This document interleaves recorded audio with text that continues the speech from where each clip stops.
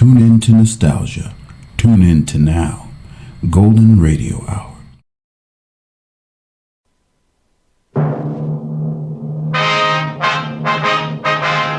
Sound off for Chesterfield. Chesterfield is best for you. First cigarette with premium quality in both regular and king size. Chesterfield brings you Dragnet.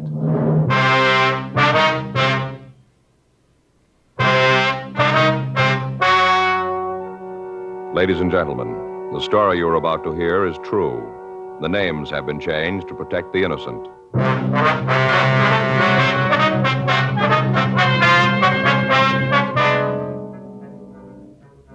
You're a detective sergeant. You're assigned a robbery detail. A suspect has been apprehended. You have a positive identification from the victim. Your job, investigate.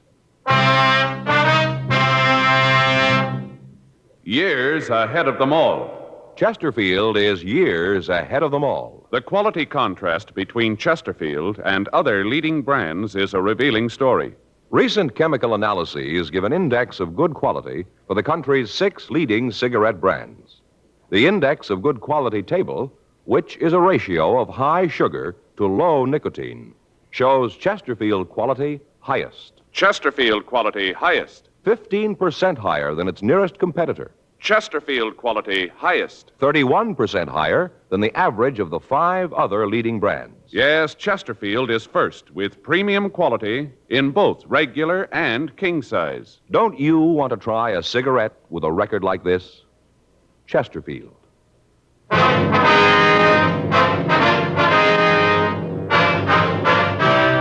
Dragnet, the documented drama of an actual crime. For the next 30 minutes, in cooperation with the Los Angeles Police Department, you will travel step by step on the side of the law through an actual case transcribed from official police files.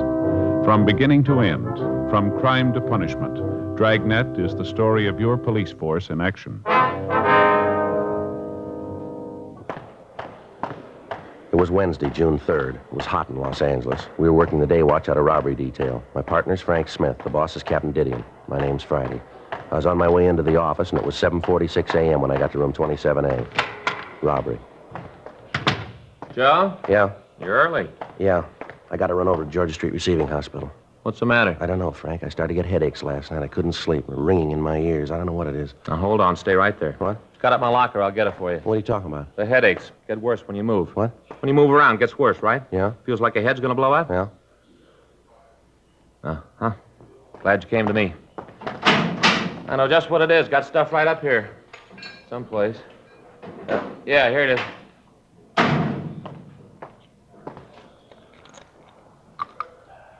There you are, Joe. Take 2. Fix you right up. What is it? Salt. Salt? Salt. That's your trouble. You don't get enough salt. Same thing happened to me last summer. Ever since then, I always keep a bottle of salt tablets right in my locker. Always ready. Take 2. Fix you right up. Well, I don't know. You got a penny?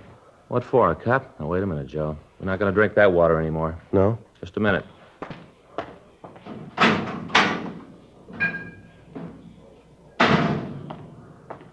Bought a whole case of this for us. There you are, boy. Drink it right out of the bottle. What is it? Poland water, Joe. 100% pure. Right from the springs. Real water. Yeah? Yep. Read right there on the bottle, see? Not carbonated. Full of minerals and good things. Yeah, well, Frank, maybe I ought to wait and see the doctor, huh? Joe, believe me, I know what's wrong. It's happened to me. Same thing. Salt, that's what you need. Yeah. Well, there you are. Poland water and the pills fix you right up. There they are. Go ahead. Oh, look, I appreciate all this, really I do, but I think I ought to see the doctor, huh? Joe, don't you trust me? Well, yeah. Take the pills. Salt. Salt, take them. All right. There now, that wasn't bad, was it? If the headaches don't go away, we can drop by Georgia Street and see the doc. Oh, you want to give me the bottle? I'll put the cap back on. Keep it fresh for all us. right. Anything in the box? Yeah, in the arrest report, we're supposed to check the guy out. Anything on it? Held up a grocery store at the corner of 7th and Francis a week ago yesterday. When'd they pick him up? Last night. Victim saw him on the street and called a radio car, took him into custody, and then booked him. Well, let's go talk to him. I'll see what he's got to say. After we get through, we can drop by the hospital if he's still got the headaches. This shouldn't take too long. Well? Sure, guy's already confessed. We ran the name of the suspect, Thomas Stanford, through R&I, but we found no previous criminal record for anyone of his description. 8:10 a.m. We drove over to the main jail. We went up to the second floor and signed in. Stanford was brought from his cell, and Frank and I took him to one of the interview rooms. We gave him a cigarette, and he started to talk. He was quiet and cooperative. Yeah, I did the robbery a week ago yesterday. I'd like to check some things out here on the arrest report. Sure, I want to get this over with. I did it like I told you. Nothing special. Just held up the store. Mm-hmm. Your full name is Thomas Arthur Stanford, is that right? Yeah, Thomas Arthur. My friends call me Tom. Uh-huh. Your home address is 1824 and a quarter South Mariposa Avenue. Yeah, I live with my father, 1824 and a quarter South Mariposa Avenue, LA 7. What's your father's name? Arthur, same as my middle name. I was named after him. You employed? Not regular. What do you mean? Well, I don't have a regular job like in a factory or a store. I'm a gardener. I work for different people. You give us a list of the people you work for? Well, sure, if you gotta have 'em. It's just routine. Oh, yeah, I'll give them to you. You want to tell us how you committed the robbery? Yeah, I'll tell you. Isn't much to tell, though. It's pretty simple. I went in and held the place up, took the money. That's about all there is to it. Were you armed when you went into that grocery store? Yeah, I had a gun. What kind of a gun? .32 automatic. Had 8 bullets in it. Where's the gun now? Threw it away. Where? In one of the ponds up in Ferndale. You mean up in Griffith Park? Yeah, just a little up the canyon there. You want to show us where it is? Sure. All right. If you start right at the beginning, tell us all about the robbery, what you did. Well, why do you have to know all that? I told you I did it. There's nothing more you have to know. We got to have it for the record. It's just routine, like I told you. You guys do a lot of things. It's routine, don't you? Yeah, we do, quite a bit. Was there anybody in the store when you went in? Just the woman that owned the place. I guess she owned it. The way she carried on, you'd have thought it was her own money I was taking. Well, I took out the gun, and I told her it was a stick-up. I said for her not to cause any trouble. What'd she say to that? Well, that's when she got hacked at me, started to yell. And what'd you do? I guess she figured I meant what I said when I told her to shut up. Anyway, she quieted down, then I told her to get into the back room. They got this little room where they keep the empty Coke and the beer bottles. I told her to get in there. Did she? Yeah, she went into the room, and I locked the door from the outside. And I went to the cash register and punched the no-sale button and took the money. After that, I left the store. You didn't have the money on you when they picked you up last night. Where is it? It's gone. I spent it. You spent it all? Yeah, every last nickel. I had myself a ball. You remember where you spent it? All around, different places. I bought myself some clothes, spent some of it in clubs. Just went. None of it left. You drive a car, Stanford? Yeah. Isn't mine, though. It belongs to my father. It's a big Chrysler sedan. Did you drive that when you held up the grocery store? Yeah, I had it parked down the street on 7th. Mm-hmm. Remember the time when you went into the store? Yeah. It was just after 12. 12 noon. What were you doing in the neighborhood last night? You mean when they picked me up? That's right. Just looking around. You ever been arrested before? No. Never been mixed up with the cops. You ever been to the hospital, mental institution? What do you ask a question like that for? Routine. Oh. Well, when I was a kid, I had my tonsils out. I was in a hospital then. A couple of days. I don't remember it too well. It was a long time ago. Mm-hmm. How old are you, Stanford? 28. All these questions you're asking me. I told the 2 cops that picked me up the same things. Why you got to ask them again? Can't you just send me to the penitentiary and get it over with? Got to double-check the story, Stanford. I suppose so. Just seems that you're going to a lot of trouble you don't have to. I told you I did it. I'm not giving you any trouble. I confess. Yeah. My father know about this yet? Yeah, he was called. He's going to be pretty sore about it. All right. Sure, he doesn't know I used his car. "9:15 a.m. We checked the suspect out of the main jail and took him over to the store that had been robbed. While Frank waited in the car, I went in and talked to the victim, a Mrs. Alice Kenwood. I told her that we'd bring the suspect into the store and ask him several questions about the robbery. During that time, I told her that we wanted her to observe the suspect so that she could give us a positive identification. I told her that it would be better if she didn't talk to him and that if she had any questions, she could ask them through us. She agreed and said that she would do anything she could to help us in the investigation. I went out to the car, and Frank and I brought the suspect into the store. Come on back here, Stanford. What are you bringing me here for? What are you trying to prove? I'd like to have you explain a few things for us. Well, I told you all I could. I told you I committed the robbery. Isn't that enough? Just a couple of things we'd like to have you clear up for us. Well, what things? I told you how I did it. Well, she'll tell you. That's the woman I held up. She'll tell you it was me. She should know. She's the one who turned me in. How about it, Miss Kenwood? He's the one, all right. I'd know him any place. There, isn't that enough? What more do you want? I'd like to have you show us just how you came into the store, what you did while you were in here. You mean the whole thing? Yeah, from the time he came in through the door. All right. Take these handcuffs off, and I'll show you. You can show us with them on. It's got to be that way. It's going to make it tougher. Go ahead. Yeah. Well, I came in the door. I came in, and she was standing behind that counter. You mean Miss Kenwood? Yeah, her. She was standing behind the counter. I walked over to her. And I showed her the gun. Told her it was a stick-up. Told her I wanted the money. That's right. He pointed the gun at me. I thought he was going to shoot. All right, go ahead, Stanford. Well, she started to yell, told me to get out of the store. Certainly I yelled at him. You think I want anybody coming in here and waving a gun around? Oh, if my husband was here, he'd show you good. See what I mean? I never saw a woman that could yell so much. Go ahead, Stanford. What'd you do then? Well, I told her if she didn't keep quiet, I'd have to shoot her, and then I told her to get in the room Now, and back. just hold on a minute. He's not only a thief, but he's a liar, too. Ma'am? That's not what he did at all. What do you mean, Mrs. Kenwood? He didn't tell me to get into the back room. There ain't any back room. How about that, Stanford? You're going to listen to her? I'm the one that robbed the place. She didn't. I guess I know what I did. All right, let's take a look back here. Come on. What's behind this curtain here, Miss Kenwood? Just a little space where I keep my empty bottles. Goes right out onto the alley. There, see, that's where I put her. That's where I told her to stay. Mm-hmm. And you said you locked the door. There's no door there.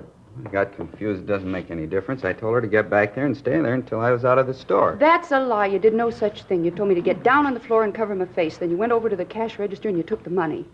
I didn't move. Didn't want to give you any trouble the way you were waving that gun around. It's a wonder you didn't try to kill me. The way you're yakking that up, I should have done it. All right, that's enough. Frank? Yeah. You want to take Stanford out to the car? I'll be right with you. Yeah, okay. Come on, Stanford, let's go. I know what you got to go through all this for. I told you I did it. I never saw anything like it before. You can't even confess around here. Nobody believes you. Miss Kenwood? Yes, officer. Are you sure that's the man that held you up here? I said it before. I'm positive. There isn't any doubt in my mind. Uh-huh. Now, you heard what he said, how he said he robbed you. Is that the way it happened? Well, everything was the same except where he said that he put me in back there. That wasn't true. He made me lie down on the floor right there. Told me to stay still for 5 minutes, not to move. Said that if I caused any trouble, he'd come back and shoot me. Mm-hmm. I think he's crazy. Anybody who'd wave a gun around like that, it's terrible. I wish my husband was here. He'd show that snip.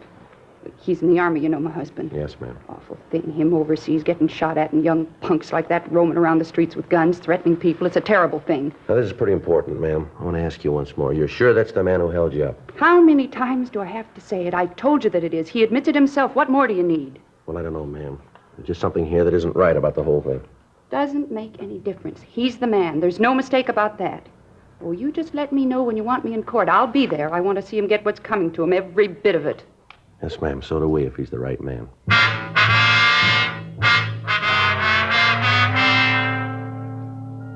12:22 p.m. We drove the suspect back to the city hall for further questioning. Frank took him to the interrogation room, and I checked into the squad room. Pardon me? Yes, sir?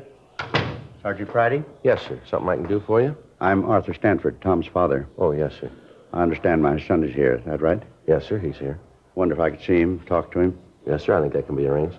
Has he told you why he did it? Has he? Well, he's given us some reasons, sir. None of them are very good. I can't understand it. Just isn't any reason for him to do a thing like this. No reason at all that I can see. Mm-hmm. I don't know what to do, Mr. Friday. I left the house this morning, and all the people in the neighborhood knew about it. They all knew.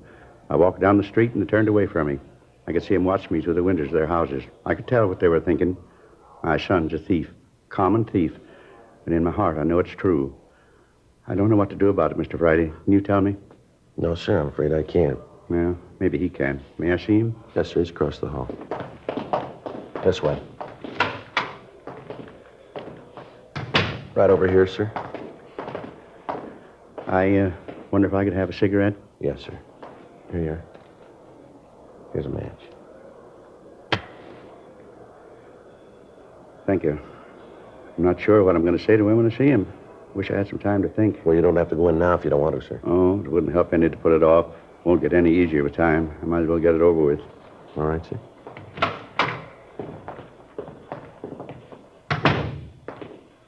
Hi, Pop. Why'd you do it, son? Well, I did it because I wanted to. I wanted the money. I didn't know any other reason you robbed somebody. I wanted the money, so I did it. You could have come to me. I'd have tried to get the money for you. You know I'd have tried. Where'd you get it? Where'd you get that kind of money? All your life you've been grubbing for pennies. I don't want small money. I want to be rich. I will be, too. All right, take it easy, Stanford. It's all right, Mr. Friday. I understand. All my life you've been saying you understand. I'm getting sick of it. As long as I can remember, you've been telling me to get out and do something on my own. Well, I finally did it. Now you aren't happy with it. You expect me to throw my head up in the air because you're a thief? Oh, knock it off. I'm tired of you giving me lectures all the time. Yakety yak. Never stop. That's enough of that, don't you think, Stanford? Well, you keep out of this, cop. This is a family matter. It doesn't concern you. This is between my father and me. Well, tell me why. That's all I want. Why? Tell me so I can face the neighbors, so I can tell them you had a reason.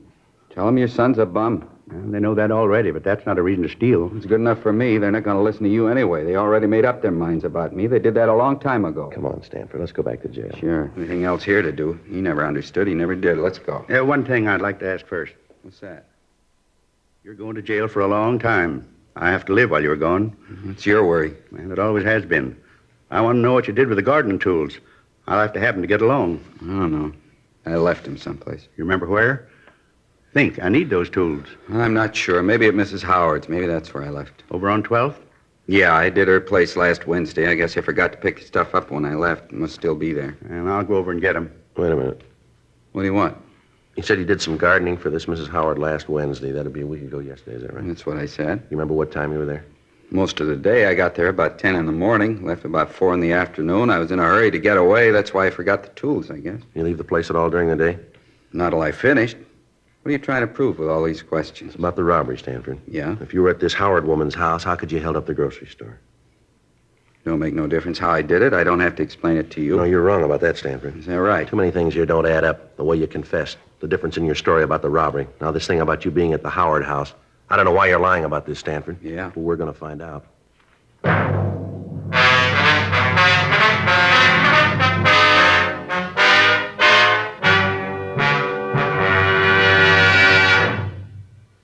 You are listening to Dragnet, the authentic story of your police force in action.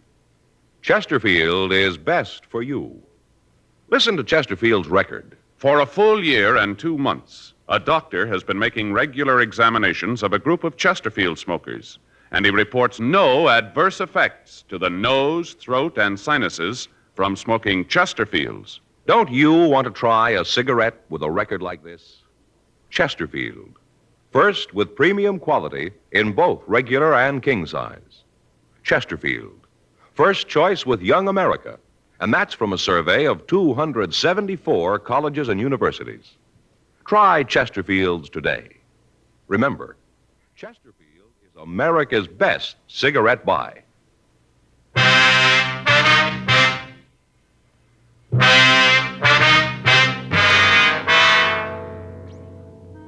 We continued to talk to the suspect, Thomas Stanford, for another hour. He refused to say anything about the conflicting aspects of his story. His father pleaded with him to tell us the truth, but other than admitting he was responsible for the grocery store robbery, he'd say nothing. We got the address of the house where Stanford had said he'd left the gardening tools. 3:15 p.m. After taking the suspect back to the main jail, Frank and I drove out to talk to the Howard woman. Place sure looks nice. Well kept. Yeah. Look at those carnations, Joe. Ever seen anything so pretty? Yeah, they're very nice. You know, Fay tries them all the time. Never seems to have any luck with them, though. Plants come up all right, but the flowers just don't seem to get very big. Mm-hmm. About size of $50. Little bitty things. Yeah. Sure smell good, though. I get the bill.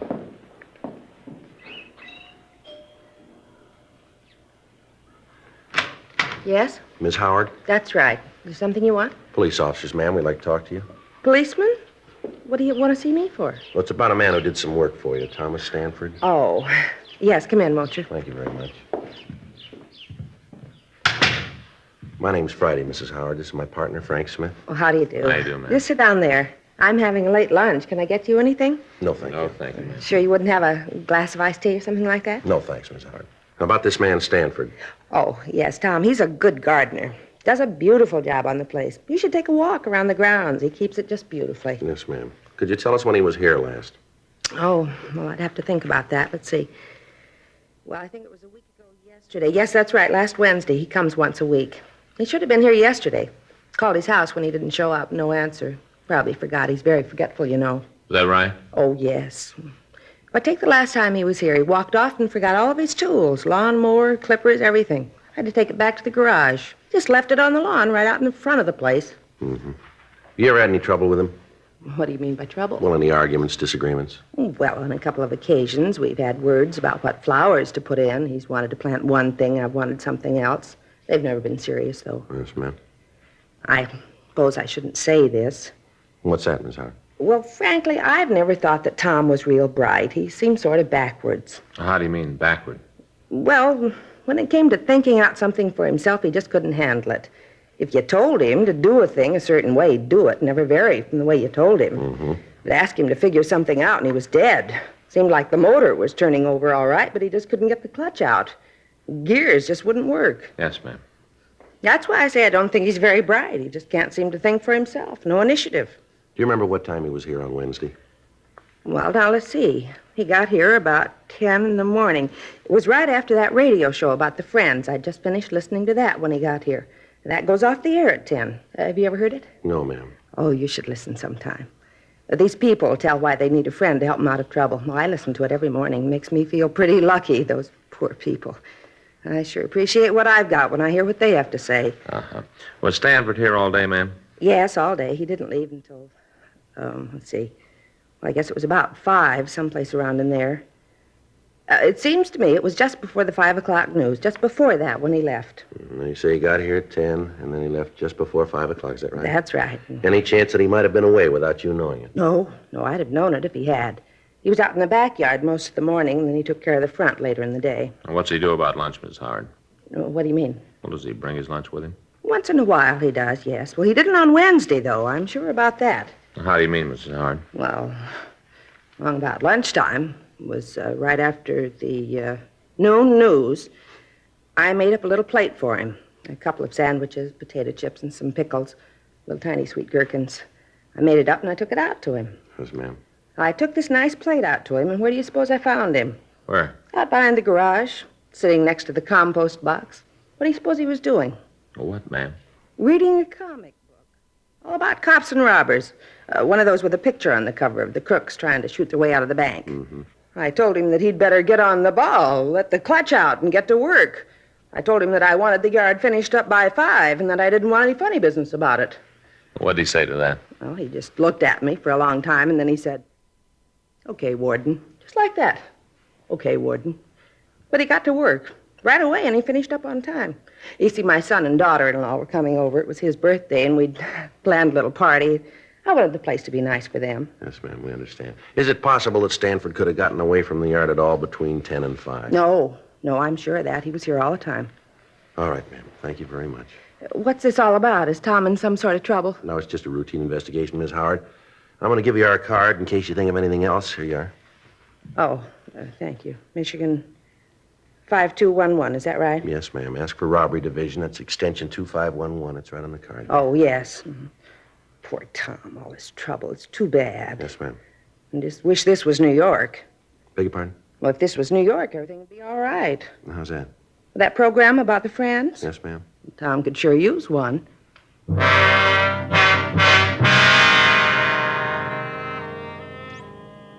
We left Mrs. Howard's home and talked to some of the people in the neighborhood. They told us that the Howards were respected people in the community, and some of them verified the fact that Stanford had worked for almost 2 years. The man who lived directly across the street from the Howard house said that he'd talked with Stanford on the afternoon of the robbery. He said that he'd asked the suspect about the seeds that he used to raise the carnations that were planted along the front of the house. He went on to say that he'd been working in the front yard of his own house all afternoon and that he'd seen the suspect throughout that time. We drove back to the grocery store and talked with the victim, Mrs. Kenwood. Under questioning, she admitted that she could have made a mistake about the identification, but she said that if she was wrong, the thief could act as a double for Tom Stanford. 10:30 p.m., we drove back to the main jail and picked up the suspect. We took him back to the city hall and talked to him in the interrogation room. He was sullen and refused to answer our questions. Stanford? Yeah, I'd like to have you tell us the truth this time. I told you it isn't my fault. If you don't believe me, it isn't my fault. Now, look, Stanford, we talked with this Mrs. Howard. She told us that you were working for her all day a week ago Wednesday. So what's that prove? Well, you admit it's true then, huh? Sure, it's true. I was working for Then her. how could you have gotten to the grocery store and held it up? Stanford? I did it. I haven't got anything more to say. I did the robbery. Smith, you get tonight's papers? Yeah, I picked them up earlier. Anything in them about me? I didn't see anything. There must have been something. Some story about me with my name. Well, if there was, I didn't see it. Well, maybe it didn't look good. Maybe. There's got to be something, a picture or something. No. Well, let me look. Where'd you leave the papers, Frank? Squad room. Would you get them and let me look? Sure.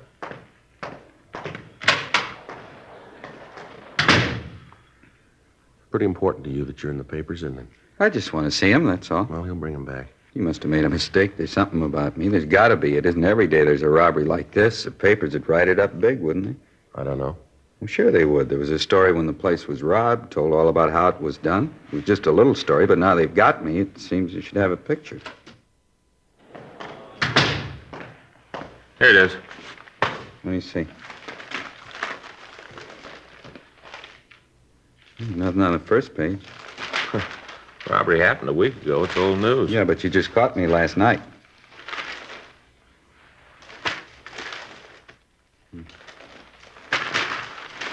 Nothing. Not one lousy word, nothing at all. That makes a difference, doesn't it? Sure it does, sure. If there isn't anything in the papers, how are people going to know I did it? How are they going to know? They won't. But they gotta. Don't you see that? If they don't know that I did the robbery, there ain't no reason for it. No reason at all. What do you mean, Stanford? Well, there won't be no pictures, no nothing. People still think I'm nobody. No one's going to know that I did do something. No one will know. Well, the way it looks to us, you didn't do it. There should be a story about it, about how I confessed. Maybe not a picture, but at least a story, something. You didn't do it, did you? Stanford? Come on. You didn't hold up that store, did you? No. No, I didn't. I thought I could get away with it. I thought that if I confessed, you'd put me in jail and people would look at me different. And they wouldn't laugh at me anymore because I'd done something. Mm-hmm. Poor dumb Tom. That's what they say, poor dumb Tom.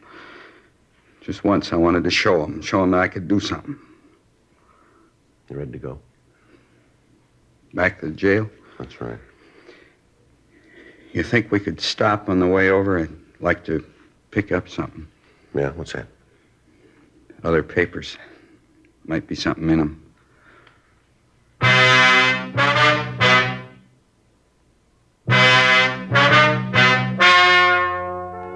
The story you have just heard is true. The names were changed to protect the innocent. On June 4th, a meeting was held in the district attorney's office, city and county of Los Angeles, state of California. In a moment, the results of that meeting. Now, here is our star, Jack Webb. Thank you, George Fenneman. I'd like to talk to you people who don't smoke Chesterfields. I'm convinced that if you try just one carton, you'll find they're best for you. They're milder, they have a wonderful taste, and most important, they have premium quality in both sizes, regular or king size. So pick up that carton, will you? Chesterfields. Try them.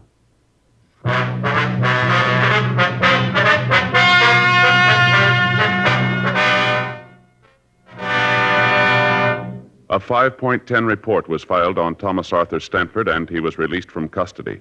10 months later, on May 22nd, James R. Rogers was apprehended while attempting to hold up a liquor store at the corner of 3rd and Temple Streets. While being interrogated, he confessed to committing the robbery that Stanford had been accused of. The physical appearance of the two men was almost identical.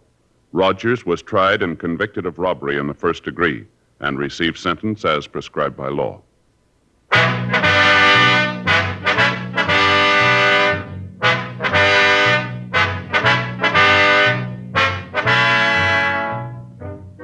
You have just heard Dragnet, a series of authentic cases from official files. Technical advice comes from the Office of Chief of Police W.H. Parker, Los Angeles Police Department. Technical advisors, Captain Jack Donahoe, Sergeant Marty Wynn, Sergeant Vance Brasher. Heard tonight were Ben Alexander, Virginia Gregg, Vic Perrin. Script by John Robinson. Music by Walter Schumann. Hal Gibney speaking. For a million laughs, tune in Chesterfield's Martin and Lewis show Tuesday on this same NBC station. And sound off for Chesterfields. Either regular or king size, you'll find premium quality Chesterfields much milder. Chesterfield is best for you.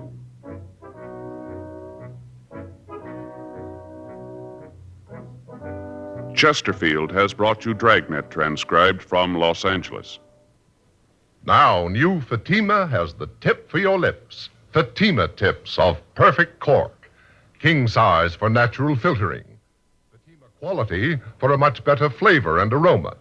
So remember, new Fatima has the tip for your lips. Fatima. See how smooth they are. Remember, Fatima is made by the makers of Chesterfield. Tonight it's Adventure with Barry Craig on NBC.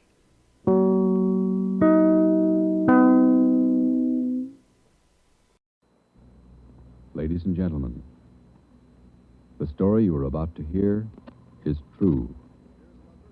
Only the names have been changed to protect the innocent. Dragnet.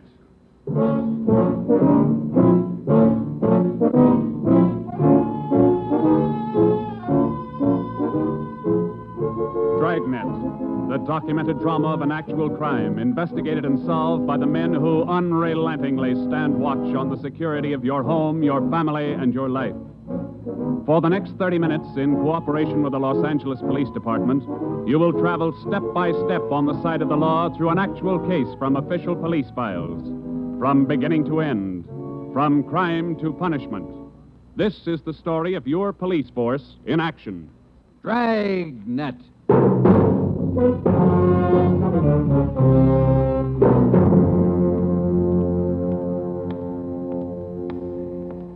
It was Tuesday, March 25th. It was cold in Los Angeles.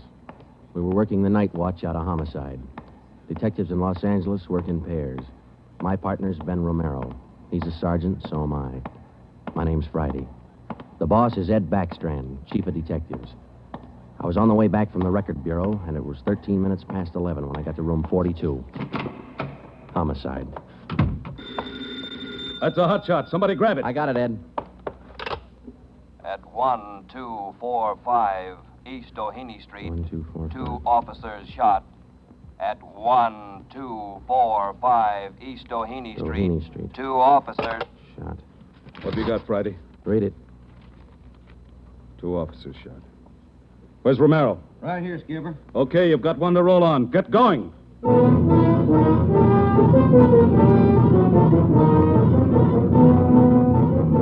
Both Ben and I knew where we were heading. We'd recognized the address. It was the Trapdoor Cafe, a joint in the south end of town that did business with a pretty rough crowd. 13 minutes later, we pulled up in front. 2 patrolmen had the crowd pretty well pushed back. There was a cruiser car in front of the cafe. The car door was open, and an officer was sprawled across the seat. He was conscious but weak, and one of his pant legs was pretty red. Hello, Sarge. Hi, how you doing? I've done better. Yeah, well, what happened? Williams and I were cruising. We've been keeping an eye on this cafe lately. Tonight we decided to take a look. And just as we went in, 2 guys left in a hurry, the back door. We followed them out into the alley. It was dark out there, and I called to them. I said, "Hey, fellas, just a minute, I want to talk to you." They stopped? I'll say. One of them whirled. He had a gun in his left hand. He shot both of us. Left hand, huh? Williams went down and out. I went down, but I took a shot at them. No effect. And I started crawling out here to the car so I could call in. You started crawling? Yeah. Wait a minute, Emerson. Weren't there any people around by that time? Oh, yeah, quite a few ran out after the shots. You mean nobody would help you to the car? That's right. Did you get a good look at either of the gunmen? Well, one of them was tall. I think he was a redhead. There was something funny about his nose. That's all I saw. It's too dark out there. Williams was closer. I think he got a good look. Joe, the other officer, Williams. He's in pretty bad shape. Is he breathing? He's still alive, Emerson. I don't know how much time he's got. Ambulance? On the way. Okay, let's round up all the men who are in the cafe. We're taking them in.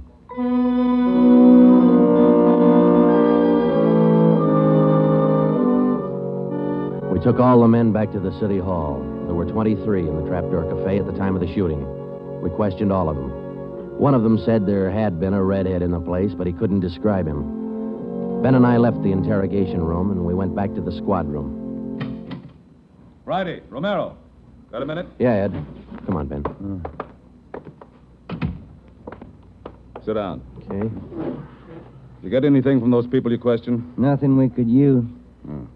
How's Williams? It's pretty bad. When do they operate? As soon as he comes out of shock. Probably in the morning. You boys will be there. Yeah, we will. When the surgeon digs that slug out, get it and mark it for evidence. Yeah.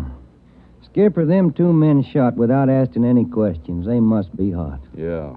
Same thing occurred to me. When we get that slug, the ballistics can tell us whether that gun's been used on other jobs. We got enough of their modus operandi to have the statistician give us a run-through on the IBM now. One of them is left-handed, and he shoots quick. Okay, be in surgery tomorrow morning at 9.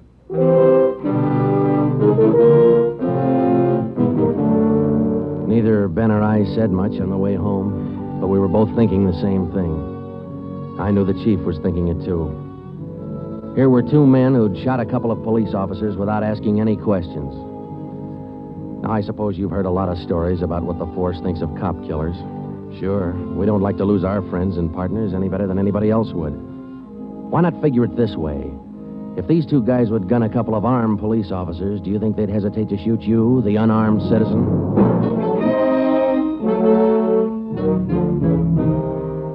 The next morning at 9 o'clock, Ben and I had scrubbed up and we were in surgery. Williams was on the table. The surgeon started in. A lot of minutes later, he got the slug. As for Williams, they took out 7 feet of his intestine and said he might pull through.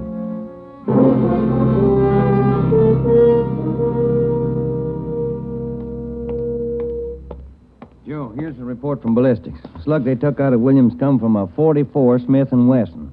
The same gun was used in a liquor store killing about a month ago. You call the statistician? Yeah, She's running all the cards on previous shooting through the IBM machine. She ought to be through about now. Let's take a look. Okay, come on. Hi, Helen. Just a second. Okay.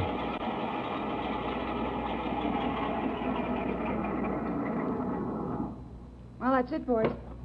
These cards will give you all the shootings pulled by 2 men on foot who shot quick, one of them left-handed. Right. They're all yours. You sure can tell a lot from just a bunch of little holes in these cards, can't you? I can't, but this IBM machine can. It never ceases to amaze me. Okay, shall we check the cards, huh? Yeah, sure.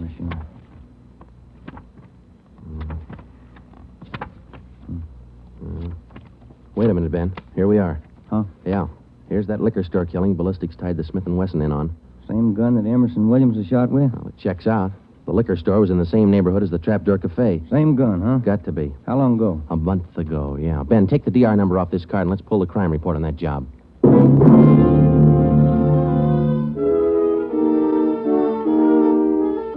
We pulled the crime report out of the files. It said that there was only one witness to that liquor store killing a month ago. That witness was a woman.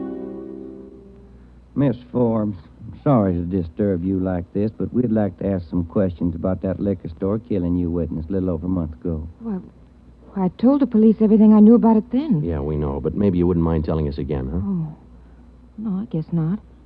I've been trying to forget it, to tell the truth. It was pretty terrible, and I really didn't see so very much because I was awful scared. I understand. But try to describe again just what happened, will you? Well, it was about 10 o'clock at night. I was walking down the street toward home when I realized I was all out of cigarettes. Well, I was right in front of the liquor store then, so I went in. The clerk was behind the counter, and there were 2 men standing there arguing. What's the idea of changing your mind? I thought we was going to get bourbon. No, let's get the wine. I want bourbon. Costs too much. Wine's good enough. The rest of them want bourbon, too.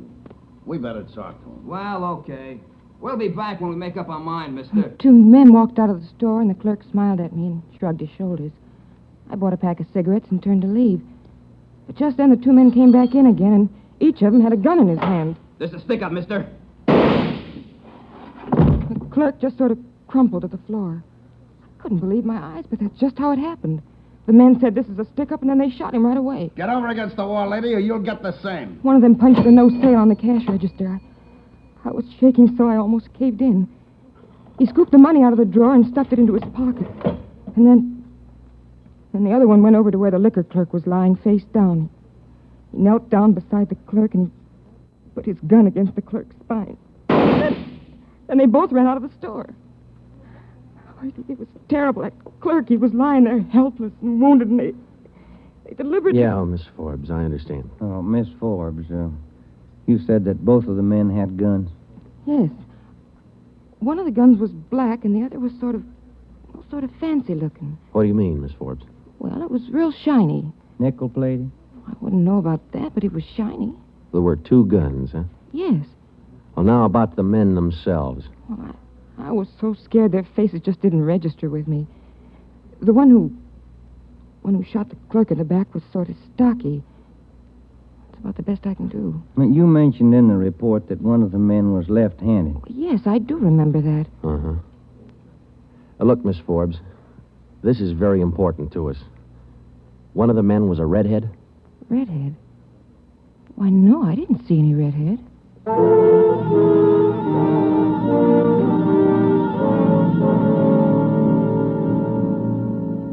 Skipper, me and Joe's run right smack into a stone wall on this thing. What's the complication? Well, there's more than one, Ed. In the first place, we know that the .44 Smith & Wesson was used in both shootings, but the descriptions of the men involved don't check. Police officer Emerson said he thought the man that shot him and Williams outside the Trapdoor Cafe was a tall, left-handed redhead. Said there's something funny about his nose. You think Williams got a better look at him? Well, probably did, but Williams isn't strong enough to talk yet. And a girl that witnessed the liquor store killing a month ago said that one of those men was left-handed. But she said neither of them was a redhead. And on top of all that, now we've got 2 guns to worry about. The girl mentioned 2 guns, so we checked the autopsy report on that liquor clerk. And, Ed, the bullet that actually killed him came from a .32-20, not a .44 Smith & Wesson. That fact didn't get any publicity at the time, did it? No, it didn't. Okay. We won't give it any publicity now, either. With a lowdown, it's just the .44 Smith & Wesson we're after. Because if whoever owns the .32-20 finds out it's hot, we'll never get it. Anything else? Well, we sent teletypes to all outlying stations in neighboring cities. Told them that if they get any red-headed suspects, no matter what charge they got them on, to hold them for questioning. Yeah. Now, how about this .32-20, the actual murder weapon? Any leads on it? We've got one, Ed. We've been checking the records, and we discovered that 4 hours after the liquor store killing, a taxi driver in the neighborhood was shot and robbed. Slug was pretty well mashed, but there was enough to tell it was from a .32-20. So we're going over to question the taxi driver now. Good. Well, I think you boys are on the right trail. So far, what we've got is mostly unrelated facts, but sooner or later, those facts have all got to tie in at some point along the line. Find that point. Yeah,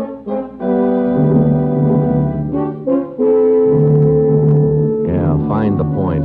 Find the tie-in. Well, Ben and I went over to see the taxi driver, a guy who was living on borrowed time. Yeah, it was about 2 o'clock in the morning when it happened. I got a call to pick up a fare near 105th and Avalon, you know. Yeah. Mm-hmm. Well, I got there. Somebody came over, pulled open my cab door, and said, "This is a stick-up." Then blew it. You let me have it. Just like that, huh? Yeah, just like that. Same deal as others, Joe. Itchy trigger finger. Yeah. Did you get any kind of a look at the fella? Look, no, it's too dark. Uh-huh. Hey, according to the report, you got shot in the chest. Yeah, that's right. Oh, you're maybe wondering how come I'm still alive, huh? I'll tell you, pal, it's like something you'd see in a bad movie, you know? I'm carrying a few silver dollars with me, 9 of them to be exact. So I decided to stick them in my breast pocket. Well, mister, that just saved my life. The slug hit them silver dollars. It's one for the book, huh? Yeah, you said it.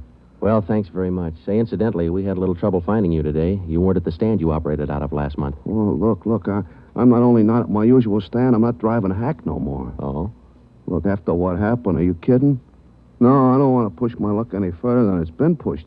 Yeah, I figure I had it, you know?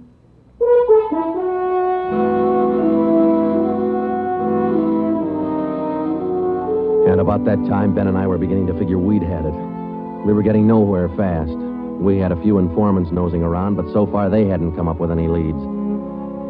Well, Ben and I followed up all the teletypes that poured in. We just got back from Santa Ana, where we'd been questioning a red-headed suspect, and we'd flopped in the squad room when Chief Backstrand's door opened.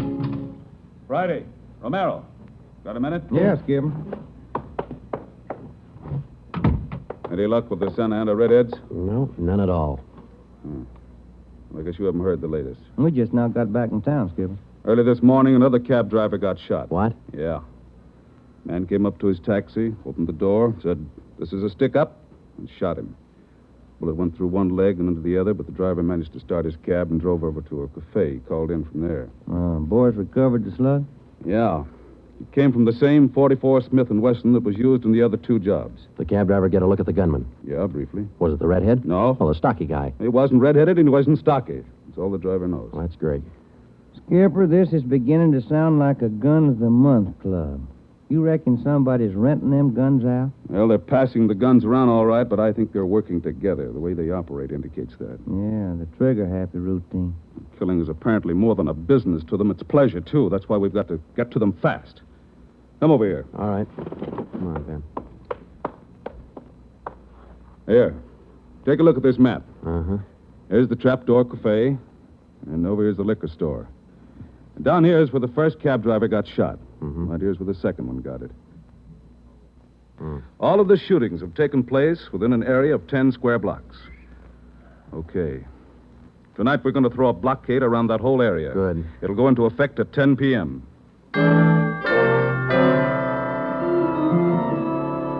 At 9:45 p.m., cars and officers started drifting into the area by twos and threes. And at 10, when Backstrand, Ben, and I arrived, the whole area was sewed up tighter than a tick. Is now code 3. Pacific Ambulance Davis? 1. Got you. Call to All set? ambulance is All now set. code We got a 3. primary line and a secondary line. If anyone tries to make a break, we'll pick them up in the secondary. Okay. Friday and Romero here will cruise around the area with me. Go to work, men. Every car in the area was shaken down. The same process was also followed on all persons on foot. The blockade went on all night. By the end of that time, we'd brought in 217 suspects. 26 of them were redheads. What's your name? Henry Wagner. Where do you work? Lumber yard. Which one? First star. What time did you get through work last night? About 6, I guess. What'd you do then? Had some dinner. Where? Harry's grill. Then what? Shot a little pool. Look, I tell you, I ain't done nothing. Now, let's go back to the day before yesterday. Did you work at... And that's the way it went all day long. We shot question after question at them, working them gradually back to the days on which the shootings had taken place. When it was all over, we got 6 men wanted in other cities on various charges. We got quite an assortment of guns and knives. But as far as the shootings were concerned, we got nothing. Well, I guess that's the last of them. Oh, I was running out of questions there at the end. You two boys better go on home and get some sleep. Well, I was kind of figuring on checking back over the reports to see if we might have overlooked something. I said go on home. You two boys have been at it for 32 hours straight. Look at you. You're both so groggy you can hardly stand up. You need sleep. It's 4 p.m. now. Don't come back until 10 p.m.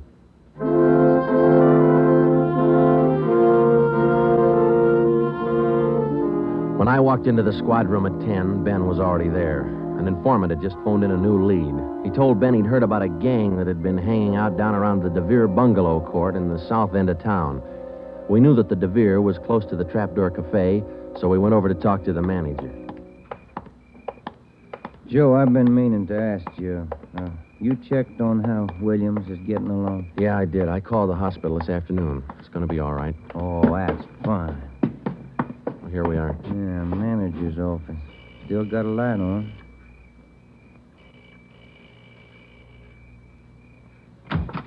Yeah? I'm Sergeant Friday, police. This is Sergeant Romero. Yeah? We'd like a little information. Why, sure. Come in. Thank you. What can I do for you? Well, did you hear anything about a gang that hangs out down around here anywhere? Gang? Why, no. How about your tenants here? Any of them ever been in trouble, to your knowledge? No. This ain't exactly the best neighborhood in town, but we try to keep things under control. Once in a while, one of them will get out of line, but when that happens, we heave them out of here. You heaved anybody out lately? Yeah, I did. Fellow and his wife a few weeks ago. They had a fight in one of the bungalows. She took a shot at him, but she missed. Party by the name of Stuba, Carl Stuba. What did this Stuba look like? Oh, sort of tall, skinny. Was he a redhead? No. Now, we'd like to take a look at that bungalow that he lived in. Sure. Help yourselves. Down the end there, number 5. Still vacant.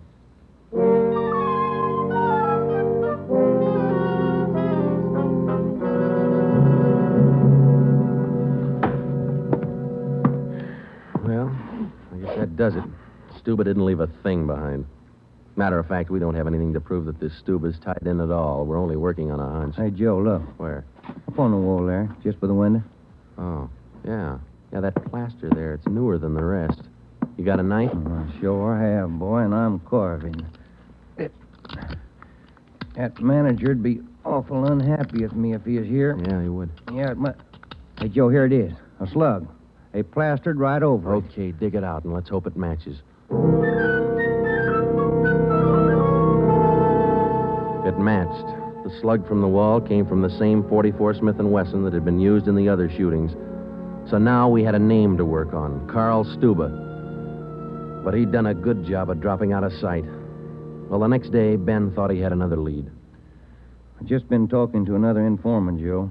He says he heard that there's a fella down in that neighborhood been trying to sell a gun lately. What kind of a gun? Nickel-plated with steer horn handles. Nickel-plated? Well, maybe that's our .44 Smith & Wesson. Maybe. Did the informant know who this man was? Said the feller's name was Alonzo. Yeah. Alonzo who? Just Alonzo. That's all he knew.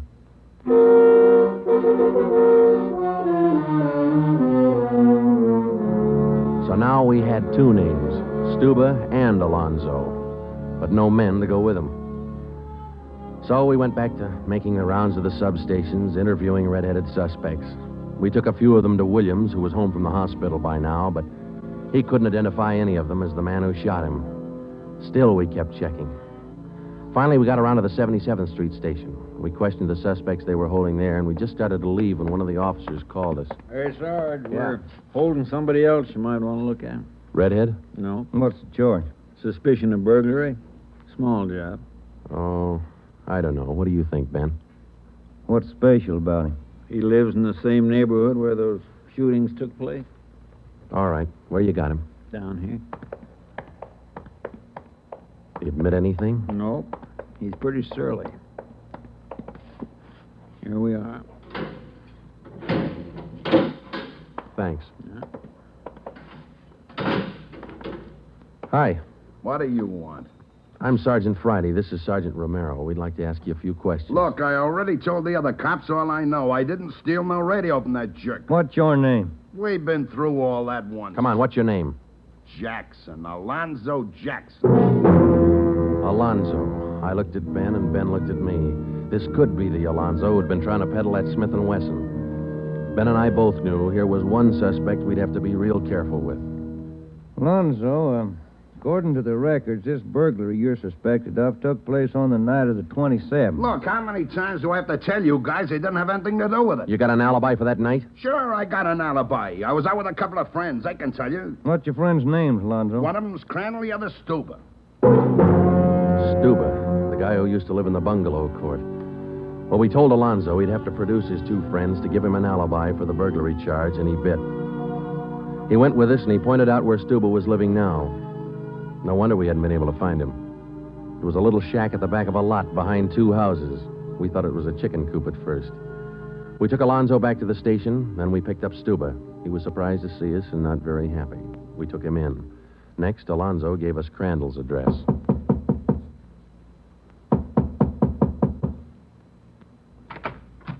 Yeah?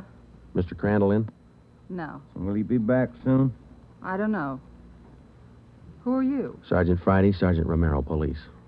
What do you want with him? Oh, nothing important, lady. We just wanted him as a witness. Oh. Well, I don't know just when he'll be back. Probably an hour or two. Okay, thank you.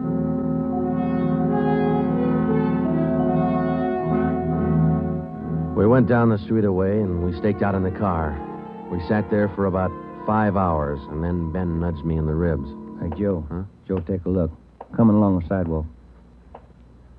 Yeah, and he's got red hair. Come on. Crandall. Huh? Your name Crandall? Who are you? Friday Romero, police. Police. What do you want with me? I haven't done nothing. Well, then you got nothing in the world to worry about.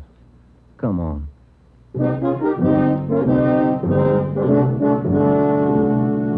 We questioned Crandall for an hour, but he wouldn't give an inch. Denied everything. Then we put him in a car, and we drove over to Officer Williams' house. I left Ben in the living room with Crandall while I went in Williams' bedroom. Hello, Sarge. Hi, Williams. How you doing? A little better, I think. That's fine. Look, we've got another redhead outside. Bring him in. Okay. All right, Crandall, come on in here. Who's in there? Why'd you bring me over here? Come on in here.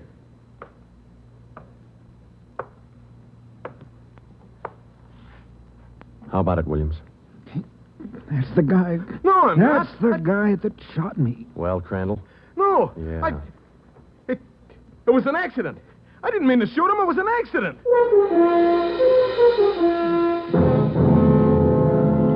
Once Crandall got started, he talked his head off. He also admitted being in on the liquor store killing, but insisted he was only the lookout. We took him back to the station and got his whole story down on a tape recorder. Yeah, he was left-handed. Then we went back to Alonzo, who didn't know we had Crandall's confession. We met the chief in the hall outside the room where they were holding Alonzo. About ready to tie the knot? Oh, hope so, Chief. But Alonzo hasn't given any yet, and we still haven't found those guns. We've got one of them. Which one? The Smith & Wesson. Stuba popped about that one 10 minutes ago. Said he left it with his girl. A couple of the boys are on their way over to get it now. That's good, Ed. That leaves just the 32-20. You haven't mentioned the 32-20 to Alonzo, have you? No. He still thinks we're after that Smith & Wesson, and that's the way we're going to play it right now. Go ahead. Look, how much longer are you guys going to hold me here? Didn't you check with those friends of mine? Alonzo, we got a tip that you've been trying to sell a gun lately. A gun? Yeah, 44 Smith & Wesson. Oh. No, it's not true. That Smith & Wesson's been used in a couple of robbery jobs this month, and we think it's your gun. That's a lie. Any proof of that? Why, yeah. Sure, I got proof of that. I used to have a gun, but it wasn't a Smith & Wesson.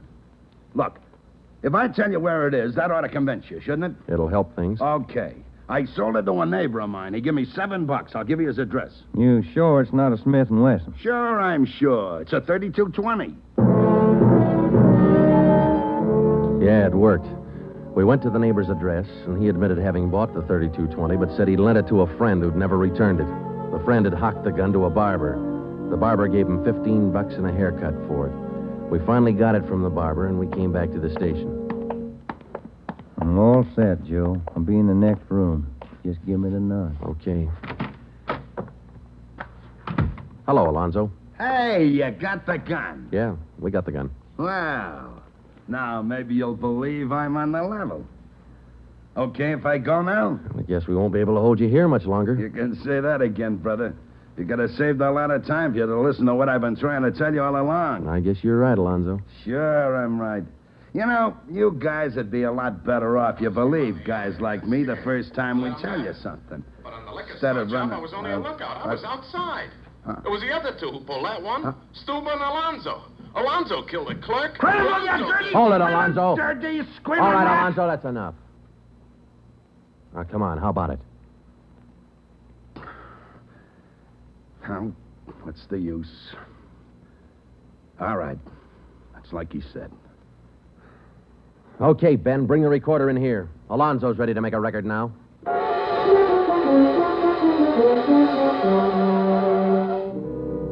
By playing back Crandall's statement that we'd recorded earlier, we got a full confession from Alonzo. We took the three of them out and had them reenact the 4 shootings, and we photographed it on sound film. Crandall, the redhead, was the one who'd shot the 2 police officers, but he was only the lookout for the liquor store killing, which explains why the girl witness didn't see him in the store. Stuba and Alonzo were the ones who pulled that job, and Alonzo, the worst of the bunch, was the one who put the 32-20 against the spine of the wounded clerk. The 3 of them took turns at shooting the cab drivers and robbing them.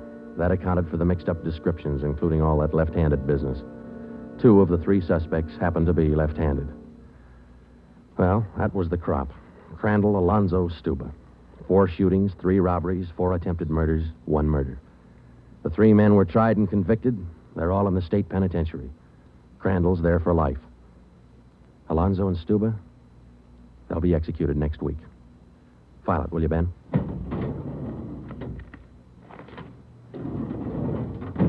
Case closed.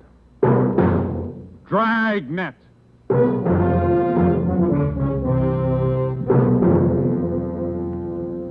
The story you have just heard was true. Only the names were changed to protect the innocent.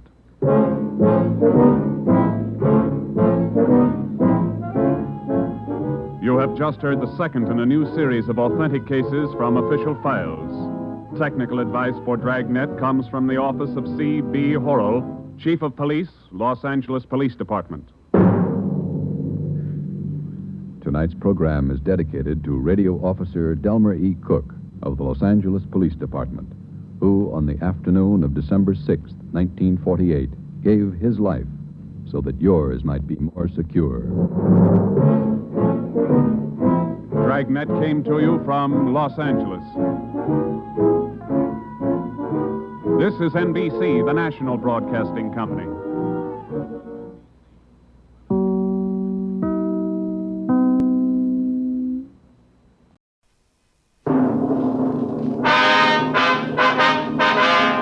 Sound off for Chesterfield. Chesterfield is best for you. First cigarette with premium quality in both regular and king size. Chesterfield brings you Dragnet.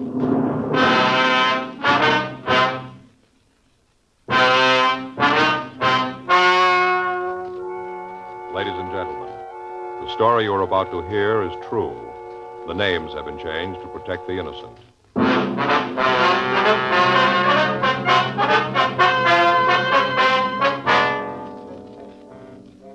You're a detective sergeant. You're assigned to burglary detail. For the past 2 months, a gang of safe burglars have been operating in your city. In that time, they've hit a dozen places. You've got no lead to their identity. Your job? Get them. Here's a report never before made about a cigarette. Smoked day after day by a group of people smoking from 10 to 40 cigarettes a day for a full year. Here's Chesterfield's record. A medical specialist giving this group thorough examinations every 2 months for a full year reports no adverse effects to their nose, throat, and sinuses from smoking Chesterfields. Don't you want to try a cigarette with a record like that? You'll find Chesterfield's best for you. They're much milder, with an extraordinarily good taste. And for your pocketbook, Chesterfield is America's best cigarette buy.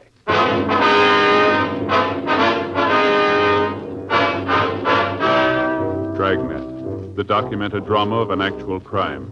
For the next 30 minutes, in cooperation with the Los Angeles Police Department, you will travel step by step on the side of the law through an actual case transcribed from official police files. From beginning to end, from crime to punishment, Dragnet is the story of your police force in action.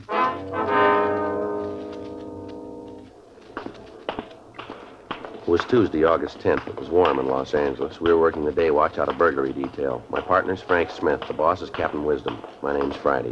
We were on the way back from lunch, and it was 1:17 p.m. when we got to room 45. Burglary. Joe, you got any stomach pills? No, I haven't. You got trouble again? Yeah. I don't know why I always do when we have lunch at Sal's. Must be that cheesecake, Joe. It happens every time. Well, maybe if you just stick to one piece, huh? And the way Rosie makes it, you can't stop there. You know, that Sal could make a fortune if he'd realize it. What do you mean? Well, you know how in some places they have a little bowl of mints by the cash register? Yeah. Well, if Sal had put a bowl of stomach pills, he could clean up. Yeah, sure. Anything in the book? I'll take a look. How about it? Yeah. There's a call here from Ernie. Our informant? Yeah. Says he wants to see us this afternoon. Say what it's about? No, it just says to meet him at that coffee place over on 7th. Sure hope he can come up with something we could use it. Yeah. We've taken a lot on this one, haven't we? Yeah. The way the papers talk, you'd think we were in with the thieves. Now, from where they sit, it probably looks that way. We sure haven't been able to stop them. Yeah.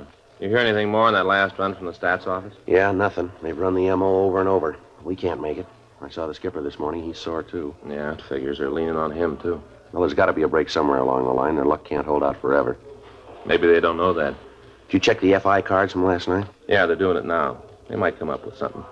How about Rubles and Told? You heard from them yet? No, they're running down that report from the liquor store owner. Doesn't look like it's going anywhere either. I'll get it. Right. Burglary, Smith. Oh, yeah, did you find anything? Uh-huh. Where was that?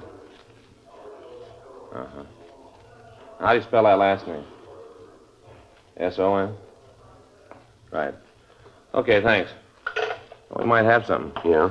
Officer made a field interrogation report on an Otto Bronson last night. Time was listed as 10:46 p.m., 4th and Central. Well, that's close. The last heist was at 7th and Central at approximately 11 p.m. Well, how's this Bronson fit in? Well, they checked him out. He's got a record. Yeah? Burglary.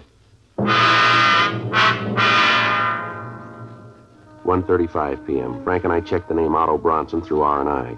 We found that he had an arrest record dating back 10 years. He'd been picked up 3 times on suspicion of violation of Section 459 PC. He'd been convicted once and had served time at San Quentin. He'd been released 4 months before he served his full term and was not on parole.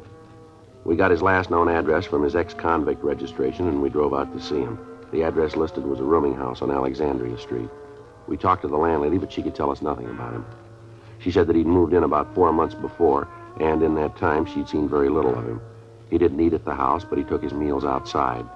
She was unable to tell us what time Bronson had come home the night before. He was registered in room 2B. Frank and I went up and knocked on the door. Yeah? You Otto Bronson? Yeah, what about it? Police officers, we'd like to talk to you. Okay, go ahead. Might be better if we talked inside, huh? Well, maybe I don't want any cops in my place. No, we can talk downtown. Come on in. All right, what's it all about? Wonder if you could tell us where you were last night. Why? We'd like to know. Well, let's see. I went downtown, had dinner, met some friends, had a few drinks, and came home. What time did you get home? Oh, maybe about 8, around in there. We got word you were seen downtown at 10:46. How about it?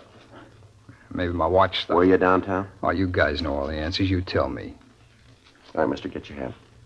Why? Let's go downtown. All right. So I was there. What's that prove? Why'd you lie about it? I didn't lie. I told you. My watch stopped. Yeah, according to the FI report, you were stopped on the corner of 4th and Central. Is that right? I don't know. I guess so. Why? What were you doing there? I was on my way home. From where? Like I told you, I had a couple of drinks with some friends of mine. I came right home. Mm-hmm. Where'd you meet these friends of yours? Bar down in Central. Which bar? I don't know the address. I can show you if you gotta know. Who were the friends? Look, I don't like any of this. You guys coming here and asking all these questions. What's it all about? A liquor store safe was burglarized near 7th and Central last night. You look good for the job. Boy, it's sure true. What's that? Old saying up at the joint. Do a little time, and you'll have every cop in the world on your back at one time or another. How long you lived here, Bronson? Couple of months. That's the closet over here? You stay away from there. It isn't anything in there that matters to you. Then you shouldn't mind if we take a look. Now, just keep your hands off of my stuff, huh? If you haven't done anything, you got nothing to worry about, have you? It isn't what I've done. It's what you guys are going to say I did. How about this, Bronson? That's mine. Hey, now, look, you got no right to go... See what's in it, Frank. Yeah.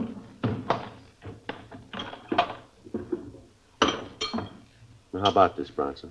I never saw this before in my life. It's a frame you guys are trying to tie onto me. Well, it won't work, cops, and you know it won't. How do you explain these two? I don't have to. They belong to a friend. He asked me to take care of them. How about this, Bronson? Can't see, Joe. What is it? Cutting torch. Looks like it's been used lately. 2:15 p.m. We searched the suspect's room. We found nothing further that would tie him in with the burglaries. We talked to the other people in the boarding house, but they couldn't give us any further information. They were unable to tell us if Bronson had any friends, and the landlady told us that he hadn't gotten any mail since he'd been there. We called the office and arranged for a stakeout on the boarding house, and then we took the suspect downtown to the city hall. We talked to him for an hour. 4:16 p.m. That's where you stand on this thing, Bronson. Now you make up your mind. You want to take the beef by yourself? You're going to tell us where you got the tools. I've been telling you. I didn't know anything about the tools. I got them from a friend. He asked me to keep the suitcase for him as a favor. He asked me to keep them for him, and that's all I know. Well, what's the friend's name? Like I told you, it's a fellow named Shorty. What's his last name? I don't know. If I knew, I'd tell you. I got no reason to hold back on it. I didn't have nothing to do with the jobs. Otto, we were talking to you about one burglary. What do you mean by jobs? Well, just the way you guys talk, I figured there was more than one. You know what we're talking about. I don't. I'm telling you the truth. I don't. When'd you last see this Shorty? When he gave me the suitcase. When was that? A week, maybe 10 days ago. Where'd you see him? In a bar down on 7th. And he just gave you the suitcase, asked you to take care of it for him? Is that what you expect us to believe? That's the truth. Well, that's kind of hard to buy. I can't help that. That's the way it happened. Well, your friend sure left you in a good fix, didn't he? What do you mean? Well, it looks like you're going to have to go this route by yourself. How do you figure that? You got the tools, you got a record. You were in the vicinity just before the safe was burned. You look real good for it. Well, I ain't going to take it alone. Well, you haven't got much choice. Well, what happens if I help you get the rest of them? It'll be marked down that way. Is that all you can do? That's all. How much if I help you break the gang? That's all we can do. Well, one thing you got to understand. What's that? I had nothing to do with the jobs myself. I just heard a few rumbles. You got to know I wasn't in on it. What have you heard? Well, there's 3 guys. They're from the east. They've been working out here about 6 weeks. Real heavy fellas. Who are they? I don't know him. The only one I ever saw was Shorty, and I'm not too sure he's in on it. You know where we can pick him up? No, like I said, I just heard a few rumbles. All right, how about this, Shorty? Has he got a record? I don't know. He might have. You ever say anything about doing time? No, not so I can hear. How long you known him? About 3 months. I met him right after I got out of Q. Where'd you meet him? A bar downtown. We got to talking one night, and after that, I'd see him around here and there. And I never got to know him real well. Just well enough for him to give you a suitcase full of burglar tools, huh? Yeah, that's right. And you didn't know what was in the case? Huh? No, I didn't look. I didn't figure it was any of my business. That's easy to buy, isn't it? I can't help it. That's the way it is. How much do you know about how the gang works? Not much. Rumble is that they case a place for a couple of days, figure out when's the best time to hit it, and they walk in and burn the safe. They use a car? I don't know. I guess they do. Does Shorty have a car?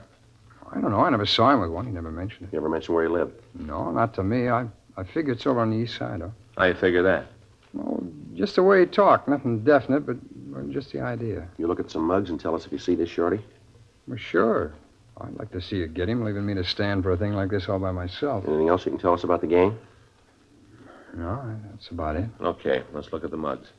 Well, how about it? I still got to go to jail? Well, you still haven't convinced us you're clean. Well, I told you everything I know. Yeah, let's go. Oh, no, wait a minute. Look, I go nuts in a cell. You should have thought of that before. Well, I can give you guys a lot of help if I'm on the outside. You haven't given us much here. Well, maybe I can. All right, go ahead. I can tell you when you're going to pull the next job.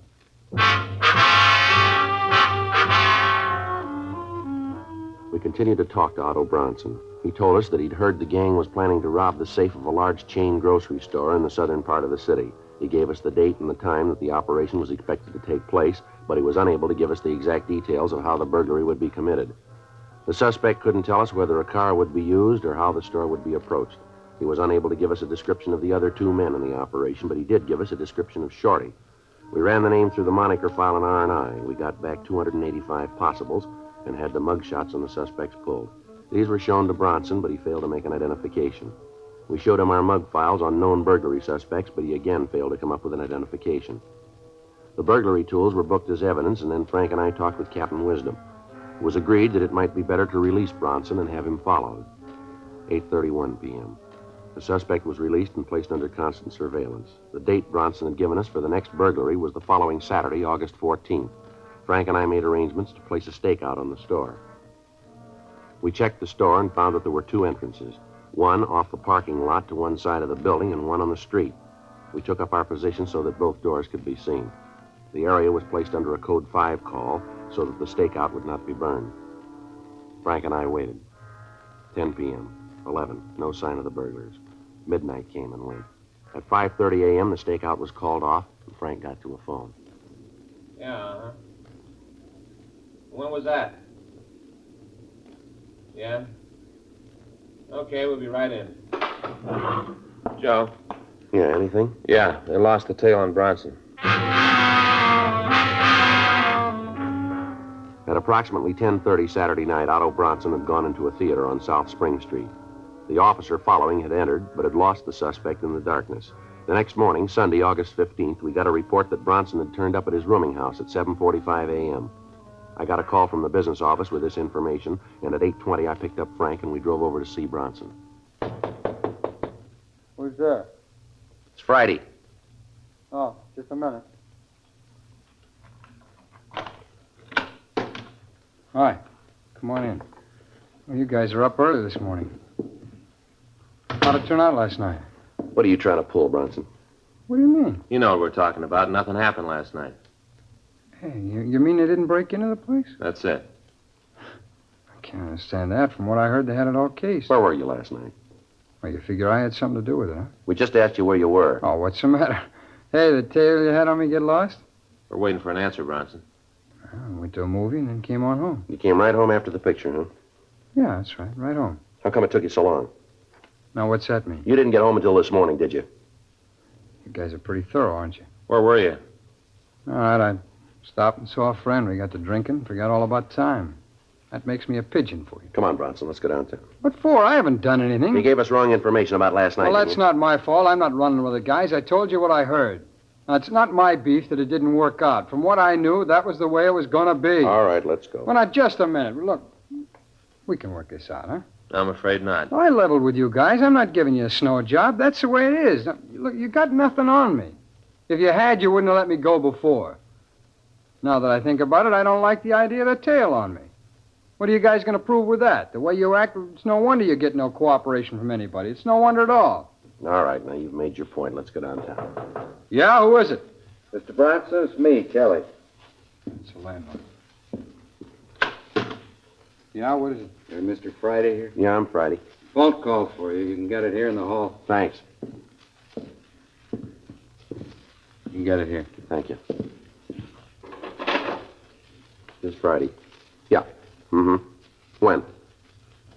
Right. We'll be right there. Thanks a lot. Frank? Yeah? It's the business office. We gotta leave. Yeah? You called it, Bronson. They worked last night, all right? See, I told you. Yeah, we staked out in South L.A. So? They hit in West L.A.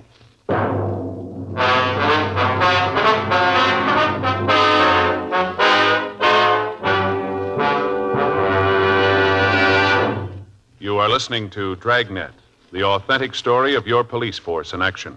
Chesterfield is best for you. Chesterfield Regular or Chesterfield King Size, which contains tobaccos of better quality and higher price than any other king-size cigarette. And always remember this. Chesterfield is first to give you premium quality in both regular and king size.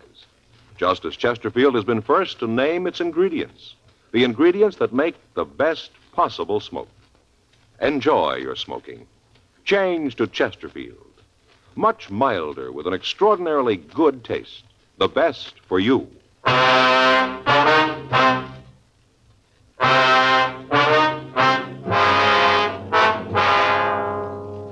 9:15 a.m. Frank and I contacted the West Los Angeles detectives and drove out to the scene of the latest burglary. It was a large chain grocery store. The thieves had burned into the safe, and the M.O. was the same as in the other burglaries. All the contents of the safe worth anything had been removed. The crews from the crime lab and latent prints had already finished their investigation and had gone back to go over their findings. Frank and I talked to the manager of the store, Mr. Charles Gleason. Well, let me see, Sergeant. The first I knew about it was when they called me to say that the safe had been robbed. Mm-hmm. Any idea how much was taken? Well, I'd just be guessing with the officers working around here. I didn't get a chance to check it yet, but I'd say about $5,000 or $6,000. The weekend and all, we'd done a pretty good business, and I didn't get a chance to get to the bank. I had all that money in the safe. Of course, I'll have to check the books to tell you exactly how much they took, but like I said, it was probably $5,000 or $6,000. Do you have a burglar alarm system in the store, Mr. Gleason? I beg your pardon? I said, do you have a burglar alarm system in the store? Yes, and that's a funny thing. I can't understand why it didn't work. The officers who were here from your crime lab, is that it? Yeah, that's right, sir. Well, they said that evidently it had been turned off somehow. I don't understand it, but that's what they said. I see. I wonder if you could give us a list of your employees. Well, yes, certainly, but you don't think that any of them had anything to do with this, do you? Well, they've all got to be checked out, sir. Can you give us the list? Oh. Well, yes, I can. I guess that's right, but I'm sure that none of them were involved. Well, Mr. Gleason, have you noticed anyone hanging around the store, anyone that might have looked suspicious to you that you can remember? It'd be awfully hard to say. We do a lot of business with all the people who come in and out. It's kind of hard to say. Yes, sir, we understand. But could you remember, was there anyone who attracted your attention? Maybe someone unusual, somebody loitering in the neighborhood, maybe around the store? No, sir, not that I can think of. Mm-hmm. Was there anything that was taken from the safe that might give us a lead, something that might not ordinarily be in there, something that you could identify easily? No, I don't think so, just the money. Of course, there were several checks. Checks that we cashed for the customers. They might have totaled $500. I can give you a list of them. We have them photographed if you want copies of them. Yes, sir, that'd be a big help. Oh, officers, there was one more thing. Yes, sir, what was that? Well, you know how people lose things. Yes, sir. A couple of days ago, we found a watch. It looked expensive. We found it in the back of the store. That was in the safe, too. Everything's gone. Must have taken that, too. It isn't there now. Well, can you give us a description of the watch? Yes, I can. I noticed it because, well, to be honest, I was kind of hoping that nobody would claim it. You keep things like that around here for a couple of days and then turn them in to you. I'd like to have had that one myself. Certina, it was a gold case with a white face, only had a few numbers. You know, some of the spots were just the little gold spots. Yeah, I mean the spots were... The numbers, the numbers, the little gold spots. I know what you mean, sir. Well, this one had a gold band, and it was one that was a kind of a chain thing, not an expansion band. You know, the chain, the gold chain? Yes, sir. Would you know the watch if you saw it again? Oh, sure. I looked at it enough, and then there was that scratch on the crystal, too. Sir? Well, right over the number 2, there was a scratch. I can show you right here on my watch. You see right there, a little scratch? It kind of went off at an angle. It was real easy to spot. Yes, sir, I understand. You know, it's a funny thing, you officers being here. There's a friend of mine once, well, I just soon not mention his name if you don't mind, because he was innocent, you know, but it looked bad. I was kind of worried about it myself. Mm-hmm. And these officers came out to his house, just took the place apart. It was all right. It was perfectly legal. They had a search warrant. What'd they come out for? Well, they thought he was mixed up in a robbery. Oh. I don't know how they ever thought it, but it looked suspicious, I guess. He was seen with some characters that were, well, you know, not very nice. If they came out to his house, took the whole place apart. You never saw such a mess in your life. Ripped up the mattresses, took down ruined the picture. A beautiful picture. End of the trail. You know, the one with the Indian, yes, sir. The spear going down like that? Yes, sir. Took that apart. The whole picture just fell apart. They never could get it back together again. I don't know whether they can get another one or not. They Darndest find mess you anything? ever saw, huh? I say, did they find anything? The money? Yeah, they did. They found a fountain pen his wife had lost 2 years ago. Had her initials on it. Yes, sir. Well, is there anything else you can think of that would help us here? No, not that I can figure. Well, if you do remember anything, sir, here's our card. We'd certainly appreciate a call. Frank Smith, just as for you, huh? Yes, sir, and if we're not there, just leave a message and we'll get in touch with you. All right, I'll do that. Well, thank you very much, Mr. Gleason. You bet. I sure hope you catch the fellas that are doing this. Yes, sir, so do we. Guess you've been after him quite a while now, huh? Yes, sir, we have. What the papers say, this makes number 13 for me. Bad number 13, kind of unlucky. No worse than number 1.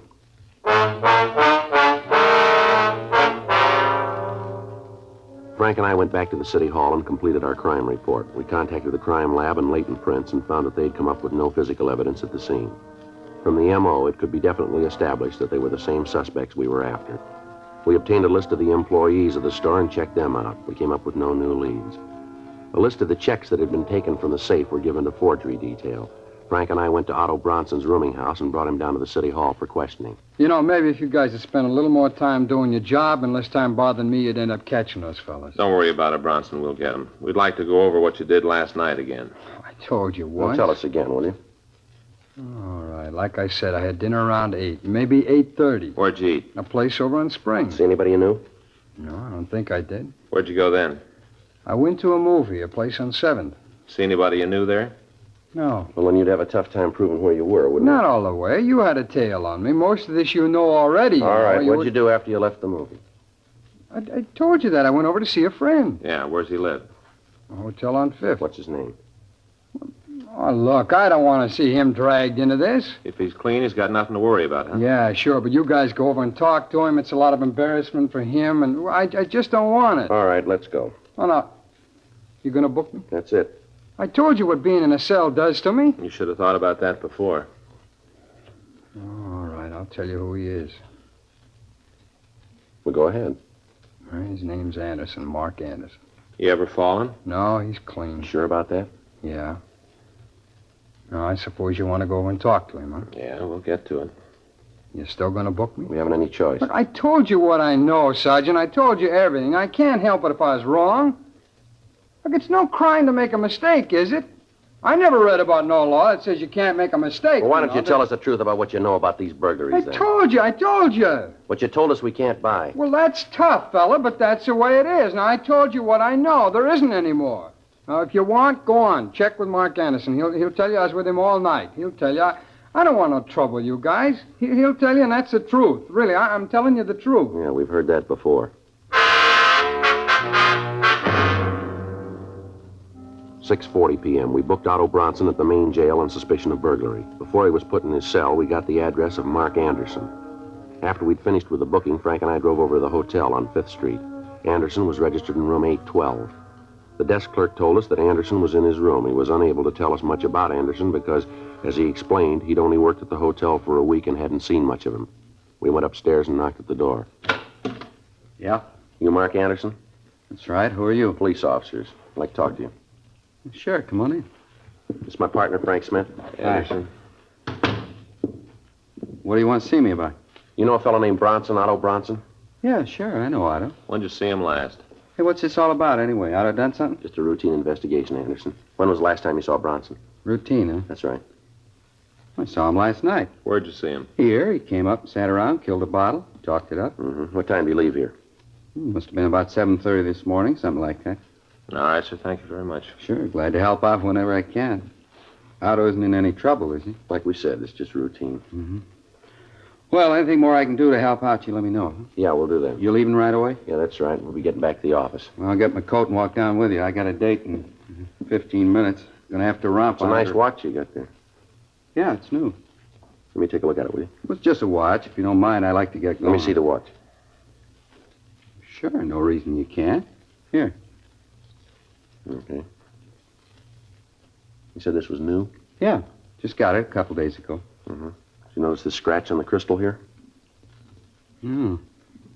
Yeah, I never saw that before. Guess I'll have to take it back and get another one. Let me see it, Joe. Yeah. Yeah. Did you buy this watch? Yeah. Where? Well, jewelers down the street. You get a receipt for it? No, I didn't. I know the guy. I didn't figure I'd need one. Why don't we take a look through your room? Why? What are you looking for? Just like to take a look. You got a search warrant? No, we can get one if we have to. Well, then you better go get one. I'm not having any cops looking through my stuff. Frank? Yeah. I told you to get a warrant. You got no right to look in there. Something in the closet you don't figure we should see. No, is it? it's not that. It's just. Well, then there's no problem, is it? Joe, Yeah. a couple of suitcases. You want to bring them out? Yeah. There they are. This one's kind of heavy. It feels like there's some sort of tools in it. Can open it up? Wait a minute. You got the key for this one, Anderson? There's nothing in there for you. We'll figure that, huh? Joe, looks like this other one's open.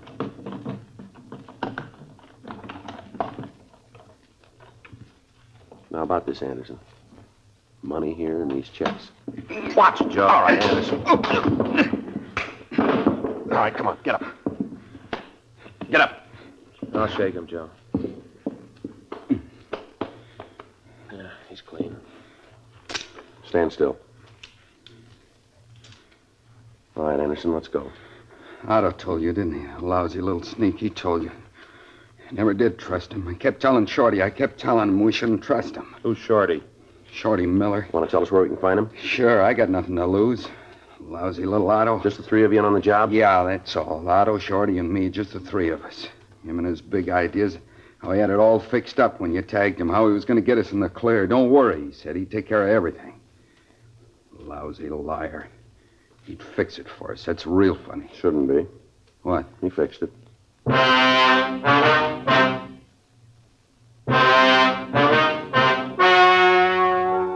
The story you have just heard was true. The names were changed to protect the innocent.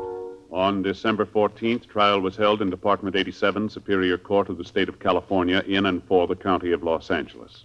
In a moment, the results of that trial. Now, here is our star, Jack Webb.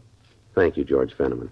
I've been pleased to see how many of you king-size smokers have been changing to Chesterfield. It's just as I've been telling you, king-size Chesterfields contain tobaccos of better quality than any other king-size cigarette. Now, either way you like them, regular or king-size, Chesterfields have a better taste, and they're really milder.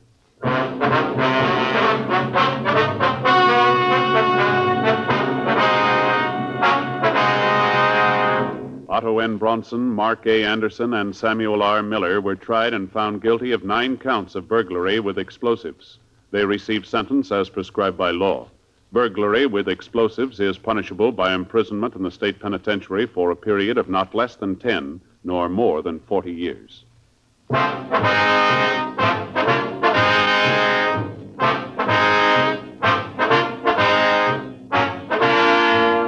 You have just heard Dragnet, a series of authentic cases from official files. Technical advice comes from the Office of Chief of Police W.H. Parker, Los Angeles Police Department. Technical advisors, Captain Jack Donahoe, Sergeant Marty Wynn, Sergeant Vance Brasher. Heard tonight were Ben Alexander, Vic Perrin, Stacey Harris. Script by John Robinson. Music by Walter Schumann. Hal Gibney speaking. For a million laughs, tune in Chesterfield's Martin and Lewis show Tuesday on this same NBC station. And sound off for Chesterfields.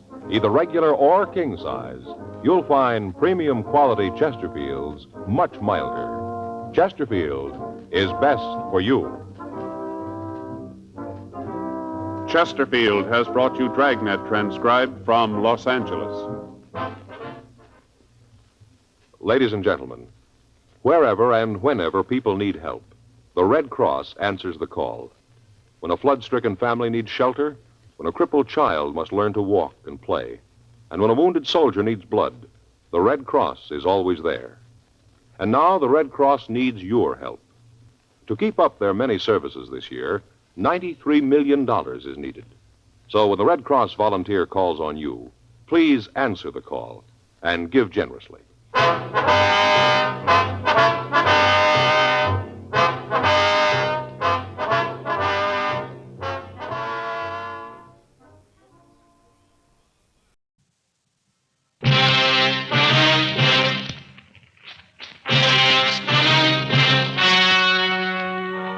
The story you are about to hear is true. Only the names have been changed to protect the innocent. Fatima Cigarettes, best of all long cigarettes, brings you Dragnet.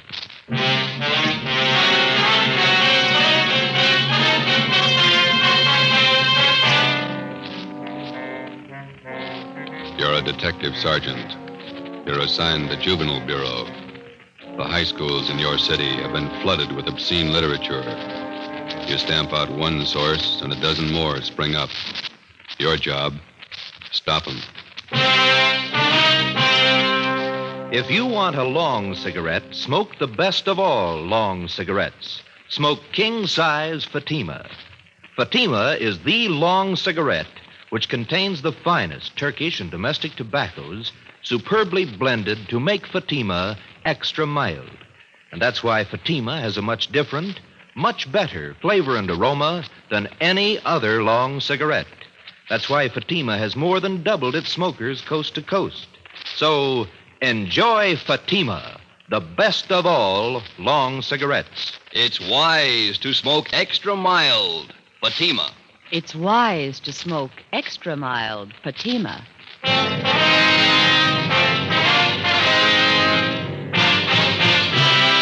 Dragnet, the documented drama of an actual crime. For the next 30 minutes, in cooperation with the Los Angeles Police Department, you will travel step by step on the side of the law through an actual case from official police files. From beginning to end, from crime to punishment, Dragnet is the story of your police force in action.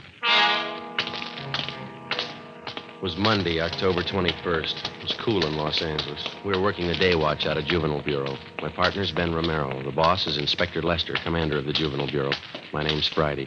It was 10 a.m. when we got to the auditorium of Canfield High School. Stage door.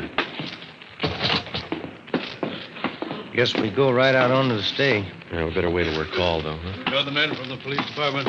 Yes, sir. This is Sergeant Romero. My name's Friday. How do you do? How do you do? I'm Paul Fisher, the principal here. Come right out onto the stage and we'll get the meeting started. Yeah, all right. Yes, sir. Just have a chair there. Thank you.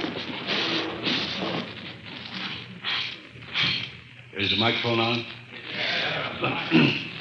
Ladies and gentlemen of the Coordinating Council, members of the Parent Teachers Association. As you know, this meeting has been called for the purpose of discussing ways and means to bring about an end to the distribution of the filthy and obscene books and pamphlets that have been littering every high school campus in the city of Los Angeles. We've tried every means at our disposal to clean this matter up, and they all seem to fail. On the advice of the Coordinating Council and Mrs. Randall to the PTA, we've called in the authorities. Here to discuss the matter with us this morning are two officers connected with the Juvenile Bureau of our police department. Sergeant Romero and Sergeant Friday. And now, may I turn the meeting over to Sergeant Friday of the Los Angeles Police Department. Thank you. Ladies and gentlemen, the only way we're going to get to the bottom of this thing and put a stop to it is to get all the information we can on where this lascivious material is coming from. You people, as parents and teachers of the children who are buying and reading this stuff, might be able to give us some help.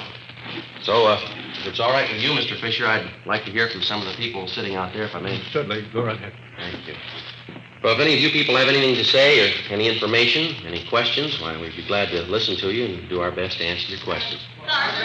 Yes, the lady out there, go right ahead. I'm Mrs. Stein. I know of a place in our neighborhood that has dirty books. I feel sure that that's one of the places where the children are getting this trash. Complaints have been made to the police department, but the man who runs the place has never been arrested. Can you tell me why? Well, ma'am, I think I better make it clear now that there's only one way a police officer can arrest anyone for possession of lewd literature. The officer has to prove that the party who possesses this literature does so for the purpose of selling it. Sometimes that's difficult to prove. Well, I told you I can prove it. You mean you can go to this place and buy a book from him? Well, maybe I couldn't. If I were known. Yes, ma'am, that's just the point. Now, I don't know offhand about the one in your neighborhood, but I can assure you that we've cracked down on hundreds of such peddlers in the past few months. And you can see for yourselves that this doesn't put a stop to it. We've got to get to the source. I have a question for you. Yes, sir? My name's Fred Scott. I'm director of the Square Shooters Boys Club. Yes, sir. The point I'm trying to make is, I know the young boys pretty well. With the exception of my boys, 49 in number, I'll wager just about every boy in this high school has one of those books. Or at least he's seen one. Yes, sir, we're aware of that. Point I'm trying to make is, somewhere in the municipal code, there's got to be a law to forbid such things. Yes, sir, there is such a law. Then why isn't it enforced? It is. What does the law say? Well, how do you mean, sir? Well, I mean, what happens when somebody's found guilty of selling these books? What's the penalty? Oh, well, the law states that an offender is liable to fines, a jail term of 6 months, or both. That's not much of a law, is it? Why isn't there a stronger law? Well, I wouldn't know that, sir. The point I'm trying to make is, we need laws with some teeth in them. We have good laws in the state of California for the most part. It's true that we're weak in some cases, but you can say that about most states, I think. Well, you may be satisfied with the laws, but I'm not. I'd say stronger laws. That's the answer. No, I don't think it is, Mr. Scott. Passing a set of new laws isn't going to make this city a cleaner or a safer place for your boys to grow up in. Laws don't decide how moral a city's going to be. People do. Laws don't mold character in young boys either. The parents and teachers do that. I don't think I know what you're getting at. What do you mean? Well, just this, Mr. Scott. It's our job on the police department to keep filthy junk like these books from falling into youngsters' hands. Yes? Now, on the other side of the fence, the youngster has to be taught to recognize this obscene material for what it is, filth and garbage. And the youngsters have to be taught that in the home, in the school, and the church. Now, if they can be made to understand that the kind of dirt and filth that these books represent, well, that'd be worth more than any new set of laws, wouldn't it? But what about these men who put out the books? The men who sell them? How do you reach them? Through the youngsters. They seem to know the way. The next morning at 8 a.m., after meeting with Inspector Lester of Juvenile Bureau, Ben and I went on stakeout at Canfield High School. From past experience, we knew there was little hope of a quick end to the case. It was going to be a long haul, tracing the source all the way up the line from the high school kids who bought the filthy books to the small fry pushers, the wholesalers, and finally, we hoped, to the top, the man who printed the books. We had no illusions on that score. Generally, with the arrest of his pushers and other small-timers who work for him, the top man gets the alarm and clears out before the police officer can apprehend him with evidence that will stand up in court. During the first 2 days at Canfield High, Ben and I found out nothing. The obscene literature was being bartered and exchanged between students, but the main source of supply was still a mystery. We had one slim lead to go on. Mr. Fisher, the high school principal, helped run it down. We've been watching that boy down in the yard since yesterday, Miss Fisher. Seems to have quite a bit of spending money, expensive clothes, car of his own. I don't know that boy's family. They could be well-fed. We saw him with a stack of those dirty books in his notebook. He must have had a dozen of them. He was showing them around to his crowd. Travers, are you sure? Joe, take a look down there. Yeah. Yeah, Travers is showing him something. I can't see what it is. Come over to this side of the window. Yeah. Small books. Mm-hmm. He's giving them to one of the other fellows. They've got their wallets out. They're giving Travers money. Come on, Ben. You better come too, Mr. Fisher. Mm-hmm. This way out to the yard? No, to the left. That's it. Let's hurry, huh? This door, Sergeant. Right here. Travers. Travers. Hello, Mr. Fisher. They'd like to talk to you. Yeah? Now, these men here are from the police department. They want to ask you some questions. Can we go inside? Sure, it's okay. Come on. Oh. What's the matter, Mr. Fisher? I haven't done anything. Oh, we'll see. Come on. What is it? What's it all about? Sergeant? It'll be a lot easier if we have the truth now, son. Did you just sell those boys out there some dirty books? No, I mean, it's only a gag. They're funny books. Have you got any more of them on you? Yes, sir. Can we see them, please? I didn't steal them. Only books. Funny books. Here. Thanks. Almost a dozen. Mm-hmm. You think these are funny books, do you, Travis? Well, some of them. I guess not. It's only a gag, Sergeant. Where'd you get them? I didn't steal them. I bought them off a guy. Who? Why, I can't tell you. Do you have any more of these books? No, sir. Will you show us your locker? I can't remember the combination. It's a new locker. Could you open the locker for us, Mr. Fisher? Yes, but I'll have to get the maintenance man. All right, I'll show you. Come on. Down here, sir. This one. 412. I've only got a couple. All right, we'll see. Come on, open it. I haven't done anything. Here's a sample, Joe. Locker's loaded down with them. Rotten filth. You can't arrest me. I don't sell the books, I only rent them. Somebody's been briefing you. Who? You're only making it hard on yourself, boy. You can't prove anything. These are my books. I don't sell them. Where do you get them? Who sold them to you? Nobody. I got them, that's all. All right. We'll have to talk to your folks. You can't. They're away. No, you can't. Don't. Afraid we'll have to, son. Oh, please don't tell them. Please don't let them know I'll do anything. All right, let's have the truth then. Who are you selling the books for? His name's Barney. That's all I know. I meet him at a cigar store downtown, 5th and Harrison. Does he sell you the books? He gives them to me. I sell them and then give him the money. I get 10 cents for every one I sell. How much do you sell them for? 25 cents. Some are $1. I get 30 cents for those. And the boys in this school have been paying that kind of money for this film? Yes, sir? This man who gives you these books, you know where he lives? No, sir. I haven't any idea. When are you going to see him? Well, this is Wednesday. I was going to meet him downtown this afternoon. The cigar store? Yes, sir. But I don't want to get Barney in trouble. He's been okay to me. Sure. He's done a lot for you. 4 p.m. Wednesday. Ben and I drove downtown with 16-year-old Eddie Travers. We parked the car near the corner of 5th and Harrison and kept an eye on the cigar store. We waited. No sign yet, Travers? No, sir. Barney usually waits by the newsstand there. I haven't seen him yet.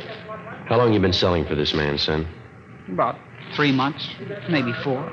Any idea where he gets the books? Well, Oh, just a minute, Sergeant. Yeah? I think... Yeah, that's Barney, the one going up to the cigar counter. The man in the gray suit there? Yeah, that's him. He's going into Juanita's Cafe. Is that where you usually go after you meet him? Yes, sir. You better take the boy back to the office, Ben. I'll tail this guy and see what I can find out. Okay, you want me to pick you up later? I'll call you at the office. Oh, you got any matches? No, I'm out. I'll pick some up at the cigar stand. Right. See you later. Yeah.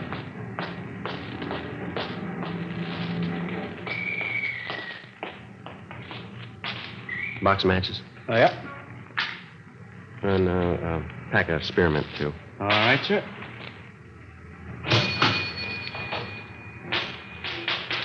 Much obliged. Got a special on Old Typical New Bourbon today. $2.69 a fifth. No, thanks.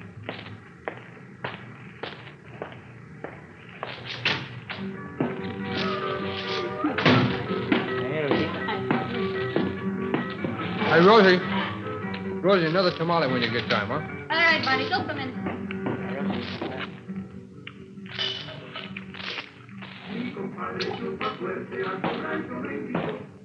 Yes, sir. Let me have chicken tacos, side order of fried beans, and a cup of coffee, huh? Chicken tacos on one, side of beans. Another tamale. Anything else, Barney? Yeah, some more coffee, huh, Rosie? Tamale on one. Hey. Slide the ketchup down here, will you? Yeah, here you go. Thanks. They got good tacos in here. Lots of meat of them. It's fresh stuff. Yeah. There's the sugar. Oh, thank you. Hey, Rosie. Here, Rosie. Yeah. I got some new ones in just today. Whole stack of them. What are you talking about? You know, the picture books. Good ones. You can make some money on the side. They'd sell good around here. Listen, Barney, I told you once, no. Oh, come on, here. Look them over. These are good ones. I said no, that lousy junk. The next time you bring that stuff in here, I tell the boss, understand? Now eat and get out. Well, that's a real funny thing. Looks great, but boy, what a cold potato. Yeah? Come on, eat and get out and take that junk with you. Cold potato. I don't like the chow in here anyway. Well, coffee's certainly cold. Yeah. Yep. You probably get a big boot out of these. Take a look. It's pretty good. Yeah, it's good quality stuff. Yeah. Give me that little book there. Let me show you one. Wait a minute. Yeah. Wouldn't that kill you? Yeah. How about sell me one of them? Okay. 4 bits for the small ones, $1 for the big ones. Wait a minute. Let's see, I got 14 of them here. I'll tell you what I'll do. I'll make you a deal. You can have the whole works for $10. Okay. You got any more? You going in business for yourself? No, I got a newsstand out in Riverside. Books, I guess, ought to go fast. I think I can probably handle another $25 worth. Ah. I got the rest of them back at the hotel. Some of them are in color. Huh? You want to meet me there tonight? Around 7? Where's the hotel? Well, you go straight up 6th Street from here. It's just one block on your left. Call the Denver House. I'm in room 337. You going up there now? Well, I was supposed to meet some guy, but... Yeah, we can go now. How about a check, Rosie, huh? Yes. Hey, you'll probably be wanting more of these. I can put you on my mailing list. Okay. The prices are right. I don't want to pay retail. Nah, we can work out a deal. Come on, let's go. Okay. Hey, that Rosie, huh? She's really put together. Yeah? Too bad. A real cold potato, though. Some are like that. Yeah. No sense of humor.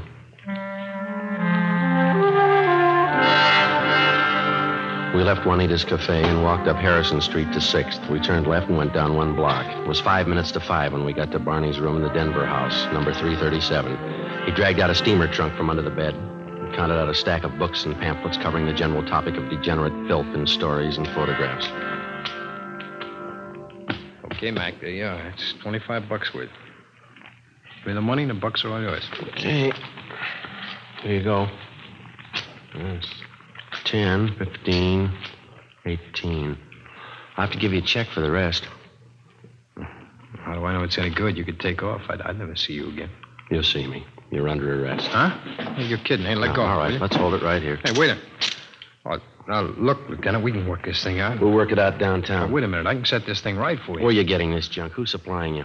Oh, look, why not use your head? You never get the top man. Not in 10 years you won't. We got lots of time. Come on.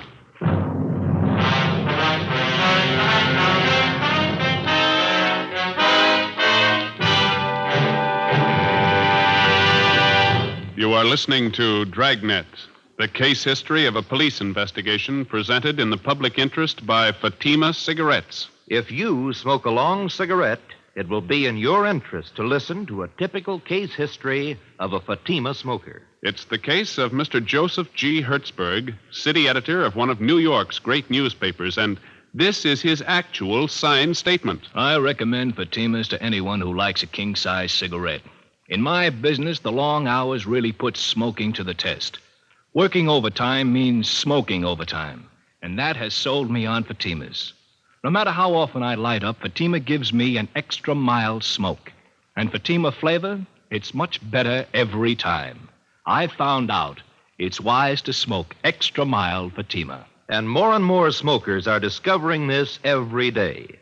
Actual figures show Fatima has more than doubled its smokers coast to coast. So enjoy Fatima yourself. The long cigarette, which contains the finest Turkish and domestic tobaccos, superbly blended to make it extra mild. You will prefer Fatima's much different, much better flavor. You will agree. It's wise to smoke extra mild.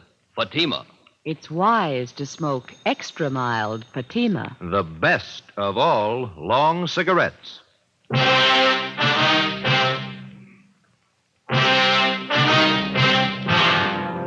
filthy literature racket feeds on the curiosity of youngsters and the stupidity and ignorance of adults. It's an all-season business, and in its own quiet way, it has reached a market which the other heavy rackets never hoped to reach. Your home and your children.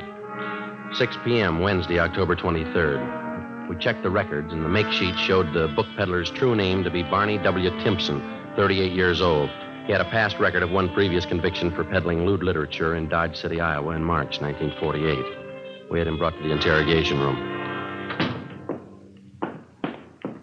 Sit down, Timpson.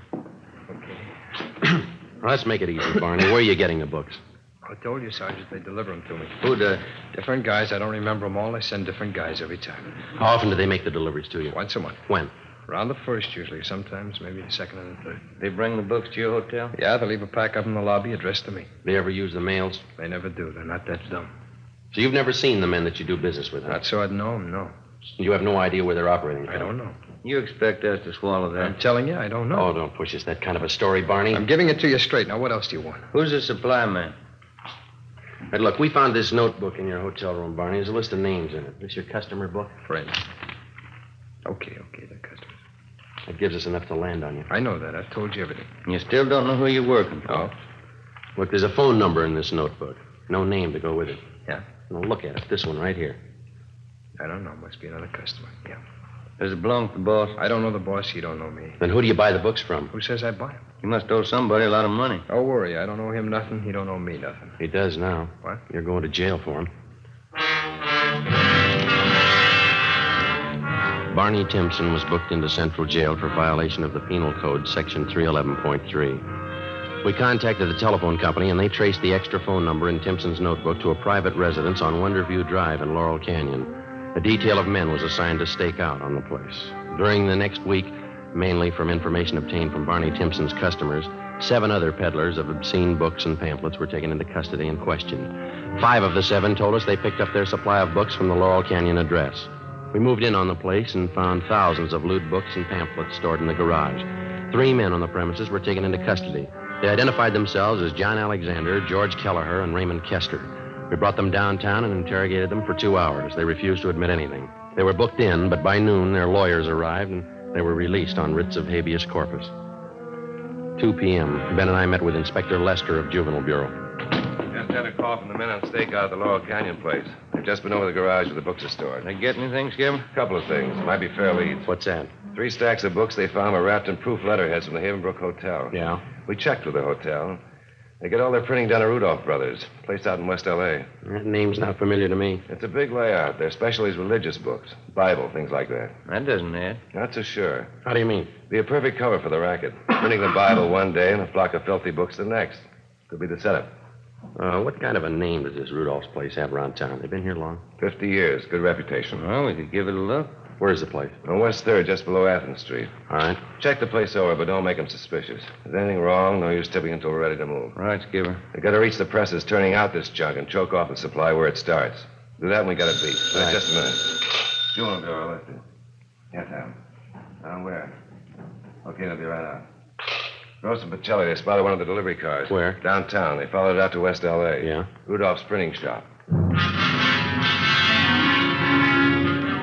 4 p.m. Ben and I, together with 2 other men from Juvenile Bureau, drove out Beverly Boulevard to Athens Street and then down 1 block to the corner of West 3rd, where we picked up Gross and Pacelli on stakeout. The Rudolph Brothers Printing Company covered almost half a square block on the corner of West 3rd and Athens.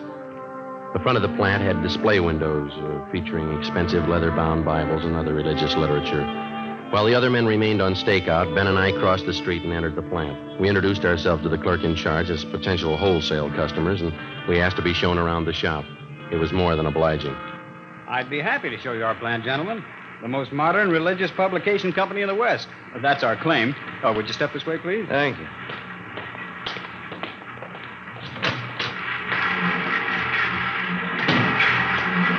On your left there, those are 3 of our new Ludlow machines.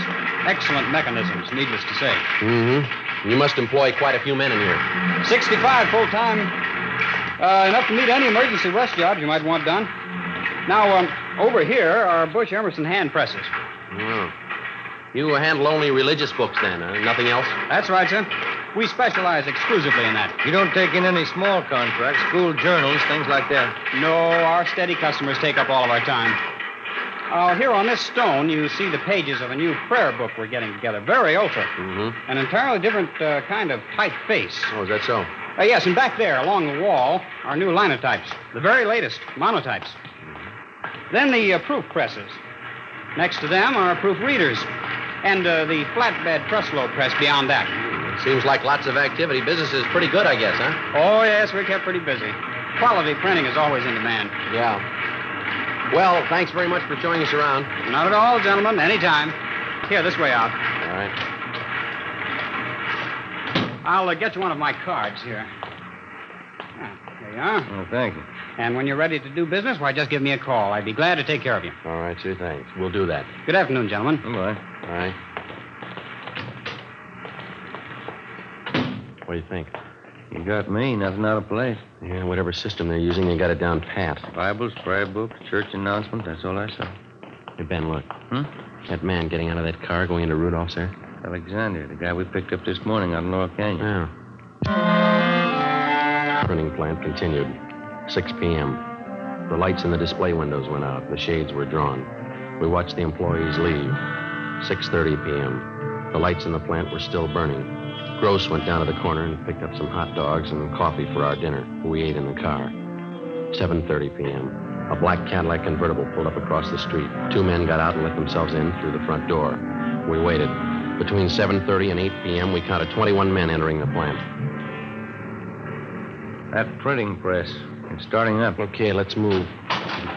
Hey, Gross, you and Pacelli want to go through the back, and Ben and I will take the front. Right, let's go, Mike. Come on. It's a neat setup. We had it all figured. Yeah, you didn't spot any side entrances, did you? No. Here we are. Can you try the door? Yeah, it's no good. All right.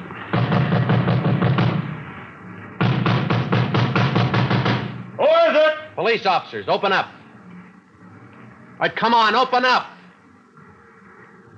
The press is stopped. All right, let's hit it quick. Come on, again. There we go. There they are, Joe. They're trying to smash the plates. Come on. Pacelli! Pacelli, save those plates! Watch it, Ben. All right, come on. All right, you, all right, hold it. Hold it against the wall. Hey, Gross, get those plates off the press, will you? All right, hold it, you two. Look out, Joe, look out! All right, Get the plates, Joe! I round up those men and keep the doors covered. Get away from those tables. Come on over by the wall. That's about most of them, Joe. Those 2 men going out the door. Come on, head them off, will you? Come on, you. Come on, back inside. Get out, wait. Get your hands off her. Hold it up, mister. Come on, over there with the rest. You'll pay for this. I'll sue you down your last nickel. Yeah, come on, simmer down. Hey, Joe, we got Rudolph going out the back. Right. Call the office, will you? We're going to need transportation. Okay. Take those 2 with you, huh? Right, come on. Well, we got enough evidence against them. Yeah, we're going to need it. 2 full pages of the junk right here. Yeah. Look. Right next to it. Yeah. Page from the Bible.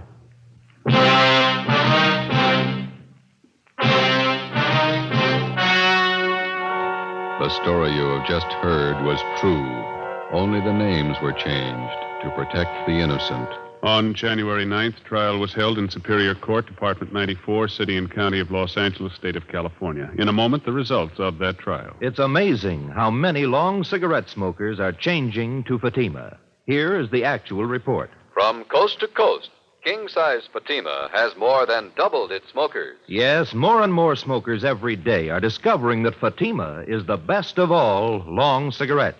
Long cigarette smokers find Fatima has a much different, much better flavor and aroma. Long cigarette smokers find that Fatima is extra mild because it's the long cigarette which contains the finest Turkish and domestic tobaccos superbly blended to make it extra mild. So enjoy extra mild Fatima.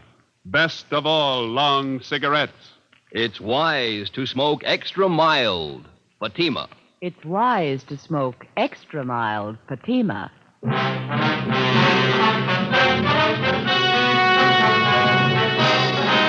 Frank Rudolph and 16 of his accomplices were tried and convicted of possessing lewd and lascivious literature for the purpose of sale. They received sentences as prescribed by law and are now serving their terms in the county jail.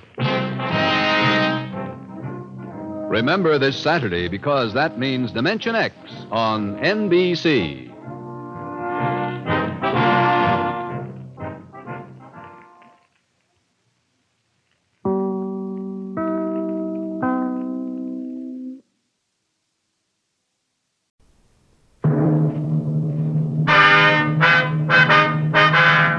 Sound off for Chesterfield. Chesterfield is best for you. First cigarette with premium quality in both regular and king size. Chesterfield brings you Dragnet.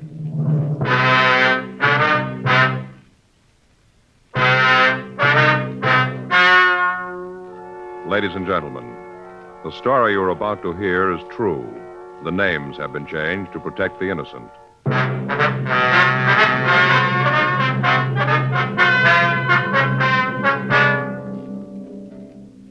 You're a detective sergeant. You're assigned a robbery detail. Somewhere in your city, a man is endangering the lives of your fellow officers. His weapon, a 10-cent piece. Your job, get him. Years years ahead of them all. Chesterfield is years ahead of them all. The quality contrast between Chesterfield and other leading brands is a revealing story. Recent chemical analyses give an index of good quality for the country's 6 leading cigarette brands. The index of good quality table, which is a ratio of high sugar to low nicotine, shows Chesterfield quality highest. Chesterfield quality highest. 15% higher than its nearest competitor. Chesterfield quality highest. 31% higher than the average of the 5 other leading brands. Yes, Chesterfield is first, with premium quality in both regular and king size. Don't you want to try a cigarette with a record like this? Chesterfield.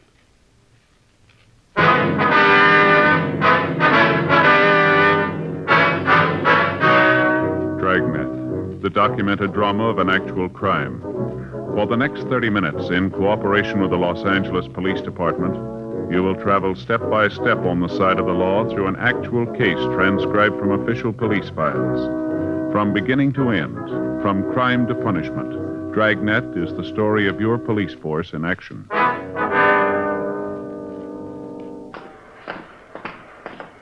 It was Wednesday, May 6th. It was warm in Los Angeles. We were working the day watch out of robbery detail. My partner's Frank Smith. The boss is Captain Didion. My name's Friday. We were on our way back from the drunk tank, and it was 8:34 a.m. when we got to the first floor, the interview room. Okay, you want to sit down, Harris? Yeah. What a head. Either one of you got an aspirin? No, I'm sorry. How about a cigarette? Yeah, here you go.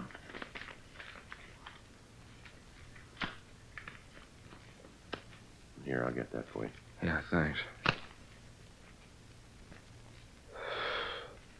Thanks. Boy, what a head. I feel like I'm going to fall off and roll around on the floor. Yeah? Last time I got this tank was in the South Pacific. Natives brewed up some stuff. Tasted like torpedo juice. Took me 3 days to get over that. Hey, what am I in here for? You don't remember? No, not good. A lot of fog. Seems like the last thing I remember is a lot of sirens, fire engines, cops, a lot of noise. After that, there's a big nothing. What'd I do? Well, he called the police department, told them an officer had been shot trying to stop a holdup. Then he called the fire department, told them the Times building was on fire. You're kidding. No, he's not. Well, I really got it this time, haven't I? Yes, sir, you got yourself a problem. Why'd you do it? Gee, I'm trying to think. Seems like the girl I was with made some remark about L.A. being a dull town. I told her she just didn't know the place. I think that's when I started calling. Hey, this in the morning papers? I don't think so. Why? I really got trouble if it is. You arrest the girl? No. Thanks for small favors. What?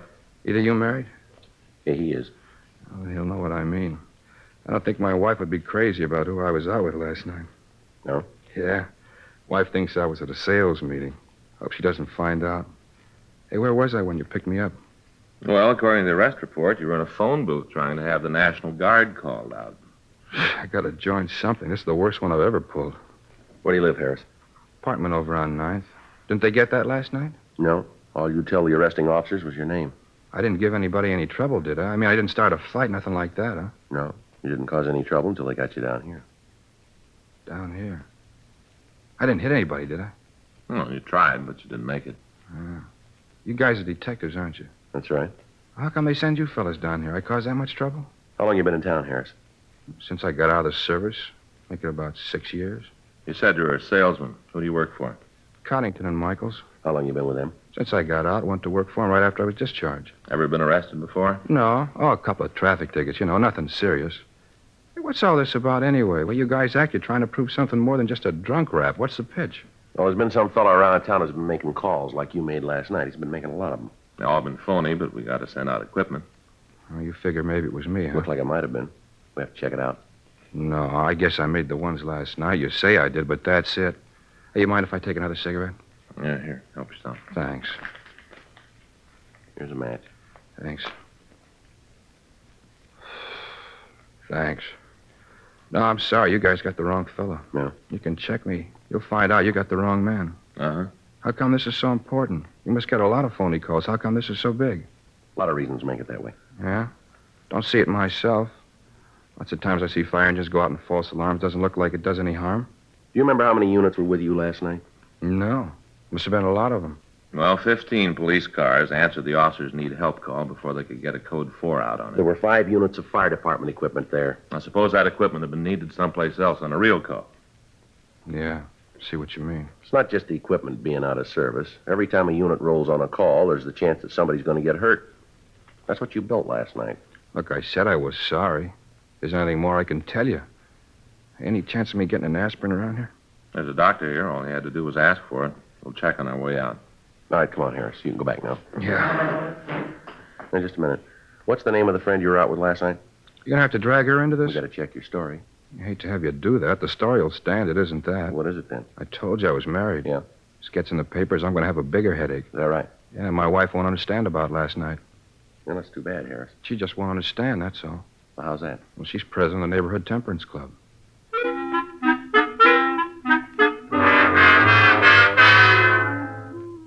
"9:30 a.m. James Harris was returned to his cell to be held to answer charges of violation of Section 4127A Municipal Code. Frank and I called the woman he'd said he was with the night before. She verified the story that he'd given us. Further investigation of Harris proved that he couldn't possibly have been the suspect we were looking for. We drove back to the office to talk with Captain Didion. For the past 3 weeks, both the police and fire departments had been getting a number of false calls, apparently from the same person. The officers on the complaint board told us that they had gotten so that they almost recognized the voice of the caller. They told us that it sounded like a male voice, and the caller could be middle-aged. The person had no noticeable accent or speech peculiarities. They'd tried to hold the suspect on the phone when they were certain that it was the same caller, but they'd been unable to do so. Most of the calls the suspect put through were of the emergency type. As a result, we had to send men and equipment to the reported scene, even though we might think that the call was a false one.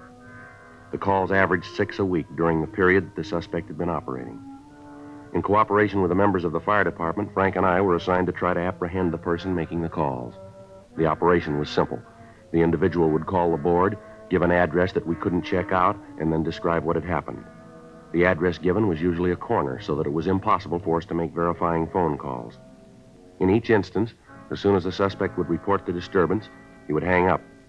The operation was simple and untraceable. 11:17 a.m. We finished talking with Captain Didion and left his office. All right, Skipper. Check you later. Boy, he's in a great mood this morning, isn't he? Do you blame him? The way this thing's going, we're no nearer to breaking it. Yeah. Joe, it figures the guy who's doing this is going to be around to watch all the excitement. That's got to be the reason he's making the call, so he can get his kicks. Yeah. Well, it figures he's got to be in the crowd someplace. So? Well, let's try to get a hold of the newspaper pictures. Try to check them. Find one person who's at the scene. Might work. Well, it's someplace to start, isn't it? It's a hot shot. I get it.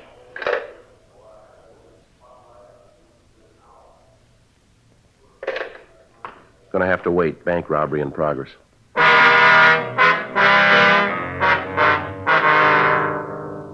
11:26 a.m. We took the call car and started for the bank. Before we arrived, Control 1 put out a code 4 on the call. No further assistance needed. It was another false alarm. We completed our investigation, and on the way back to the office, we answered an ambulance follow-up call 2 blocks from the bank. A squad car had been on the way to answer the robbery call at the bank. It had been traveling north on Spring Street. An ambulance had been making an emergency trip to Georgia Street Receiving Hospital. It had been traveling west on 7th Street. Both had been rolling code 3. Neither one of them heard the siren of the other unit. Neither of them knew of the other's presence. Both had hit the intersection at the same time. The police car, in an attempt to avoid the ambulance, had swerved. It had caromed off the side of the larger vehicle and then plowed through traffic and hit a traffic signal pole head-on. The car had hit the pole at the seam of the left front fender and the body. The police unit had been split wide open. The officer on the passenger side of the car had been thrown against the windshield. The other one had been thrown into the steering wheel and then out of the car onto the curb 10 feet from the wrecked unit. The ambulance, after being hit, had spun across the intersection on 2 wheels, hit the curbing, and tipped over. Only the fact that it had hit a streetlight pole had stopped it from going on through the pedestrian traffic on the sidewalk. It had come to rest laying on its side at the southeast corner of the intersection. The driver of the ambulance had been thrown clear of the truck. The patient in the rear and the attendant with him had been thrown about in the interior of the unit, and when we got there, they were lying in a mass of wreckage. The intersection was covered with gasoline and oil. A traffic officer was attempting to do what he could for the survivors. Let us through here. Police officers, please All let us right, through. sir. If you'll just step back there. I'm sorry. Keep back, please. Friday and Smith, central robbery. Oh, I'm sorry. Jake's in traffic. They alive? I don't know. Both unconscious. Pretty bad. I didn't want to move them. How about an ambulance? I put the call in right away. Did you call in about this oil on the streets here? No, I didn't yet. Well, you better get a call in, don't you think? Have them warn all approaching units. Street slippery. Have them approach with caution, huh? Right. Thank you. Sure is a mess, isn't it? Doesn't look like they got much of a chance, does it? How about that ambulance? A couple of officers there now. Guess they're looking after him. Let's check the driver. How about it, Joe? Well, that ambulance better get here quick. Yeah? He isn't going to last long. The ambulance arrived, and the injured men were removed to Georgia Street Receiving Hospital. The police garage sent out a wrecker, and the damaged vehicles were removed. The intersection was cleaned of the gasoline and oil, and inside of an hour and a half, the coroner was handling traffic as usual. The only indication of the wreck left on the scene was a broken hubcap lying in a puddle of dirty water in the gutter. 2 police officers had been seriously injured in the accident. Frank and I checked the immediate neighborhood for witnesses. We found a newspaper vendor who had a stand a block from the scene. He identified himself as George Kennedy. He told us what he knew of the wreck. I saw the whole thing. Yes, sir. If you tell us what you saw, please. Well, my stand is just up the street there. So you can see it on the corner. Uh-huh. Well, I was checking stock. A lot of new magazines came in this morning. I was going through them. You know, marking them up, going through them. Yes, sir.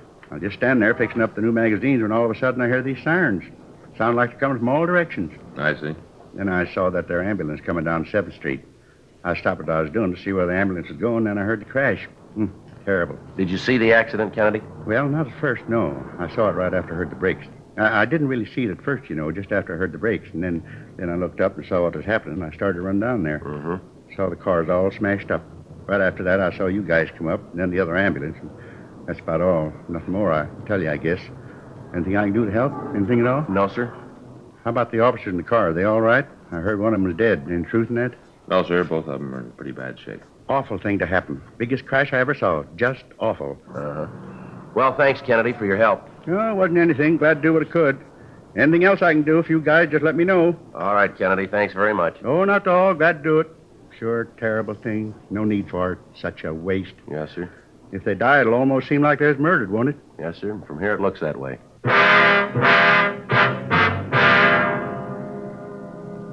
Frank and I drove back to the office. We checked with the doctor at the P&F ward at Georgia Street Receiving Hospital. The doctor told us that the injured officers were still in critical condition and as yet had not regained consciousness. We checked with the complaint board, and the officer who'd answered the call about the supposed bank robbery told us that he thought that the caller was the same suspect we were looking for. With Captain Didion and Captain Hagenbaugh in communications, we worked out a plan to attempt to apprehend the caller. The next time he put in a call, the officer answering the complaint would attempt to keep him on the line with questions regarding the complaint until we could get to the vicinity and start a search for him. We would be notified by a hotshot call immediately. 2 days passed without the caller making a move. On Saturday, May 8th, we got a call from Georgia Street Receiving Hospital. Yeah, Doc. Uh-huh. Well, how about the families? They been told yet? Uh-huh. Well, I imagine they're pretty happy about it, huh? Yeah, well, thanks for letting us know. Right, Doc. Bye. Doc Hall? Yeah, both officers are going to be okay. They're doing what they can for him. Hot shot.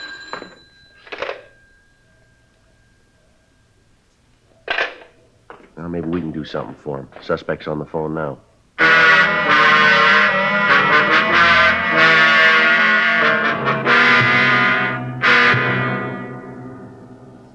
The caller had told the officer on the complaint board that he wanted to report an attempted robbery at the corner of 6th and Spring Streets. He said there was a shooting as the operator of the store involved had tried to stop the holdup man. The man on the phone had requested police assistance and the dispatching of an ambulance to the scene. The officer, so far, had managed to keep the caller on the phone while he let us know of the call. Another officer had called the store and verified that there was no holdup as reported. Frank and I left the office and proceeded to the area code 2. We felt that if the suspect heard the siren of a unit, it might alarm him and we'd lose him. We arrived at the corner 4 minutes after we'd gotten the hot shot. Frank took one side of the street and I took the other. We worked our way down 6th Street, spotting all of the stores with public telephones. It took us a little over 3 minutes to cover the street for 1 block east. We met back at the corner and started down Spring Street. As time went on, our chances of the suspect staying on the phone dwindled. 12 minutes had passed since the suspect had placed the call. I was covering the east side of Spring Street, and I was almost to the corner of 7th when I walked into a store to check the phone booth just inside the door. The voice was familiar. It was George Kennedy, the proprietor of the corner newsstand. Sure, I can see you. No, my name don't matter. All that counts is you get an ambulance here right away. You don't, this poor man's going to bleed to death. Well, certainly, he's right here, right in the same room. All right, come on out of there. Hey, what's this all about? Come on out of that phone booth. What right you got to tell me what to do? No, don't hang up that phone, Kennedy. You got no business breaking into my phone call. All right, you come out of that booth, will you, right now? Now, stand right there. Hello. Yeah, no, this is Friday. Yeah, we got him. Uh-huh. Yeah, well, as soon as I pick up Smith, we'll be right in. Hold it up, Kennedy! Stop that man! Hey, stop him! Hey, mister, what's the car? You all right, mister? Yeah, did you see where that old man went? No. Sorry, mister. He ran in the crowd over there. I wasn't watching him. I thought sure you were going to get hit by that car. Hey, Joe. What are you doing out in the middle of the street? Well, I had him. It's George Kennedy, the guy with the newsstand. You mean the guy we talked to the other day? That's right. Well, at least we know who we're after. That's a help. Yeah, maybe. We got to get him fast now. Yeah? He knows we're after him. We went back to our unit and got out a broadcast on George Kennedy. After that, we checked the immediate neighborhood, but we were unable to find the suspect. We checked at his newsstand, but the people in the surrounding stores were unable to give us the exact address where he lived. We arranged for a stakeout on the newsstand, then we went back to the city hall and called the city clerk. We asked him to check the records for the license issued to Kennedy. The clerk's office told us they would check their files immediately and call us back.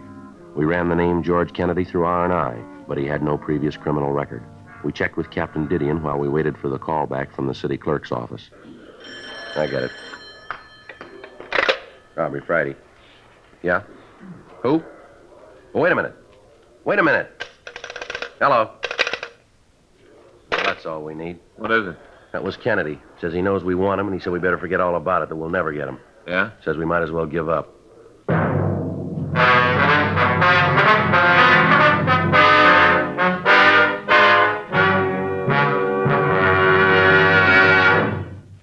You are listening to Dragnet, the authentic story of your police force in action. Don't you want to try a cigarette with a record like this? The first choice of young America, according to a recent survey made in 274 colleges. Chesterfield. The first cigarette with premium quality in both regular and king size. Chesterfield. The cigarette with highest quality, proven by chemical analyses to have higher quality than the 5 other leading brands. Chesterfield. And first, to give you this report. A doctor has been making thorough examinations of a group of Chesterfield smokers every 2 months for a full year. And he reports no adverse effects to the nose, throat, and sinuses from smoking Chesterfield. Try Chesterfield. Buy a carton. Much milder Chesterfield is America's best cigarette buy.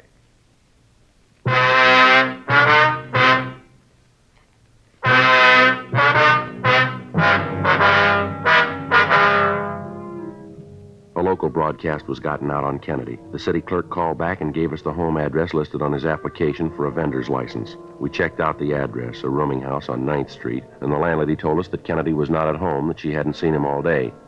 She was able to give us the address of his sister, and after Frank and I arranged for a stakeout on the rooming house, we drove over to see the sister. She lived in a small frame house in the Hollywood area. I suppose I knew that it had to happen. I guess there wasn't any way to avoid it. Ma'am? About George. He's sick. I guess you know that. Yes, ma'am. Have you ever spent any time in an institution of any sort, would you know? No. There were times when I thought about it. We used to talk, try to figure out what was the best thing. Somehow we just couldn't bring ourselves to do it, to commit him. You say we, ma'am. Who do you mean? Oh, me and Harold. Harold's my brother. He's the baby of the family. And what the doctor said, I guess, in a way, Harold's the cause of the whole thing. Way back, I mean. Ma'am? Well, I can't deny it. We talked to doctors about George, you know, psychologists. Yes, ma'am. He said that George had a compulsion complex. Came from when he was a little boy. That he resented the attention that the folks showed Harold. It's unfortunate. Harold was sickly when he was little, and he needed more attention. Guess George didn't understand. Mm-hmm. You any idea where he might be now, ma'am? No? You tried the place over on 9th? That's where he lives. Yes, Miss Carroll. We checked the place. Landlady said she hadn't seen your brother all day. Oh. Well, if he's not there, I don't know where he could be. No. I wouldn't have the slightest idea. Could you tell us if your brother had any close friends in the city, anyone he might go to? None at all. I'm sorry I can't be of more help. Well, do you have a recent picture of your brother, ma'am? Well, yes, I think I can find one for you. Why do you want it? We needed to find him, Miss Carroll. Oh. Well, I have one that was taken this year at George's birthday party. I took it with one of those cameras that develop right away, you know. Yes, ma'am. What if you'd be kind enough to get it for us? Shirley, I think it's in the desk. I'll get it for you. Thank you. Oh, excuse me a minute. Shirley. Hello? Oh, yes. What? Uh-huh, they're here now. I don't know what to think. Yes. Yes, I know, but it's too late for that now. The important thing is to find him before he does something more. Yeah. Well, I'll call you back. I don't want to keep the officers waiting. All right, bye. That was Harold. He heard about George. Mm-hmm. It's possible your brother might go over to his place. No, that's the last place he'd go. What if you could give us his address, please? Well, sure, I can give it to you. I know that George wouldn't go there, though. Why are you so sure, ma'am? I told you about the birthday party. Well, George and Harold were there, just a family sort of thing. At least it started out that way. The way it finished was awful. George and Harold got into a big fight. They were always arguing. What if you get that picture for us now, Miss Carroll? Oh, yes, right away. It's here someplace. Harold just said that we should have put George in an institution a long time ago. We should have had him helped. I guess he's right. I guess it's all my fault. Why do you say that, ma'am? Well, it was me that didn't want George committed. I was the one who fought against it. I was so sure that everything would work out all right. Oh, here it is. Yes, ma'am. That's George. He got a paper hat on. He come out of one of those little snapper things. George liked things like that, kid things. I guess he never grew up. Yes, ma'am. Always lived in a dream world. Made it up himself. Thought that everybody was persecuting him, that people were after him. It's so silly. It wasn't true. I'm afraid it is, ma'am. What? We're after him.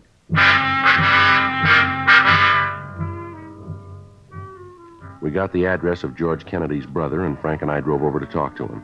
He told us that he didn't have the slightest idea where his brother might be. We called the office and arranged for a stakeout on homes of the sister and the brother in the event that Kennedy might try to contact them. 6:30 p.m., we met with Captain Didion and a psychiatrist from Georgia Street Receiving Hospital. Psychiatrist said that after hearing our report on Kennedy's actions, that he might have a strong compulsion complex.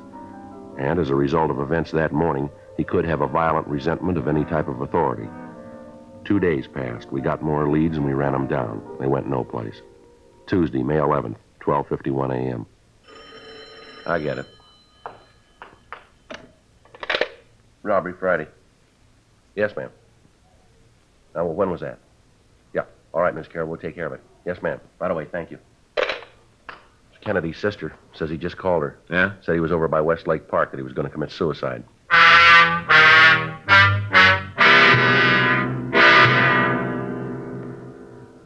(1:02 a.m.) We called the complaint board and told them what had happened. They contacted all available units and asked them to proceed to Westlake Park, Code 2.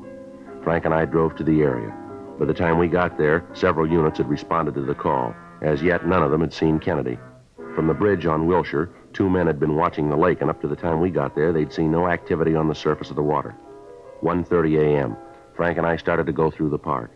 A heavy fog had risen from the lake, and visibility was dropping fast.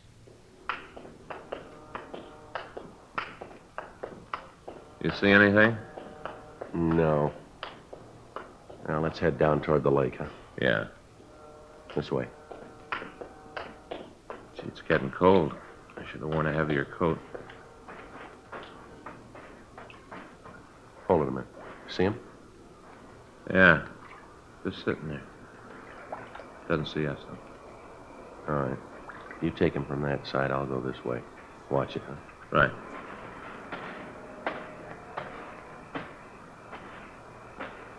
Who's there?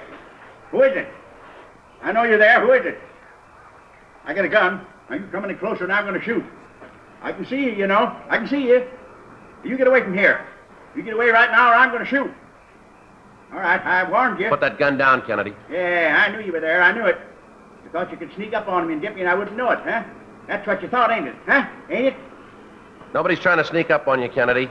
Nobody's trying to hurt you. Yeah, that's what you say, but I know different. I know. Who are you?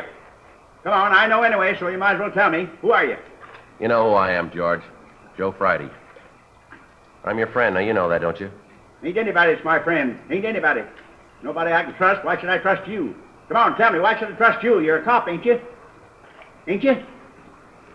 You know that, George. We met before. You know I'm your friend, too, don't you? No, you ain't. You ain't my friend. You want to take me away and lock me up. It's not true, George. I just want to talk to you. Just sit and talk, that's all. You stay away from me. I'm not going to tell you again. I don't want you near me. Now, take it easy, George. No, you ain't going to get me. I'm going to get away from you. Away from all of you. All right, wait a minute. Yeah. I know all about you. I know you ain't going to get me.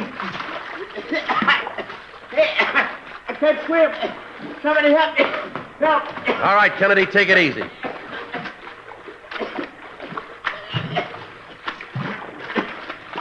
All right, come on now. You're all right. You're all right. Come on. Come on, get up here. Now, you're all right now. Ain't anybody to understand. Ain't anybody.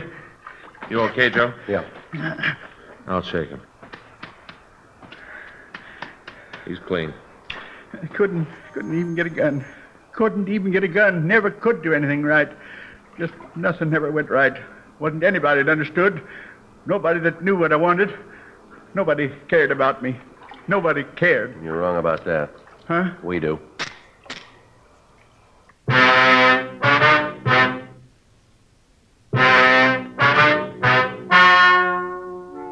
The story you've just heard was true. The names were changed to protect the innocent.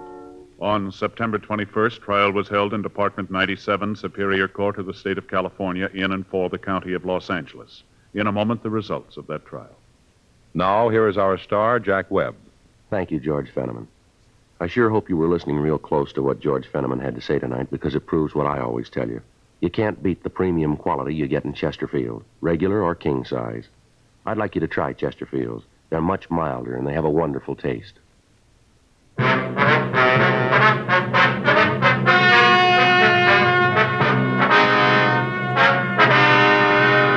The case of George Hoyt Kennedy was referred to the city attorney. Due to the mental condition of the suspect, the case was then referred to the psychopathic detail at Georgia Street Receiving Hospital. After due process in Superior Court, the suspect was committed to a mental institution for treatment. Ladies and gentlemen, we wish to thank the editors and readers of TV Radio Mirror magazine for their awards to Dragnet, their 6th annual award issue, now on sale at your newsstand.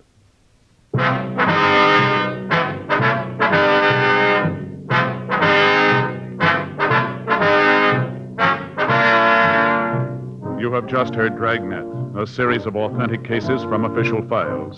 Technical advice comes from the Office of Chief of Police W.H. Parker, Los Angeles Police Department. Technical advisors, Captain Jack Donahoe, Sergeant Marty Wynn, Sergeant Vance Brasher.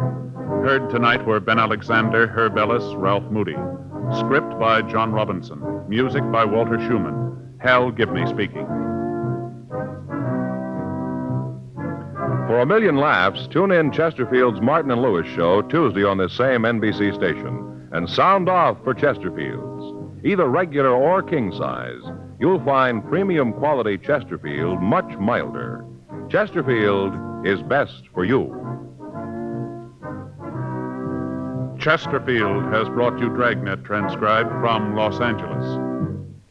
Now, new Fatima has the tip for your lips. Fatima tips of perfect cork. King size for natural filtering. Fatima quality for a much better flavor and aroma. So remember, new Fatima has the tip for your lips. Fatima. See how smooth they are. Remember, Fatima is made by the makers of Chesterfield, Liggett and Myers, one of tobacco's most respected names.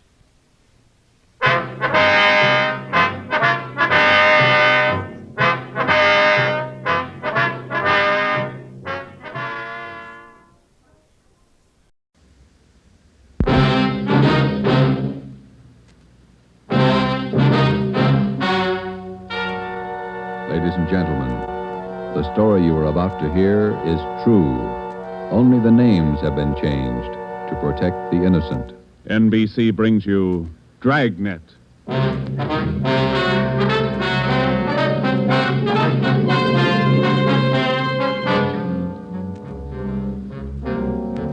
You're a detective sergeant.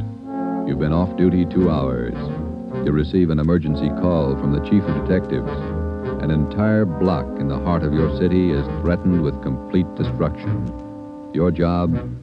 Report at once.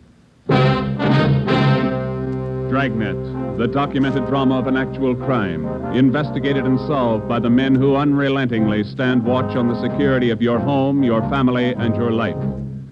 For the next 30 minutes, in cooperation with the Los Angeles Police Department, you will travel step by step on the side of the law through an actual case from official police files. From beginning to end, from crime to punishment, Dragnet is the story of your police force in action.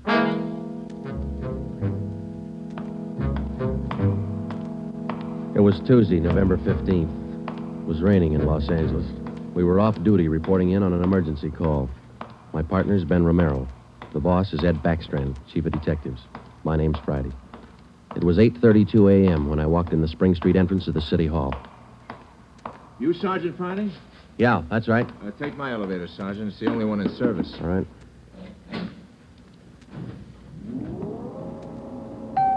I'll run you up to 16. The chief's waiting for you up there. What's the pitch?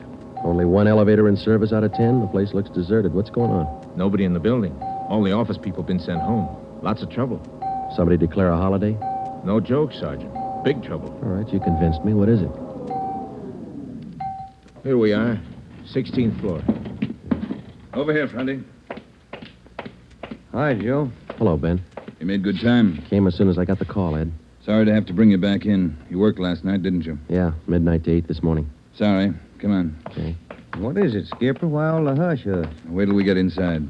In here. Okay. Number one, let's keep our voices down. All right. I'll make it as brief as I can. Every minute counts. What time you got, Friday? 8:33.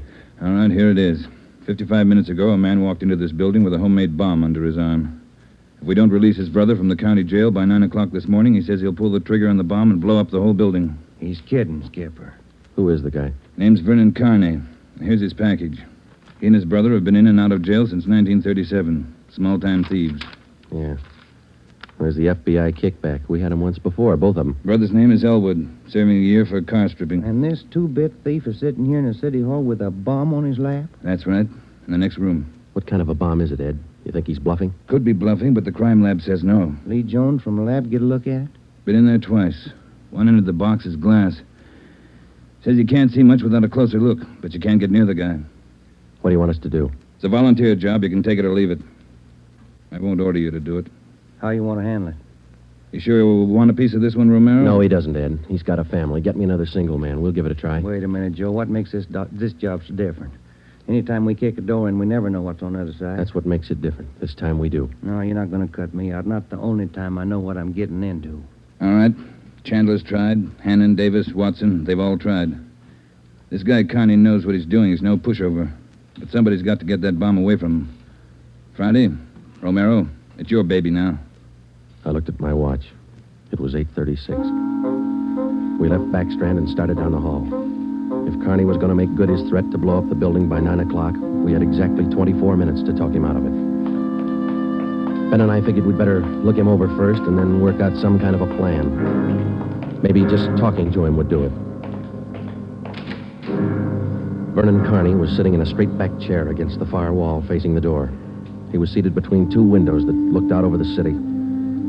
Along the left wall was a row of 6 wooden chairs. In the center of the right wall was a connecting door leading to the office where Backstrand had briefed us. The door was locked on both sides. Just off-center and favoring the left of the room was a small filing table. The other furniture in the office was a desk just forward of the connecting door on the right. There was a dictaphone on the desk. In the near left corner, shielded by a white screen, was a small wash basin. The faucet leaked. Vernon Carney was middle-aged. He sat erect, holding a black box on his lap. He held his right hand inside one end of the box. Ben and I stood there for a minute and looked at him. Then we walked in the room. What do you say to a man with a bomb? That's close enough. Cigarette, Carney? I'm not smoking right now. What are you trying to prove? You know what I want? We're not going to let your brother out of jail. You got until 9 o'clock to change your mind. According to that clock on the wall, you got 24 minutes. If we go, you're going with us, Carney. Don't take much of a brain to figure that, copper. What made you think you could get away with this? Haven't yet. It ain't 9 o'clock. Unless that clock's slow. Haven't checked it against my pocket watch lately. That's the one that's running this show. Have you given any thought to all the innocent people that are going to go up with that thing of yours there? My brother's innocent. I want him out of jail. The court says he's guilty. He'll get out when he serves his time. That's where you're wrong, Copper. He gets out at 9 o'clock this morning. All right, come on, Carney. Get your hand out of that box. Put the box on the table. You think I'm bluffing, don't you? I'm going to let you get within 5 feet before I make a liar out of you. Okay, Carney. I guess you mean business.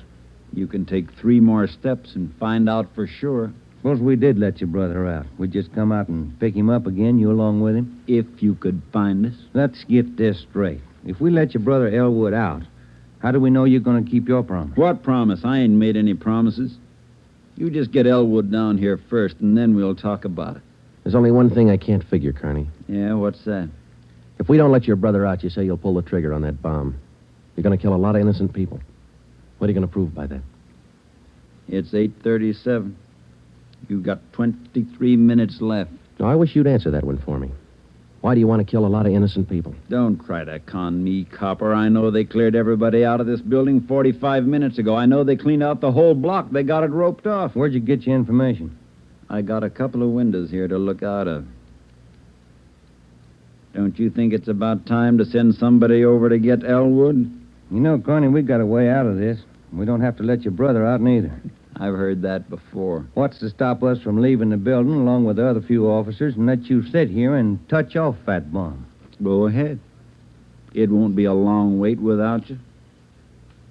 Who are you trying to kid? You'd let me blow up $10 million worth of taxpayers' money? No. You're going to let Elwood out. You'll wait till the last minute to do it, but you'll let him out.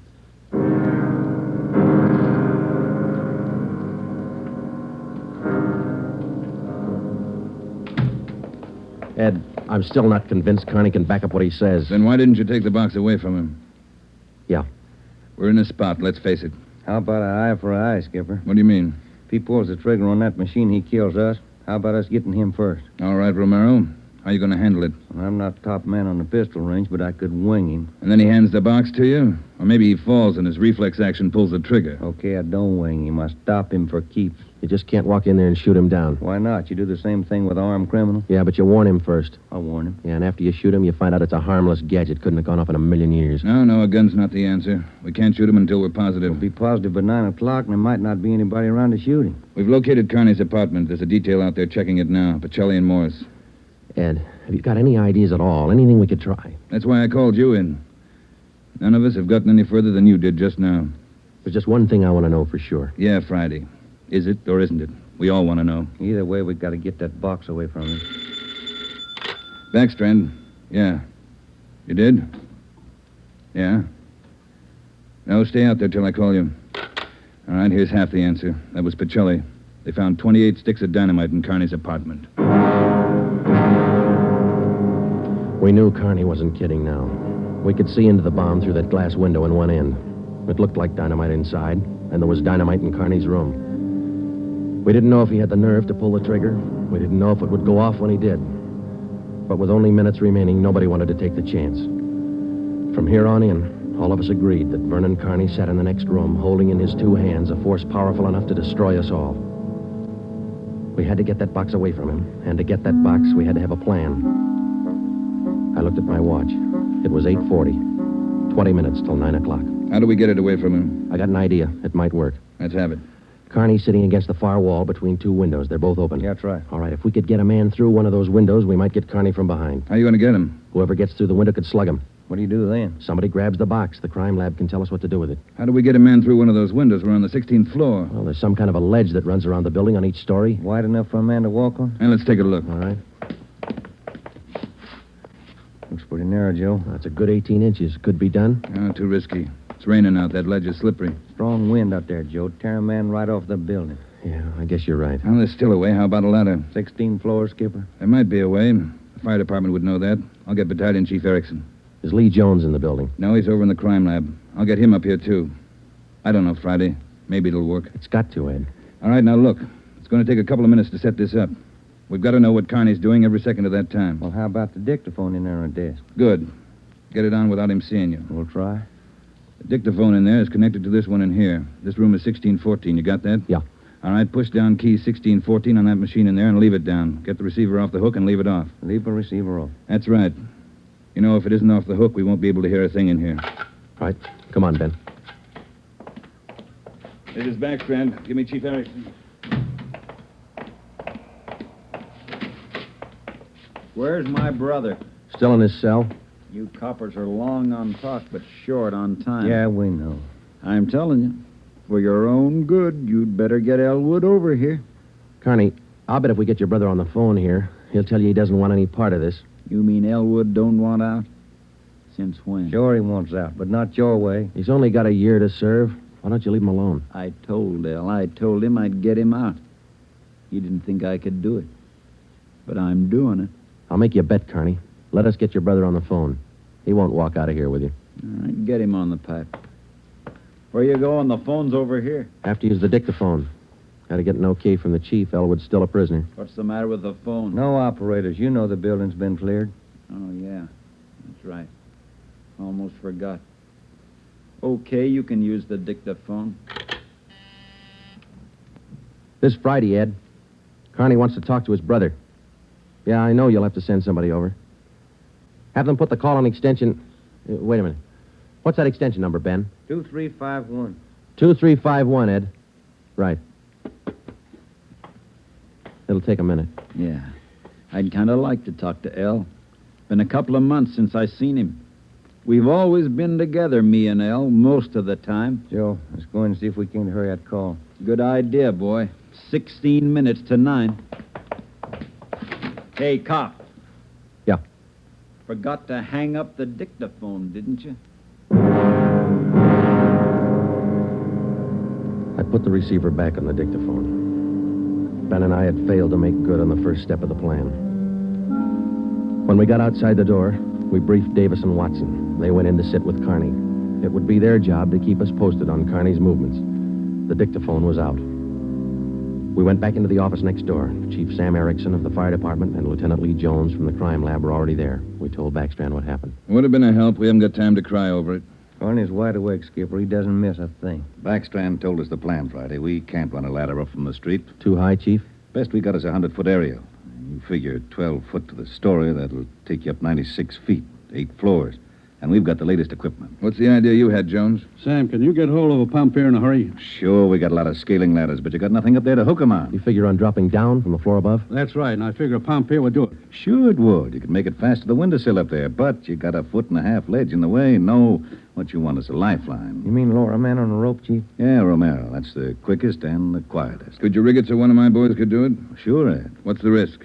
None if you work it right. We'll strap on a life belt, give the man heavy leather gloves. 2 of my men will lower him down. Pick your lightest man. What do you think, Lee? That's it.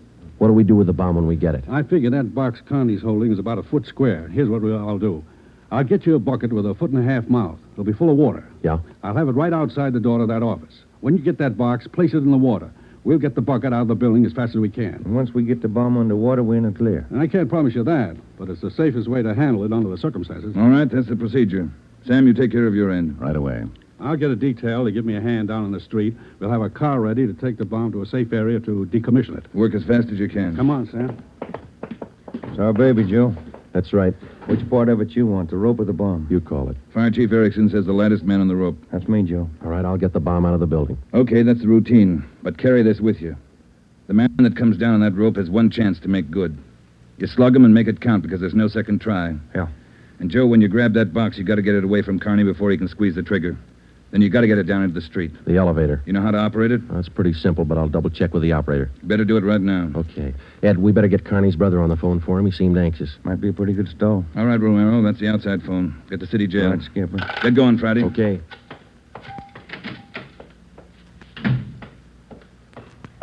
Hey, you. Elevator man. Yeah, Sergeant. Let me see if I know how to work that thing. You taking over the elevator? Well, in a couple of minutes. You want to check me out? Nothing to it, Sergeant. All right. Now, here's the controls, see? You push this lever right to go up, left to go down. You see this little trigger on the underside of the handle? Yeah. That's the safety lock. Be sure you squeeze it or you can't move the lever. Let me try it, huh? That's it. Right to go up, left to go down. Right to go up, Left to go down. How do you operate the doors? Automatic. They work off the control lever. When the control lever is locked in the up or down position, the doors will close. I get it. Now, in case they jam, this red emergency button up here? Yeah. Push it. If that doesn't close them, we call the repairman. Okay, I think I got it. You sure now? I've had my orders to get out of the building. I'll just leave the elevator right here and take the stairs down. All right. Thanks a lot. Sergeant, just curious. You going to take the bomb down in this car? We're going to try. You won't have any trouble. We haven't had an elevator failure in 18 months. The elevator man turned and went down the stairs. Outside of a handful of volunteers and a man with a bomb, the city hall was now cleared. I started down the corridor and met Ben outside the office. He told me that Lee Jones and Chief Erickson were on their way up in the freight elevator at the rear of the building with the necessary equipment. The 2 fire department volunteers were with them. The phone call had been put through to the city jail, and in a moment, Elwood Carney would be ready at the other end of the line. We went in to tell Carney. I told him over at the jail to put the call through on extension 2351. Yeah. When's it coming through? Right now. You got Elwood with you? No. Look, Carney, we told you we'd get him on the phone for you. The call will be through in a minute. Minute's a long time, cop. You only got 12 of them left. Elwood's going to talk you out of this. Oh, sure. Sure, everybody's going to talk me out of this. First it was them other 2 cops, the little Porky guy and that other monkey. Then you and this Dixie Doughhead here, and now it's Elwood. Come off it, will you, and get my brother over here. That's him. It's your brother, Connie. I'll get him. Stay put, you. Just going to get the phone. You want to talk to your brother, don't you? I'll take care of the phone. We'll disconnect it for a while. Now get it straight, copper. I'm through with your stinking, rotten lying. I want Elwood here. And I want him now. Bring him here before I blow you all to pieces.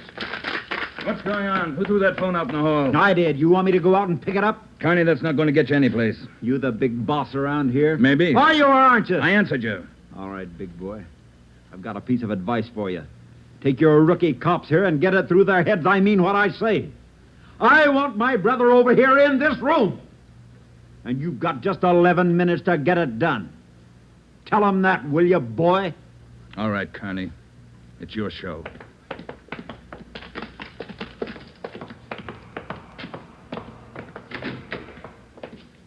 All right, we got to work fast now.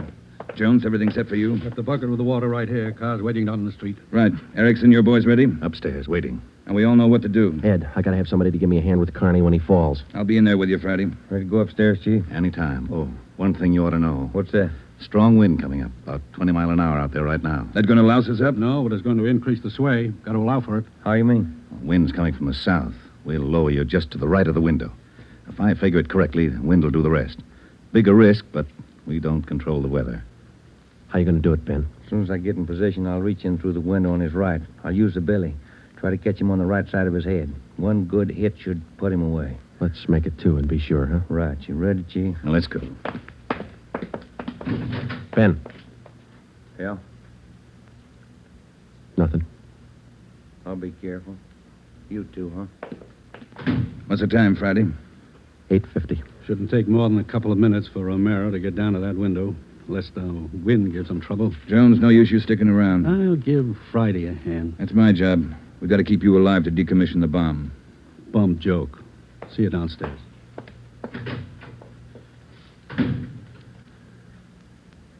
You ready, Ed? Yeah. Scared, Friday? Yeah. That makes us even. Come on. Ed Backstrand and I went into the next room with Vernon Carney. Our job was to keep him occupied until Ben was lowered to the windowsill from the floor above. Ben was going to make a try from the window on Carney's right. Somehow, we had to keep Carney's attention on us and away from that window. If anything went wrong and Carney got out of position, the plan would fail. If Ben was spotted, the plan would fail. If Chief Erickson didn't estimate the force of the wind correctly, the plan would fail. After Ben slugged Carney, my timing had to be perfect. If it wasn't, the plan would fail. I looked at my watch. It was 8 minutes to 9. Carney, anything we can say that'll make you change your mind? I've asked you 100 times. Now I'm ordering you. You're going to get to a phone and have somebody send Elwood over here right now. I'm through waiting. Now move. You ripped out the phone, Carney. Well, find another one. I told you I'm sick of your two-bit stalling. We've got until 9 o'clock to make up our mind about this. You had until 9. But you wouldn't do what I told you. Now I'm cutting you short. You guys have got exactly 1 minute to get a phone in this room where I can hear you call the jail and have them send Elwood over here. You said 9, Carney. All right, Joe. We'll give him what he wants. Davis, unlock the connecting door to this office. I'll get the phone, Ed. Will the cord reach? Yeah. Your brother's a prisoner. He's in our custody and he's under our protection. We can't place his life in jeopardy. Why not leave it up to Al? Here's the phone, Ed. Yeah. Kenworthy, this is Backstrand. We want Elwood Carney over here at City Hall. His brother wants to see him. Explain the situation. If he wants to come, get him over here. Leave it up to him. Room 1614. You'll have to use the freight elevator. And tell him to hurry. Yeah. Tell him to hurry. That's the only smart thing you've done today. Now, why don't you go next door and figure out another angle? We'll wait for Elwood, too. You don't think I'd let you get out now, do you? We're all going to wait right here for my brother. In case he don't show up, you're going to see me pull the plug. Just sit down. Not so close. Right where you are, sit down.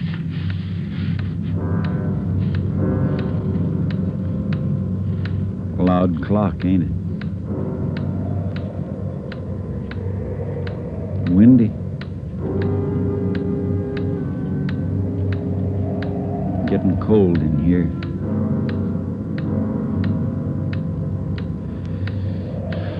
Sure a loud clock. Real windy. Maybe I ought to close the windows. Don't want to catch me a cold. I can turn on the heat. Stay put, cop. Hey, what's that? What's going on? It's just the wind, Shut Carney. up! There's somebody out there. I can see his feet. You stupid cops. Pull him up! Get back there, you! Pull him up! Friday told him to pull him up. Right.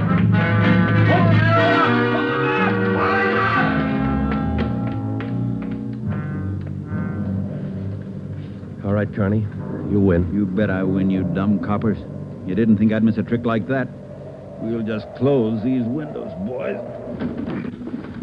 There's one, and lock it. And here's... Here's your brother, Carney. Yeah. Hi, Al. Hi, Vern. You did it. I told you. I told you I'd do it, didn't I? That's far enough for the rest of you. Al, come on over here. You're crazy, Vern. You're crazy. That's what they've been trying to tell me. We're going home, Al. How are you going to do it? There's a million cops outside. People all over town heard about this. They're holding the crowd back. They ain't going to stop us now, Al. You'll never make it. Either one of you. I got him this far, didn't I? We'll make it. Vern, you think we could do it? Hey, you. Yeah? You're going to get a car ready for us, a fast one. Have it in front of the building. Move! All right, Friday, do what he tells you. Right. Hold it. Yeah. If you ain't back by 9 o'clock, the deal still holds. I told him I'd pull the pin at 9, Al, if they didn't let you out. You ain't fooling, are you, Vern? Will that gadget really blow? 4 miles high. You know what that means, Al? Yeah, but they won't let you pull it. We're getting out. All right, Copper. Get the car. You got 4 minutes. Hey, Ben. What happened? He spot me? Yeah, there's no time to explain now. Listen, we gotta work fast. Yeah. We had to bring Carney's brother over from the jail. I don't think he cares if they get out or not. He just wants to use that bomb, and for some crazy reason, he's waiting until 9. How much time we got? Let me look. Less than 4 minutes. How about the ledge? You think you can do it? Strong wind. You'll have to hang on like a fly. I don't know. I can give it a try. Okay. Same plan. Every second counts. Now, I can't brief Ed. He's in the room with the guy. It's up to you and me. I'll get on the ledge from one of these offices. I hope I make it. If you don't, we'll know you tried. Hurry. Hey, Ben, wait a minute. Yeah? I forgot. The windows. The one on his right. He locked it. You'll have to crawl around to the one on the left. You got it? Right. Okay.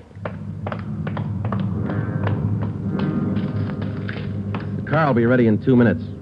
Out front. Fine. Elle and I'll just sit here and wait.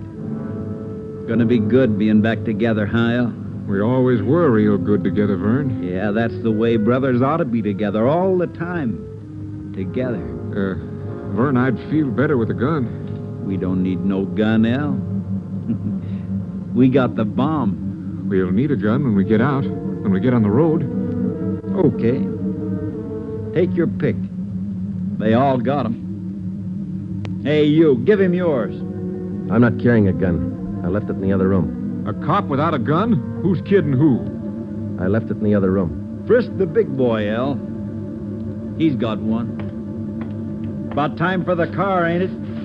2 minutes to 9. Yeah, this feels like it. Right on his hip. Hey, Vern, look out! Grab him, Joe. I got him. Get the box. Leave that gun alone.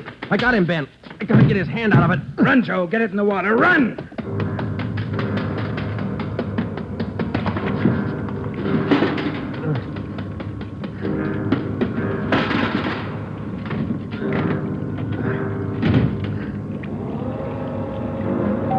In a fast elevator, 16 floors isn't very much, but I've never shared an elevator with a live bomb. It seemed like minutes between floors. I kept watching the bucket. The bomb was completely underwater. A small stream of bubbles was hissing to the surface. I waited.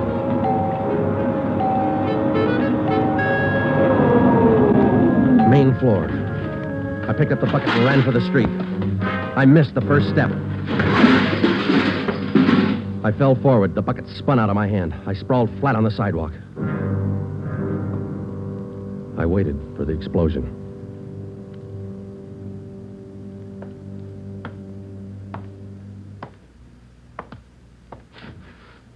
It didn't go off Friday. I gave it a good chance, Lee. It was all there. Look, at least a dozen sticks of dynamite. Snyder, bring that over here. Here you are, Lieutenant. Thanks. Here's why it didn't go off. Had it rigged for a hard trigger pull. Would have taken a good yank to set this one off. Yeah. Hi, Joe. Hi, Ben. Clumsy.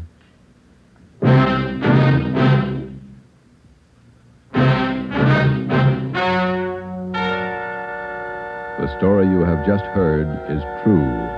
Only the names were changed to protect the innocent. Vernon Carney was examined by 5 different psychiatrists appointed by the Superior Court and was found to be incompetent. He is now confined in the State Mental Institution for the criminally insane.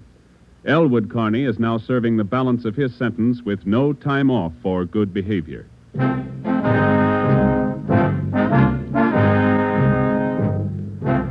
have just heard the 7th in a new series of authentic cases from official files. Technical advice for Dragnet is furnished by the Los Angeles Police Department. Tonight's program is dedicated to Town Marshal Lon T. Larson of the Mount Pleasant, Utah force, who, on the night of October 15th, 1945, gave his life so that yours might be more secure.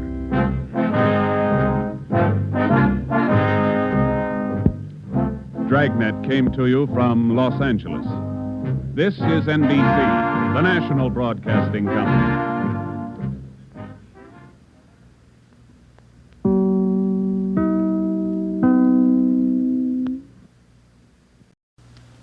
Here is another in NBC's great parade of new shows.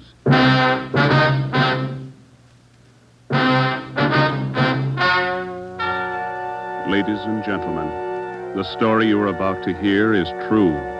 Only the names have been changed to protect the innocent. NBC brings you Dragnet.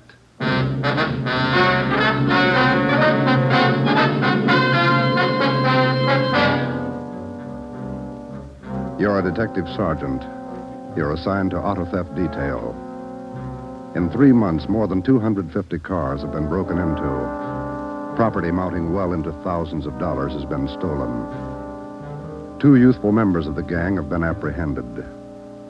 The all-important brains of the criminal ring, the leaders, are still at large. Your job, get them. Dragnet, the documented drama of an actual crime, investigated and solved by the men who unrelentingly stand watch on the security of your home, your family, and your life. For the next 30 minutes, in cooperation with the Los Angeles Police Department, you will travel step by step on the side of the law through an actual case from official police files. From beginning to end, from crime to punishment, Dragnet is the story of your police force in action. It was Monday, March 2nd. It was cold in Los Angeles. We were working the night shift out of auto theft. My partner's Ben Romero. The boss is Ed Backstrand, chief of detectives. My name's Friday. I was on the way back from the interrogation room, and it was 10:58 p.m. when I got to room 26, chief of detectives' office. Real tough kids, aren't they? Yeah, they won't admit a thing. Now, sit down. Thanks. When'd you pick him up? About 8:30 tonight in the parking lot behind the Star Theater out on Sunset. He was lifting the radio out of a 48 convertible. He's had lots of experience. The report says you picked up a 19-year-old girl with him. She was waiting for the guy in a parked car across the street from the theater. Car was full of loot. The first real break we've had on those auto burglaries in 3 months, and it's no good to us. Neither one of them will talk. They won't even admit they know each other. You run makes on them? Just did. We've been questioning the boy for an hour, getting nowhere. What's his name again? Freeman, Stanley Freeman. Oh, yeah. Age 20. Address? Butte, Montana. Down here for a vacation. He doesn't lie very well, Ed. He's never been to Butte, Montana in his life. Knows less about the town than I do. Well, get to him. Right, Ed. Where'd you put the girl? We had a policewoman take her to our office. We can talk to her when we finish with the boy. Well, what's her story? Hasn't any. She won't even open her mouth. 19 years old, probably needs a good spanking. Now get him to talk. Right.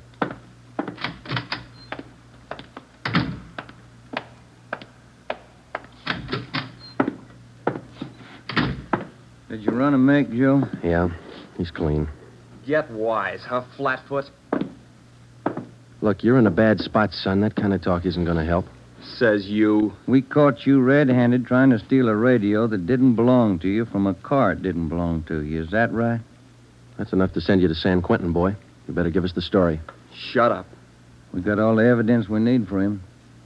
Maybe you don't realize how serious this is. We've had more than 250 car burglaries in this city in the past 3 months. Over $200,000 worth of property's been stolen. That's a lot of money.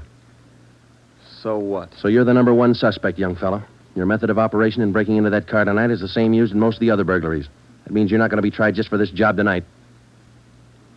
What are you getting at, Flatfoot? Listen, son. In the state of California, breaking into a locked car is a felony. You can go to state penitentiary for that. And we're going to file a complaint of burglary with the district attorney in the morning. You say you're from Butte, Montana. All right, I don't believe you, but we'll make sure. Ben, go down to our office and call the news photographers. Stanley here is going to have his picture on the front page of every newspaper in Los Angeles tomorrow. Right, Joe? No. You can't. I won't let you. I got my rights. What's the matter, youngster? Everybody wants his picture in the paper. Yeah, well, I don't. I won't let him. We got your picture already for him, remember? They took it when they fingerprinted you. You can't use it. You can't. I'll get a lawyer. Reporters will be over in a couple of minutes. We have to give them your story and your picture, too. This one. You won't. You won't. Give it to me. All right. Give it to me. All right, Freeman, get your hands off him. Now sit down. All right. Now let's have it straight. Don't let him use the picture. Don't let him. You can't. You can't. We got to have the truth, son.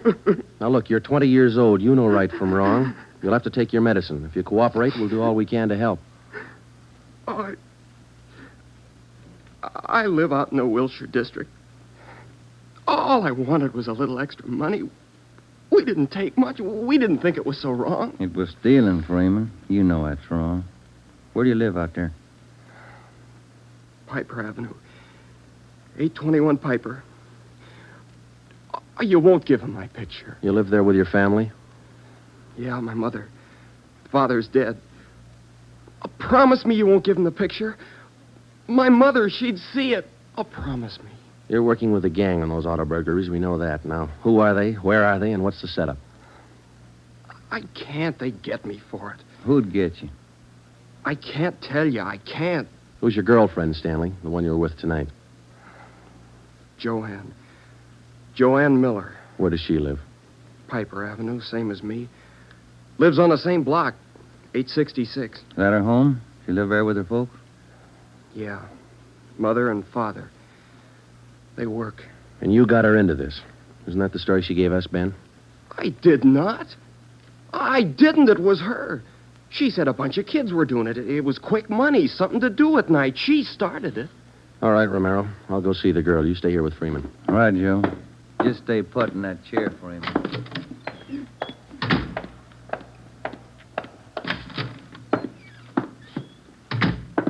Hi, Marge. Hello, Joe. You and Romero handling this case? Yeah. I'd like to talk to the girl a few minutes, Marge. Will you stand by? Right, I'll sit over here. Thanks.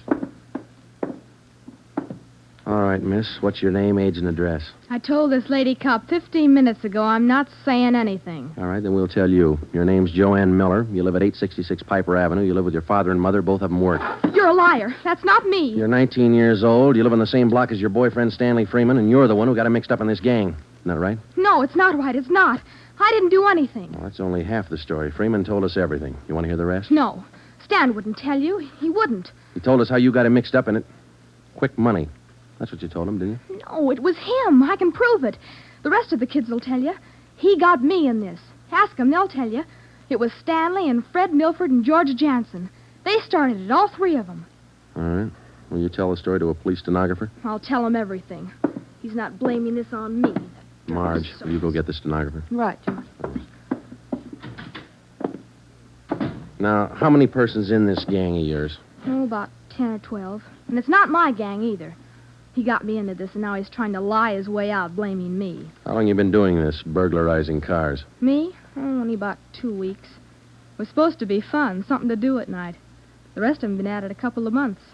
Who's the head of the gang? I told you, it's him, Stanley, and Fred Milford and Jansen, all three. I only started going out with them 2 weeks ago, maybe less. All right, Joanne. Tell it to the stenographer the same way. Stenographer will be in a minute, Joe. Okay, Marge, thanks. Stay with it. Right, Joe.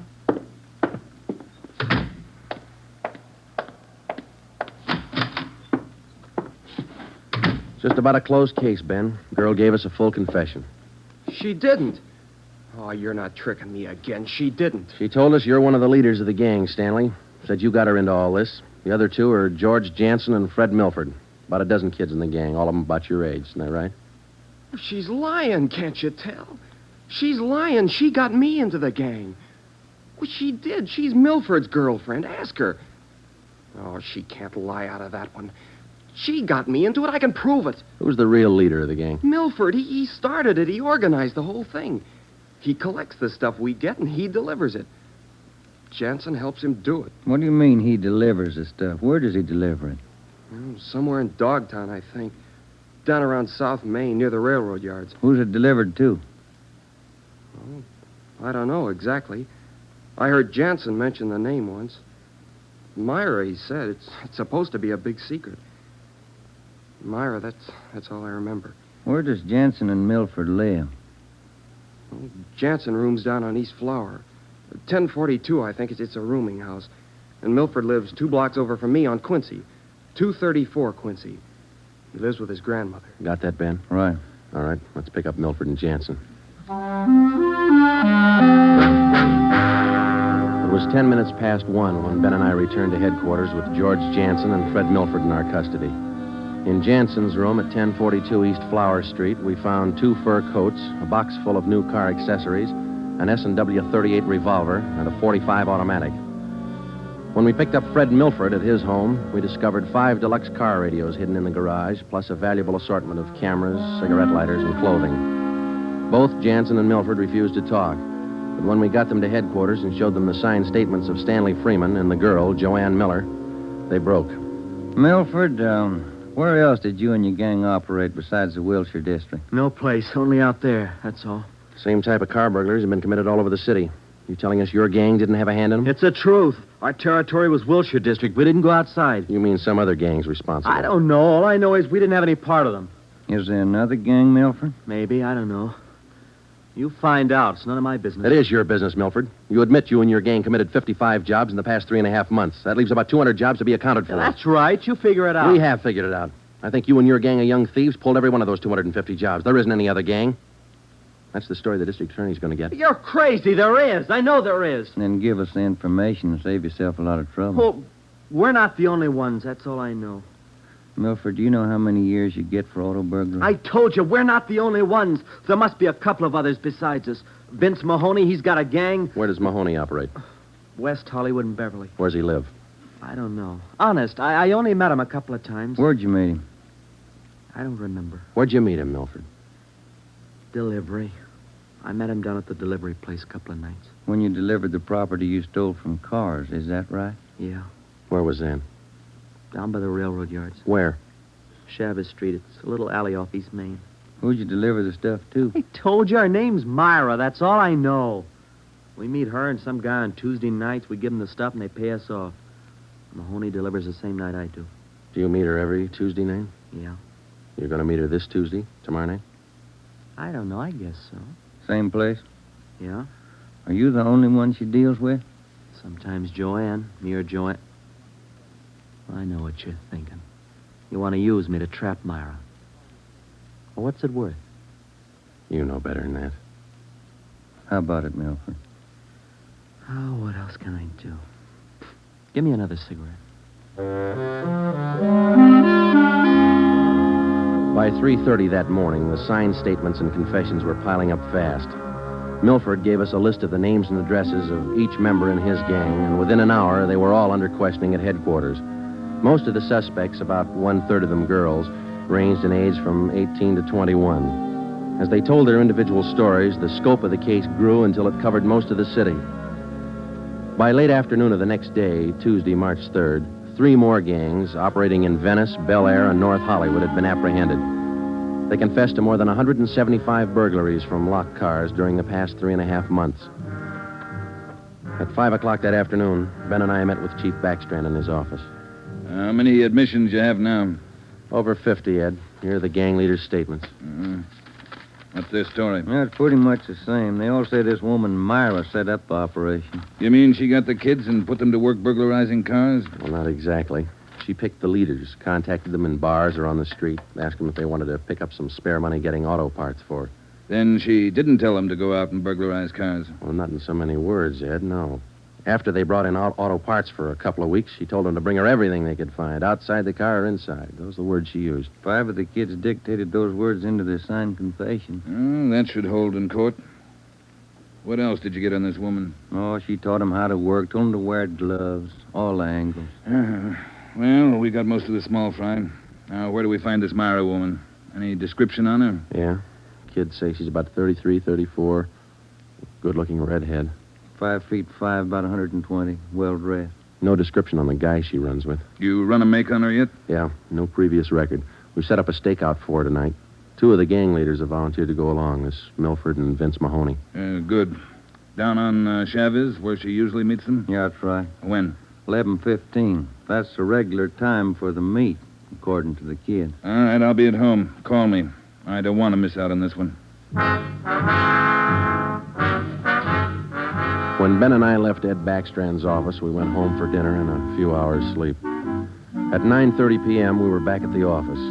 We met the men in the special detail which Backstrand had assigned for the stakeout that night. We briefed them on their duties, and then we got Fred Milford and Vince Mahoney out of their cells. To avoid any possible suspicion of the presence of a trap, we had Milford's permission to use his car in the stakeout. The car which he had said he had driven to the delivery meetings with the woman Myra at least a dozen times before. We arrived at the stakeout area, Chavez Alley in East Main, at 9:58. The meeting was scheduled for 11:15. The moon was out, but the sky was overcast, and there was a cold wind blowing from the east. Hey, what time you got, Sergeant? About 10. Why, Milford? Getting nervous? No, just wondering. How you cops gonna rig this thing? In just a couple of minutes, we're going to plant you 2 in Milford's car parked up there in the alley. Now, you stay there until Myra shows up. We'll do the rest. Yeah, I know, but what'll we say? Suppose she asks for some stuff. We ain't got any. You won't need any. You won't have much time for talking. Suppose she wises up. Maybe she'll pull a gun. Maybe. Does she carry one? No, never saw her with one. Don't worry, Milford. We'll make sure you're not in danger. She's got an awful temper, that redhead. Got mad at me once when I squawked at the prices she was paying us for radios. What was she paying you, Mahoney? For an 8-tube radio, good shape, $7. She got all the gravy and you got all the grief. You're not kidding. Joe, are you? Yeah, Steve. What do you got?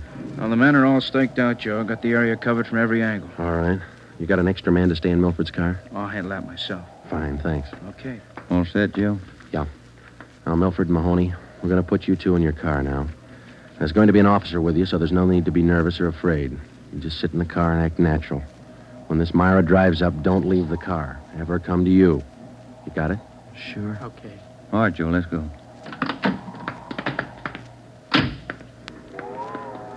Sure is cold out. I don't even have a heater in my car. You stole enough of them. Okay, Steve, here they are. All right, boys. Milford, get in first behind the wheel. Okay. Mahoney in the middle. I'll sit in the back. We'll be parked in that garage across the street, Steve. Got a perfect view of the alley. Okay, Ben. Check with you later. Right. Mean night, Joe. Yeah, come on.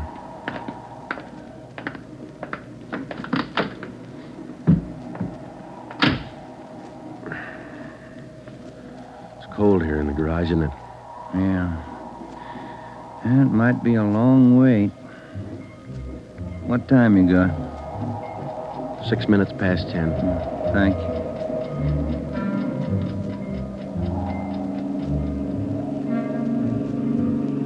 Hey, Joe. What is it? It's nothing. Thought that passing car was turning in the alley. Relax. It's early. Lonely place. It's dark. Gets on your nerves.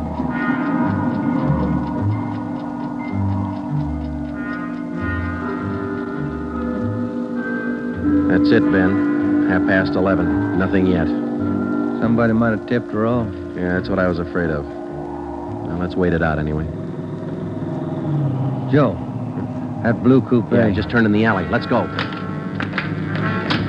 Come on, run, Ben. Behind you. All right, you fella. Quit your fighting. What'd you get, Steve? Here he is. Just drove up in the coupe. Got out and called Milford Mahoney by their first names. He's in on it. What about the girl? No sign. Kid was the only one in the car. All right. Tell them in the stakeout's off for tonight. Have them report back in. We'll take the kid with us. Okay. All right, young fella, this way. What do you cops think you're doing? I ain't done nothing. Look, sport, we heard that from 54 different kids yesterday. We're tired of that line. Come on. When we got back to the office, we took the boy to the interrogation room and questioned him. He gave his name as Matthew Leiter, age 21. He wouldn't break until Vince Mahoney definitely identified him as a member of his car burglary gang and the special favorite of the red-headed woman they called Myra. Then Leiter copped out and told Ben and I that he had talked with Myra as late as 10 o'clock tonight. He told us that she had heard that the police had picked up some of the gang members, and she asked Leiter to drive down to the Chavez Alley meeting place. He was supposed to tell Milford and Mahoney that the weekly delivery date was off until further notice. We questioned Matthew Leiter for an hour and a half. You told us a little while ago that you talked with this woman, Myra, late tonight. Yeah. Where'd you talk to her? At her home? Her home? Don't be stupid. Nobody knows where she lives.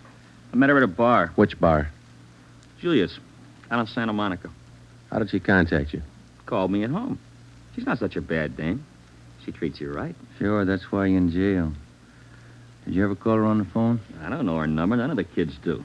She's smart. She taught me all I know about the racket. You'll have a rough time getting her. Maybe, but we'll get her. Ben and I left the office at 2 a.m. and went home to bed.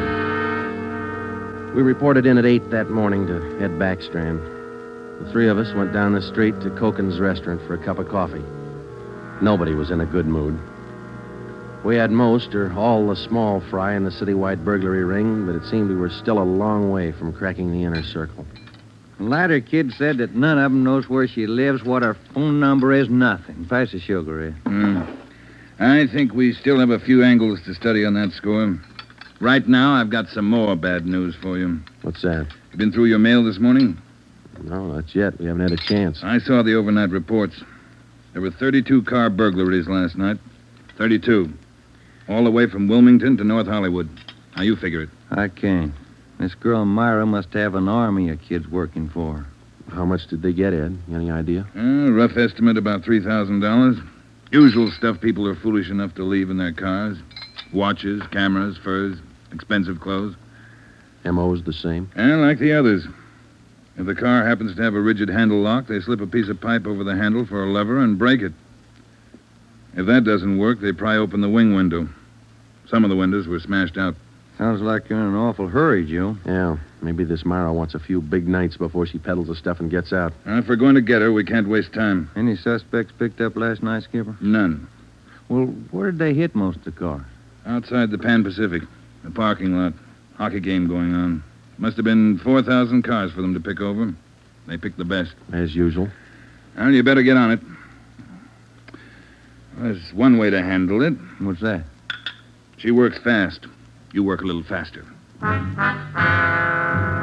We got back to the office and we went over the reports one by one. Then we called the young gang members to the interrogation room and questioned them separately and re-questioned them. We got nowhere. Many of them had met Myra on the street, in a bar, but not one of them had any idea where she lived. At least that's what they told us. Ben had a hunch that Matthew Leiter knew more than he was telling. We had him brought to the interrogation room, and all that afternoon until 10 o'clock that night, with interruptions for his meal periods, we talked with Leiter. He would admit nothing more than what he'd already told us. Yeah, it's got me beat, Joe. Yeah. Well, let's check with Ed. Good morning, Joe. Ben? Hi, Mike. Skipper in? Just went down the hall for a minute. Be right back. Hold it a minute, will you? Yeah. Chief of Detectives always handing. Yeah. For you, Joe. Oh, thanks. Oh? Yeah. He does? We'll be right over. That was Sergeant Hopkins over at the jail. Yeah? Matthew Leiter's got something to tell us. Says it's important.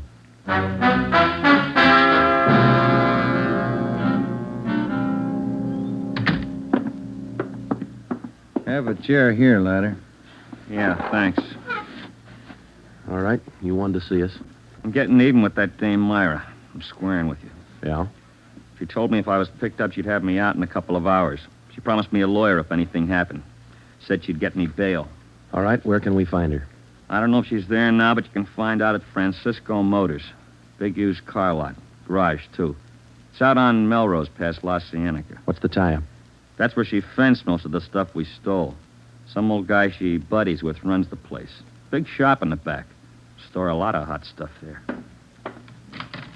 Barney, Yes, Sergeant? we're through with him. Take him back. We checked with Chief Backstrand, and then we drove out to the Francisco Motor Company. We located it on the corner of Melrose and Geneva Avenue. It was a big layout. Consisted of a large used car lot sign bannering the slogan, Deluxe Auto Accessories, lowest prices in town. Along the back end of the lot, there was a large L-shaped garage. We found the man in charge, and he gave his name as Paul Hackett, the owner of the car lot. In the garage, we found the entrance to a large back storeroom. It was loaded with thousands of dollars worth of auto radios, spotlights, cratefuls of assorted car accessories. Special closets built into the walls of the garage contain racks of fur coats, suits, dresses. Below that, smaller boxes containing watches and cameras, all wrapped in tissue paper. You can save all of us a lot of time and trouble by talking to us now, Mr. Hackett. Where is Myra? I don't know who you're talking about. I don't know what you're talking about. Can you explain what we just found in your garage? I didn't know it was there. I didn't know it was stolen. Well, which is it, Mr. Hackett? Make up your mind. I bought it, but I didn't know it was stolen. You can't prove I did know. I think we can prove it, Mr. Hackett. Some of those stolen car radios stored back there, the serial numbers are filed off, and this workbench here is full of filings. I didn't know. You'll have to do better than that. How does Myra figure in? I don't know. I don't know what you're talking about. It's all right with us, Hackett. We found the stuff and we got you. If we don't find Myra, you'll be doing time for two people. Stand still. You can't. You can't do this to me. I don't know anything about it. Come on, Hackett. We're taking you in.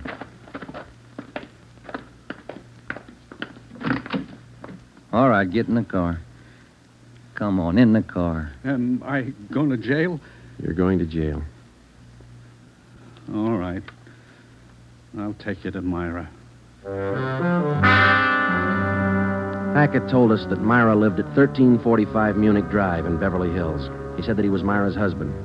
He told us that he'd been in a legitimate garage business for 10 years before he married Myra. She talked him into the racket. He identified 1345 Munich Drive as their home. When we got there, we found stores of stolen property similar to those found in the garage. Myra was not there. Hackett had no idea where she might be. We sat down in the living room and waited.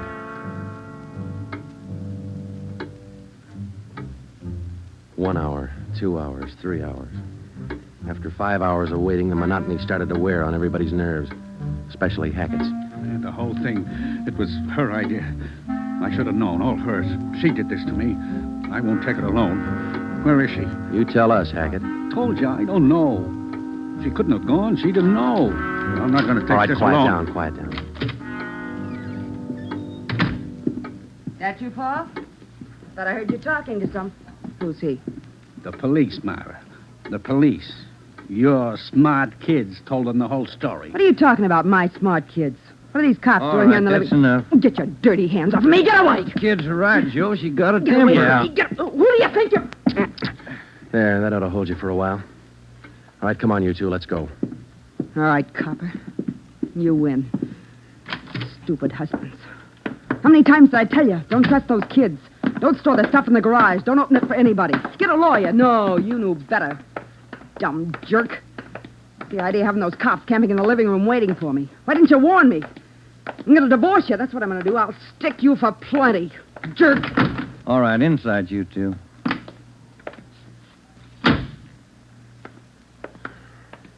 You got a smoke, Ben? Yeah. Here. Thanks. I was just thinking. What? Those kids were right.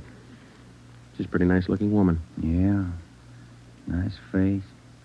Beautiful figure. Mm-hmm. Sure talks a lot, though, doesn't she? Yeah. Hey, Joe, remind me to take home some flowers to my wife tonight, will you?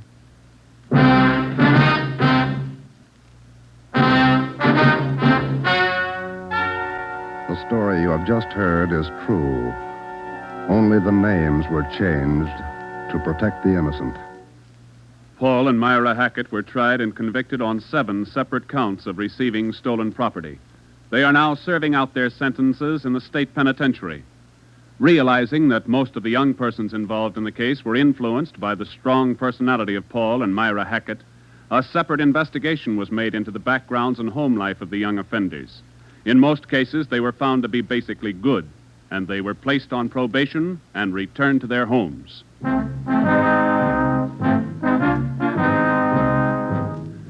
You have just heard the 13th in a new series of authentic cases from official files.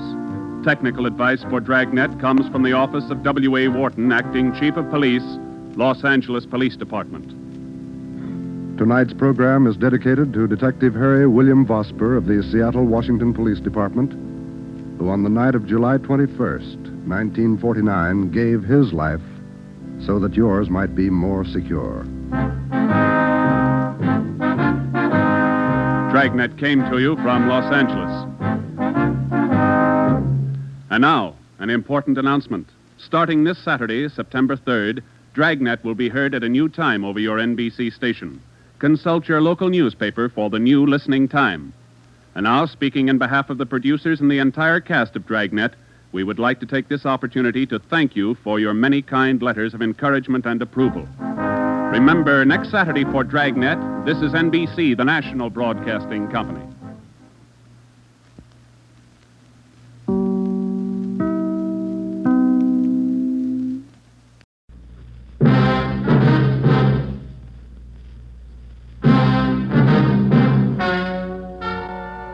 Ladies and gentlemen, the story you are about to hear is true.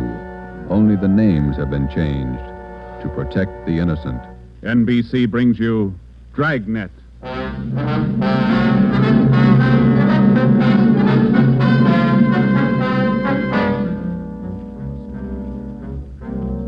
You're a detective sergeant. You're assigned to missing persons detail. You've never heard of Fountain Green, Utah. You've never heard of Juanita Lasky. Los Angeles is a big city. 452 square miles, 3,356,969 people. Your job, find her. Dragnet, the documented drama of an actual crime investigated and solved by the men who unrelentingly stand watch on the security of your home, your family, and your life. For the next 30 minutes, in cooperation with the Los Angeles Police Department, you will travel step by step on the side of the law through an actual case from official police files. From beginning to end, from crime to punishment, Dragnet is the story of your police force in action. It was Monday, December 12th. It was cold in Los Angeles. We were working the day watch out of missing persons detail. My partner's Ben Romero. The boss is Ed Backstrand, chief of detectives. My name's Friday. I was on my way back from lunch, and it was 12:47 p.m. when I got to room 67A. Missing persons detail. Where'd you eat? Federal Cafe. Good soup today. What kind? Corn chowder. It was real good. The place is jammed with Christmas shoppers. I had to wait. Haven't even started my shopping yet. You? Oh, I gotta pick up something for my mother. Prices are high. I'll send a lot of cards. Wait till you get married, Joe. Ever try to sell a Christmas card to a kid? They got to have something with wheels on it. Yeah, I guess you're right. Missing persons, Friday. Fountain Green, Utah, calling the Los Angeles Police Department. Bureau of Missing Persons. My party will speak with anyone in charge. This is missing persons, Sergeant Friday. Just a moment, please. Mrs. Lasky, ready with your call to Los Angeles. Hello? Hello? Hello? Here's your party. Go ahead, please. Operator? Yes, madam. Could you please give me the charges for this call? I'm using my neighbor's phone. All right, madam. Please signal when your call is completed. Oh, yes, I'll do that. Go ahead, please. Hello? Hello? Are you missing persons? Yes, ma'am. Sergeant Friday. This is Mrs. Hannah Lasky. I'm calling you from Fountain Green, Utah. Yes, ma'am. This is in regard to my daughter, Juanita Lasky. I haven't heard from her in well over a month, and I'm terribly worried. Where was she staying in Los Angeles, Ms. Lasky? At the Chelsea Hotel for Women. I have the address. 941 South Melrose Street. I can't understand it. Ever since Juanita's been away from home, she's written twice a week regularly. When's the last time you heard from her? The last letter I have is postmarked November 2nd. You know how it is, Sergeant. We have no relatives in Los Angeles, and she's trying to find work down there, living all alone. I just don't know what to do. All right, Ms. Lasky. I'll take her description over the phone and make out a preliminary report. You'll have to send us a photograph of your daughter and a letter to the effect that you want us to trace her. I'll get the letter and the snapshot off today. Now, what's your daughter look like? What's her full name? Juanita Marie Lasky. Laskey. No E. All right. Her age, weight, and height. She was 26 last July 10th, 128 pounds, and about my height. Well, how tall are you, Ms. Lasky? Oh, yes. 5 feet 7 inches. She has auburn hair. It's quite long, and her eyes are green. Okay, I got it. Any outstanding scars, birthmarks, anything that might help us identify her? But what's that? I say any outstanding scars, birthmarks, anything that might help us identify her. No. Juanita's a pretty girl. Nice disposition. Oh, that's about all, Sergeant. Where can we contact you, Ms. Lasky? 122 Brigham Young Street, Fountain Green, Utah. When you find Juanita, I wish you'd have her call me right away. I'll pay for the call. We'll do that, Ms. Lasky. What's your number up there? This is the neighbor's phone, but they'll call me. It's Fountain Green 14R2. Yeah. You will try to find her as fast as you can. We'll go to work on it. Well, Juanita always comes home for the Christmas holidays. Do you think she's all right? I wouldn't worry about it, Ms. Lasky. We'll call you just as soon as we get any kind of a lead on her. Thank you so much, Sergeant. And if there's any charge, I'll be glad to pay it. No charge. If your daughter's in Los Angeles, I think we can find her. Oh, if there's anything wrong, you'll let me know right away? Yes, ma'am. You're very kind. Goodbye. Bye. What you got, Joe? Some girl owes her mother a letter. Come on, Ben.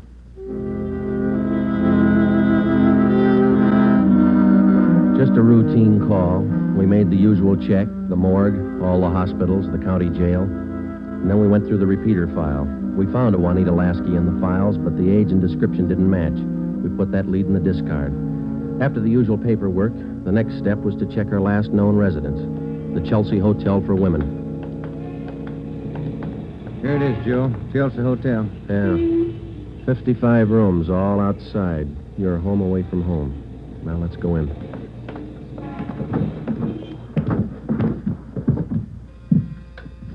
Chelsea Hotel. Thank you. Here's a bell. Yes, sir. May I help you? We're looking for a Miss Juanita Lasky. I'll ring her room. Whom shall I say is calling? Is she in? I believe so. I just saw her about an hour ago. Okay, would you ring her room, please? Yes, sir. And whom shall I say is calling? My name's Friday. All right, Mr. Friday. Just a moment. Do you wish to speak with her on the phone, or shall I have her come down? Ask her to come down if she doesn't mind. She doesn't seem to answer. That's funny. I'll ring again. No, sir, she doesn't seem to be in. Would you like to leave a message? Didn't you say you saw her about an hour ago? Yes, I did. She must have gone out again. I wonder if we could check her room. Oh, no. Gentlemen are not allowed above the main lobby. I'm sorry, ma'am. We're from the police department. Missing persons. I'm Sergeant Friday. This is Sergeant Romero. Oh. You men are from missing persons, did you say? Yes, ma'am. Well, I'm sure Juanita's just stepped out for a moment if you'd care to wait here in the lobby. We haven't got much time, ma'am. We'd appreciate it if you'd show us her room. Certainly. I'll get the pass key. That's 215. The elevator's right this way. Thank you. What seems to be the trouble? Some friend of Juanita's missing? No, ma'am. Juanita. Juanita? I don't understand. Her mother's a little worried about her. Down this way. Here we are.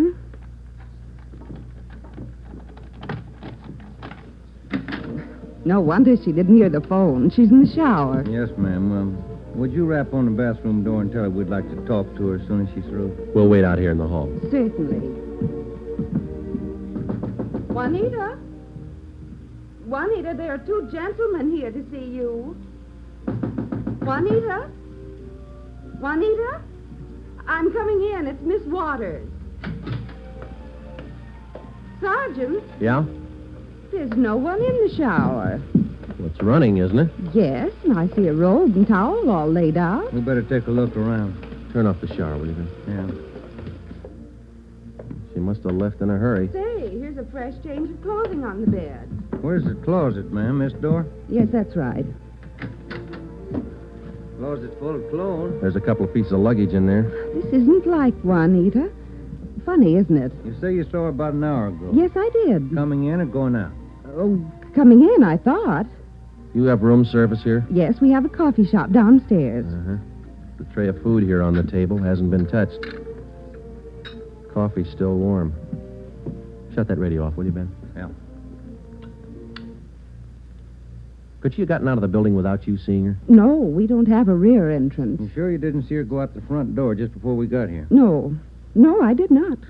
How about her mail? Has she been picking it up lately? I think so. We can check that down at the desk. Yeah, here's some letters. Postmarked Utah. Return address. Mrs. H. Lasky. It's the mother. Now, let me see that other one, Ben. This is one of your telephone message forms? Let me see. Yes, that's right. Says long distance call operator 2, Fountain Green, Utah. According to this slip, this call was received at 1:25 today. May I see that, Certainly. Sergeant? There you are. Yes, that's Edna's writing. Mrs. Tollefson took that call. She relieves me for lunch. Well, do you know whether she returned this call? Well, if she did, there'll be a record down at the desk. Uh-huh. Now, you're positive that you saw Juanita Lasky an hour ago? Yes, I'm sure. Just about an hour ago. 5'7", 128 pounds, green eyes, red hair. Red hair? Oh, no. Juanita's a blonde. Her mother told us that Juanita Lasky had red hair. Now, we weren't too surprised. A lot of women change the color of their hair. It would make identification a little more difficult, but not impossible. We checked down at the desk. Juanita Lasky had picked up all her mail, but she had not answered that long-distance phone call to Fountain Green. The next step was to question some of the people in the Chelsea Hotel who knew Juanita. We tried room 217. Yeah, Gloria, these men are police officers. They want to ask you some questions. Oh, yes. Is it all right for them to... Yes. Yes, of course. This is an exception. Won't you come in? Thank you. What's your name, miss? Gloria Edgerton. You know Juanita Lasky? Yes, I know her. She has the room right next door to me. Have you seen her today? No, I haven't. I've been out doing my Christmas shopping. Why? We were trying to locate her, Miss Edgington. Well, isn't she in her room? I thought I heard her shower going. Yes, she did, but she wasn't in there. When was the last time you saw her? Last night at dinner. We always eat dinner together. Well, did she say anything that might lead you to believe that she was going anywhere today? No, she said she might do some Christmas shopping today, so I suggested she go with me, and she agreed. She said she'd let me know this morning. Did she? No, she didn't. I just assumed that maybe she was sleeping in, so I went on alone. Are you sure she hasn't just stepped out? We don't know. If you're just going down to the corner, it's a little unusual to leave the shower running, the radio on, and let your lunch get cold. Did she do that? How long has Juanita had blonde hair? Well, ever since I've known her, about 6 months. We moved in here together. We work at the same place. Where's that, Miss Edgerton? At the Claggett building. We're elevator operators. I see. Who's your immediate superior down there? Darlene Camp. She's chief starter. Mm-hmm. You got that, Ben? Mm-hmm. She have many dates? No, not too many. Juanita likes to go steady. Who was her steady boyfriend? Paul Matthews. He works in the Claggett building, too. He's in the dental lab for Dr. Welty, 6th floor. Well, is there anything else that you'd like to add that might help us find her? Well, are you sure she's lost? The Claggett building is in the heart of downtown Los Angeles. It's a business and professional building. The cornerstone says erected in 1924, and it stands 12 stories high. The main entrance is on Hill Street. Going up. That's all in this car, please. All right, Marion. Going up. Get back in the car, please. Are you Darlene Camp? Yes. Just a moment, please. Going up. All right, Dora. Can I help you? I'm Sergeant Friday, Police Department. This is Sergeant Romero. Yes, sir. Juanita Lasky work for you? Yes, she does. She's one of my operators. When's the last time you saw her? Anything wrong? No, we're just trying to locate her. Well, you just missed her by 45 minutes. All right, Sylvia. She was in to pick up a check. Do you know where she cashes her check? Most of the girls cash them down at the bank on the corner. There's only one around here over on 8th. You say about 45 minutes ago? Yes, that's right. Thanks very much, Miss Camp. Come on, Ben. Going up. All right, Marion. Yeah, bank's not far from here. It is kind of funny, isn't it? What's that? Her room, the shower, the radio, that lunch. Sure pulled out in a hurry. What do you think? I don't know what to figure. It's a new one on me. She's alive, we know that. Well, she was 45 minutes ago, anyway. Christmas is here. Santa Claus in his chimney. Yeah. No. I beg your pardon, sir. Yeah, that's all right. Merry Christmas. Same to you. Here we are, Joe. Guess we better check with the manager, huh? You the manager? I'm the assistant manager. Can I help you? Police department. Yes, sir. I'd like to find out if a check has been cashed here within the hour. Yes, sir. And what's the party's name? Lasky, Juanita, payroll check, Claggett building. Yes, sir. I know Miss Lasky. If you'll step behind the counter, I'll get the check. Thank you. If you'll just wait right here. Okay, thanks. Wonder why she stopped writing to her mother. It's a good question. When we find her, we'll ask her. Wonder if anything was wrong where she worked. No, it didn't seem to be. We'll check back there when we finish here. Yeah.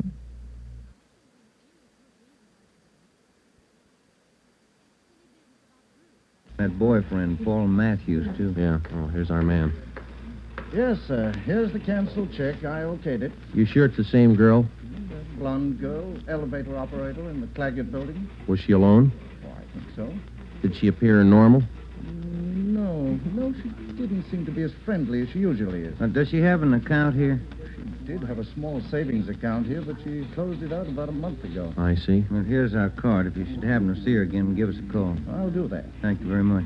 Entirely welcome. Merry Christmas. Merry Christmas. We went back to the Claggett building. Ben called the Chelsea Hotel from the phone booth in the lobby of the building. Miss Waters, the manager, was keeping a sharp lookout, but Juanita Lasky had not been heard from. Paul Matthews worked in the dental lab for a Dr. Welty. His office was number 637.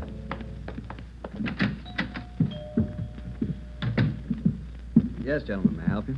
We'd like to see Paul Matthews. I'm Paul Matthews. We're from Missing Persons Police Department. Sergeant Friday. I'm Sergeant Merrill.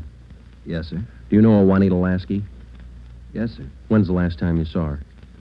Saturday night, we went to a show. Is there something wrong? We're trying to locate her. Do you see a lot of each other? Yes, we do. I don't understand. Miss Lasky disappeared from a hotel a couple hours ago. Thought maybe you might know where she is. No, I don't. Today's her day off. Maybe she's out shopping. Has Juanita done anything wrong? No, it's just that her mother hasn't heard from her for quite some time. I can explain that. Juanita's an elevator operator here in the building. That's how I met her. They don't make much money, you know. Yeah. She was having a hard time making ends meet. She sends money home to her mother every month or so, and besides that, she's got to pay rent and buy clothes and eat. It's pretty rough. She seemed despondent over all this? No, I wouldn't say that, but she was kind of unhappy about not getting a raise. Do you have any outside job? No, sir, she didn't. What kind of a girl is she? What do you mean? Cheerful, good-natured? Oh, sure. Fine girl. We get along swell.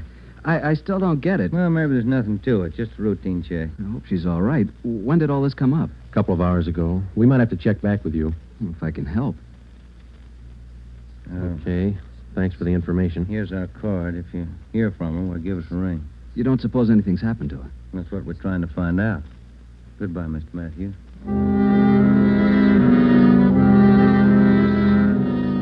When we got back to Central Division, we had a full description of Juanita Lasky teletyped to all outlying stations in the metropolitan area of Los Angeles. We also put out an APB. We double-checked the repeater file and the wanderer file. We made out a full report on our findings to date. During the next 8 days, we located a missing husband for a wife in Memphis, Tennessee. We picked up a runaway boy missing from his home in Reno, Nevada, and a 79-year-old veteran of the Spanish-American War who left his home in Bakersfield, California because he didn't like his daughter-in-law's cooking. But Juanita Lasky was still a mystery. For 8 days, we checked and rechecked all her known friends and habits. We went back over the course a dozen times, but no trace. It was almost as if she had ceased to exist that day in the Chelsea Hotel. The letter and photograph from her mother had arrived, and we circulated it to cities all over the country. Her mother wrote that during the war, Juanita was a whack corporal. We put a tracer through to the War Department. That way, we'd have another photo and a full set of fingerprints. Well, where do you want to start today? I'll get it. Missing persons, Friday. Joe, this is Spencer over in the morgue. Yeah, Archie. You still looking for that girl? What's her name? Ramona Lasky? Juanita, yeah. Just had one brought in. Looks like your girl to me. The city morgue is located in the basement of the Hall of Justice on West Temple Street, across the street from the city hall. A lot of missing persons cases end right here. Archie Spencer met us at the door. Hi, Joe. How's the wife been? Oh, fine, Archie. Over here, Joe. Cooler 23. Give me a hand, huh? You bet. That's her, isn't it? When's she going to be posted? As soon as your fingerprint man gets here. Yeah. That's Ramona Lasky, isn't it? Juanita. Juanita, I mean. No. No, that's not her, Archie. You sure? Yeah. Oh, I was almost positive. Sure looks like this picture in your bulletin. Yeah, she looks a lot like the picture, but it's not Juanita Lasky. 5'7", green eyes, blonde hair, about 130. How close can you get? And look at the face. You sure that's not her? Yeah, I'm sure. Look at her hair, the roots. Yeah. They're blonde all the way down. They ought to be dark. Our girl's a bleached blonde. Yeah, I see what you mean. Look at her right hand, index and middle fingers. Heavy nicotine stains. Our girl didn't smoke, Archie. Yeah, I see what you mean. Well, guess I was wrong. That's not Ramona. Juanita. Come on, Ben.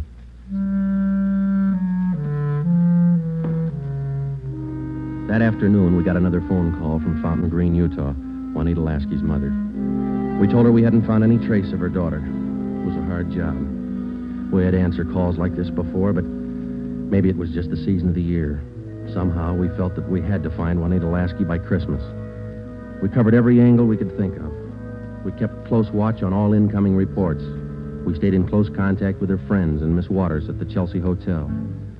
Regardless of the name on the incoming reports, we checked every set of fingerprints against those we had received on Juanita Lasky from the War Department. Still, no trace. December 23rd, we checked in for work at 8:30 a.m. Chief Ed Backstrand wanted to see us. Got a little something on the Lasky girl. Might help you. What is it, Gabber? Man by the name of Willard Harris. Owns a bar out in Pomona. Phoned in this morning. Yeah? Found a woman's handbag left in the bar. Driver's license made out to Juanita Lasky. Why'd you think to call us?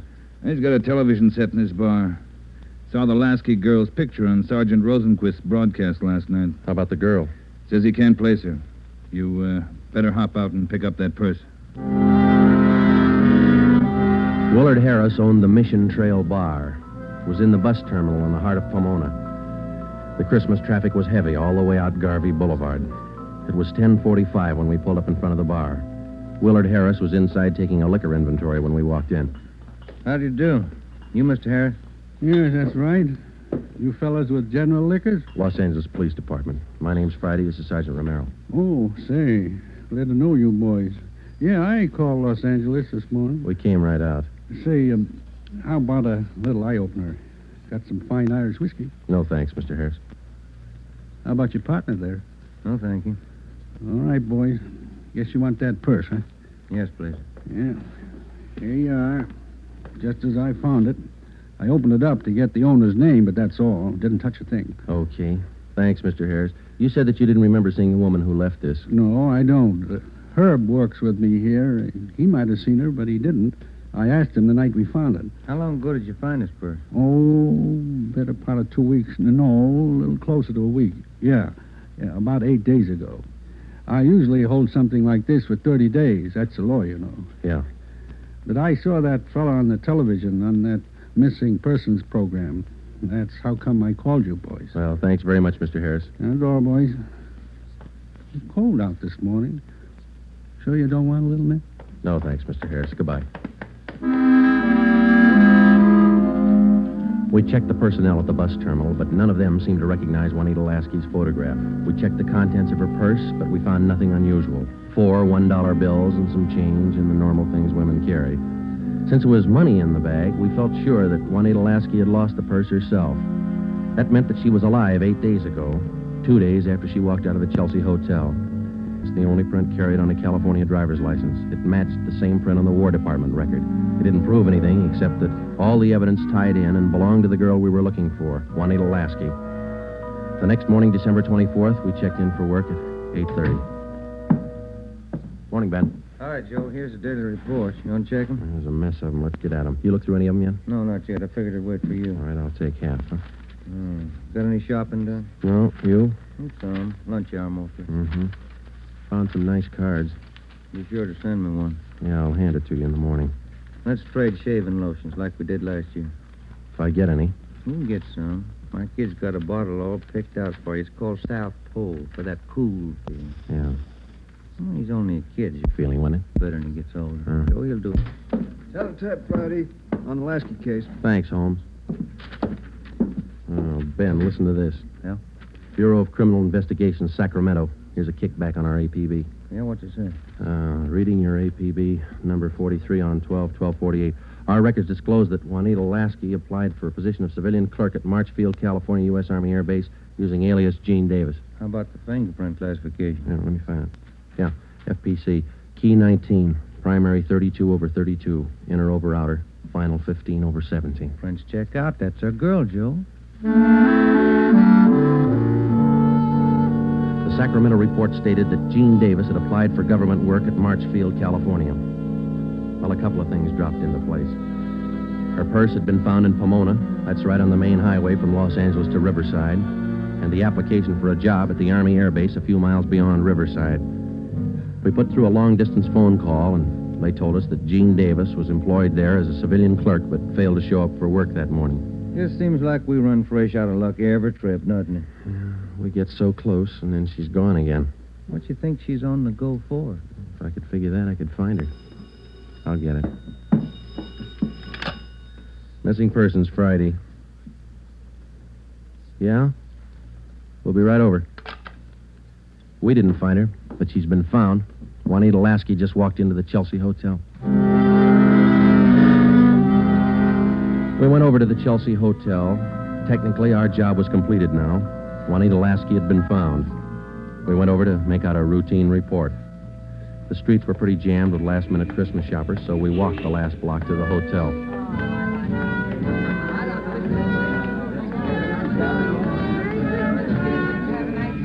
What's your guess, Joe? Let's ask her. Come on, let's go in.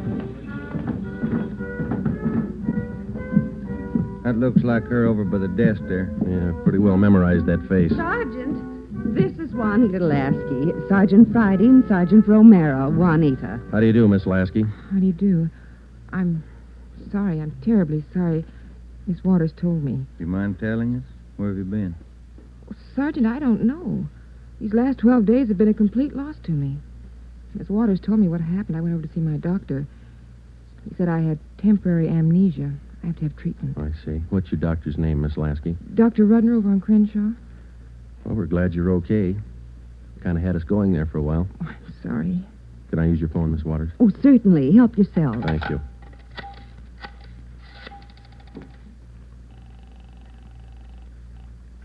Long distance?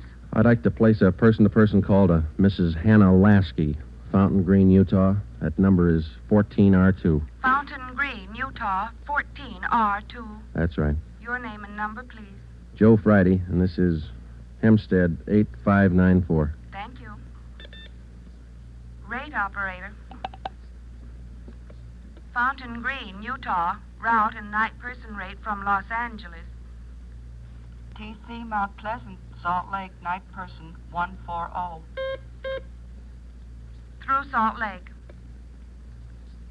Salt Lake. Mount Pleasant. Mount Pleasant. Fountain Green. Fountain Green. Fountain Green, 14R2. Mrs. Hannah Lasky, Los Angeles, California, calling. Thank you. Ringing operator. Hello? Mrs. Hannah Lasky, please. Los Angeles, California, calling. Oh, yes. Hang on. I'll get her.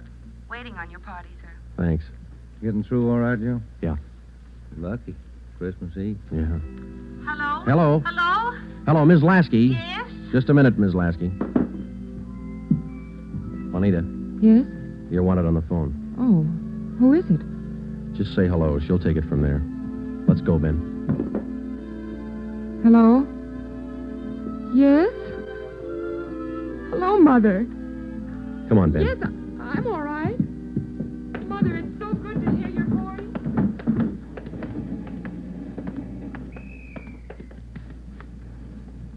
See you tomorrow, Joe.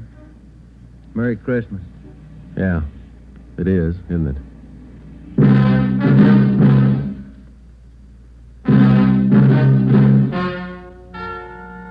The story you have just heard is true. Only the names were changed to protect the innocent. Upon further examination by competent medical authorities, Juanita Lasky was found to be suffering from periodic spells of amnesia. She was given treatment, and a complete cure was effected.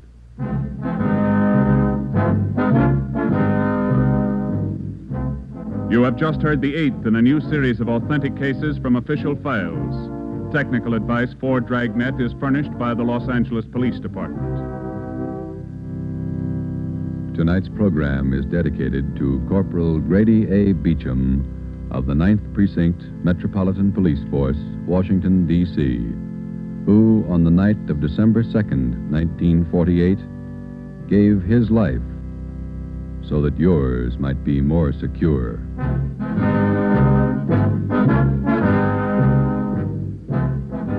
Dragnet came to you from Los Angeles. This is NBC, the national broadcasting company.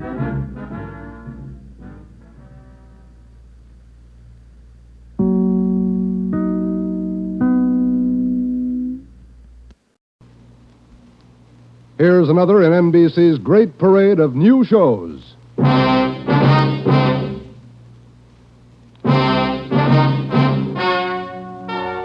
Ladies and gentlemen, the story you are about to hear is true.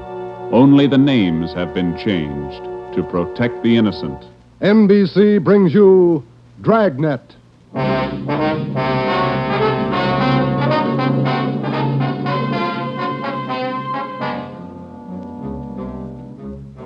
You're a detective sergeant. You're assigned to homicide. There's a mad killer at large in your city.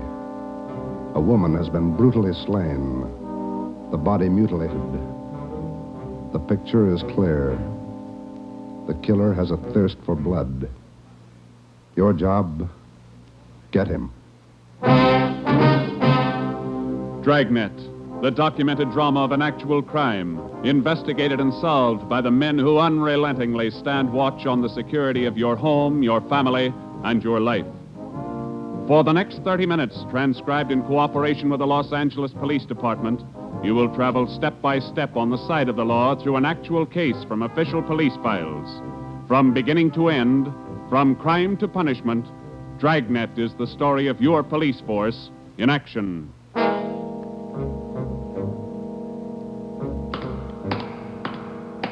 It was Wednesday, January 12th. It was raining in Los Angeles. We were working the night watch out of homicide. My partner's Ben Romero. The boss is Ed Backstrand, chief of detectives. My name's Friday. I was on the way back from the morgue, and it was 11:23 p.m. when I got to room 42. Homicide. Hi, Joe. Chief wants to see you. He's in there with Romero. Thanks, Chandler. How's the wife? Fine. How about your mother? Better, thanks. Hi, Joe. Hi. Friday, sit down. Did they post the body in? In the morning. Pretty messy. Strangled and mutilated. The guy's a maniac, Skipper. The body shows it. A murder like this, anybody's a suspect. The coroner looked at the body. He says the weapon was a long, sharp instrument. Found her in a hotel down on East 3rd Street. Manager's son discovered her about 7:30. You talked to him? It was too much for him. He passed out. Manager wasn't home. We'll check with him before midnight. Close to it now, Joe. We better get going. All right. The boys from the crime lab check the room? They're still down there, Ed. The place is a mess. And get back as soon as you can. We're working straight through on this thing. That's a hot shot. I'll get it. At the Lux Hotel, room 219, corner of South Grand and Cordova. Dead body. Possible homicide. The Lux Hotel, room 219, corner of South Grand and Cordova. A dead... What is it, Friday? Lux Hotel, possible homicide. Busy night. Yeah. You coming, Ed? Right. Let's go.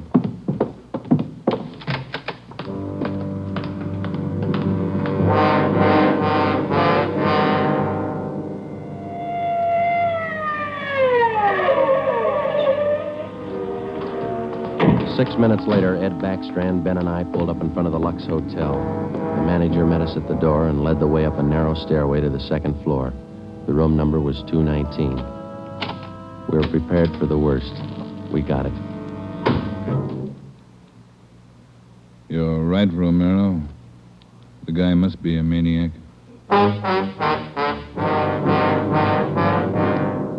Two hotels, two murders. The same M.O. Three of us made a brief inspection of the room at the Lux Hotel. We took a few notes on the appearance of the girl's body and a brief description. Apparently, she'd been strangled to death first, and then her body brutally mangled. Ben and I went back down to the lobby, and the manager, Mr. Ford, showed us the house book. The girl was registered together with a man, Mr. and Mrs. Philip Grant. We took the hotel register to have it checked for fingerprints and to photostat the handwriting. Ben notified the crime lab. Then we went back to the room and questioned the manager. Mr. and Mrs. Philip Grant, that's all I know. I never saw either one of them before tonight. When did they check in, Mr. Ford? About 3 hours ago.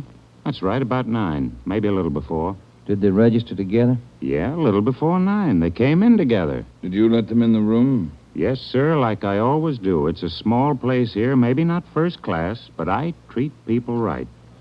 What did the man look like? You remember? I think so. Kind of tall. Young, maybe 30 or so. Husky fella. Had a mustache. How tall would you say, Mr. Ford? Oh, about your height, Wade. Must have been at least 180. Seemed like a nice fella. Would you know him if you saw him again? I think so. People sure don't act like they look. You think it was him? Can you think of anybody else? Well, no.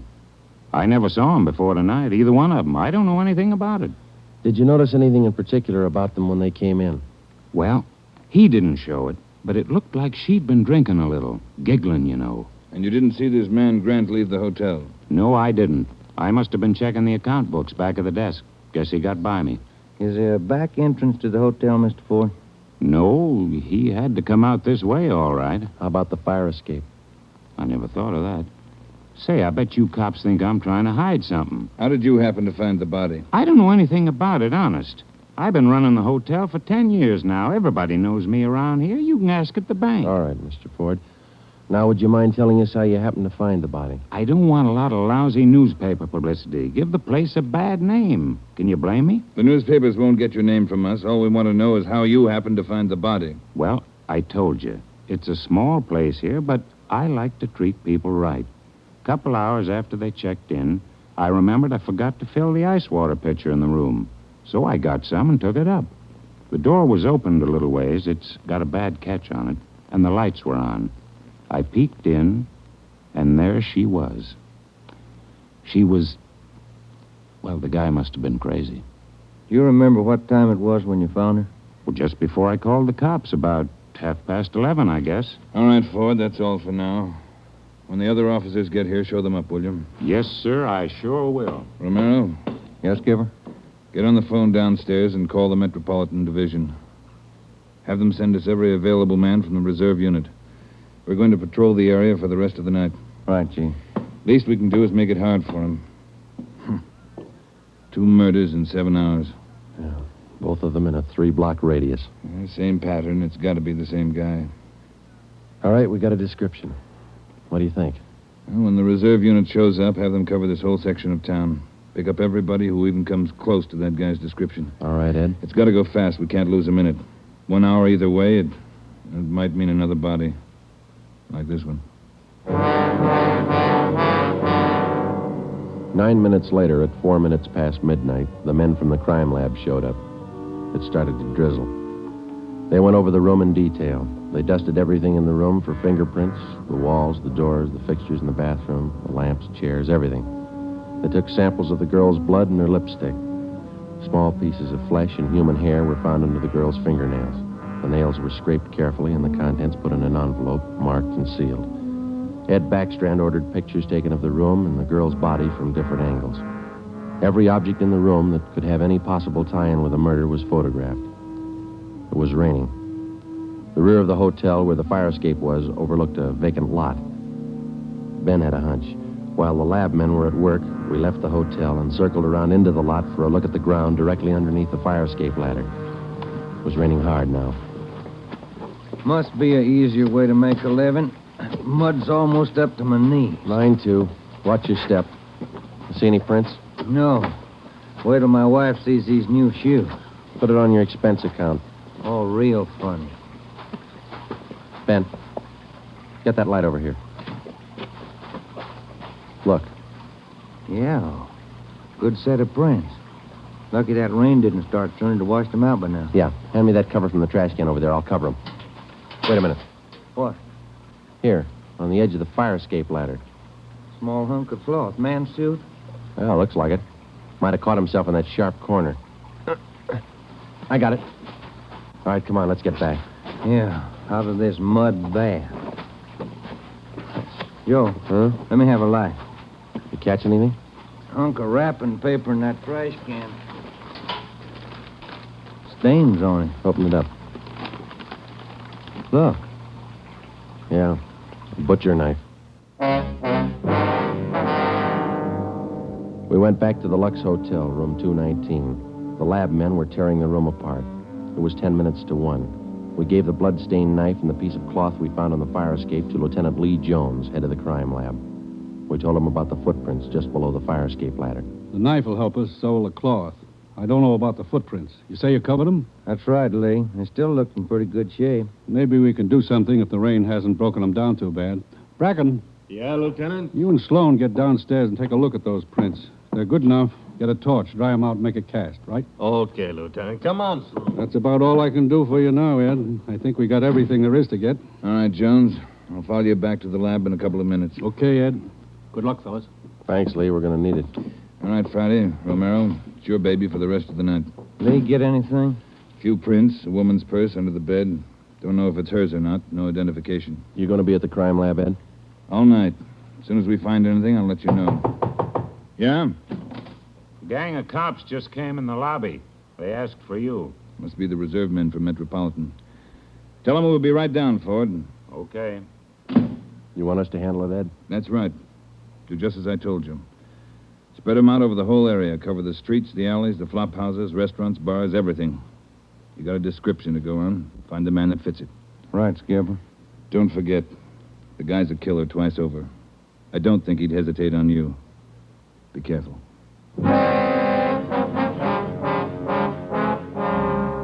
We went down to the lobby, and Ed Backstrand gave the reserve men their orders. Then Backstrand left, and Ben and I took over. We picked up another half dozen men in addition to the men in the reserve unit. They were deployed over an area of a dozen square blocks. It was one of the toughest sections of the city. With a general description of the suspect, some of them were to travel on foot, some in cruiser cars. A few minutes before 1 a.m., there was a steady downpour. Visibility was bad. At 3 minutes past 1, the manhunt was on. For the first 30 minutes, Ben and I cruised the general area between East 3rd and College Streets and Alameda and Figueroa. No sign. The rain kept on. We sat and listened to the calls come in. 12A, call your station. 12A, KMA 367. Attention, all units. Recovered license plates in the 6th column. 4 Young, 7690. 41R, 788 Standard Avenue, at 373. 41R, KMA 367. Unit 71 at 2816 West La Cienega, a 507 party. What do you think, Joe? Any hunches? I think he's still around, somewhere inside these 12 blocks. I'd bet on it. 5? All right, you're on. Want to check out a couple of these bars along here? Getting on to closing time. It's a good idea. Pull over, huh? All right, let's check him for the next couple of blocks, huh? Right. For the next 6 blocks until closing time, Ben and I checked every bar and every informant we met along the way. The questions got to be automatic. Have you seen a man answering this description? Tall, dark, about 5 feet 11, 180 pounds, well-built, mustache, about 30 years old. The answers got to be automatic, too. Sorry, officer, I haven't seen him. No, can't remember him. Try the place down the street. We kept on checking the bars until they closed for the night. Then we started on the all-night restaurants and coffee counters. We did plenty of legwork for the next hour. Not a trace. About 2:30, the rain let up a little, and then it started in heavy all over again. That finishes that block. Yeah, I better get the radio on. Yeah. Beautiful weather. By the bucketful. You want to smoke? Thank you. Control 4 to Unit 80K. Is Your that a match? location, please. Yeah.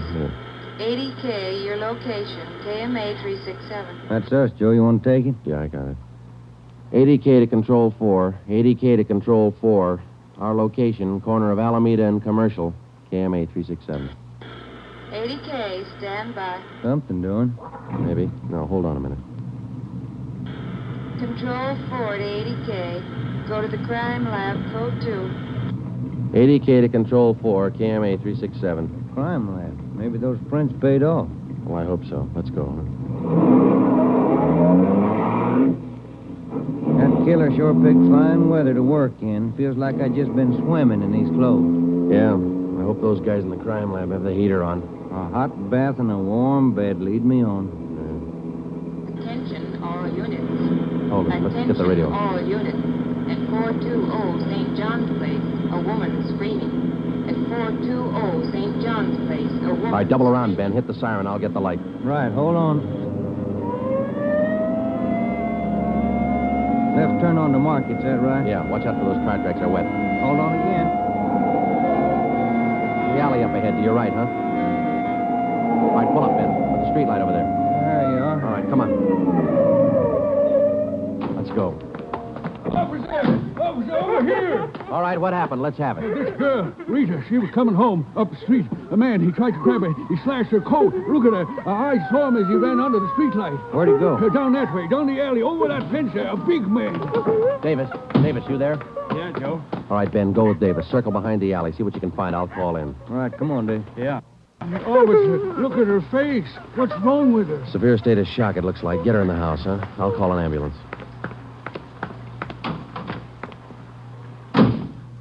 80K to Control 4. 80K to Control 4. Control 4, go ahead. Direct all units in the vicinity to converge on area around St. John's Place from Jackson to Banning Street. A woman attacked by large man with knife. Suspect left seen on foot.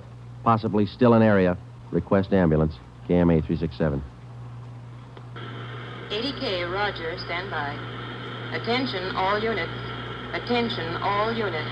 Converge on area around St. John's Place, Jackson to Banning Street. 80K reports woman attacked by large man with knife.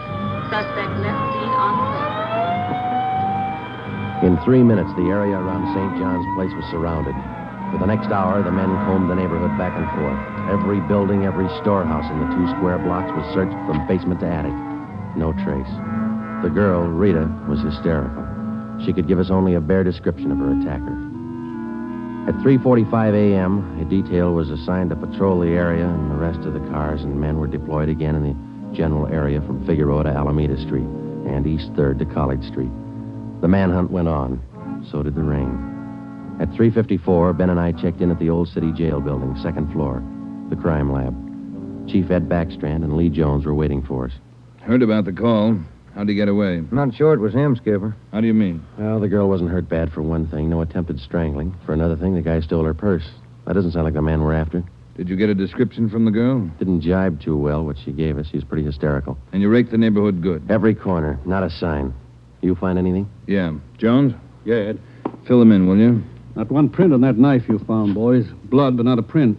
Your killer's crazy like a fox. And how about the scrapings from the girl's fingernails, Lee? Didn't help too much. Rarely do. Not enough to go on.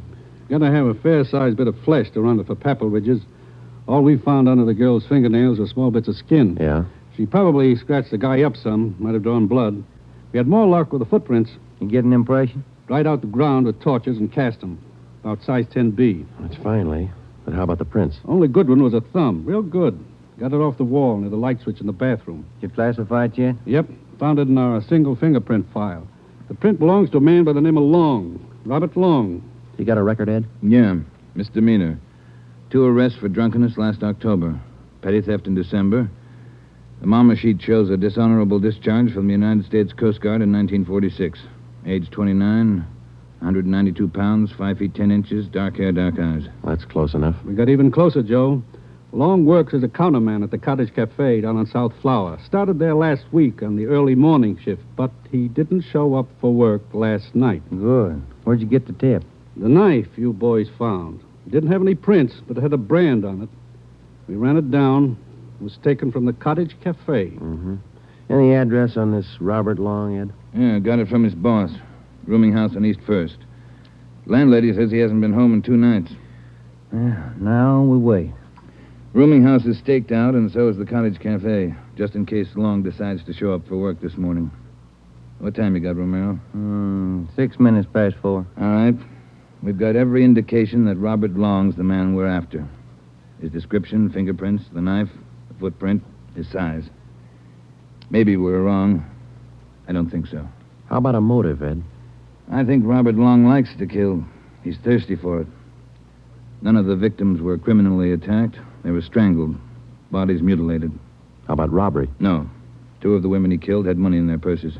He didn't touch it. Well, what's next, Skipper? Back on the street? Figueroa to Alameda, East 3rd to College Street. Keep a net around that area and work it back and forth until we're positive he's not inside. I think he is.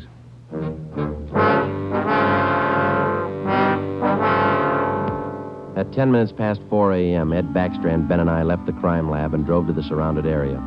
It was still raining. We passed several patrolmen from the reserve unit making the rounds. They didn't look any more comfortable than we felt. At Broadway and Alpine Street, Ben and I got out and started patrolling on foot again. Backstrand followed in the car to maintain a radio check. We must have covered 24 blocks and a half a dozen coffee counters before we got to the Criterion Restaurant and Donut Shop, a few blocks up the street from the Cottage Cafe. Hey, Skipper, you want to take a minute for some hot coffee? I'll keep an ear on the radio.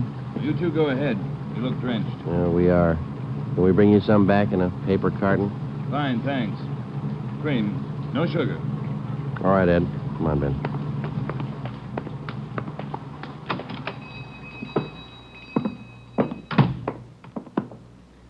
Place is empty. Yeah. Yes, sir, gentlemen. What'll it be? Hot coffee? Yeah, there's two of us here. Can you fix up one to go? Sure thing. Say on that one to go, cream, no sugar. Right. Say, you fellas cops? Yeah, why? No offense, just wondering. Here you are. Thank you. Cop in uniform was around a couple hours ago. Wanted to know if I'd seen some guy he was looking for. Tall, about 190 pounds, mustache, about 30 years old. Yeah, that's the description he gave me. He was looking for the guy. So are we. Say, that's good. That other cop came in right at my busiest time, a little after 2 when the bars closed. You know, it gets pretty rushed, and I didn't have much time to think, so I just said no. Then after the cop left, I remembered. You saw a man answering that description tonight? Yeah. I would have told the cop, but I was rushed. You know how it is. No time to think, and then I remembered. Are you sure? Oh, I'm sure, all right. Whoever he is, he's a lady killer. What do you mean?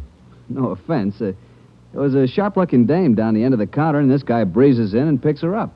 Talks to her about 20 minutes, buys her a cup of coffee, and they walk out together. Do you remember what she looked like?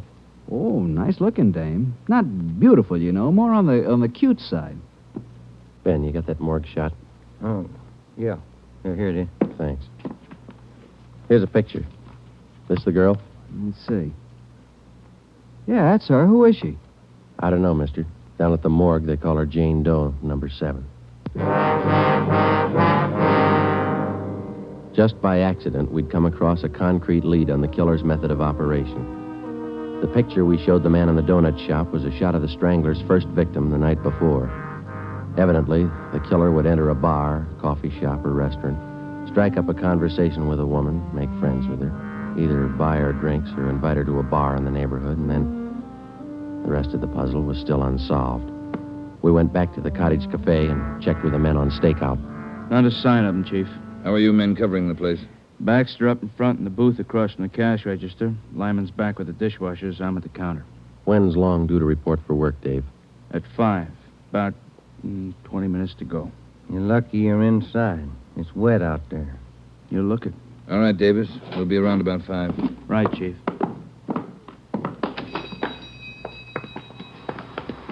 Let's get back in the car.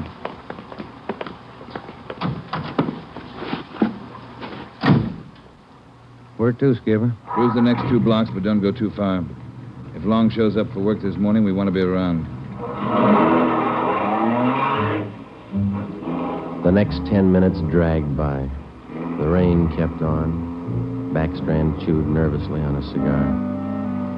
At South Flower and First Street, the sewers were clogged with street refuse. The rain backed up and filled the intersection. A group of aircraft workers huddled together in a doorway on one corner, waiting for the bus. It was cold and damp. I opened one of the back windows in the car to get some fresh air in. Off in the distance and close by, we could hear the sounds of a big city waking up slow to a rainy January morning. It was 8 minutes to 5. Attention all units. Attention all units. At 780 East Main, a restaurant. Man answering description of murder suspect. All right, Romero, step on it. Right, Skipper. About 10 blocks away, Ed. Who's going to cover the men at the Cottage Cafe? If this is a blind lead, it won't take us long to find out. They can handle it alone if they have to. Well, hang on. Look out. We're skidding. That was a close one, Ben. Yeah. If this is the guy, I owe you $5, right? Yeah. Attention all units. Additional information on your call to 780 East Main. Officers in pursuit of suspect. Suspect is on foot. Step on it, Romero. Attention all 2 more blocks, Skipper. Watch it, Ben. Next one to the left. Got it. That's the joint up ahead there. All right, watch your step and don't take chances. Don't play with him. Right. Here we go.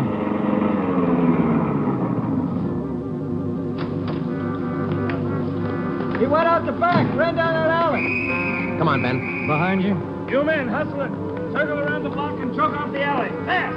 Emerson, Holmes, go with them. Right. All right, over the fence, Ben. Ben, look out, look out. You all right? He's not that good. Come on, Joe. All right. There he goes. between the buildings. Stop or I'll shoot. The next house. He ducked into the basement. All right, cover me. Right. Come on, he broke through the garage doors. There's Davis. Dave, he slipped through. Get down to the next corner and ring the block. Yeah. Ben, did you follow him? Yeah, right on his tail. That warehouse, a couple of lots over. He went through the back. There it is, Joe. All right, don't go in blind. Watch out. All right, you haven't got a chance. Come out with your hands up. He's not stopping, Joe. All right, let's fan out. All right, Ben, cover me. I'm going for the door.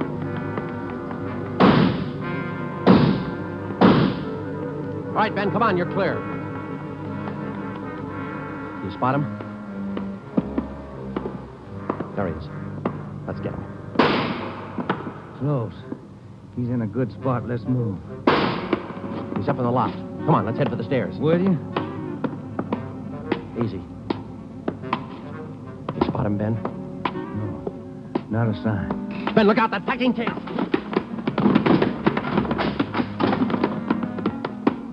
Kind of close, huh, Joe? Yeah. Let's get that punk now. Yeah, Joe, there's another one. All right, you. We got the warehouse surrounded. Come on down. All right, then we'll blast you out. Joe, he's dropping down the ladder. He's going for the front door. They're waiting for you with Tommy guns out there. They'll cut you down. Stop. Joe, he's got the door open. He's making a break for it. He's crazy. He's trying to shoot his way out.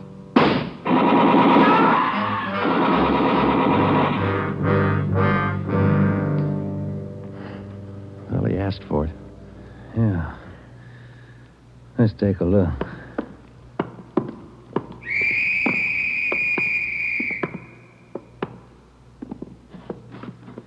Messed up. Well, like his girlfriends. Yeah. Maybe he just didn't like women. Maybe. Hi, Ed. You all right? Tired. This is him, huh? Even the scratches that girl made on his face. Description match? 5'10", 192 pounds, dark hair, dark eyes, age 29. Robert Long, killer. The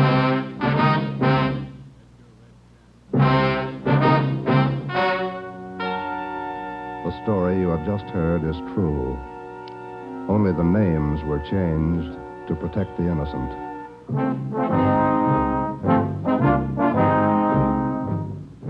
You have just heard the 10th in a new series of authentic cases transcribed from official files. Technical advice for Dragnet is furnished by the Los Angeles Police Department.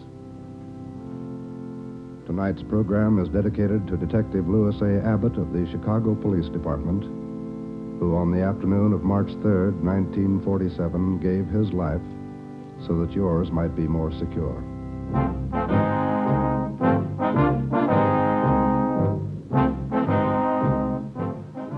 Dragnet came to you from Los Angeles. If you enjoyed tonight's production of Dragnet, you'll probably want to listen this Saturday evening to a pair of adventure shows featuring two well-known Hollywood personalities. You'll enjoy Brian Donlevy, star of Dangerous Assignment. Also on Saturday's schedule is Richard Diamond, private detective, as played by the screen's romantic tough guy, Dick Powell. Listen to both of these exciting programs this Saturday over most of these NBC stations.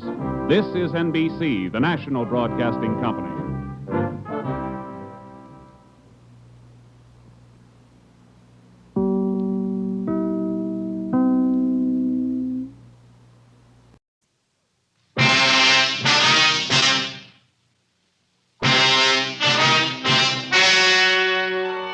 The story you're about to hear is true. Only the names have been changed to protect the innocent. Fatima Cigarettes, best of all long cigarettes, brings you Dragnet.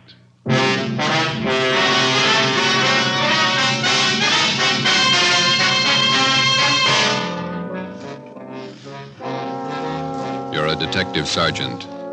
You're assigned to homicide detail. Attempts have been made on the life of a notorious hoodlum in your city. His death could mean an open gang war. Your job, stop it. If you want a long cigarette, smoke the best of all long cigarettes. Smoke king size Fatima. Fatima is the long cigarette, which contains the finest Turkish and domestic tobaccos, superbly blended to make Fatima extra mild. And that's why Fatima has a much different, much better flavor and aroma than any other long cigarette. That's why Fatima has more than doubled its smokers coast to coast. So enjoy Fatima, the best of all long cigarettes. It's wise to smoke extra mild Fatima. It's wise to smoke extra mild Fatima.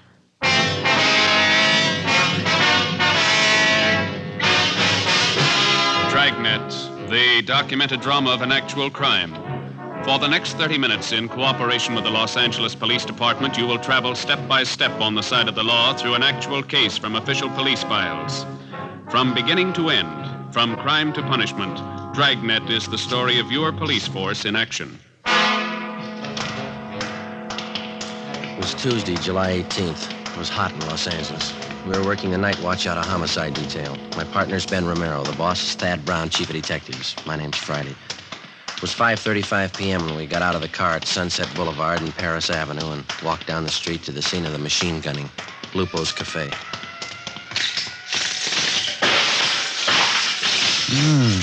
Look at that, Joe. Yeah. Ripped out the whole front of the place. Yeah. Hi. Yes, sir. Romero and Friday, homicide. Oh, I'm Sheldon from Hollywood Division. Taylor and I picked up the call in our car. Nobody hurt. What's the story? Just a second. It's Captain Elliott. Hold it a minute, will you, Sheldon? Hi. Hi, Captain. Not much of it left. Sheldon here was in the cruiser car. He'll fill us in. All right. The intended victim was Gus Valentine. He's over there with Taylor, my partner. Yeah. Mm-hmm. According to Valentine, he stopped in the restaurant here for a drink. He was in there about 15 minutes, came out to hail a cab, and this car came around the corner. Down there, Sunset and Clayton. They whipped by close to the curb and opened up. Mm-hmm. I've got the laundry there on one side of the place and a dry cleaning joint on the other side. Yes, sir. Miracle, but nobody was hit. You get anything on the car? Nothing so far. Happened so fast, nobody got a good look at it. How about Valentine? Does he have any ideas? I don't know. Taylor's getting the information. Nobody saw anything? Any witnesses? Yes, sir. A couple. Newsboy Tim Benson, the lady in the dry cleaning place, Agnes Rebard. Mm-hmm. Neither of them got a license number. Okay. Like to talk to Valentine. Sheldon, keep the area clear, will you? Lab men are on their way out. Yes, sir. Come on.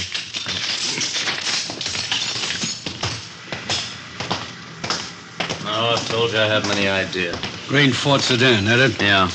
Elliott, Central Homicide. Yes, sir. This is Mr. Valentine, the intended victim. Yeah.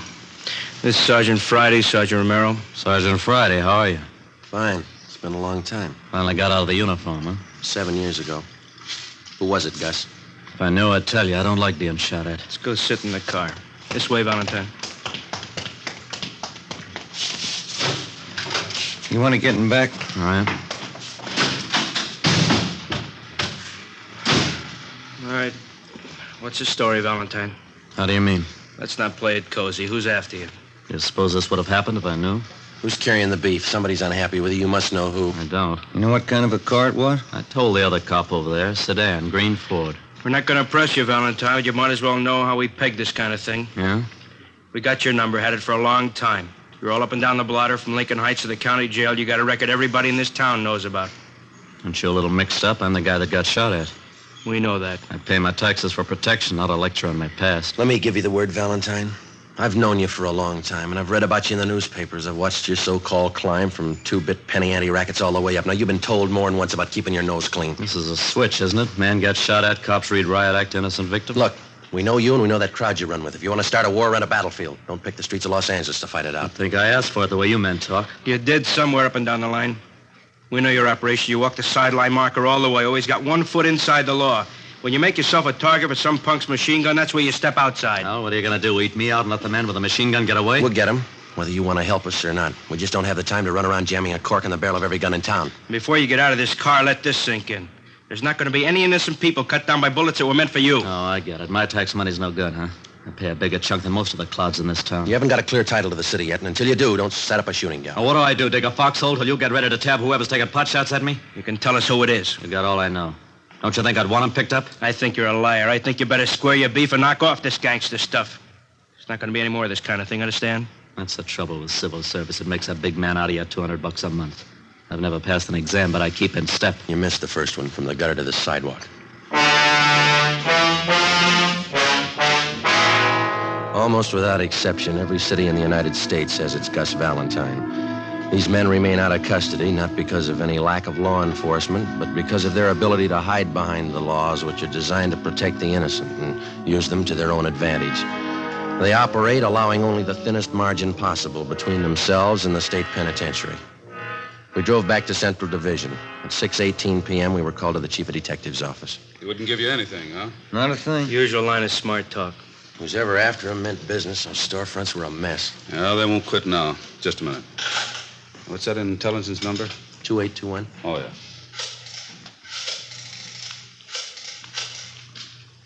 This is Brown. Captain White gone home? No, ask him to come up to the office, will you, please? Thanks. If they do manage to tag Valentine, it could cause a pretty sour mess. He's got enough flunkies around to parlay it into a fair-sized shooting war. Seen him started on less. Was there any chance of pulling Valentine in until things simmer down? No chance. We got nothing on him. Nothing we can prove. He's got a few boys close to him. Maybe one of them could tell us. Same two lawyers work for all of them. We'd pull them in, they'd be out in an hour in a writ. You want to see me? Yeah, White. Sit down. That Valentine shooting this afternoon. Yeah. What's your guess? There's been some talk. We heard he was hot. You knew that. Yeah. The way we figured, he's getting too big for his pants. He's coming up fast. Stepped on a lot of toes on the way. Shouldn't be too tough to find out why. That's half of it. If we get that much, maybe we can find out who. You got a big field to pick from. I can find you a dozen possibles. Well, we don't need a dozen. All we want are the ones in that car this afternoon. Who do you figure, Captain White? Well, I kind of go along with Joe. Like I said, I think maybe we'll be able to peg why a little faster. And we can go from there. All right. Well, let's take what we know about the guy. Let's just take this past year. We know he's got more than a good share of the Mexican narcotics traffic. That means he's taking business from the Eastern Syndicate. That makes one of those boys a candidate. That's right. And there's the pinball machines. He's given Big Ernie Jacobs and Monk Watson a big push on those. That puts them in the running. That's a long list. The horses, fancy poker games, prostitution, the works. He's squeezing them all. A lot of guys could be shooting at him with a machine gun. Where do we start? Legwork, lots of it, fast. We'll start nosing around, see what we can pick up. Friday, you and Romero can give us a hand there. Yes, sir. All right with you, Elliot? Fine. I don't have to tell you, we've got to move as quick as we can. We've got a lot of places to hit, and we haven't got too much time. We'll keep Valentine under surveillance to make sure he doesn't try to square things with a gun. Yeah. This is one the taxpayers wouldn't understand. Yeah. Trying to keep a guy alive that'd be more dangerous dead. Wednesday, July 19th. Ben and I started making the rounds to find out why someone was out to get Gus Valentine. Captain was right. The list of his enemies was long. For 2 days, we talked to gamblers and bartenders at the usual hangouts. The few slim leads we picked up led nowhere. Saturday, July 22nd, we met with one of Ben's informants, a bar boy at a cafe out on Santa Monica Boulevard. That's him over there at that table. Oh, yeah. Jerry? How are you? Hiya, Ben. Grab a chair. You know my partner, don't you? Sure. Sit down, Joe. Hi. Want a beer? No, thanks. We're working. Coke? Okay. Well, one's enough. We'll Here you split go. it. Okay. It's good and cold.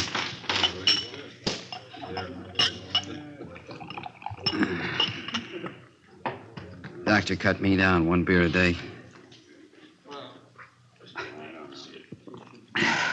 It's a spot on a hot day, don't it? Yeah. What about Valentine? What about him? You hear anything since I phoned you? A couple of things. Word's getting around he's a welcher. Horses?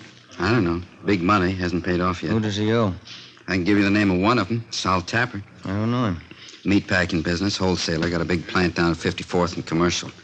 Owns a little neighborhood bar. That's where he spends most of his time. Where's that? Gardena. Calls it the Mile High. And what about this Salt Tapper? What do you mean? How close is he to Valentine? You mean one of his boys? Yeah. Nah. Valentine's his book, that's all. Supposing Valentine owed him a wad of dough, would he push his point? How do you mean? Would he use pressure to collect? Maybe a meat cleaver, not a machine gun. I don't figure him in on that Tuesday caper. Sure you don't want this other Coke? No, thank you. What time you go to work? Plenty of time. One bottle of beer ain't hardly enough. Any rumbles about the shooting? How do you mean? Anything worth repeating? Oh, everybody says the same thing. He's got it coming. Who is everybody? The homeowners, neighborhood Joes. They got it all pegged. What's the popular guess? A dame. Well, that's about it, huh, Jerry? That's about it. What's your guess? Fresh out, I don't know. How come you guys are so worried about Gus Valentine? I didn't think you cared whether he lived or died. Either way, we're in trouble. We left the cafe on Santa Monica Boulevard and drove out to Gardena to the Mile High Bar. It was a typical neighborhood tavern with the windows painted in black except for 2 small ovals in the center of each window. They were filled with beer signs in red neon. A cloth sign advertised shuffleboard and life-size television. Inside, the walls were covered with alpine mountain climbers trying to fight their way up a mountain that looked twice as steep as the Matterhorn. Give me 10 nickels, will you, Leonard? Can you tell us where we can find Sal Tapper? Yeah, I'm him. Thanks, Lynn.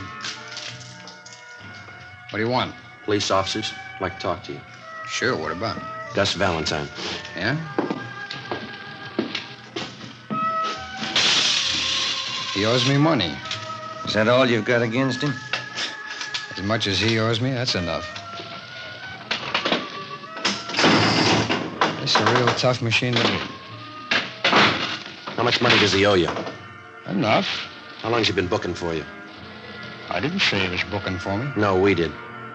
About 2 years.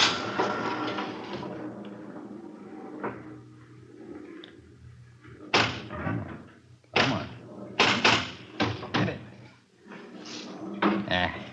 4,000 on the first ball. I gotta do better than that. Where were you Tuesday afternoon? At the packing house. Can you prove it? Would I say it if I couldn't prove it?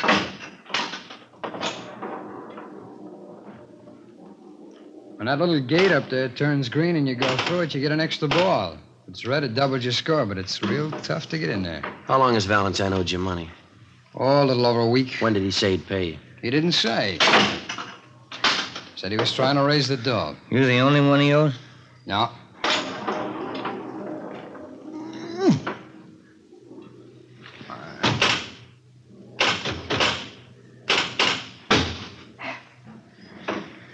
There's a couple of more guys in town. You know who they are? No.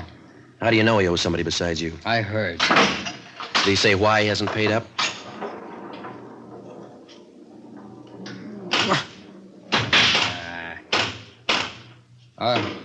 What'd you say? Did he say why he hasn't paid up? I told you. He said he was trying to raise the money. You sure you haven't tried to put the bite on him? Sure I have. I want the dog.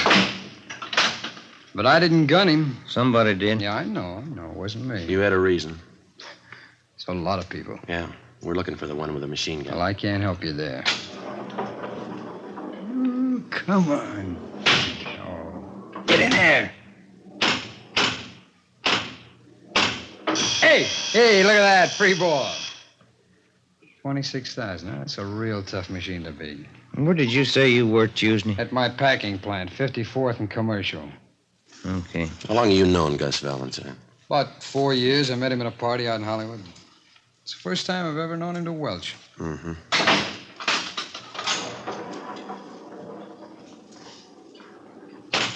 In there. Now. 27,000. I'm not doing so good, am I? I don't know. It depends on where you were Tuesday.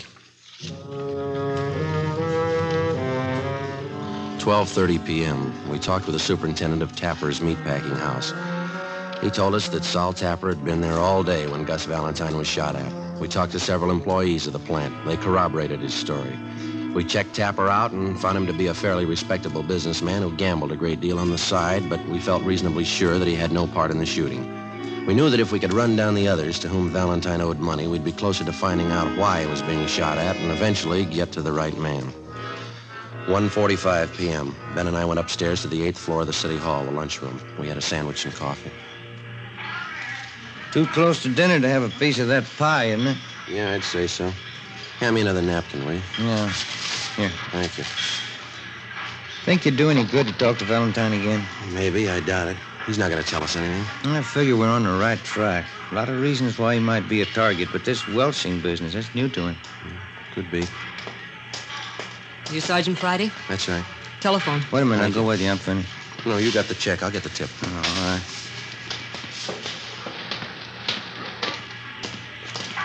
Slide that phone over, will you? Oh, yeah. Thank you. Friday. Elliot, come down to Chief Brown's office right away. Yes, sir. Let's go.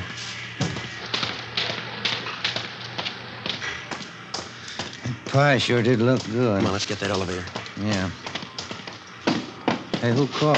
The skipper. He wants us to go to Chief Brown's office. Temple Street floor, please. What's up? I don't know. We make the runs again tonight? Yeah, a couple of places we can hit in the south end of town. I called Charlie Flint's place this afternoon. Maybe he'll have something for us. Yeah, I hope so. Come on. Wish now I'd had that pie. I'm still hungry. I got a candy bar in my desk. You can have that. I can't eat those chewy bars inlays. Oh, it's some kind of a fudge bar. Oh, fine. Come in. Yes, sir. Get over to Georgia Street right away. Why? Gus Valentine. They did it again. Yeah? This time they didn't miss.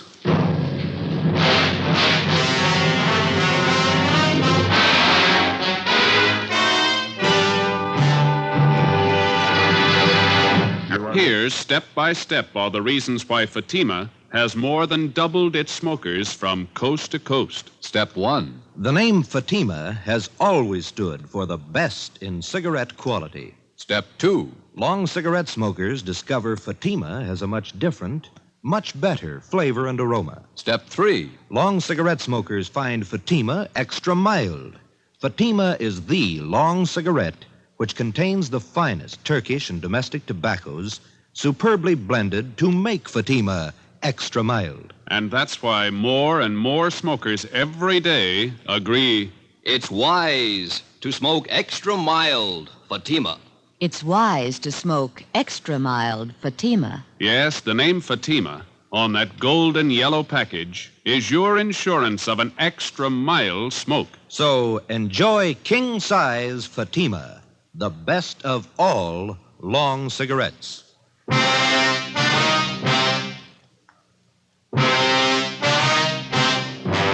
Saturday, July 22nd, 5:30 p.m. We drove to the Georgia Street Receiving Hospital and went up to the 3rd floor. We talked to the doctor in charge, who told us that 2 slugs had been taken from Gus Valentine's right leg and 1 from his right shoulder. They had been marked for identification. He was in fair condition. We talked with the patrolman who made the ambulance follow-up. They told us Valentine had been shot as he entered his apartment house garage. There were no eyewitnesses. We went in and talked to Valentine. You told the officers that the guy who shot you was on foot. Yeah, Who was it? couldn't tell. You haven't any idea who it could have been? No, You don't expect us to swallow that again, do you? I don't care either way. Why don't you pay up what you owe? What do you mean? You owe some big money you haven't paid off. Where'd you get that? That's the word going around. Looks to us like you either pay up or get shot up. Did I ask for advice? No, and here's something else you didn't ask for. Twice in 1 week you've been mixed up in shooting scrapes. We told you this city doesn't belong to you. I don't claim ownership. Now listen, we've been over this before, and this is the last time. Don't push us any courage. We know you talk big and you haven't got the guts to go along with it. Yeah, sure. Now come on, who's shooting at you? I know your phone number. I'll call you if I need help. I'll take care of this myself. Valentine, the first time you pull a cap gun, we're going to sit on you. If there's any retaliating, we'll do it. I'm tired of sitting like a duck on a pond. Then tell us who's gunning for you. That's between me and them. I'll meet them when I'm ready. All right. We're through talking. When we get to the bottom of this and find out who's been doing all the shooting, we'll have an answer. And if we find out you've been withholding evidence, it's going to go hard for you, understand? Yeah, sure. Now leave me alone. Come on, Jim. Yeah. I better call the office.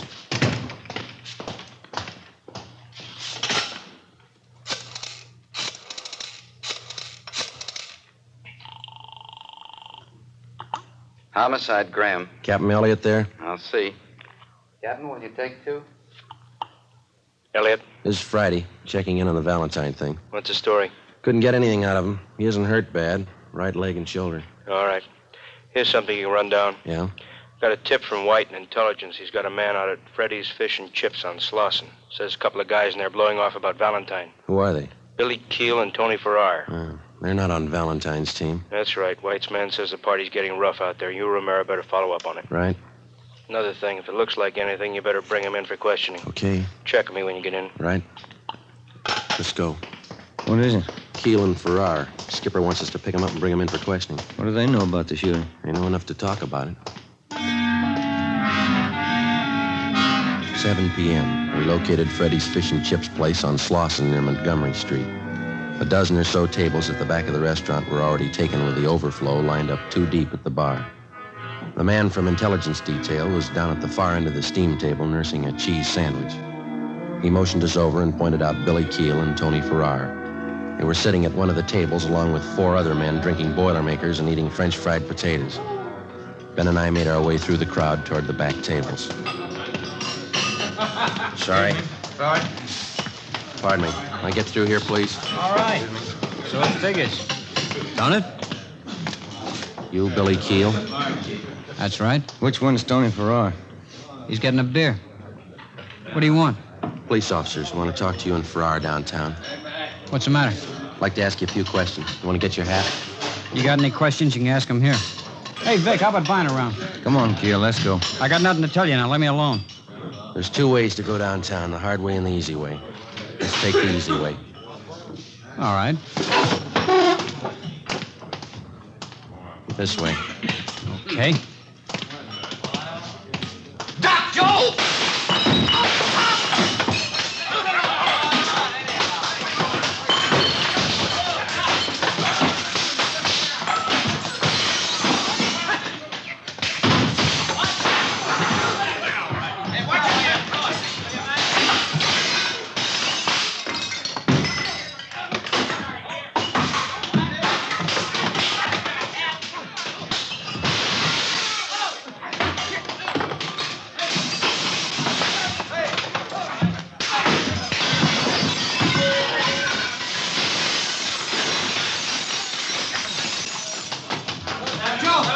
Joe, I got Farrar. He's going out the back way. I'll get him. Wait a minute, you. Let go of me. All right.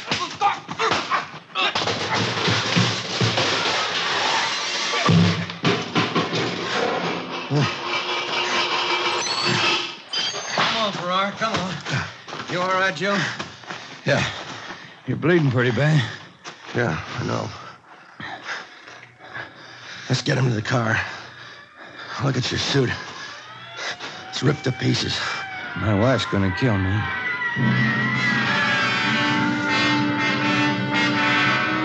One of the officers in the ambulance follow-up drove our car back to the city hall.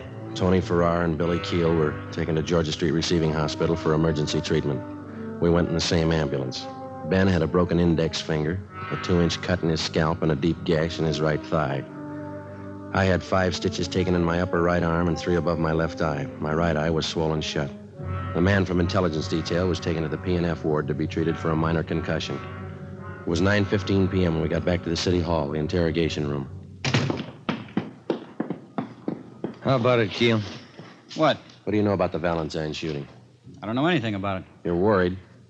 About what? You tell us. You started that fight out there. I didn't see any reason to go downtown. Does Valentine owe you any money? No. You've been talking a lot. Any law against that? Why'd you shoot Gus Valentine? I didn't shoot him. Can you account for your time Tuesday afternoon? I don't have to answer that. Where were you this afternoon? My lawyer's coming in. Ask him. How much money does Valentine owe you? Keel, ever see this before? I don't even know what it is. We found that machine gun in your apartment. Doesn't belong to me.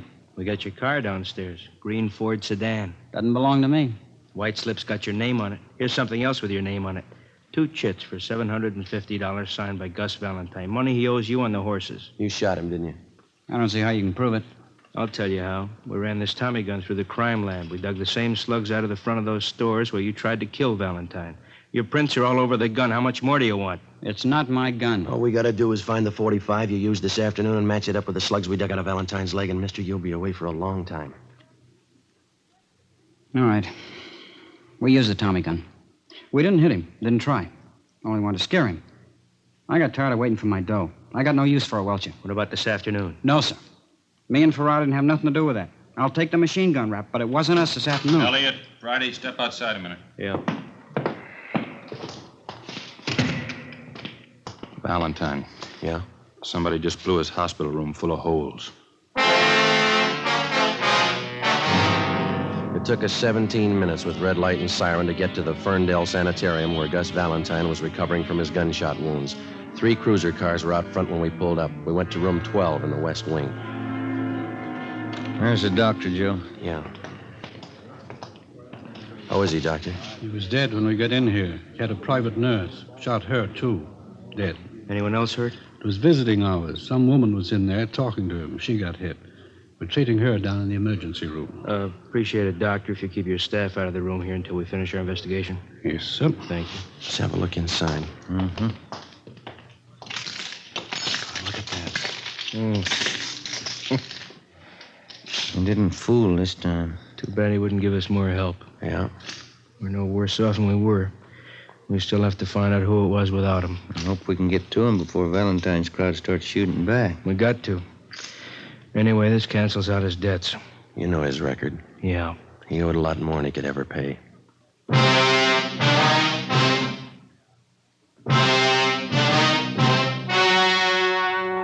The story you have just heard was true.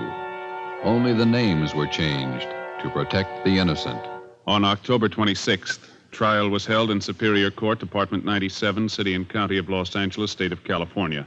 In a moment, the results of that trial. It's amazing how many long cigarette smokers are changing to Fatima.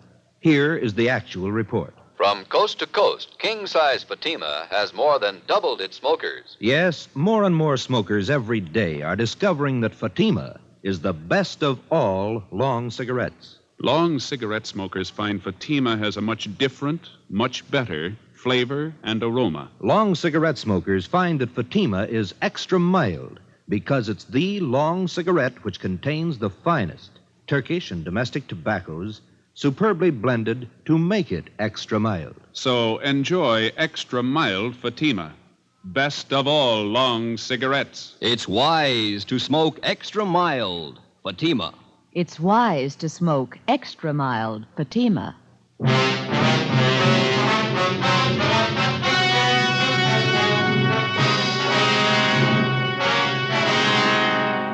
Billy Keel and Tony Farrar were tried and convicted of assault with intent to commit murder. They were filed on by the federal authorities, Bureau of Alcohol and Tax Unit, for the illegal possession of a machine gun and were found guilty in federal court. Because they were both in custody at the time of Gus Valentine's murder, they were cleared of any complicity of the crime. Valentine's killer was still at large. Next week, The Big Gangster, Part 2. You have just heard Dragnet, authentic cases from official files. Technical advice for Dragnet comes from the Office of Chief of Police W.A. Wharton, Los Angeles Police Department. Today, the American Red Cross is carrying on a campaign to finance one of the greatest programs in peacetime history. Give now to the Red Cross. Fatima Cigarettes, the best of all long cigarettes, has brought you Dragnet, portions transcribed from Los Angeles. Tomorrow, hear The Halls of Ivy on NBC.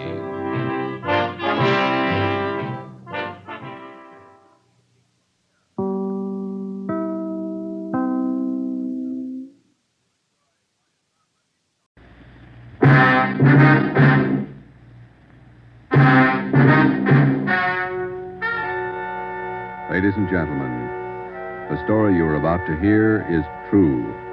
Only the names have been changed to protect the innocent. NBC brings you Dragnet.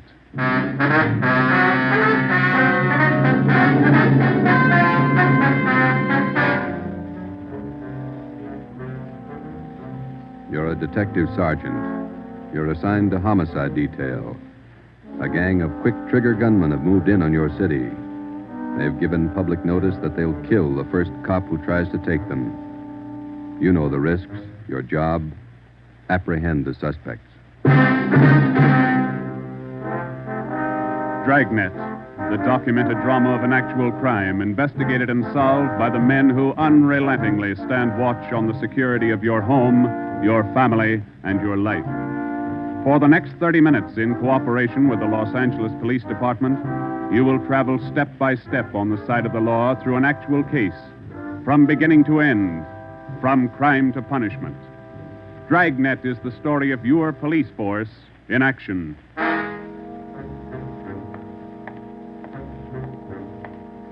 was Wednesday, April 17th. It was warm in Los Angeles. We were working the night watch out of homicide detail. The boss is Ed Backstrand, chief of detectives. My partner's Ben Romero. My name's Friday. I was on the way back from the record bureau. It was 4 minutes to 6 when I got to room 42. Homicide. Hey, Ben, I pulled the package on the Raymond killing. And that proves you can still read, Friday. He said it, Joe. Your pal, Fred Lindsay. Hiya, Fred. What's doing? Busier than you are. We know what we're looking for. Just having a little trouble finding them. That's the way it is with automobiles. They misplace so easy. Not normally, they don't. We got a small-size epidemic on our hands. Well, don't let us keep you, Fred. Just ducked in here for a breath of calm air and to invite you to dinner for the last time. The wife and I are still waiting for the first time. How about it, Joe? Ruth's got a new pressure cooker. Your sister-in-law visiting you again, huh? No, on the level. Not selling a thing. Come on. Who is it this time? My cousin. But she's awfully pretty, Joe. Oh, why do you guys insist on trying to marry me off? Me and Fred went down fighting, but it kind of grows on you after a while. Now, tell me, what is it about a married man? Just can't stand to see one single man left in the world. How about it, Joe? Tomorrow night at 7, okay? Okay. Tell Ruth I'll be there. It figures that he's got to run out of kinfolks pretty soon. Fine, we'll be expecting you. Got a stakeout tonight, but tomorrow I'll be clear. Anything big? Nothing definite, Ben. Just to follow up on those stolen cars. See you, men. So long, Lindsay. Joe, you'll like my cousin. Oh, never say die. What a character. You just catnipped women, Joe. Yeah. Well, here's that Raymond package. Let's check those dates that Backstrand wanted, huh? Wednesday, April 17th was just routine. A dinner date I tried to get out of, some paperwork that the chief wanted done, and a hot, sticky day. Too hot to wear a suit of clothes. Sometimes it's like that. A day starts out being routine. By the time it comes of age, it's got a personality all its own. At 10:23 that night, Ben and I were just finishing up the paperwork, and Ed Backstrand opened his office door. Friday, Romero just got a hotshot call. What you got, Skipper? Hold up and shooting at Hooper and Esperanza, code 3.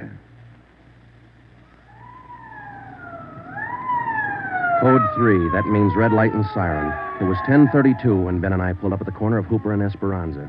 It was a bar in the basement of a building on the south side of the street. A radio car was there, and the two officers were holding the crowd back. A man was talking to one of the officers who turned and pointed to us. As Ben and I got out of our car, the man hurried over to us. You're the detectives? That's right, Sergeant Friday. My name's Cummings, R.L. Cummings. I own the bar. This is terrible. There was a gunfight downstairs. Uh-huh, come on.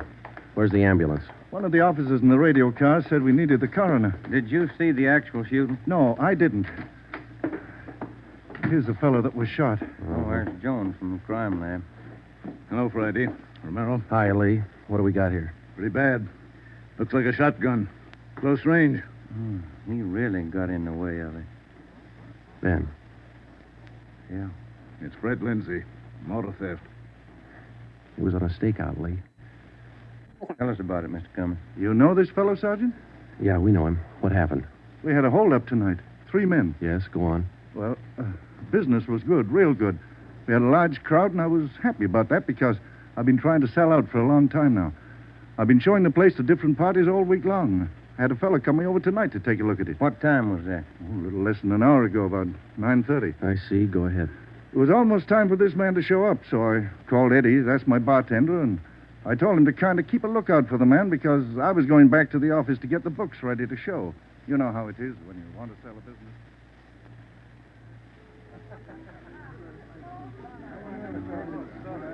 You'll watch for him, Eddie? You bet I will. If you want me, I'll be back in the office.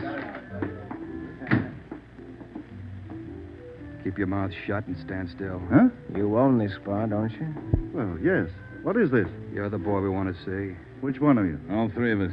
What's going on? What's it look like, genius? It's a stick-up. I haven't any money. You go to the bank on Thursdays, don't you? Well, I made my deposit today instead. I've been watching you for a month now. Don't give us that. You go to the bank on Thursdays. Now, come on, hand it over. I'm telling you the truth. I usually go on Thursdays, but I went today instead. You're lying, Ace, and we ain't got much time. Look, you can have all the money I've got on me. I think it's about $200, but that's all I have. Here. Why argue with him? Take what he's got and we'll shake the customers down. No, please don't do that. You got my money. Isn't that enough? No, it ain't. Come on, let's go out front. That's about all I remember, Sergeant. When I come around, I was lying on the floor of my office. You better have somebody take a look at that cut on your face. Yeah, I'm going to right away. There's my bartender. He saw the fight. What's his name, Eddie? Yeah. Eddie. Yes, sir? These men are detectives, Eddie. Will you tell them what you saw? Oh, it was pretty rough. And tell us what happened when they started to shooting. That fellow the coroner just took out of here sure was long on nerve. Took on all three of them single-handed. Uh-huh. Tell us what you saw. You ought to get that fellow's name. Sure had a lot of nerve. Took over just like he was a cop. He was a cop. Now, what did you see? I pegged him for a cop. Well, he was sitting up at the bar. Been nursing a bottle of beer for about an hour. I was keeping an eye on the front door, watching for this fellow the boss wanted to see, so I didn't see the three hold-up men come through from the back, but I heard them. All right, let's knock it off. You can all see this shotgun. Anybody make a move, and I'll blow your head off. Demas, cover the front door. Got it. Sickle, shake him down. Okay, gents. You guys in the band, keep that music going. The rest of you people turn around and face the bar. Put your hands on top of the bar and leave them there till we tell you to move. Come on, hurry up. Knock it off. Okay, Sickle. We'll take your money, your watches, anything else you got. Now, don't try to be cute and hold out. All right, you, take off the watch. I'll get your billfold. You, lady, let's have the rig. This man they call Sickle went right down the line, took everything he could lay his hands on. This cop, your friend, was facing me at the far end of the bar. He was standing there just like the others. He kind of leaned toward me a little. Can you see the guy with the shotgun? Yeah, Where is he? center of the room. The other guy still at the door? Yeah, Got his gun out? holding it in his right hand. How far down the line is the other guy? About 10 people away. Hey, you two down at the end there. Knock it off. Hurry up, Sickle. Doing the best I can. Come on, let's have the purse, lady. You, next to the lady here, get the watch off. I'll take this wallet over. How far away now? He's getting closer. But we better shut up like he says. I'm going to take the one with the shotgun Oh, first. he'll blow you to pieces. I got a gun. How far away is that guy now? I thought Jans told you two to shut up. All right, Sickle, try to move and I'll break your back. Let me go. Go ahead and shoot, Jans. Stay away from him, Sickle. All you people at the bar, down on the floor. Okay, you with that shotgun, drop it. Demas, can you get a shot at him? Not without hitting Sickle. Come on, you, I'm waiting. You got us all wrong, boy. We like Sickle, but not that much. The cop was holding Sickle as a shield. When the big guy let go of the shotgun, both the cop and Sickle ducked. The cop didn't get hit. But this man Sickle fell over on his face, grabbed at his arm. The man with the shotgun went down on one knee, holding his stomach. The man at the door took a shot at the cop, but he missed. Then the cop fired 3 shots at the man by the door. Looked like the first 2 missed, but the last one caught the man in the leg and he went down. Well, by this time, the big guy with the shotgun had recovered enough to hold his weapon again. I tried to warn the cop. Look out! The guy with the shotgun! I see him. The cop pointed his gun and pulled the trigger, but he was out of shells. Boy, Sergeant, my stomach knotted up when I heard that hammer fall against those empty chambers. The cop threw his gun at the guy with the shotgun and then ran right at him. You know, it was just as if that cop was trying to run right down the barrel of that shotgun. I glanced at the cop on the floor, then I tried to follow the 3 of them as they made their way out of the bar. They jumped into a car out front and drove off. As a kid, I used to watch Bill Hart take on a whole gang in the movies, but this way, right in front of my eyes, Sergeant, he was an awful brave guy. Did you get the license number of their car? No, I didn't. I couldn't see very well. You got a pretty good look at all 3 of the men, though, didn't you? I believe I'd recognize any of them. Thanks, Eddie. What's your last name? Bowers. Eddie Bowers. Got that, Ben? Yeah. You'll be hearing from us, Eddie. We may want you to look at some pictures for us. Glad to help any way I can, Sergeant. I hope you get the men that shot this cop. You're sure going to try, aren't you? Yeah, Eddie. We're sure going to try. The next step was for Ben and I to make a complete report to Chief Ed Backstrand. They got Lindsay, huh? That Fred Lindsay an auto theft? Yeah, that's right. Good cut. You say he wounded 2 out of the 3 in that holdup? Yeah. That means they'll have to have medical attention in a hurry. We'll check all the small hospitals, cover all the drugstores to get a line on anyone who's bought medical supplies in the last hour. Uh-huh. As soon as medical detail notifies Miss Lindsay, I'd like to go over and see her. Smith from the medical detail's out there now. By the time you get back, we may have a flash in the drugstores or hospitals. We'll be back in 30 minutes. Call in when you get out there. Right, Ed. You might carry this with you. Yeah? I'm sick. I'm sick to my stomach about this thing. I want you to get those 2-bit punks. I don't want them to see another sunrise. Got that, haven't you? Yeah, Ed. Let's go, Ben.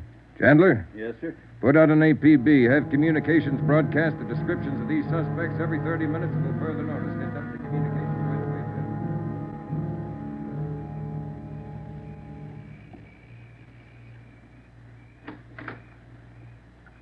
Hello, Joe. Come in. Thanks, Ruth. Sit down. Ruth, you know how we all feel. It's all right, Joe. You're married to a cop. I guess you're meant to expect things like this. He'll like that. Fred and I used to discuss the possibility of this. Used to worry about him. I used to worry a lot, Joe. All those nights when he was away and the days, I used to worry. Now I know he's safe. Anything you want or you need? Thanks, no, Joe. Anything at all that I can do? Yes, Joe. I think there's something you can do. You and Ben are assigned to this case, aren't you? That's right. Then be careful. I was thinking that you and Ben will have to face those killers. Ben's wife.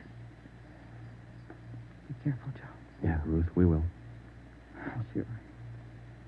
I want to see you get the men that did this to Fred. More than anything, I want that. No more heartaches. Yeah. Thanks for coming by, Joe.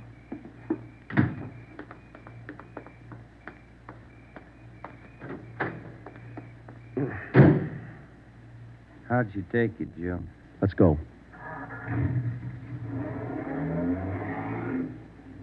Joe, how'd she take it? You're married, Ben. You figure it. It was 11:30 when we got back to Central Division. As we walked into the squad room, Backstrand was waiting for us. Friday, we just got our first lead. We've located a druggist who said he sold some medical supplies to a man about 45 minutes ago. There's the address. Pretty close to the scene of the shooting. Hop out and see him right away. The Rex Pharmacy was exactly 14 blocks from the Red Feather Bar where the shooting took place. Rex Pharmacy was like your corner drugstore, complete with apothecary jars and shower curtains. The druggist was the same little man who's been prescribing sulfur and molasses since you were a kid in school. I'm just about ready to close. What can I do for you, gentlemen? We're from the police department. I've been halfway expecting you fellows. We got a report that you sold some medical supplies to a man about an hour ago. Yes, sir, that's right. It's like I was telling those other officers that were here a while ago.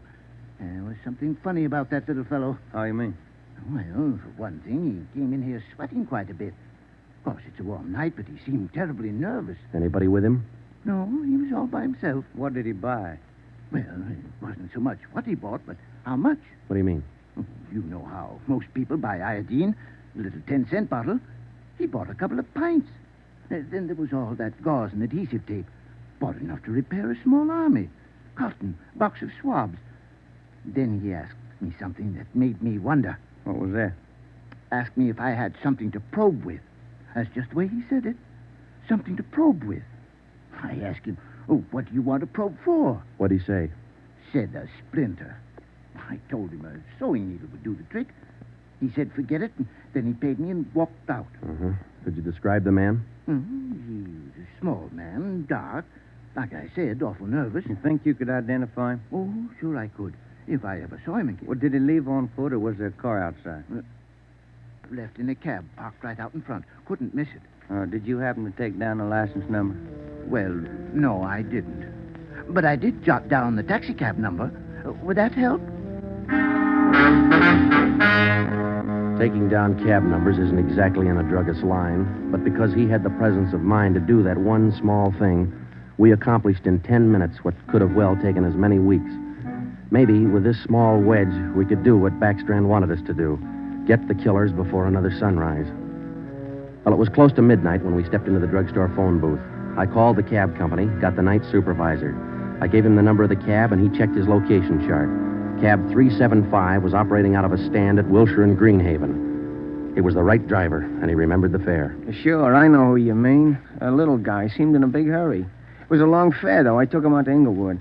Wait till I check my log sheet. I'll give you the exact address.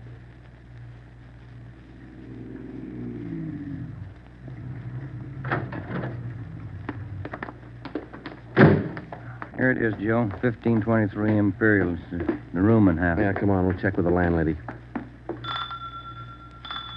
kind of late, Joe. Yeah, let's stand away from the door, huh? Might not be the landlady who answers. Yes, what do you want?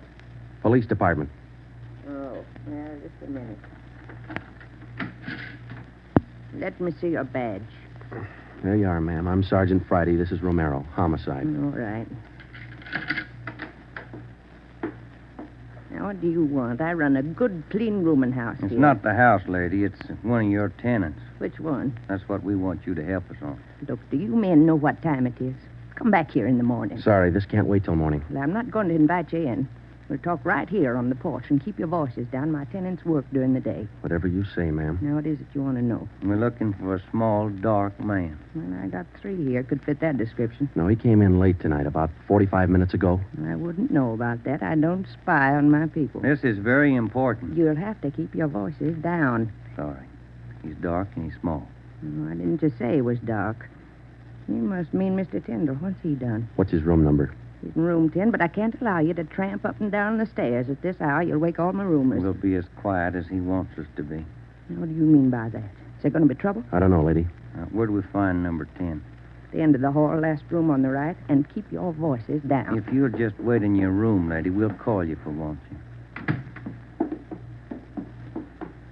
Okay, here we are. Keep the door clear, Ben. We might have trouble. Think they all in there?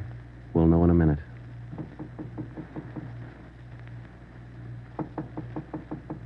Who is it?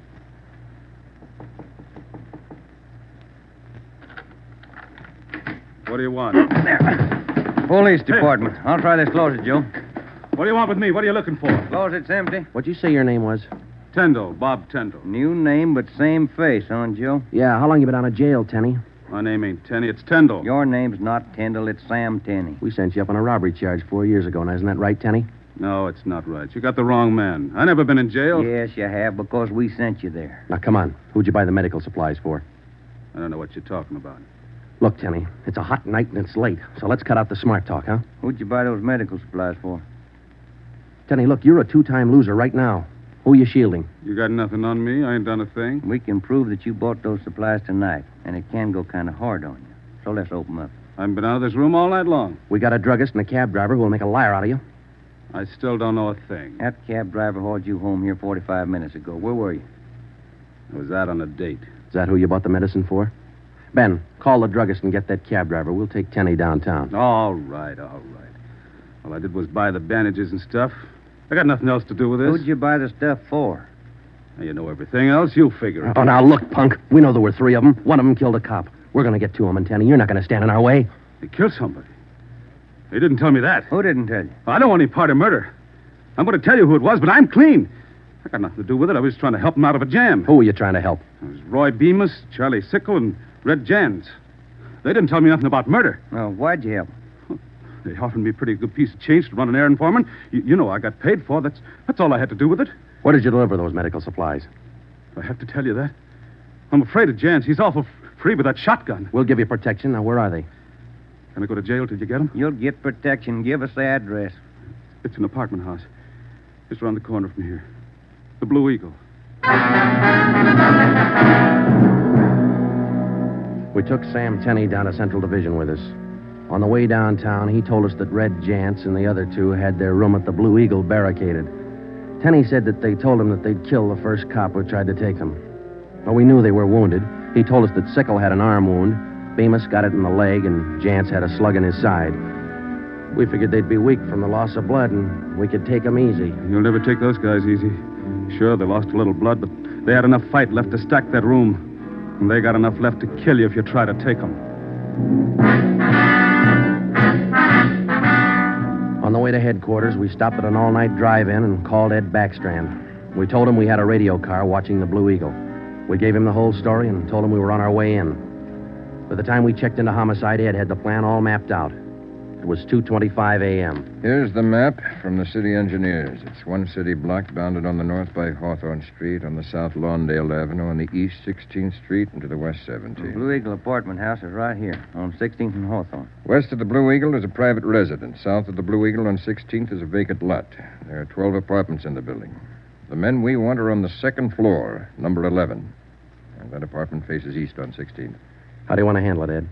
Now, Baker and Moorheim will evacuate the private residence. Friday and Romero clean out the apartment building. Right, Skipper. All traffic is being diverted. The entire block is completely isolated. We'll throw up a cordon. As soon as we clear the residence, nobody goes in, nobody goes out. Will you brief us again when we get there, Ed? I'll give you all the briefing you need right now. Get this. These guys have already killed a cop. I don't want to lose any more. You know they're heavily armed and they're desperate. Have the men draw shotguns, tear gas, and Tommy guns. I'll take care of that, Skipper. All right. Now, we're not going in after these punks like tin horn heroes.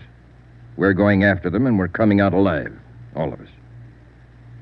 What time is it, Friday? 2:37. Not much time till sunup, is it? It was a code 2. That means red light and move fast. Backstrand figured we needed 6 squad cars, 4 men to a car, the police public address truck, ambulance, and floodlights. Ben checked out the weapons to the men, and by 2:46, we pulled out of the Central Division garage. We slid into the area at 3:20 a.m. The 6 squad cars and the public address truck took up their positions. The floodlights were rigged and ready to turn on at Backstrand's command. The machinery was set to roll as soon as we got the neighborhood cleared. Ben and I evacuated the Blue Eagle apartment house. How many does that make, Joe? Well, we've cleared 9, 2 to go. Here's apartment 10. The killers are right next door. Joe, I'd like to kick that door in right now. Take your time, Ben. We'll get to him. Quiet now.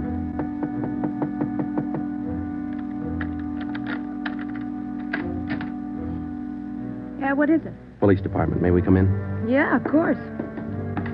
What's the trouble? No trouble. We're evacuating the building. Now, we'll have to ask you to leave by the back door. We'll notify you when to return. Please leave quietly and lock your door. What's going on? No time to explain. Thank you very much for your cooperation. Okay, now, we'll skip 11 and go to 12. Yeah.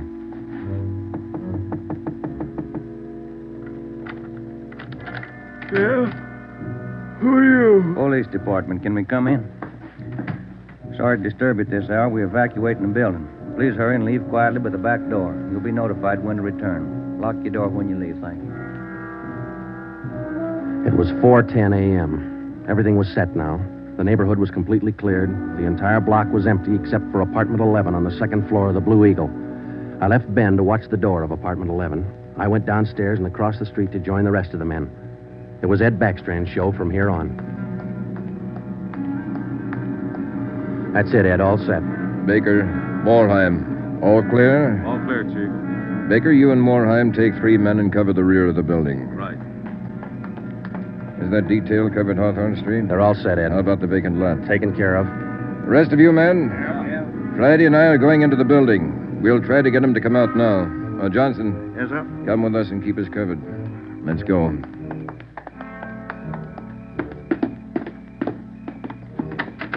Apartment 11's up at the head of the stairs, Ed. Right. Any action, Romero? Not a thing, Skipper. Keep down, all of you. I'll try to get them out. Jance, Bemis, Sickle, you're all alone. The building's clear. Come on out with your hands behind your head.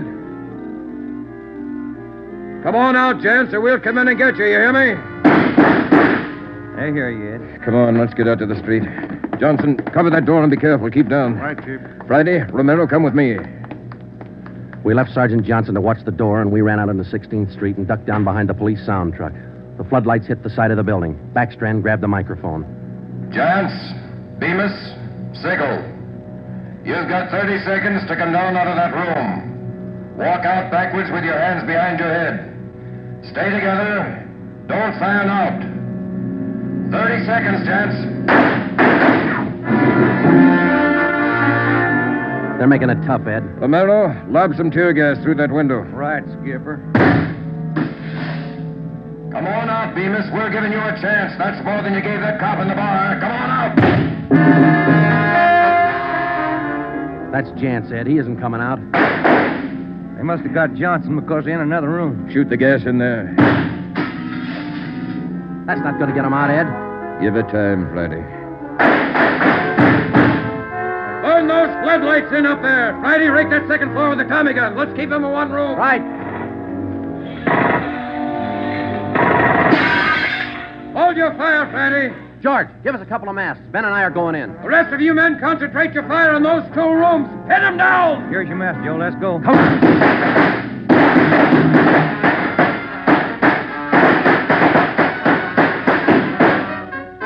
Put that mask on, Ben, and keep down. Yeah, wait a minute. Somebody coming down the inside stairs. Duck, Ben, he's got a gun. I got one, copper! Get out of my way! Stop it, you haven't got a chance. I'm coming through, copper!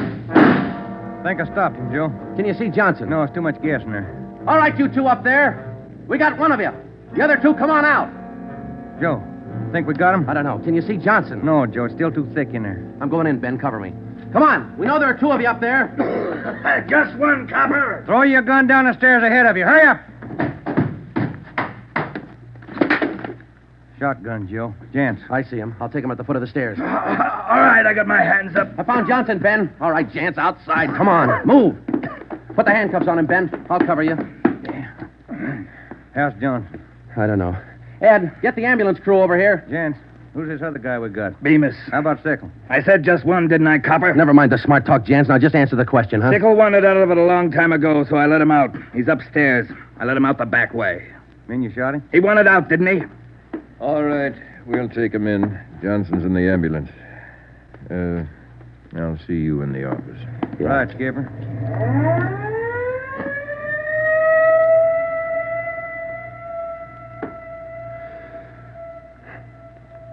How about a smoke, huh? No. Yeah. Here you go. Backstrand said he didn't want those men to see another sunrise. Yeah. 5 minutes to 5, Joe. Sun ought to be up. Yeah. But look, Ben. It's cloudy. Guess we'll never know, huh?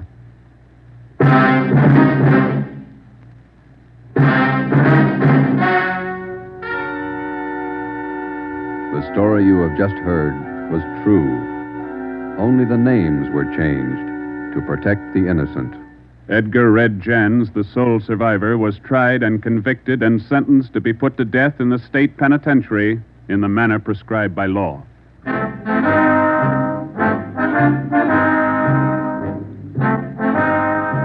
You have just heard the 4th in a new series of authentic cases from official files. Technical advice for Dragnet comes from the office of C.B. Horrell, Chief of Police, Los Angeles Police Department. Tonight's program is dedicated to radio car patrolman Forrest E. Sawyer of the Denver, Colorado Police Department, who on the evening of March 8, 1937, gave his life so that yours might be more secure.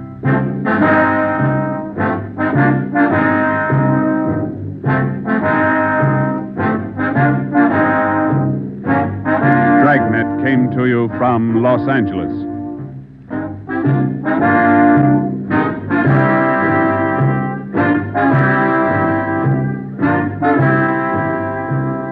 This is NBC, the national broadcasting company.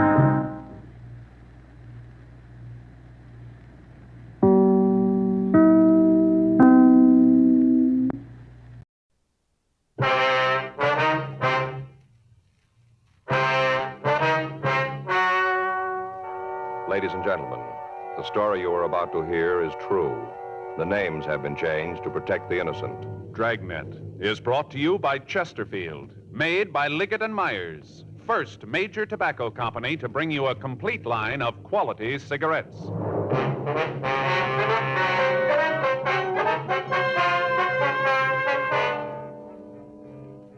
You're a detective sergeant. You're assigned to hit-and-run felony detail. A young woman has been run down and seriously injured. The driver of the car has fled from the scene. Your job, find him. Today, friends, you hear these 3 words everywhere. Chesterfield's for me. The Chesterfield you smoke today is the best cigarette ever made. Best for you, because Chesterfield gives you proof of highest quality, low nicotine, the taste you want, the mildness you want. Chesterfield is best for you because it's tested and approved by 30 years of scientific tobacco research. Chesterfield is best for you because it has an established good record with smokers, proven by test after test. Yes, friends, the Chesterfield you smoke today is the best cigarette ever made for the taste you want, the mildness you want. Join the thousands now changing to Chesterfield. Always say, Chesterfield's for me.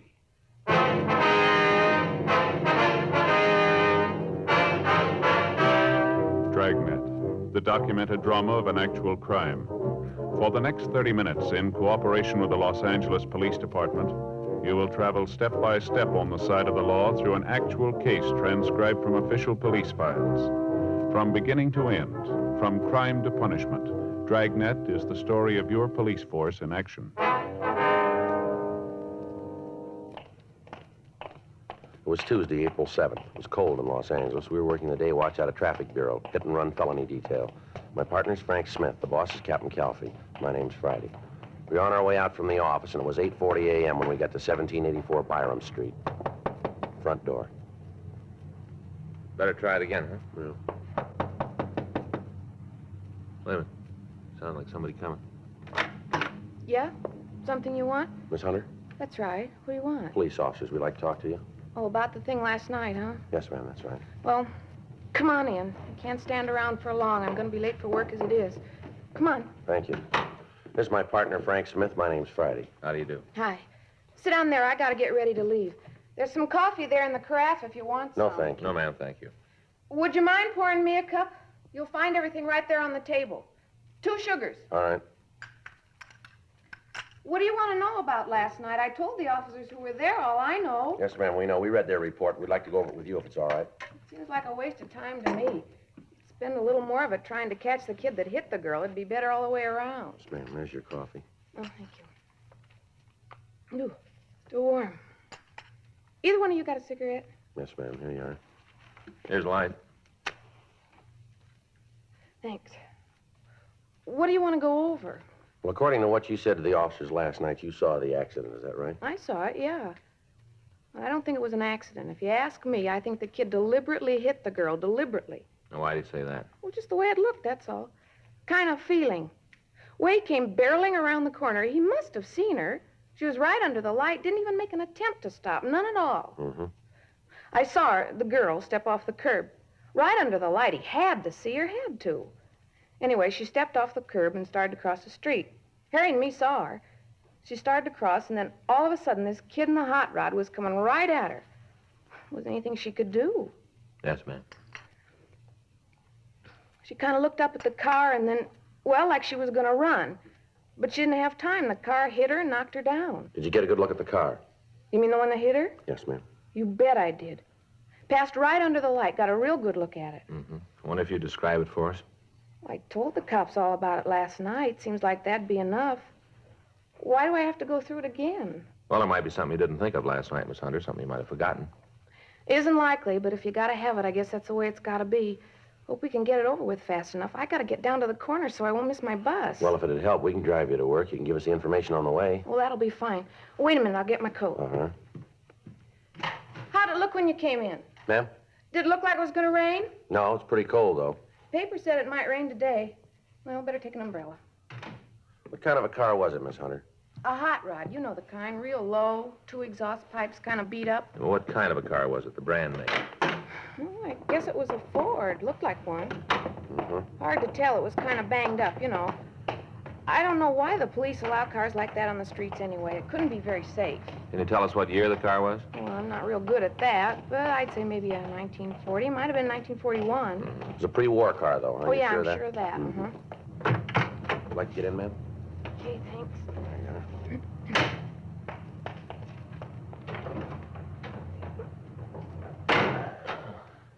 Where can we drop you, ma'am?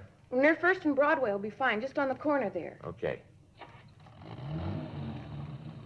Miss Hunter, was there anything about the car that'd make it easier to identify? Not especially. Black Ford, all beat up. I'm sure I'd know it if I saw it again, any place. Did you get a good look at the driver of the car? No, not too good.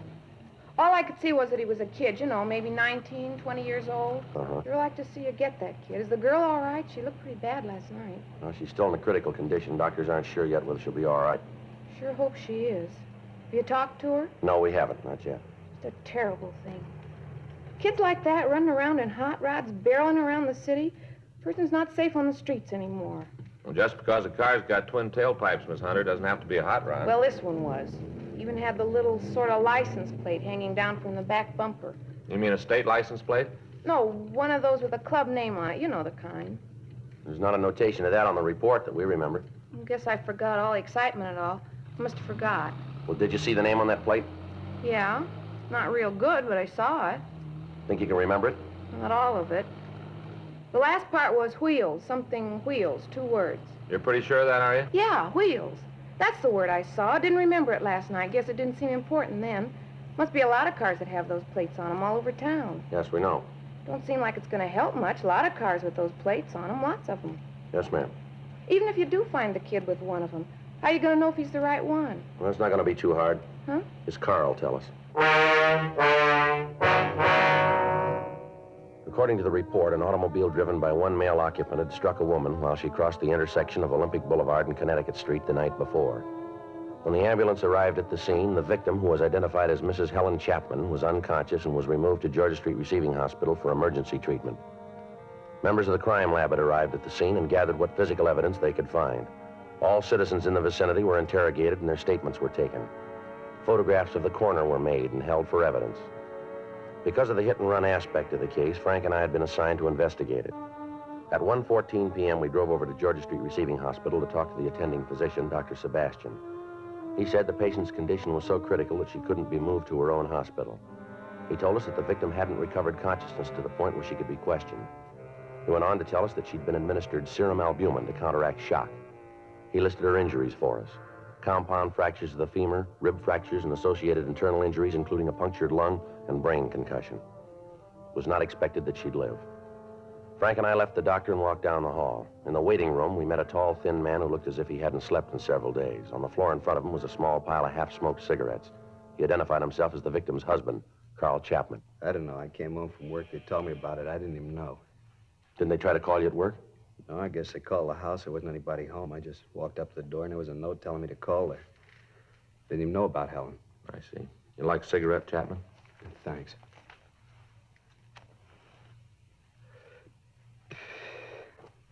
You talked to the doctor? Yes, sir, we just did. Is there anything new? Is she going to be all right? Well, I don't know yet. You can ask the doctor yourself. Why don't anybody tell me anything? All the time I ask how my wife is, they tell me to ask the doctor. Why won't they tell me? I don't know, sir. Can't even find out if she needs anything. He won't let me see her. Anybody who'll tell me what's really happening in there, it's been over 10 hours. Nobody will tell me what's going on. Well, best thing, try to sit down and take it easy, Mr. Chapman. Oh, that's great to say. Just sit down. Easy to say. It's not your wife who's in there. It isn't someone you love. Why are you here, anyway? Why aren't you out trying to get the rotten little punk that did it? Why don't you look for him? We'll get to him, sir. When? After Helen's dead? Is that going to be when you start looking? We're looking for him now. We came over in the hopes that we could talk to your wife. We thought she might be able to give us some information. What in God's name do you want from her? The name and address of the kid who ran her down? Does she have to get out of bed and go find him for you? It's your job, yours. All this talk about the police department being so good, but what are you doing? You're standing around here with your toe in the dirt waiting for my wife to come to enough to point the kid out. All right, sir. Now, take it easy. Take it easy, nothing. You listen to me, both of you. You listen. If she dies, if that kid killed her, I'll find him. I don't know how, but I will. I'm going to do the same thing to him with my hands that he did with his car. I'll find him, I swear I'll find him, and I'm going to kill him. With my hands, I'm going to kill him. Mr. Chapman? Yeah. Can I see you for a moment? Yeah. Would you excuse us for a minute, Sergeant? Sure, Doctor. We'll wait out in the hall. It's a rough one, isn't it? Yeah. Wonder what's going on in there. I don't know. Better call the skipper. Tell him about that plate on the car. Get a broadcast out on it. Check the phone book for the address of the National Hot Rod Association. Better talk with them, huh? They might have something for us on the club. Right. You better start, cop. You better find him fast, because I'm looking, too. You ought to go home and get some sleep, Mr. Chapman. You're all worn out. I'm not going to get any sleep until I catch that kid. Until I catch that kid. How is the girl? She's dead. Both of them are. Both of them? Yeah. She was going to have a baby in a couple of months.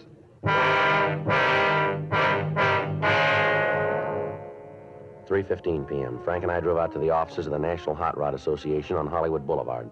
We met with Bud Coons and Wally Parks. They checked their records for clubs with the last name Wheels. There were 3 in their files. 2 were in the eastern part of the United States, and 1 was listed as having headquarters in Alhambra, California. We obtained the name and address of the president of the club, and we drove out to see him. We found him in the garage behind the house working on a 1941 Ford. We introduced ourselves, and he asked us to sit down.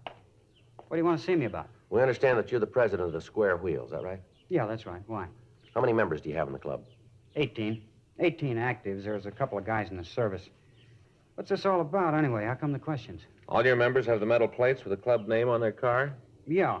Get them when they pay the initiation fee. Why? Anybody else have them? Not legally. What do you mean? Well, a couple of them out, been stolen from members. Any of the fellows in the club drive a black pre-war Ford? Yeah, I guess we got about 5 of them. I got one myself, as a matter of fact. Listen, why can't you tell me what this is all about? Figure if I knew what you wanted, I could help you out. Well, a woman was run down by a hot rod last night. One of the witnesses saw a plate on the car that might have been from your club. No kidding. That's the way we get it. What did it look like? Well, they say it had twin pipes, pretty well beat up, white sidewall tires. It's not one of ours, then.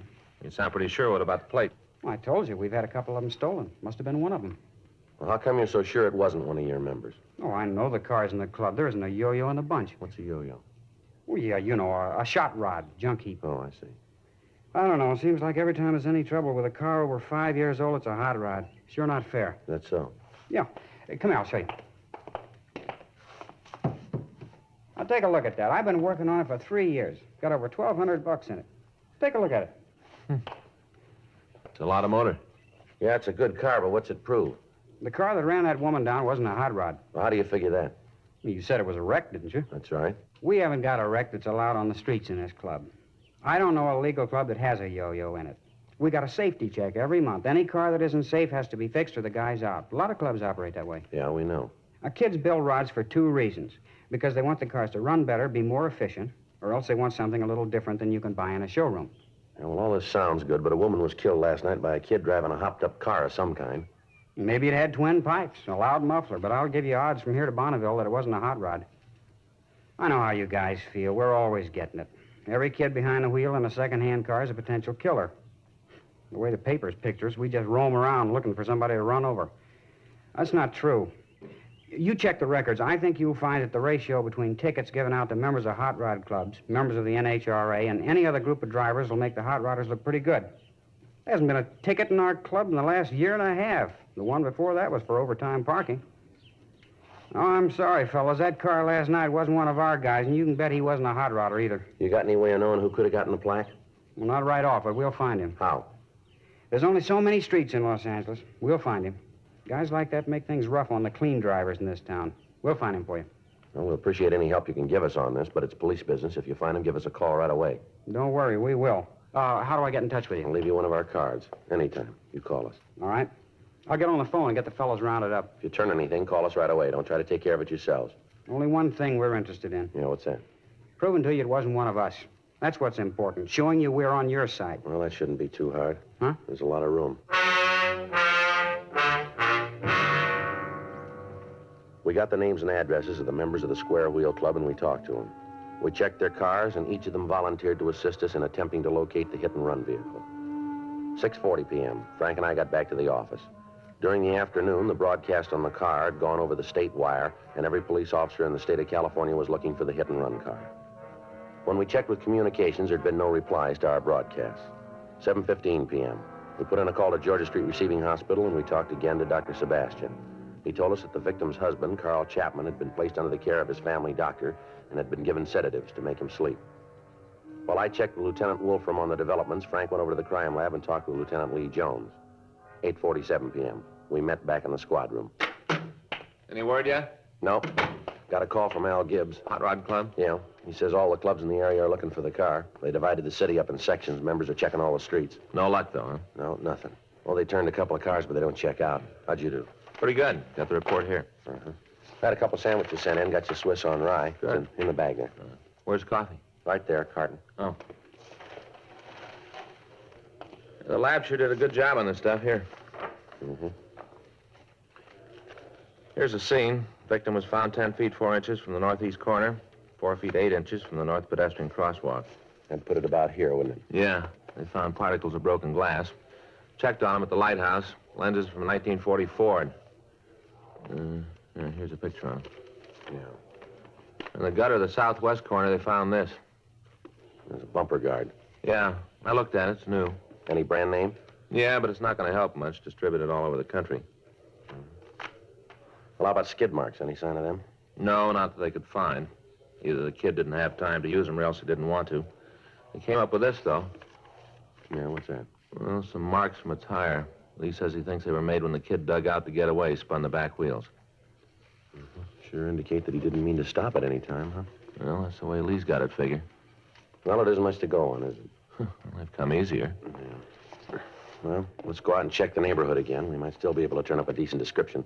We start checking the garages in the morning. Try to turn a car with a broken headlight and a missing bumper guard. Okay. Better call communications, get out a supplemental on the tires. Huh? Yeah, I'll take care of it. I got it. Hit and run felony Friday. Yeah. Yeah, that's right. Mm-hmm. Anybody there? No. No, keep it under surveillance. We'll be right out. Yeah. Don't burn it. Right. Bye. What do you got? Well, it's beginning to go our way, maybe. Huh? They found the car.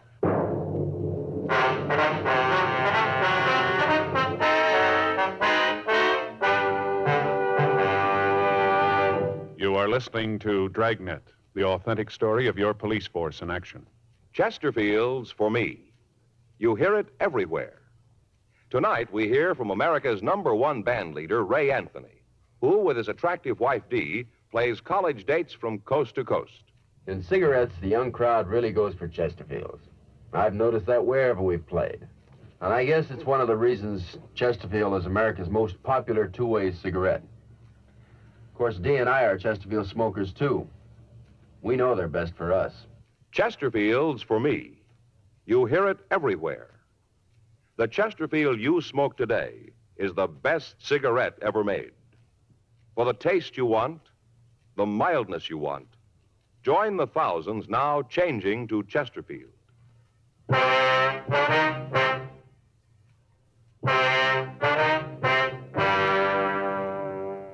During a routine patrol of the streets in East Los Angeles, a radio unit had come across a car parked at the curb on Vancouver Avenue.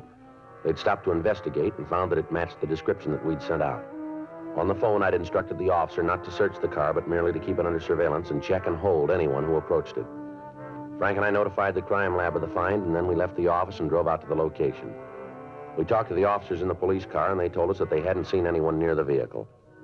We checked the registration and found that the registered owner was a Jack Moore. The white slip gave us an address in Hollywood.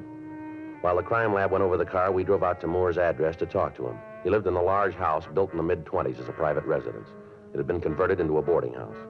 Frank covered the rear entrance. I rang the front doorbell.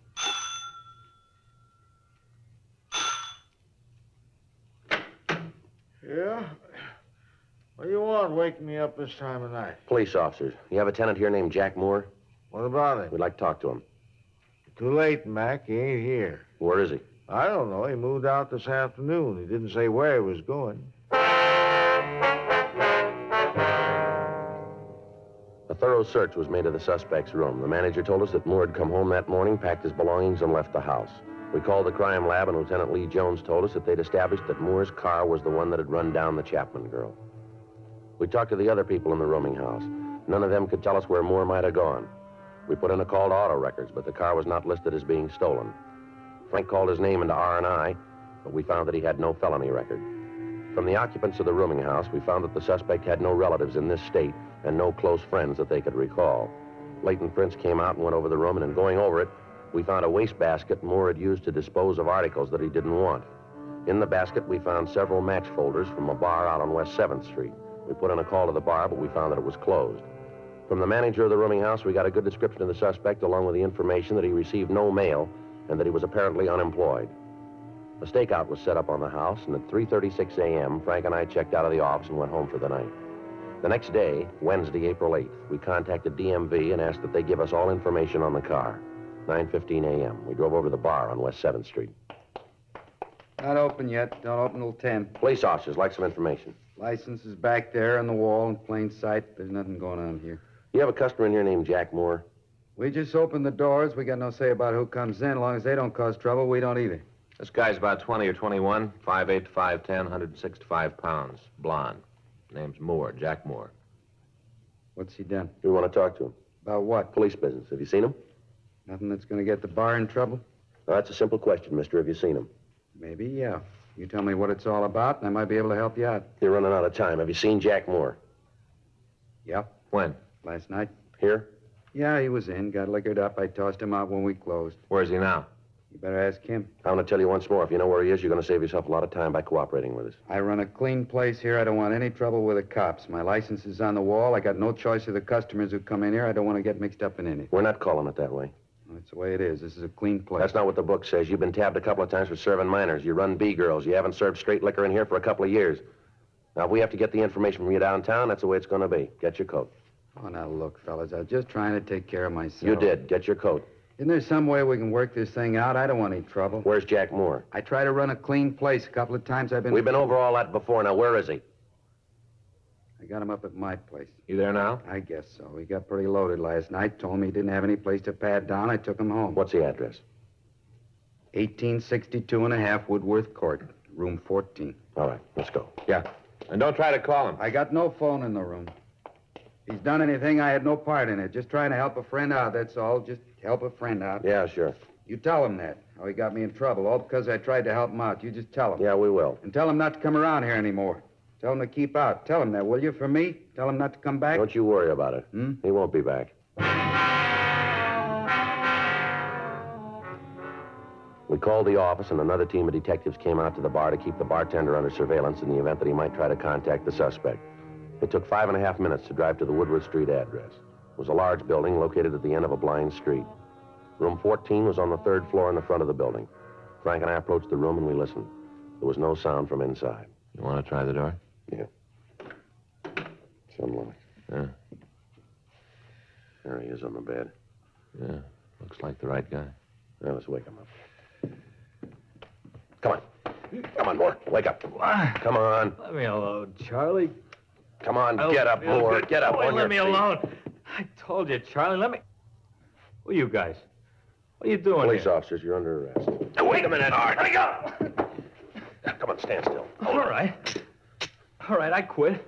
I quit. You want to shake him, Frank? Yeah. Yeah, he's clean. Where you taking me?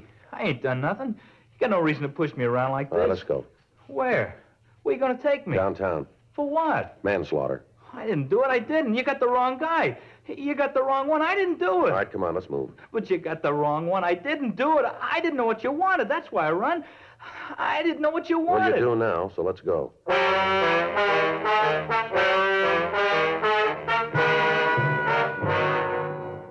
The suspect was taken to the squad room where he was questioned. He refused to admit any part in the crime. He was confronted with the physical evidence and with the ownership of the hit-run vehicle. The witness to the crime came to the office and said that Jack Moore was the man that she'd seen at the wheel of the car when Helen Chapman had been run down.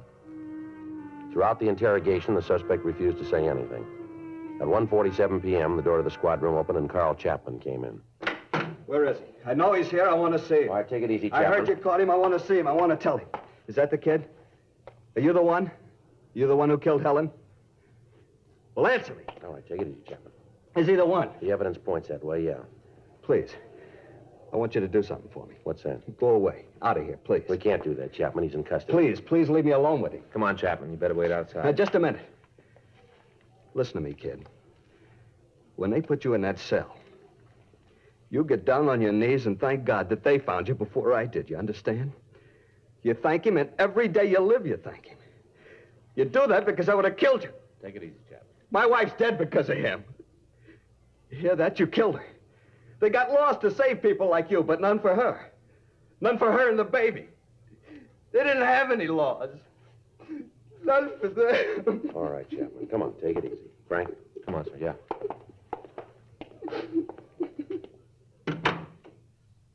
Pretty upset, ain't he? I want you to remember something, kid. In the years I've been in this department, I've seen some bad ones, real bad. Teenage kids that didn't know any better scraped up off the pavement and sent home to their parents. Drunks who were too loaded to know what went on. There's been a lot of them go through here, but you finished way ahead of the field, boy. You talk good. I bet you're on a lecture team around here. I'm getting fed up with you kids roaming the streets in death traps. Now, I don't care about you. You want to wrap yourself around a post, you go ahead. We'll try and stop you, but don't you take somebody else with you. Every year, the number gets bigger, more people killed. It isn't the honest drivers that do it. It's people like you who don't care for anybody else. Now, we've tried about everything in the books to make you understand. Doesn't look like any of them did any good, does it? I'm a bad one, ain't I? You killed a human being, boy. A woman who didn't even know you. She never saw you until it was too late. You threw a ton and a half of metal at a 120-pound woman, and then you ran away and left her in the gutter to die. You've wrecked the family. You tore it right down the middle and rolled over it. You've ruined the lives of all the people around that woman. You gave a group of decent kids a bad time because you stole their name. Now, you get on your feet, young fella, and you keep that smart mouth of yours closed. Do you understand? Can I ask you something? What's that? Hit and run. How much will I get? I don't know, but it won't be enough.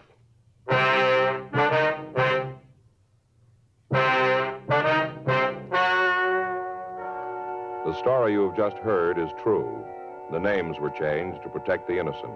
On October 14th, trial was held in Department 97, Superior Court of the State of California, in and for the County of Los Angeles. In a moment, the results of that trial.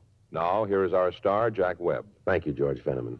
Thousands of smokers all across the country are now changing to Chesterfield. We'd like you to give them a try, too. I know you'll like them because the Chesterfield you smoke today is the best cigarette ever made. For the taste you want and the mildness you want, smoke America's most popular two-way cigarette. Regular or king size, Chesterfield.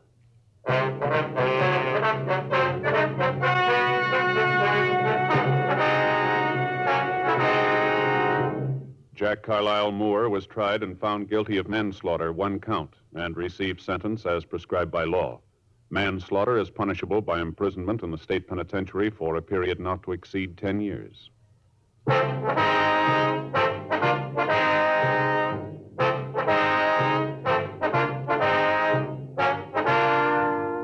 You have just heard Dragnet, a series of authentic cases from official files. Technical advice comes from the Office of Chief of Police W.H. Parker, Los Angeles Police Department. Technical advisors, Captain Jack Donahoe, Sergeant Marty Wynn, Sergeant Vance Brasher. Heard tonight were Ben Alexander, Joyce McCluskey, Harry Bartell, Vic Perrin. Script by John Robinson. Music by Walter Schumann. Hal Gibney speaking. Watch an entirely different Dragnet case history each week on your local NBC television station. Please check your newspapers for the day and time. Chesterfield has brought you Dragnet, transcribed from Los Angeles. Filter tip smokers, this is it. L&M Filters. The only filter tip cigarette with plenty of good taste.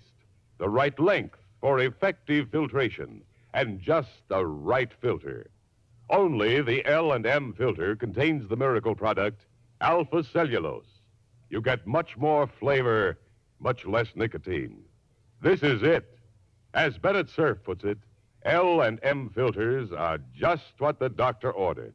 Buy L&M filters, America's highest quality and best filter tip cigarettes.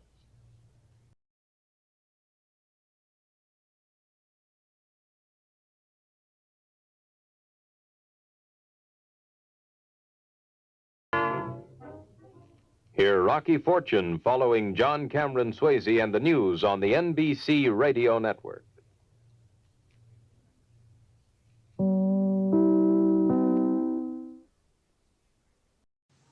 Pet Milk Show, usually heard at this time, has moved to a new time period on Sunday nights. Be sure to hear Larry Douglas and Kay Arman on the new Pet Milk Show tomorrow night on NBC. And now, here's another in NBC's great parade of new shows.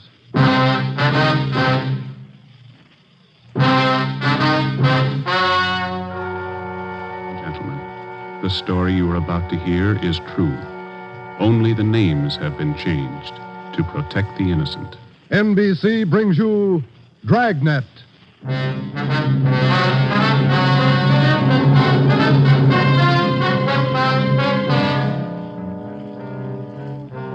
You're a detective sergeant. You're assigned to a homicide detail. A man's wife has suddenly dropped from sight. On the surface, it appears only as a routine missing persons case. You start to investigate. Suspicion grows.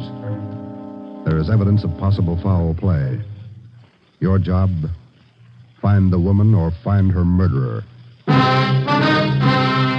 Dragnet, the documented drama of an actual crime, investigated and solved by the men who unrelentingly stand watch on the security of your home, your family, and your life. For the next 30 minutes, in cooperation with the Los Angeles Police Department, you will travel step by step on the side of the law through an actual case transcribed from official police files. From beginning to end, from crime to punishment, Dragnet is the story of your police force in action. It was Wednesday, September 15th. It was warm in Los Angeles. We were working the day watch out of homicide. My partner's Ben Romero. The boss is Ed Backstrand, chief of detectives. My name's Friday. I was on the way back from lunch, and it was 12:56 when I got to room 42. Homicide.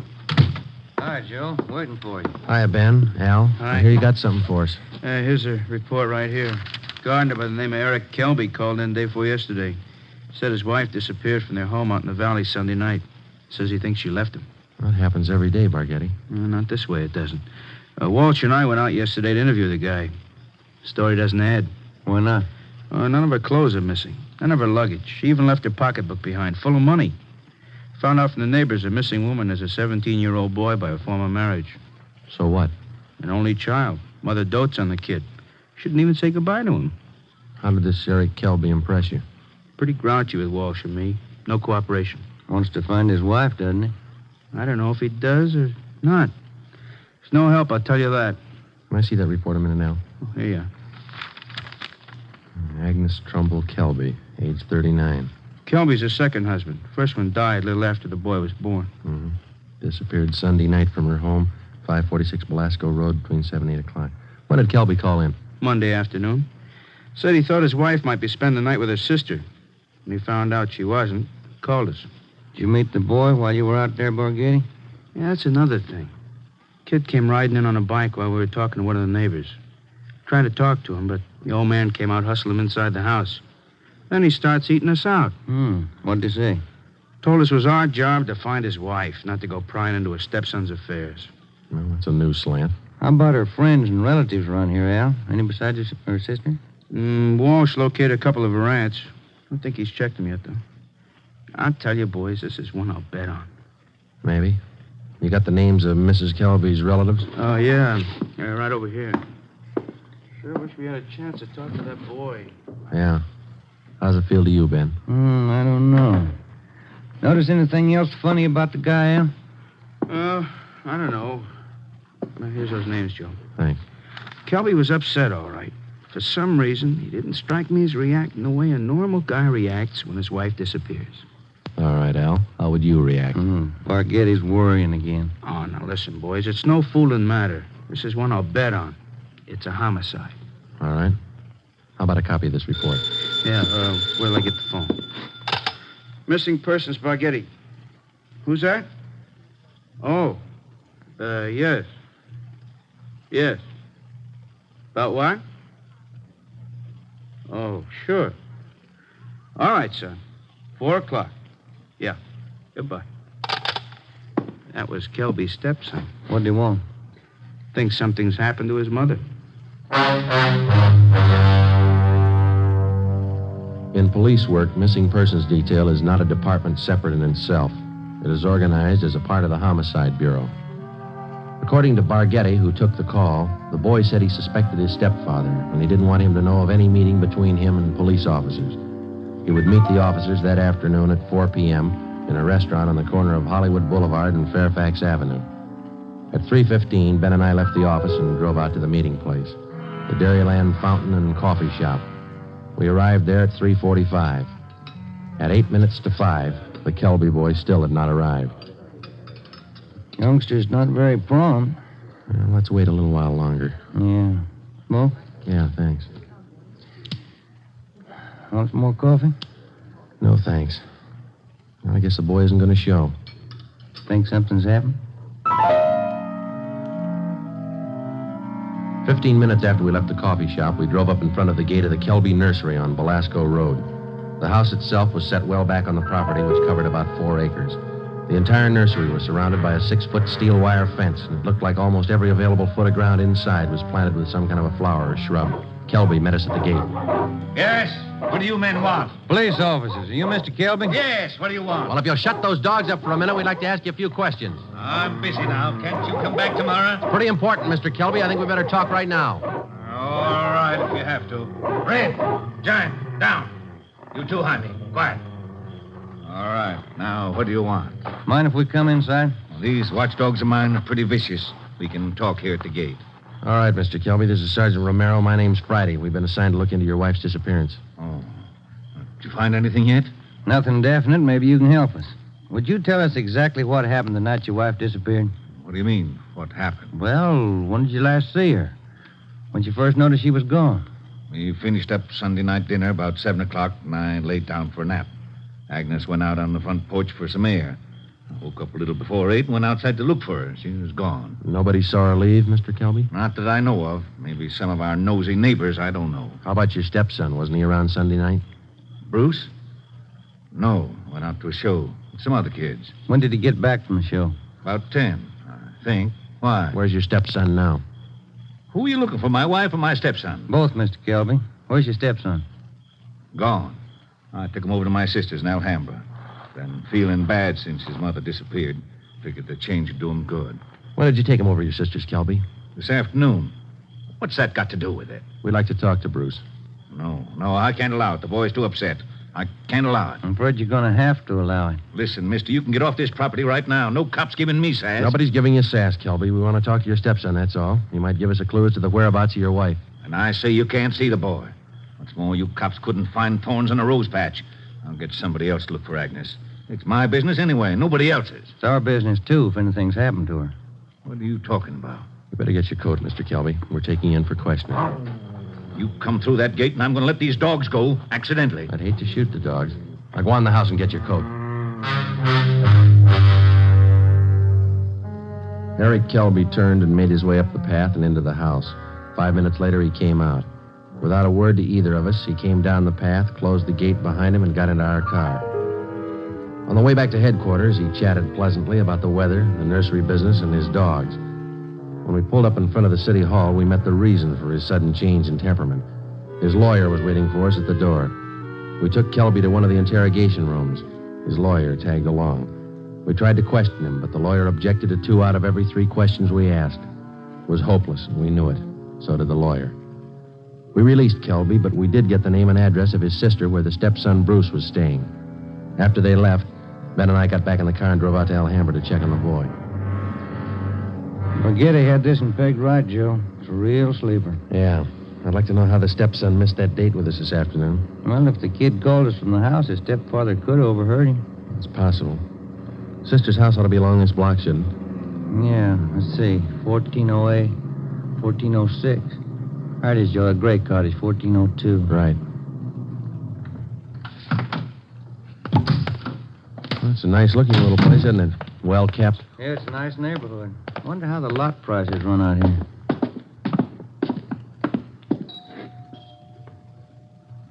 Somebody's coming. Yes, what is it? Police officers, ma'am. Are you Miss Kelby? Bertha Kelby, yes, that's my name. Why? We talked to your brother earlier today, Miss Kelby. He said that you brought his stepson Bruce here to stay for a while. We'd like to see him. Bruce? Yes, he was here till about, an hour and a half ago. I went to the store, and when I came back, he was gone. Have you any idea where he might be, Miss Kelby? Well, I telephoned my brother Eric's place just before you came to the door. He's not there. I don't know where he might be. I'm worried about him. He seems so upset. This business about his mother's disappearance, you know. Would you mind if we came in and looked around, Miss Kelby? Well, no, not at all. We went in and looked the house over from one end to the other. There wasn't a trace of the boy. We drove back to Kelby's nursery and satisfied ourselves the boy wasn't there. Then we came back to Alhambra and we kept an eye on Miss Bertha Kelby's home until midnight. No one came or went. At 5 minutes past midnight, the lights went off in the living room, and a few minutes later, in the back of the house. The next morning, when Ben and I checked in for work as usual at 8 o'clock, we met with Captain of Homicide, Frank Kearney. What makes you two so positive there has been any foul play in this Kelby thing? That's just it, Cap. We're not positive. It's a whole setup. It smells bad. For instance? That lawyer. If a man's innocent, he doesn't need a lawyer to sit with him in the interrogation room and tell him not to answer questions. Number 2, that kid's telephone call. Maybe he doesn't get along with his stepfather. It happens, you know. Maybe he's trying to get back at him for something or other. Maybe. Then why is Kelby hiding him out? You sure he's hiding him out? No other way to take it, Cap. The Kelby woman walked away from her home Sunday night. Nobody saw her. She took nothing with her. No clothes, no luggage, no money. You checked with the family doctor? Yesterday. He told us Mrs. Kelby was in perfect health. We double-checked the Wanderer's file and the Repeater's file in missing persons. Couldn't find her name in either one. How about her relatives in town? Haven't had a chance to talk to him yet, Cap. We'll check him this morning. Well, one thing's certain. The woman couldn't have gone very far. We checked the sheriff's office, the jails, the hospitals. Sent out a teletype and an APB. Every cop in the city has her description. She's been gone almost 4 days, but nobody's seen her. How does that add up to you? It doesn't. You better move on it. Check every one of Mrs. Kelby's friends and relatives. Right, Frank. Then try the neighbors. As long as I've been a cop, neighbors have been able to tell everything about anyone.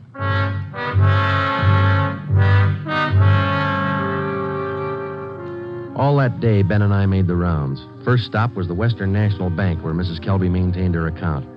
Her savings statement showed a total balance of $31,564.17. Her separate checking account had a balance of $842.71. At the Farmers Mutual, we found the record of an insurance policy issued to Agnes Trumbull Kelby.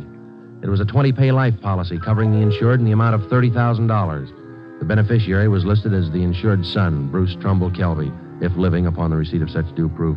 If not, the insured's husband, Eric J. Kelby. By the time we finished checking her financial status, the odds were piling up fast. From only casual reports, we knew that Eric Kelby was a frugal man. If he was greedy as well, if he wanted or needed money badly enough to kill, then he had all the motives necessary to murder his wife. Maybe his stepson, too. Ben and I started to make the rounds of Mrs. Kelby's friends and relatives. Our first stop was at the apartment of Agnes Kelby's sister, a talkative maiden lady in her early 60s. Agnes just isn't that kind. Oh, I'm worried sick about this. I really am. And Bruce, the poor lad, he must be heartsick. And Eric, what does Eric say about all this? He says he thinks his wife left him. Left him? Why, that's ridiculous. How strange. Can you think of any good reason why your sister would leave Mr. Kelby? Why, no. They had tiffs, of course, small ones. But, of course, there was that argument about Bruce. The two of them always seem to be arguing about Bruce. How do you mean, ma'am? Oh, well, raising the boy and all, you know. The last time I talked to them, they were tiffing about whether or not Bruce should be paid for working in the nursery for Eric. And the strangest thing, Eric seemed to be so upset about it all. Imagine. All on account of paying the boy a few dollars for good, honest work in that silly nursery. Well, you know, I'm the outspoken kind, and I just told Eric. Eric, I said, don't be an old meanie. Pay the boy. That was the extent of the information which Mrs. Kelby's sister had to offer. Next, we called on an aunt, Mrs. James D. Trumbull, 83 years old. She could hardly understand our questions, let alone answer them. She hadn't seen her niece, Agnes, in a year. After that, we paid a visit to one of Mrs. Kelby's friends, a Mrs. Lillian Humboldt. Well, I'm sorry, Sergeant, but I can't think of any good reason why she would leave him. Unless that silly business about Bruce got out of hand. You know, maybe Eric is just a little jealous of the boy. Next, we called on Daisy McLeod, who worked as a day maid for Mrs. Kelby. Officer, what Mr. and Mrs. Kelby thought, what they said, what they did, it's none of my business. I come in the morning, I do my work, I do it well. I'm not the nosy type, and I don't pry. I take half an hour for lunch, and when I'm through, I take my pay, and I don't expect tips, and I take the bus home.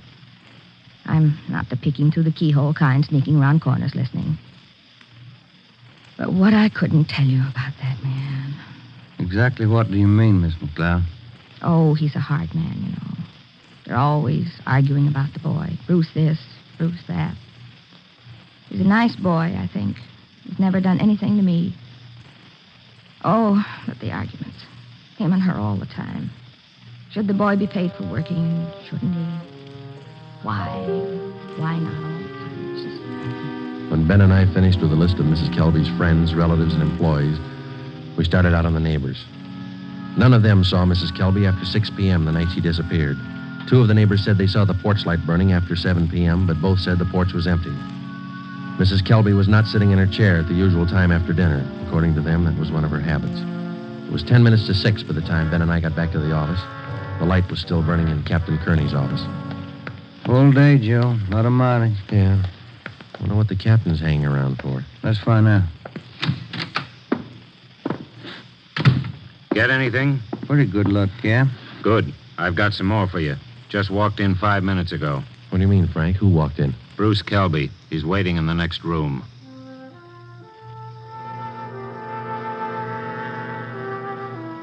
We went in the next room and met Bruce Kelby.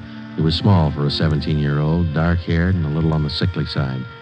He told us that he couldn't keep the date he made with us on the phone because his stepfather apparently did overhear the conversation and drove him directly to his sister's home in Alhambra. We asked him why he was so sure that his stepfather was responsible for his mother's sudden disappearance. For one thing, all three of us usually go to the early show on Sunday night. Eric, Mom, and me. But last Sunday, Eric said he wasn't feeling good and he wanted Mom to stay home and take care of him. Then he told me to go on ahead to the show, so I did. What time did you get home, son? About 9:30, 9:45. What was your stepfather doing when you got home? Sitting in the living room reading the paper. You notice anything unusual about the way he acted? He was nervous and jumpy, more than usual, I think. Anything else? Yes, sir. When I came in through the front yard, I noticed the dogs had mud all over their paws. They'd been out somewhere in the nursery plots. And they won't go out in the plots unless Eric's with them. He doesn't want them to trample the seedlings. What would your stepfather be doing out in the nursery at night? Does he usually do some work at night? No, sir. None of the plots are even lighted. Only the greenhouses. And the paths in the greenhouses are usually graveled, aren't they? No mud around. It's my job to see that the greenhouse paths are kept graveled. I know they're not muddy. I fixed them the day before, Saturday. What do you think it means, son?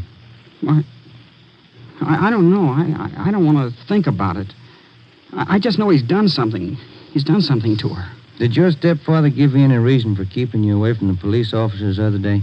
No, sir. He said people were getting nosy, and he said it might be better for me over at Aunt Bertha's. She's his sister.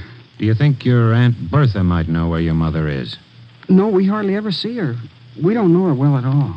We've heard your mother and your stepfather argued about whether you should be paid for your work in the nursery. When I started to work for him, he promised he'd pay me. I was saving up to buy a 31 Model A. And then after a couple of months, when he didn't pay me, I asked him. He told me I ought to be glad to work for him for nothing. And your mother argued with him over that? Sure, it was her money that bought the nursery anyway. How'd you get away from your aunt's place last night? Well, Bertha had some shopping to do, and she left me alone. She locked the door to my room. Even the screen over the window in my room was nailed down, but I kicked it out and got away. I stayed at a friend's house last night. Thought about where you're going to stay tonight? I don't know. But I'm not going home. And I'm not going back to Bertha's place either. I'll get a room. How'd you like to stay at my house a few days? Sure nice of you, sir. Maybe I'd better not. Mom might not like it. Oh, I'll take care of that. Now let's hop out and get some dinner. Sure darn nice of you, sir. All right, son. Come with me.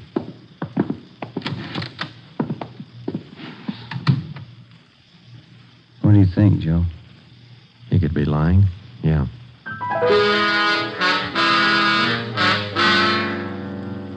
Now what, Cap? Shall we bring Kelby in again? No, not yet. He's found out by now from his sister that the boy's gone. He probably figures the police station is the first place he'd come. Wouldn't do much good pulling him in now, Ben. We couldn't even question him. 10 to 1 his lawyer'd be waiting for us when we got back. That's the problem. How do we get to this Kelby without his lawyer finding out? Well, what about the early morning, Cap? Say tomorrow, about 5 or 6 a.m. Think you'd be looking for us then? Yeah, that might do it. If we can just get by that pack of hounds he owns without waking the whole neighborhood, might work. If we could just question him alone, I got an idea it wouldn't take much to make him cop out. All right, give it a try. Get out there in the early morning and bring him in for questioning as quietly as possible. I'll be in at 6 a.m. If you want me before then, call me at home. All right, Frank. Kelby's got a smart lawyer. It's going to be plenty hard to convict him without a body and corroborating evidence. He's got 4 acres out there, Cap. You can hide a lot of bodies in 4 acres. Well, that's what I mean. This case isn't ending. It's just beginning. The next morning, Ben and I met at the office about a few minutes past 4 a.m. We had a cup of coffee and a donut at an all-night restaurant, and then we started for the Kelby place out on Belasco Road. We took 4 pounds of fresh horse meat with us to keep the dogs quiet if they raised a fuss. It was 28 minutes past 4 when Ben pulled the car to a stop a few hundred feet from the gate to the Kelby nursery.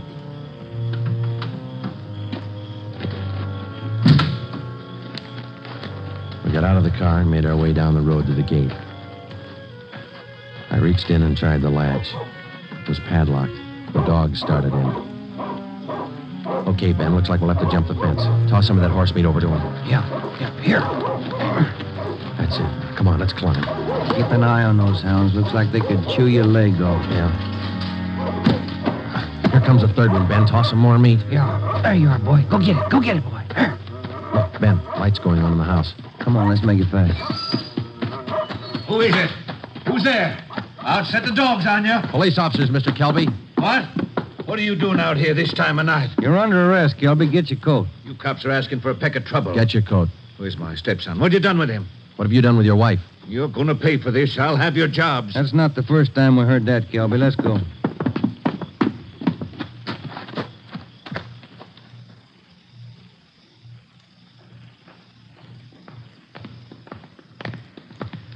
Lights burning in the captain's office. Yeah.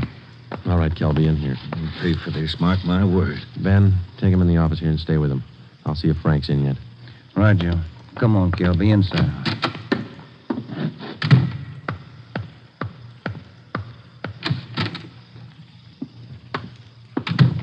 Friday? Did you bring in Kelby? He's down in the interrogation room. Ben's with him. Somebody saw you. Don't think so. They must have. Kelby's lawyer's sitting in the next room.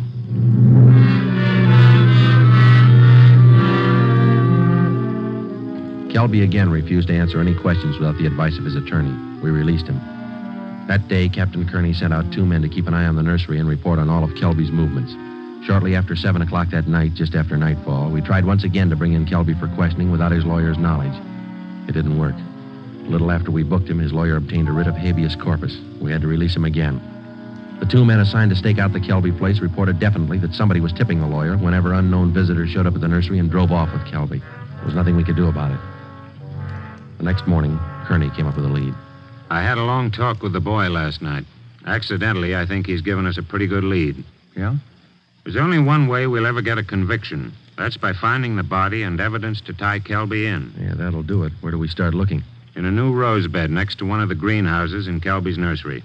The kid came up with it last night. How come?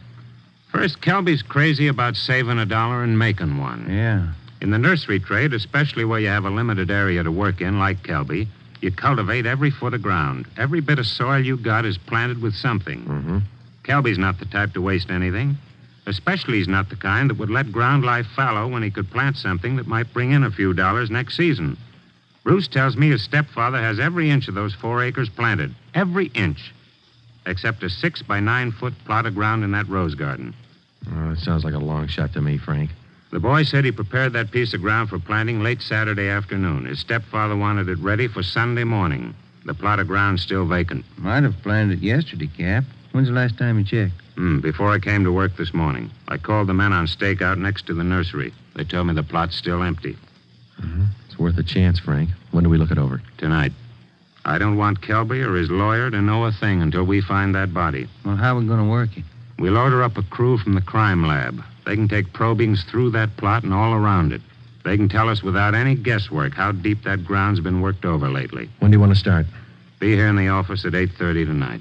If my hunches are any good, we'll find a body.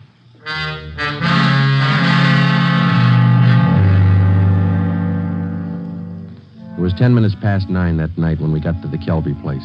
Lieutenant Lee Jones and his assistants, Kearney, Ben, and 2 other men from homicide. The men on stakeout told us that Kelby had left about 20 minutes before in a dark blue coupe. Ben brought along the usual supply of horse meat for the dogs, so we didn't have any trouble there. We found the empty plot of ground in the rose bed next to the greenhouse, exactly as Bruce described it to Kearney. Ground's been worked over all right, boys. At least 4 to 5 feet down. All right, Lee, let's start digging. Romero, take care of the dogs. Watson, grab one of these shovels. Right, Captain. Hey, Kelby said these dogs were vicious, didn't he? Yeah, why? Look at these hounds. They're no more vicious than a lively coal. Look. Higgins, get that light over here, will you? Thanks. What is it, Lee? Let me see. Teeth. Set of false teeth. Been in the ground long? Don't think so, judging from the shape they're in. How far down would you say you are, Lee? A couple of feet. Ground's real soft. Lee, come here a minute. What is it? Body. Here's a shoulder. All right, you men over here with Watson. Get the dirt off the face. Romero, you got a picture of the Kelby woman? Yeah, Cap. Let's see. Oh, here it is. Thanks. Get the light down here. Hunch paid off, Frank. That's her.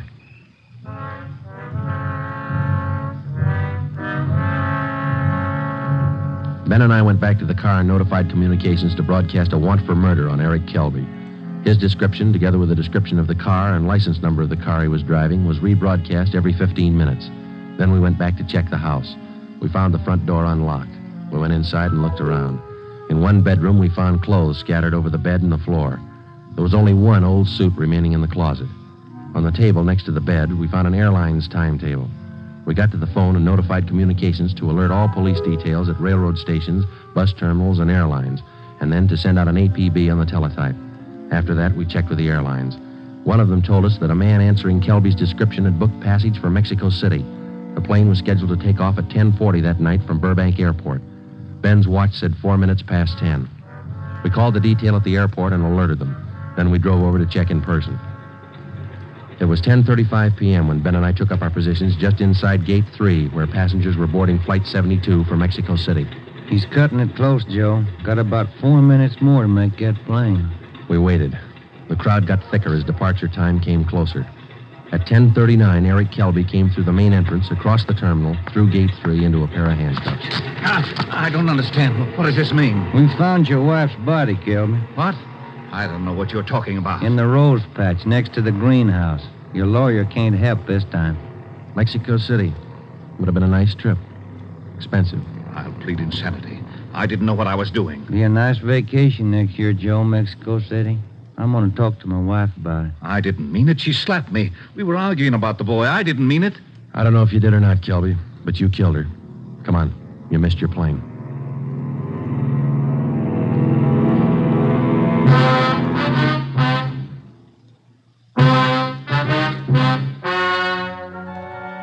The story you have just heard is true. Only the names were changed to protect the innocent. Eric Kelby was tried and convicted of murder in the first degree. He is now awaiting execution in the lethal gas chamber at the state penitentiary.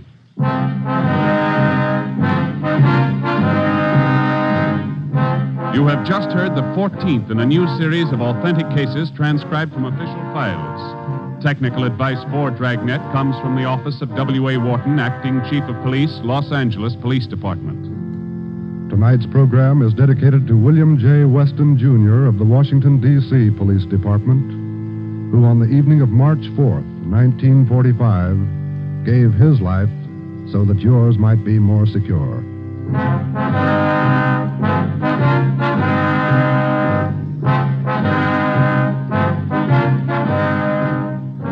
Dragnet came to you from Los Angeles. If you enjoyed tonight's production of Dragnet, you'll want to listen to Richard Diamond, private detective, as played by the screen's romantic tough guy, Dick Powell. The Pet Milk Show, usually heard at this time, has moved to a new time period on Sunday nights. Be sure to hear Larry Douglas and Kay Arman on the new Pet Milk Show tomorrow night on NBC. This is NBC, the national broadcasting company.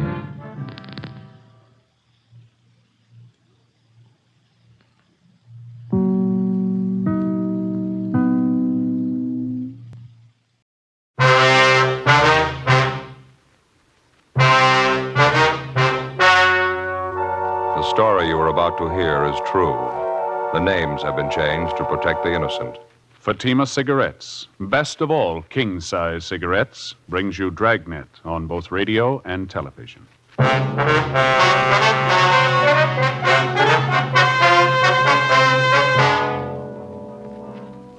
You're a detective sergeant.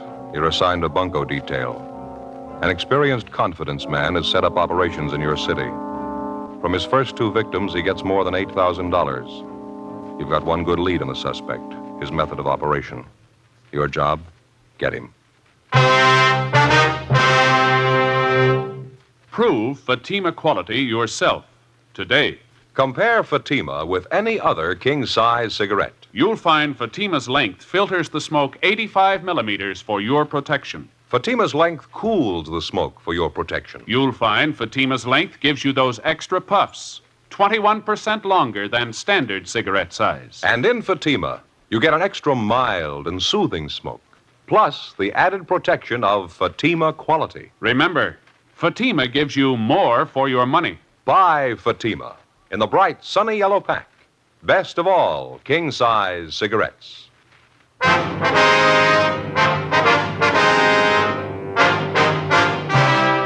Dragnet, the documented drama of an actual crime. For the next 30 minutes, in cooperation with the Los Angeles Police Department, you will travel step by step on the side of the law through an actual case transcribed from official police files. From beginning to end, from crime to punishment, Dragnet is the story of your police force in action. It was Tuesday, December 9th. It was windy in Los Angeles. We were working the day watch out of Bunko Detail. My partner's Ed Jacobs. The boss is Captain Steve. My name's Friday. I was on the way into the office, and it was 7:50 a.m. when I got to room 38. Bunko Detail. Oh, morning, Joe. Hi, Charlie. How'd you make out yesterday? Nothing. No luck at all, huh? Nothing's going to help us much. Got the same description on the guy, used the same name, same M.O. Didn't get anything we don't already know about him. How about you? Your luck any better? No, about the same. Checked out the building where the suspect rented office space. He moved out 3 days ago. No forwarding address. Checked the hotel he was supposed to be stopping at. Didn't pan out. Give him time. He'll stick his neck out again. Well, it doesn't guarantee we'll reach him. Too late to start when the complaints come in. We're going to have to dig up a faster way of getting to him. Hey, you got a match? Yeah, sure, Charlie. Here you are. Thanks. You bet. Oh, by the way, what's this I hear about your partner? What? Ed Jacobs understands you're losing him. Oh, yeah, temporarily anyway. What's the deal? Well, he's going on a loan out up at the academy. Going to be an instructor up there 2 months anyway, maybe more. When does this happen? Tomorrow, the 10th. What are you going to do for a partner? You and Ken going to work together? No, the captain's bringing in a new man, young fella. He's been working in the business office. You mean the big Irish kid works the early morning? No, this boy's been working days. His name's Bill Lockwood. I asked for him as soon as I found out I was going to lose Ed. You know him? Well, a little bit, yeah. You remember Ben Romero? Yeah, sure.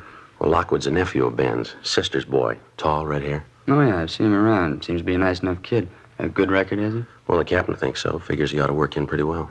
Oh, by the way, have you seen Ben's wife lately? Yeah, I did a couple of weeks ago. Seems to be doing all right. Still misses Ben, of course. Yeah, I imagine. Her little boy's sure getting big. Looks a lot like his dad, too. Miss him quite a bit yourself, huh? Yeah, Charlie, I guess I do. Well, I better get on my horse. I got some checking to do. I hope the Lockwood boy works out for you. Well, I think he'll do all right. Can't say I'd be crazy about the idea myself. Well, how do you mean? Breaking in a new man. No detective experience. When I go out to pick up a thief, I like to figure I've got some good backing. I mean, a partner I'm used to. Tough enough watching out for yourself, let alone a green youngster. Well, somebody had to do it for us. That's the way it goes. Yeah, I suppose. I remember when I first started. It didn't come much greener than me. Partner did all the work, took all the chances, helped me every foot of the way. He never mentioned it once. I never forgot that. He's a good cop. What was his name? Ben Romero.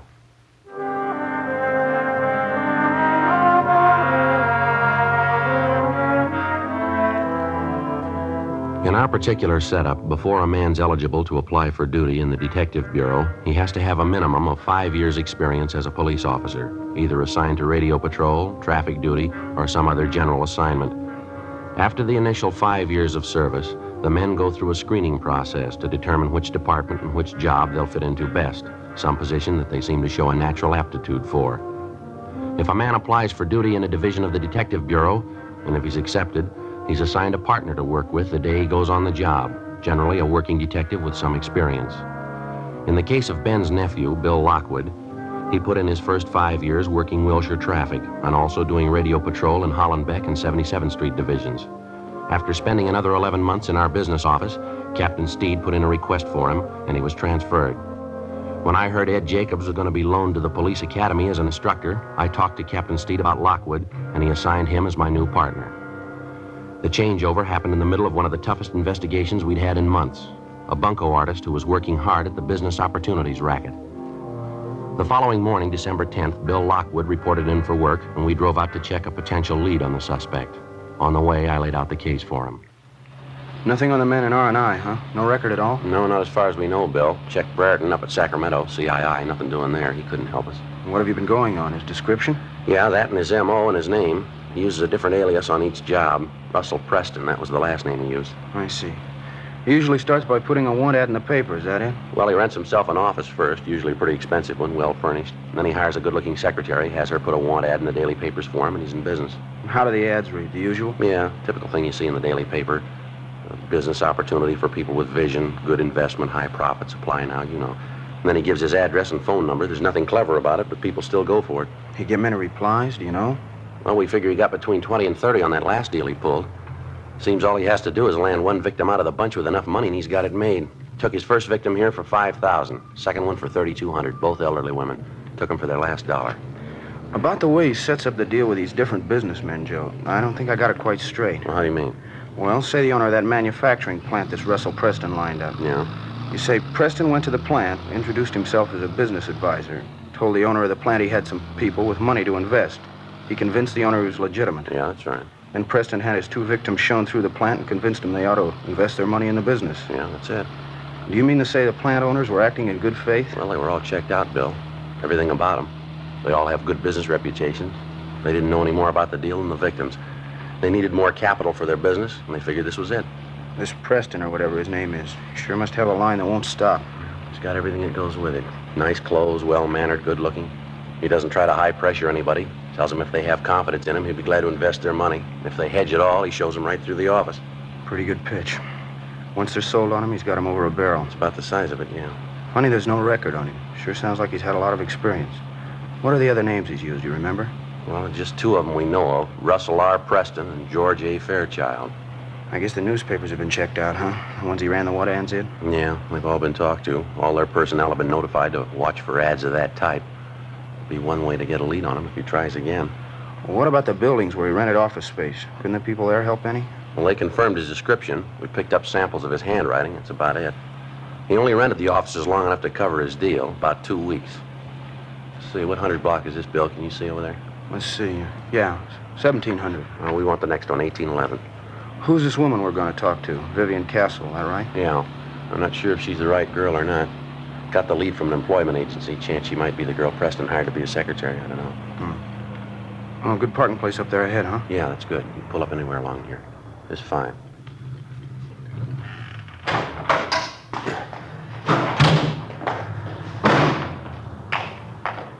Two doors down, Joe. Real estate office, 1811. Yeah, I see it.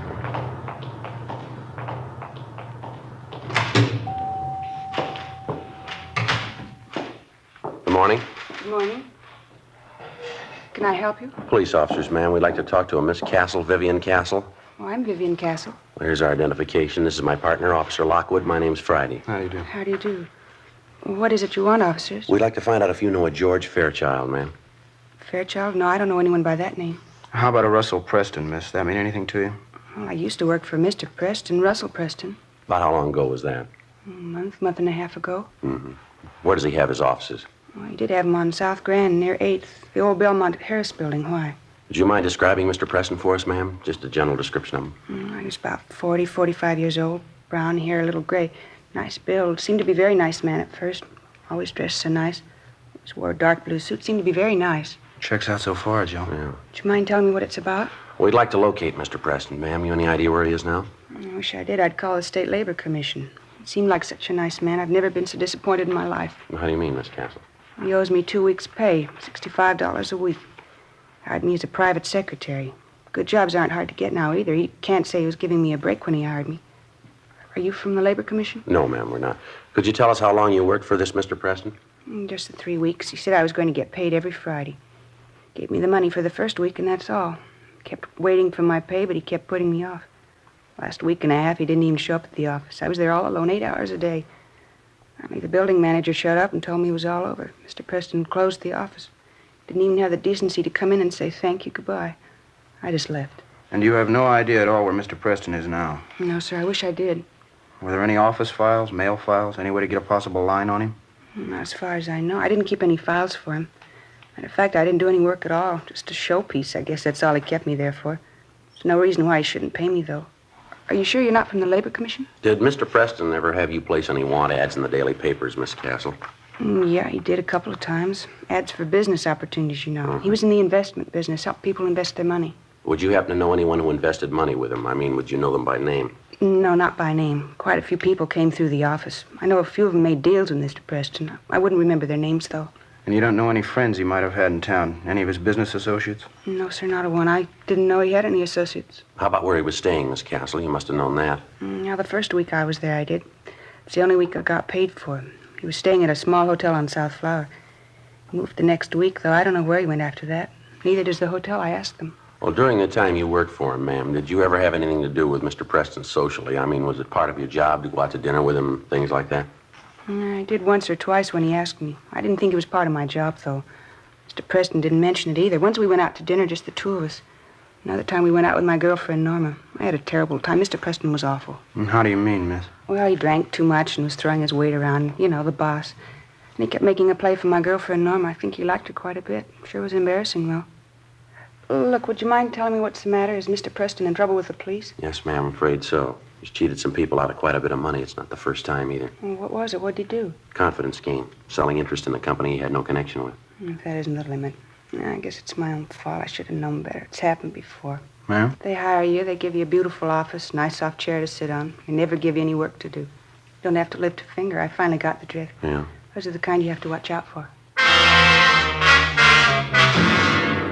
Bill Lockwood and I continued questioning the former secretary of Russell Preston, alias George Fairchild, but she was unable to come up with any kind of a definite lead as to the suspect's whereabouts.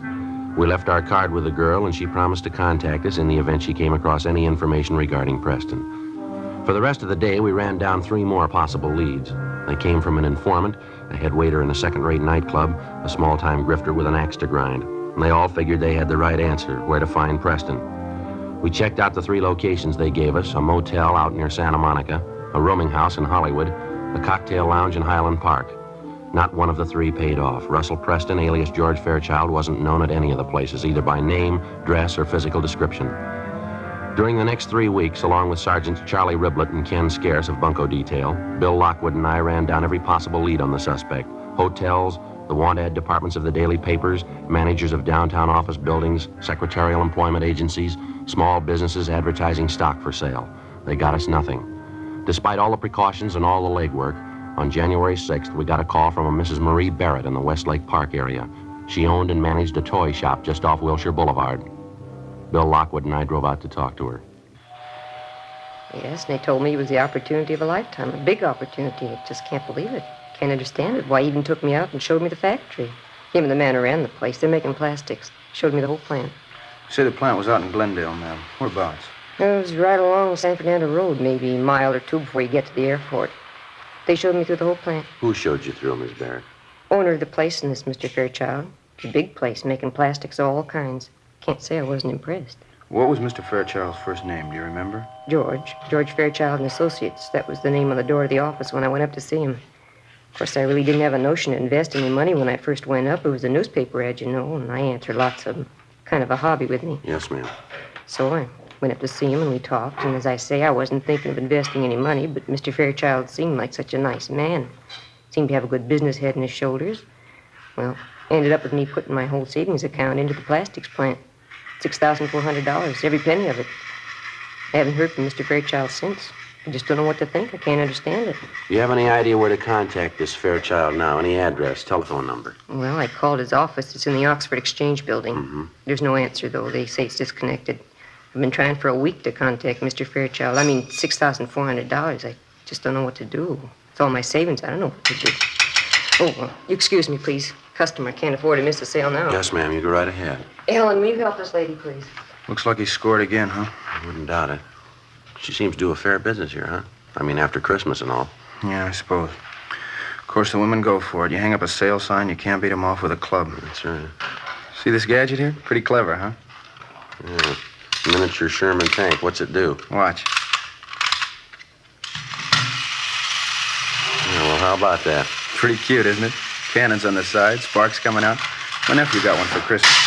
They got a lot of power. Treads will climb over just about anything. Uh-huh. Sorry to keep you waiting, officers. Customers have to be attended to. Surely we understand. Now, about this money you gave Fairchild and Miss Barrett, the $6,400, how'd you work that? I mean, did you give him a check, or how'd you do it? Yes, I gave him a check. It was cashed the same day I gave it to him. I found that out from the bank. What was it you were supposed to get for your money, ma'am? Interest in the plastics company, 1/5 interest. Seemed like such a good idea at the time. Did you ever discuss the deal with the owners of the plastics company? I mean, when Mr. Fairchild wasn't around? No, I guess I never did. Mr. Fairchild didn't think it was a good idea. Said he wanted me to get the most for my money, and said he was afraid if the company owners talked to me alone, they might argue me into taking less profit. Didn't want me to talk to him at all if he wasn't around. And you weren't suspicious of him at all, huh? Mr. Fairchild? No. Very nice man. There are a few things he did that made me a little uncertain, but he always explained everything to me. He always had a good reason for everything he did. Nice man, clean-cut, well-dressed, beautiful manners. Never take him for anything but a gentleman. You'll see what I mean. Wait till you meet him. Yes, ma'am. Just a perfect gentleman. I don't know what to think. I can't call him a crook. He just isn't that kind. Well, he took your money, Miss Barrett. Yes. What else would you call him? 2:18 p.m. When we got through interviewing the latest victim, Marie Barrett, Bill Lockwood and I drove out to the plastics company on San Fernando Road where we talked to the owner and manager. The story was pretty much the same. The suspect, using the name of George Fairchild, had called on them 3 weeks before, introducing himself as an investment counselor. He told them he had clients with money to invest in a growing industry such as theirs, and they went for the story. They told us Fairchild had come back 2 or 3 times with different persons whom he introduced as his clients. They'd been shown through the plastics plant and given a sales talk. That's about all the company owners could tell us.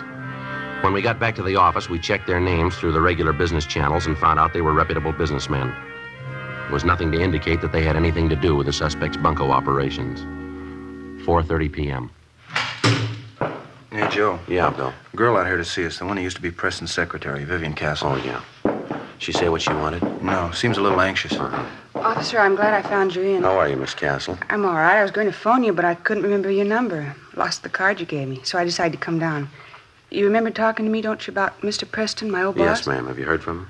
Well, no, I haven't, but you remember me telling you about my girlfriend, Norma? Mm-hmm. I mean, the time Mr. Preston took me out, Norma and her boyfriend were with us? Yes, ma'am. And the way Mr. Preston kept making a play for Norma.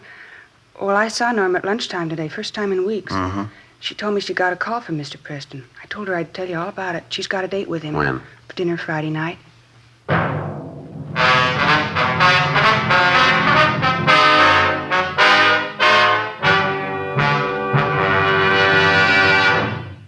You are listening to Dragnet, authentic stories of your police force in action. To show our confidence in Fatima, we make you this money-back guarantee. Buy a pack of Fatimas. Enjoy Fatima quality, extra mildness, and superbly blended tobaccos. If you're not convinced Fatima is better than the king-size cigarette you're now smoking, just return the pack and the unsmoked Fatimas by August 1st, 1952, for your money back plus postage. Fatima, Box 37, New York 1. Prove Fatima quality yourself. Compare Fatima with any other king-size cigarette. 1. Fatima's length filters the smoke 85 millimeters for your protection. 2. Fatima's length cools the smoke for your protection. 3. Fatima's length gives you those extra puffs, 21% longer than standard cigarette size. And in Fatima, you get an extra mild and soothing smoke, plus the added protection of Fatima quality. Fatima gives you more for your money. Ask your dealer for Fatima in the bright, sunny yellow pack. Buy Fatima. Best of all, king-size cigarettes.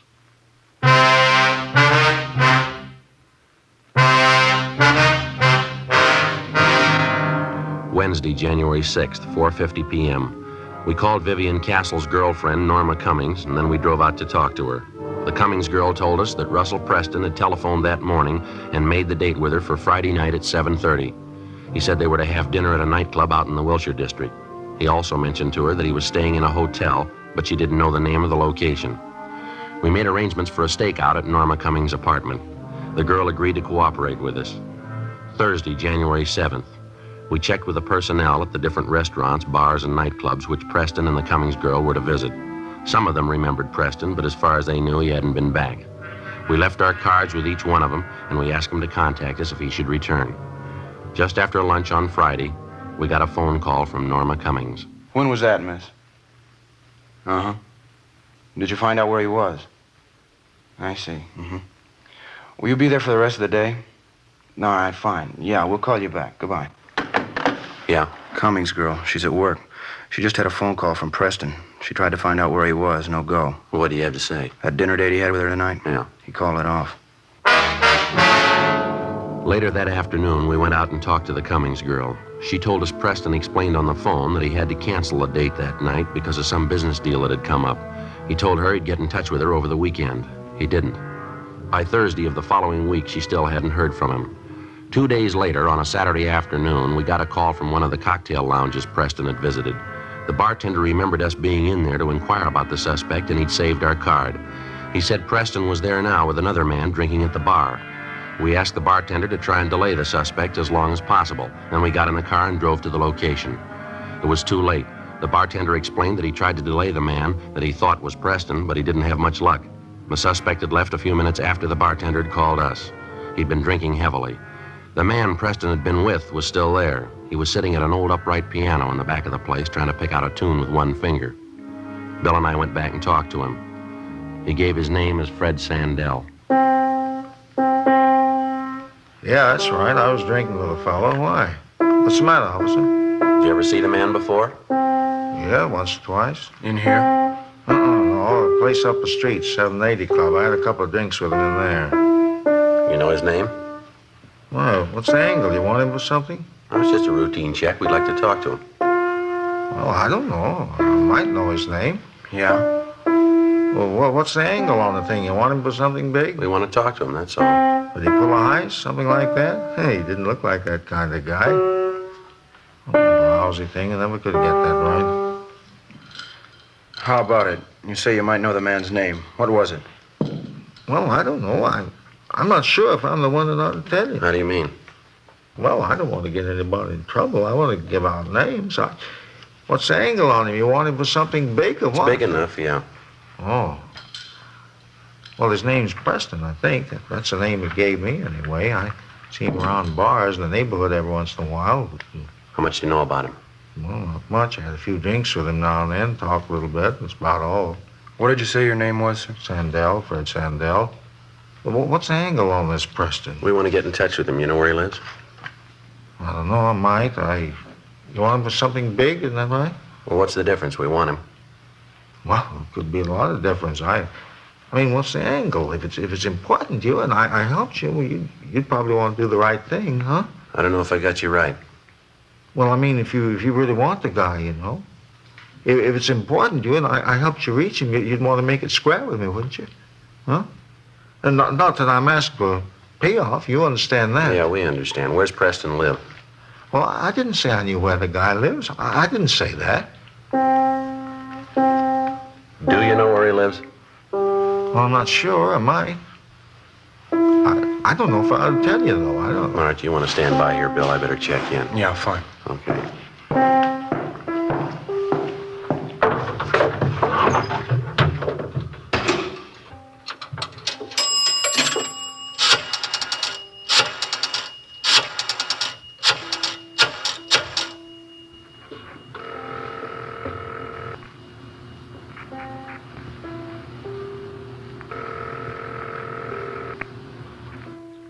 City Hall. 2625, please. 2625. Record Bureau, huh? Yeah, John, this is Joe Friday, Bunko. Yeah, Friday. I'd like to check on a suspect, John. He gives the name of Fred Sandell. He's a WMA, about 45, 5'10", 170 pounds, brown hair, brown eyes, ruddy complexion, small scar just below the left ear. Okay. Want me to call you back on that? Yeah, would you please? I'm at Dunkirk, 35016. Right, I'll call you. Thanks. Oh, say, John, could you switch me over to Bunko, please? I'm calling from outside. Yeah, sure. Hang on. Thank you. Yes? Would you switch this call over to Bunko Detail, please? Bunko Detail, surely.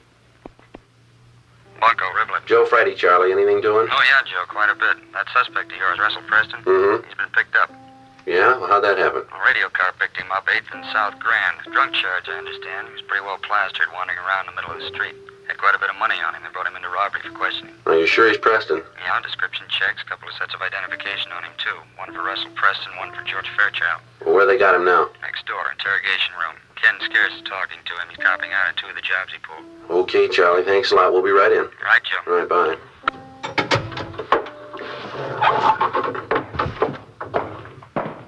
Bill, see you a minute. Yeah. You might as well check in. Preston's been picked up. Huh? When? Probably just after he left this bar. A radio car spotted him, pulled him in. How about that? Yeah. You work 2 months on a case, and just when we start to get close, somebody else picks the guy up. Yeah, that's right. It's not very exciting, is it?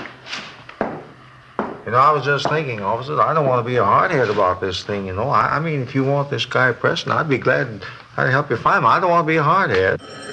Excuse me a minute.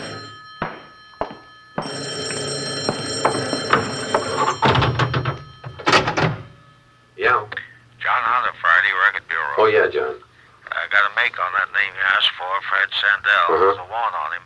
Grand theft auto. Got a pretty long record. You want me to read it off? No, that's all right, John. Right. Bye. Right, thank you.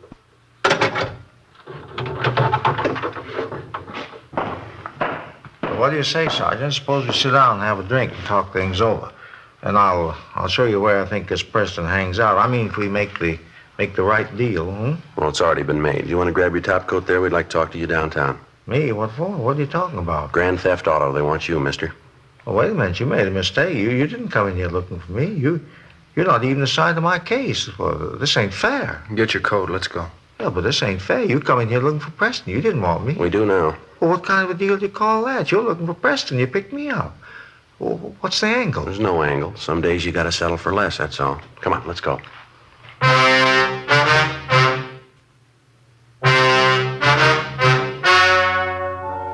The story you have just heard was true. The names were changed to protect the innocent. On April 5th, trial was held in Superior Court, Department 89, City and County of Los Angeles, State of California. In a moment, the results of that trial. Now, here is our star, Jack Webb. Thank you, George Fenneman. Friends, I sincerely hope you'll remember tomorrow what we've told you about Fatima tonight. You remember we said that Fatima is the best of all king-size cigarettes. Well, we'd like you to try a pack and prove that to your own satisfaction. You'll find Fatima gives you an extra mild and soothing smoke, plus the added protection of Fatima quality. And remember this, Fatima gives you more for your money. When you buy cigarettes, look for the bright, sunny yellow pack and buy Fatima. I know you'll like them.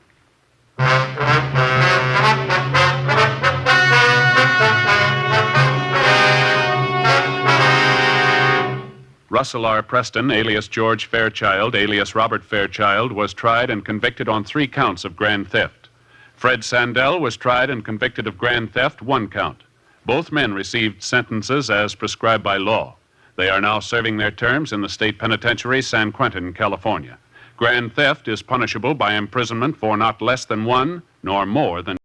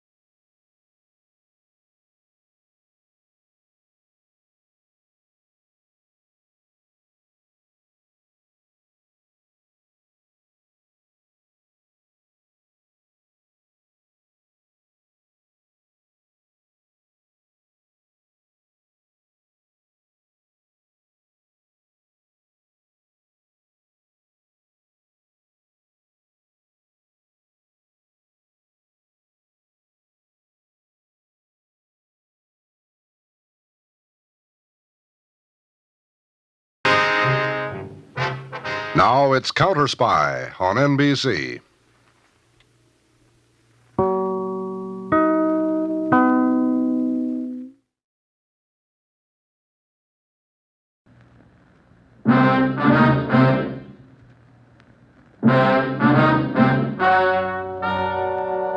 Ladies and gentlemen, the story you are about to hear is true. Only the names have been changed to protect the innocent. NBC brings you Dragnet.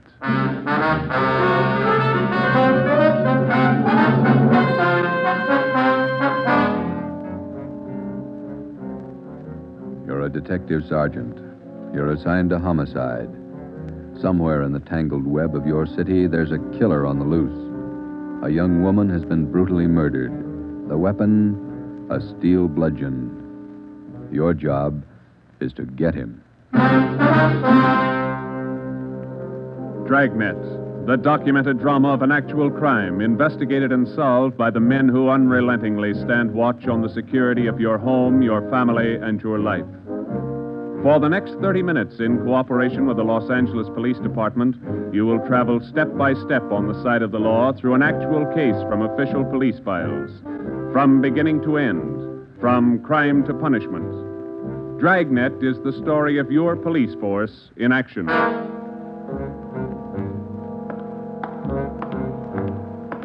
It was Thursday, March 19th. It was foggy in Los Angeles. We were working the night watch out of homicide detail. My partner's Ben Romero. The boss is Ed Backstrand, chief of detectives. My name's Friday. It was 9:14 p.m. when I got to the old Central Jail building, third floor. The crime lab. Hi, Joe. Hi, coming, Lee. Just ran a spectrograph. What'd you find? The paint flake from the victim's head matches that paint on the hunk of pipe. Any prints? The pipe was clean, no latent prints. Well, that figured. Anything else? Got those blood test reports. A couple of slides for you to look at under the comparison mic. Mm-hmm. Thanks, Lee. Oh, hi, Joe. Didn't hear you come in. What's it look like, Ben? Well, here's the blood test reports. This one is blood found on the piece of pipe. Type A. This one's blood from the victim. Type A. They match. That's right, boys. Doesn't mean too much, though. Did you look at these slides under the microscope? No, not yet. Well, this is your clincher. Wait till I get the light. Okay, take a look. Mm-hmm. Got a make? Yeah, go ahead. Well, this slide here on the right, that's a slice of hair from the victim's head. On the other slide is hair found on the steel pipe. Yeah? She had wavy hair. Both specimens are flat. Same hair, Joe. You got anything on that piece of pipe, Lee? Nothing. Just ordinary steel pipe, 14 inches long. What else you got? The plaster impressions of those footprints we found by the body. Here they are. Crepe soles? Tennis shoes, new ones, size 9, good impression. Ground was soft. Man about 150 pounds, according to the length of stride, roughly about 5 feet 10 inches tall. Yeah, new shoes, all right. You can still read the manufacturer's label. That's right, made by the Sport King Company. Well, that's something to follow up. Yeah, sure, you could start with the tennis courts. Only about 1,000 or so in L.A. Maybe you'd rather track down the brand. These particular tennis shoes are the biggest sellers in the country. Yeah. Where'd you like to start, Minneapolis or Pullman, Washington? What about that glove? Yeah, you might look for a missing glove. Yeah. They go well with the shoes, just about as common. White cotton work gloves with a blue top. Here's the right glove. You find the left one. Blood on a glove? Type A. Well, that's good evidence, Jones, but where's the lead? Now, look, I don't ask you to pay my parking tickets. You want to see blow-ups? Yeah, okay. Right over here. Oh, yeah. This is the vacant lot where they found the body. Yeah, that's right. Here's a close-up of her showing the location of the murder weapon, the glove, and the footprints relative to the position of the body. Looks as bad as yesterday. Sure did work her over, didn't he? The rest of these are morgue shots. Interested? No, I checked them this morning. Once is enough, Lee. Yeah, that winds it, boys. You want to go over the stuff in her purse again? You find anything more? No, nothing you haven't seen already. The usual. Makeup, comb, barrette. That's a hair clip. Few cheap stones in it. Loose change, a quarter, nickel, few pennies. Her ID card. Yeah.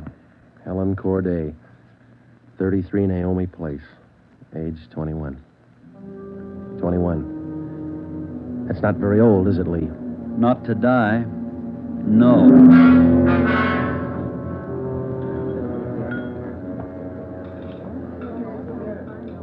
Helen Corday. Who could kill Helen Corday? Why? Why do you say that, Mr. Meyer? Well, people kill for money. They kill for love. Helen Corday had none of these. No boyfriend? Not in here. No, she was a good worker. 5 different waitresses the union sends me 1 month. 5! Did the union send Helen to you? Oh, sure. All the girls come from the union, but none like Helen. Oh, she was sweet, honest, and courteous.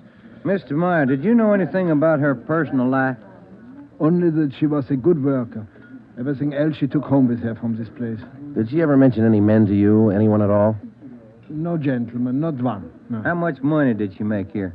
Well, I paid her $26.50 a week, every Tuesday. And not much salary for so much work, but the tips are very good here. Nice customers. Nice. This her home address, 33 Naomi Place? 33 Naomi, that's right, yeah. Thank you very much, Mr. Meyer, for your time. I wonder what kind of a person does things like that. Who could kill Helen Corday? Everybody liked Helen. Helen Corday? I never liked her. Come on in the office, boys, where we can talk. Never liked her because I never knew her. You the head of the union? Not just a steward. I know most of the girls. This Corday girl, what'd she look like? Small brunette, about 5'3". Here's a picture. Yeah. Pretty girl, wasn't she? Oh, sure. Placed her out at Otto's place. Nice little Dutch fella. Meyer. That's right. He seemed to think quite a lot of her. Yeah, she was a fine worker. Oh, sure. Always right up on her dues. Paid all the assessments right on time. Thought you said you didn't know her. Well, not right off, I didn't. But when you showed me that picture there, placed her right away. You know anything about her personal life? Hey, wait a minute. Why all these questions? Helen Corday was murdered last night. Oh. Who did it? You know anything about her personal life? Well, you can see my position, Sergeant. 1,200 girls. Check 'em in, check 'em out. Just names to me till I see a picture of 'em. You wouldn't know if she had any boyfriends here in the Union. Waiters, busboys? That I wouldn't know. Like I tell you, Sergeant, I never knew Helen Corday. Sure, I knew Helen Corday. Gus plays a nice piano, huh, Sergeant? Yeah. I read about it in the paper this morning. How long you been selling pianos here at this place? About as long as I knew Helen. 3 years. How'd you find me? Helen's landlady, we talked to her yesterday. She told us she worked here at this piano store. Oh. It's funny, isn't it? What's funny? See Gus over there? That fellow demonstrating the piano? A few weeks ago, I made a deal with him to give Helen piano lessons. I figured it would help her with her singing lessons. Wanted to be a singer, you know. Did Helen know that fellow, Gus? No, she never met him. Who gave her the singing lessons, Miss Olson? She took from Ostrander. Paul Ostrander out on Melrose. A lot of movie people used to take from him. What do you know about her personal life? How do you mean? Does she have any boyfriends? Well, yes. You don't seem sure, Miss Olson. Well, it's just that I don't know. I never asked Helen. But she did have a few dates with Paul Ostrander. I don't think she was serious. How about Ostrander? Gee, I don't know, Sergeant. I don't want to involve anybody. You want to help us find the killer, don't you? Well, yes, but if you're thinking Paul Ostrander did it, no, I'm sure he didn't kill her.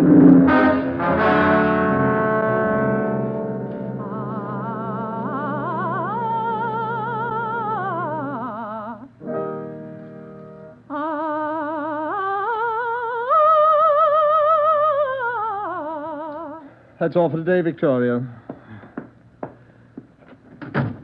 No, gentlemen, I did not kill Helen Corday. You gave her singing lessons, Mr. Ostrander. You knew her pretty well?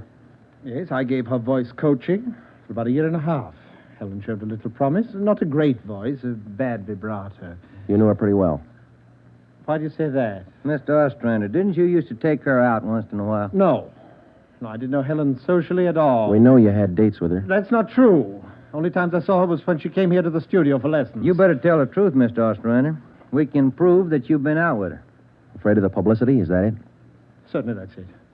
I have a successful business here. I've spent years building it. Anything like this would ruin me. Then you have been out with her. Only a few times. Nothing serious. I had nothing to do with her murder. Now, that's the truth. Don't you know that withholding information about a thing like this can go kind of hard for you?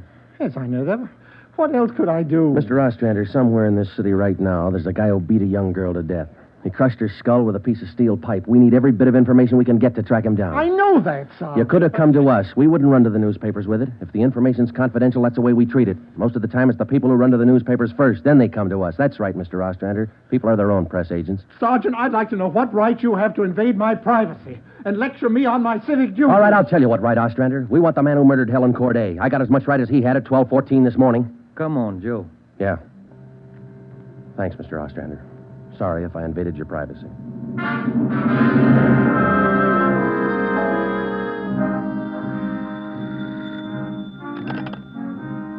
Chief of Detectives Office, Helen. No, I'm sorry, ma'am. You got the wrong extension. Try 2511. You're welcome. Hi, Friday, Romero. Chief's been looking for you. Thank you, Mike. Come on, Joe. Yeah. Hello, Joe. Ben, sit down. What'd you get? A notebook full of notes. A crime lab full of evidence. Nothing to tie them together. These some of the people you interviewed? Yeah, those and about a dozen more we didn't even take notes on. It's hard to figure, Skipper. Everybody seemed to like this girl. Helen Corday. No known relatives. Single, unattached girl, living all alone in the city. Few friends and no enemies. None we can find anyway. Are you satisfied that all the people you interviewed are in the clear? Well, if we're going to stick to the simple robbery motive we are, the kind of money Helen Corday made wouldn't interest those people. How are you doing on the outside leads? Nothing. If we could just find one hole someplace, anything. All right, now look. You've got a lab full of evidence across the street. You've got a book full of names here. You've got the pieces. Now fit them together. They just don't add. Well, go over them and keep going over them until they do add. Anything from the informants? No, nothing so far. No tips on anybody that's been dough-heavy lately. Nobody shooting off their mouth. The guy we want won't advertise. Figures himself a pretty smooth operator. But he probably made a mistake somewhere along the line. We'll find it. Got a hot shot, Ed. Yeah? 3220 Casino. Woman, probable attack. All right, Friday. You and Ben run it down. We ran down the hot shot call for 3220 Casino. Turned out to be a typical dead-end lead. Her name was Mrs. Lillian Horn. For the past 5 years, Mr. Horn had been paid regularly on Wednesdays. He spent all day Thursday drinking up his paycheck and beating his wife. The call had no connection with the Corday murder. We made the usual call into communications. Unit 80K to Control 1, 80K to Control 1. Control 1 to 80K, go ahead. On that probable attack, 3220 Casino, code 4. 80K, roger. 80K to Control 1, KMA 367. That was the beginning. For the next 3 days, we followed up every lead and every call, but they were all blind. All units were alerted, and they had as much information on the killer of Helen Corday as we did. Ben and I cruised throughout the entire Central Division. We covered every probable call that might have some connection with the murder. Attention, Unit 41R. 1654 Swanson Terrace, a woman, victim of probable attack, code 3. Unit 41R. It didn't make any difference what the call was. If there was a possibility it might tie in with the Corday murder, we ran it down. We made it a 24-hour job. So far, if the killer made a mistake, we hadn't been able to find it. The Corday funeral was on Monday. They were all there. The girl's landlady, the voice teacher Ostrander, the girlfriend Marie Olson, the man from the union, and her boss Otto Meyer. But nobody else we hadn't checked. That was Monday afternoon. Monday night, we went back to the old routine, tracking calls during the night in the squad car, picking up small threads that led nowhere. 3 more days of the same thing. Thursday morning, 1 week after we found Helen Corday's body, we got an anonymous phone tip. I know who killed Helen Corday. His name's George Barlow. He lives at 418 White Oak Avenue. He used to date her up all the time. Get him and you've got the murderer. We checked George Barlow and about 10 others just like him. None of them knew Helen Corday. Saturday night, Ben and I were back in the squad car cruising the Central Division. Saturday night's a good night for robbery. By 10 p.m., we'd run down 4 various calls. 123, code 1. 123, roger. 12G, call your station. Unit 13R, 1254 Tower Road. A woman screaming. Investigate the trouble. Code 2. Let's handle that one, Ben. Yeah, okay. I'll notify communications. Unit 80K to Control 1. 80K to Control 1. Control 1 to Unit 80K. Go ahead. On your 1254 Tower Road call, we're in the vicinity. We will handle. 80K, roger. 80K to Control 1, KMA 367. Let's go, Ben. Control 1 to 13R. Disregard your last call. Handled by 80K. Yeah, it should be right about here. Oh, here it is. 1254. That man who tried to kill me is running down the street there. Where? He's getting to that gun at me. He tried to kill me. Come on. Where'd he go, Joe? Turn right at the next corner. That's him up ahead. He's got a good lead on us. Hit the siren. He's gaining, Joe. Took a left at the next corner. Oh, he isn't going to stop. Close in as tight as you can, Ben. Down to the floor now. Swing out to the left a little. I'm going for his tires. Right. All right, that'll slow him down. Pull up on him. Yeah. All right, you. Keep both hands on that wheel and get over to the curb. Cover me, Joe. Right. Out of that car, mister. Shake him down. Hey, take it easy, will you? I haven't got a gun. Put the cuffs on him. Hey, now, you boys work fast. What am I do with the gas chamber? Just save that, mister. It's pretty rough treatment for speeding, All right, come on, you. Look, I got a right to know where you're taking me. What's the charge? We'll let the girl tell you. What girl? You just sit there and be quiet, huh?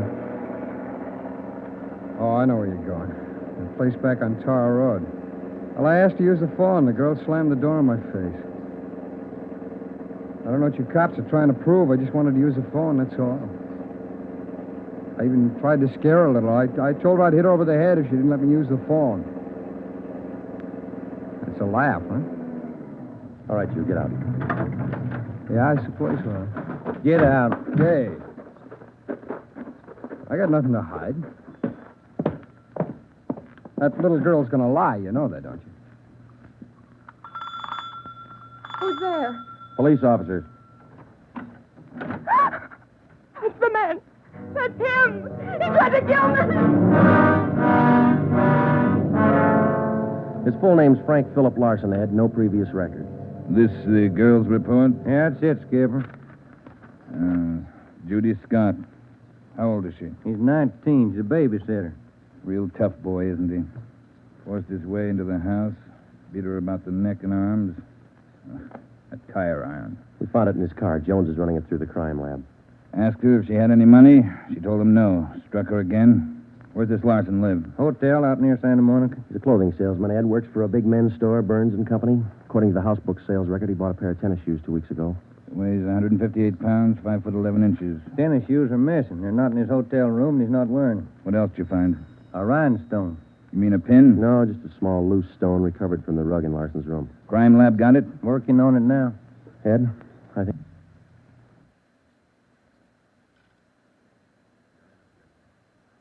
We got the man who killed Helen Corday.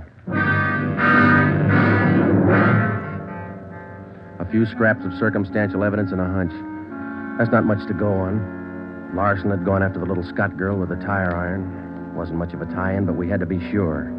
All that day, we checked Frank Larson's alibi for the night of Helen Corday's murder. We interviewed the personnel manager at Burns and Company where he worked. We talked to all the clerks who knew him, the manager of the hotel where he lived. We found out everything we could about Frank Larson. And that night at 10 o'clock, we had the prisoner brought to the interrogation room. How are you, Larson? Fine. Just fine. I like jail. Sit down.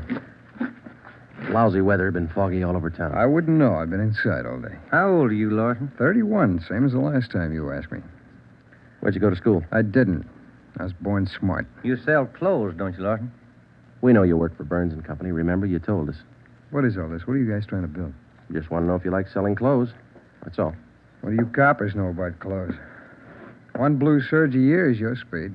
You know quite a bit about clothes, don't you? I've been selling them for 5 years. Can you tell me something I've been wondering about? What's that? Are your socks and tie always supposed to match? That's what the style books say. Bet you always know the right things to wear, don't you? You wouldn't wear black shoes with a brown suit, would you? Is that what you're keeping me here for? Style, isn't it? Oh, would you? Would you wear black shoes with a brown suit? Most people wouldn't. Bet you wouldn't wear brown shoes with a tuxedo either. I've been smoking too much. You got a glass of water? Oh, yeah, sure.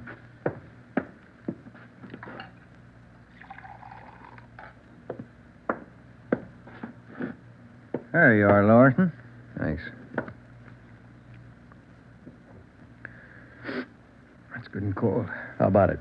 Would you ever wear brown shoes with a tux? Nobody would. That's a navy blue flannel you got on there, isn't it? Yeah. It's a good-looking suit. Stop around sometime. Get you a good deal. Suit like that flannel there you're wearing. You'd never wear tennis shoes with an outfit like that, would you? What do you think? I think you did. I think you wore them the night you killed Helen Corday. Who? Maybe you didn't have the blue suit on, but you were wearing tennis shoes, Sport Kings, size 9. Sell for $5.95. You picked them up at a discount. Cost you $3.25. Where'd you get that? Out of the house book, Burns and Company. You wouldn't have those shoes around now, would you? We couldn't find them in your hotel room. Your boss, Mr. Craig, used to think a lot of you, Larson. Before you started drinking on the job, your commissions used to run pretty high up the last couple of months. What happened? That cheap rye get to you? Well, you two really nosed around, didn't you? When are you going to tell me what I eat for breakfast? Cornflakes, cup of coffee, donut, sometimes 2 donuts when you're hungry. Elsie waits on you at the Royal Cafe. She gets a dime tip. Can I have some more of that water? Help yourself, there's a cooler. They're good and cold. How about it, Larson? Where are the tennis shoes? They wore out. In 3 weeks? Can't be very good tennis shoes. Oh, they didn't wear out. What'd you do with them? You know all the answers. You figure it out. We know you bought the tennis shoes. We don't know where they are now. We know you had them, size 9. 3 feet from the body of Helen Corday, we found 2 size 9 footprints made by a pair of Sport King tennis shoes. We figured the man weighed about 150 pounds. You weigh 158. Figured he's about 5'10". You're 5'11". You come awful close to being the same build as the man who killed Helen Corday, don't you, Larson? And you wear the same size tennis shoes, same brand name. A lot of people wear 9s. It's the average size. They sell a lot of Sport Kings, too. Everybody wears them. If we could find your pair, might make a difference. Doesn't mean your tennis shoes made the prints with the body. Doesn't prove it didn't, neither. What'd you do with them, Larson? I threw them away. That's too bad. Might make a difference. Oh, what difference could it make? I threw them away, that's all. Now, how about the mate to this glove? I never saw it before. Found this right-hand glove by the body of Helen Corday. Just an ordinary cotton work glove. Everybody wears them. If we could find the missing left glove, why, might make a difference. Size medium. That's average, too, isn't it, Larson? I never sold work gloves. I wouldn't know. No, but you bought work gloves, haven't you? Not a pair of those. Mean like this, don't you? We only got one. What kind of work gloves did you buy? I didn't buy any. You just said you did. I never said I bought any work gloves. You bought tennis shoes, though, didn't you? I told you I bought the tennis shoes. Didn't I tell you I bought them? No, you didn't tell us. We told you. Found out from Burns & Company where you worked. All right, you told me. I bought them. You know that. Same kind of tennis shoes that made footprints by Helen Corday's body. It wasn't me. Then why won't you tell us what you did with these I've shoes? already told you I threw them away. They were only 3 weeks old. Must have worn out awful fast. I didn't say they wore out. They got too dirty. No, you told us they wore out. Remember, Larson? I don't remember what I told you, but I don't have them now. We know you don't have them now. Where are they? He told us. They got too dirty. Right, Larson? Yes. Yes, that's what I said. Anyhow, you haven't got them now. No, I haven't got them now. All right, now, just for the record, Larson, which was it? Did they get too dirty or did they wear out? Whatever I said before. You said both before, Larson. All right, I said both. You haven't got anything on me. We got that little Scott girl statement from last night. She says you tried to kill her. She's lying. I told you she'd lie, didn't I? I only wanted to use the phone. She says you hit her with a tire iron. Did you hit her with that iron? No, I only tried to scare her. I didn't hit her with anything. Then how'd you get those marks around her neck and arm? Police doctor says they were made by that tire iron. I don't care what your doctor says. I didn't hurt her. Now, what do you mean, Larson? You didn't hurt her or you didn't hit her with that tire iron? Neither one. I just wanted to use her phone. How'd you know she had a phone? I didn't know if she had a phone. I just went up to find out. To find out what? To find out if I could use her phone. Thought you said you didn't know if she had a phone. I don't know anything the way you twist everything around. Sorry, Larson. We only want the truth. How about a cigarette? Yeah, I could use one. Here's a light. Larson, where were you Wednesday night, March 18th? How many times you going to ask me that same question? Just want to make sure we got it right. I told you this morning. I went to a show. I got out about 11, had a beer, and I went home. What time did you get home? About 11:30. Did you stay home? I went to bed. What'd you see at the show? I never remember the names. You ought to try to remember this, and it's pretty important. Oh, it was a deluxe theater. It was Spencer Tracy and something. What was on when you walked in? The news. I never go in the middle of a picture. Neither do I. Spoils them for me. Yeah, that's right. The girl in the box office doesn't remember seeing you go in. What'd she know? It was Keno night. There was a big crowd. Did you win anything? I never do. Anybody hit the jackpot? I don't remember. They give away a lot of money at those neighborhood theaters. I always remember who hits the jackpot. Well, all right, you do. I don't. Do you remember if anybody won the jackpot? I told you, no. Did they have a jackpot at that show? I guess they do. I don't know. You knew it was Keno night. You should know if they had a jackpot. Maybe they had a jackpot. I don't know. I went out for a smoke. You said the cartoon was on when you walked in. Why do you always twist what I say? I told you the news was on when I went in. You remember anything about the newsreel? It was 10 days ago. How do I know what was in it? I only know it was a newsreel, that's all. You're lying, Larson. We checked your alibi. The manager of the theater had to cut the newsreel Wednesday night because the show was running long with Keno night. You didn't go to the show Wednesday night, did you? All right, maybe I didn't. I don't remember. What's the difference? The difference is you could have been in that vacant lot the same night, the night Helen Corday was murdered. I didn't kill her. You can't prove I did. Interrogation room, Friday. Hiya, Jones. It did, huh? You're positive. Yeah, okay. Thanks, Lee. Sure you don't want to tell us what you did with those tennis shoes? I'm not going to go back over all that. I've told you guys all I'm going to tell you. You know how the Corday girl was murdered? How would I know? I don't know anything about it. She was on her way home from work, as usual, about midnight. Of course, you were home in bed about that time. But you didn't go to the show that night, Larson. On her way home, Helen Corday always took a shortcut across a vacant lot. She was about halfway through the lot when the murderer tried to grab her purse. She screamed and he struck her. Hit her several times with a piece of steel pipe 14 inches long. He beat her to death with that piece of steel pipe. Then he dropped the pipe in the right-hand cotton work glove. He left 2 footprints, size 9, Sport King tennis shoes. I know all that. Well, here's something you don't know.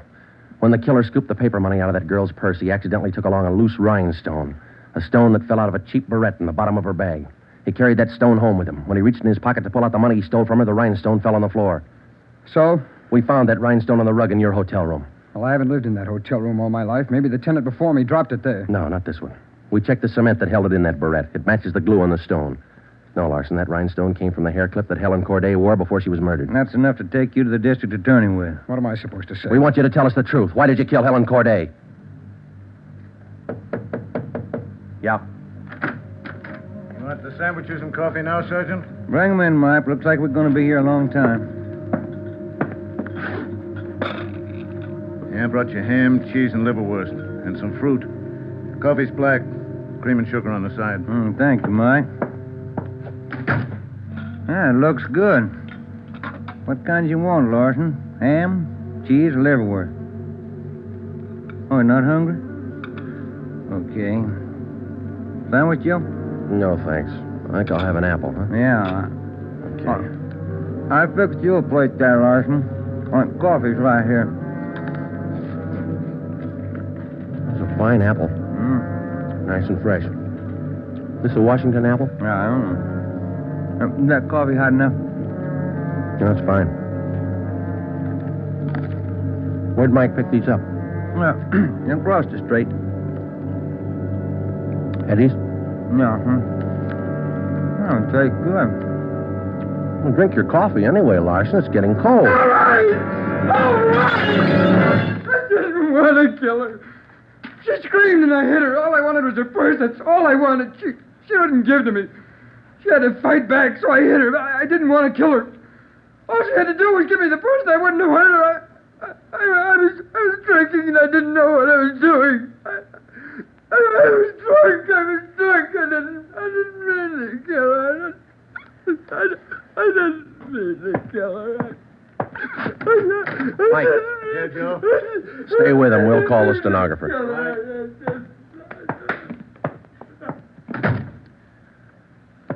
See you tomorrow, Joe. Good night. Yeah. Sour racket, huh?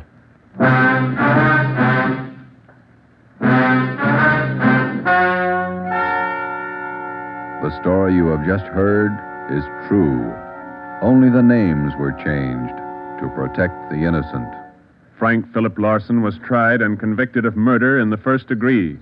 He was executed in the lethal gas chamber at the state penitentiary.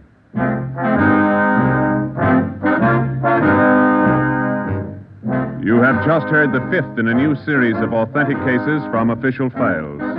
Technical advice for Dragnet is furnished by the Los Angeles Police Department. Tonight's program is dedicated to Police Officer Charles A. Brady of the Chicago, Illinois Police Department, who on the night of September 2nd, 1945, gave his life so that yours might be more secure.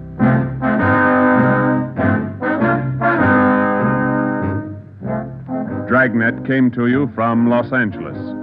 This is NBC, the national broadcasting company.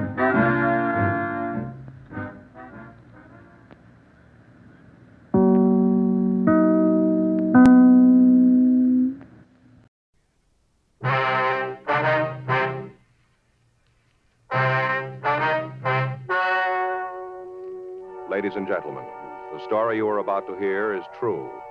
The names have been changed to protect the innocent. Dragnet is brought to you by Chesterfield, made by Liggett and Myers. First major tobacco company to bring you a complete line of quality cigarettes.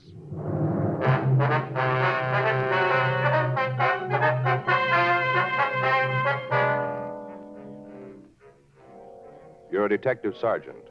You're assigned to homicide detail. A young man walks into your office and tells you he has a problem. From the way he talks, you know it's serious. Your job? Listen. Today, friends, you hear these three words everywhere. Chesterfield's for me. The Chesterfield you smoke today is the best cigarette ever made. Best for you, because Chesterfield gives you proof of highest quality, low nicotine. The taste you want, the mildness you want. Chesterfield is best for you because it's tested and approved by 30 years of scientific tobacco research.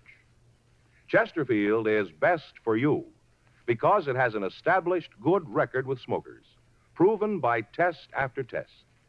Yes, friends, the Chesterfield you smoke today is the best cigarette ever made. For the taste you want, the mildness you want. Join the thousands now changing to Chesterfield. Always say, Chesterfield's for me.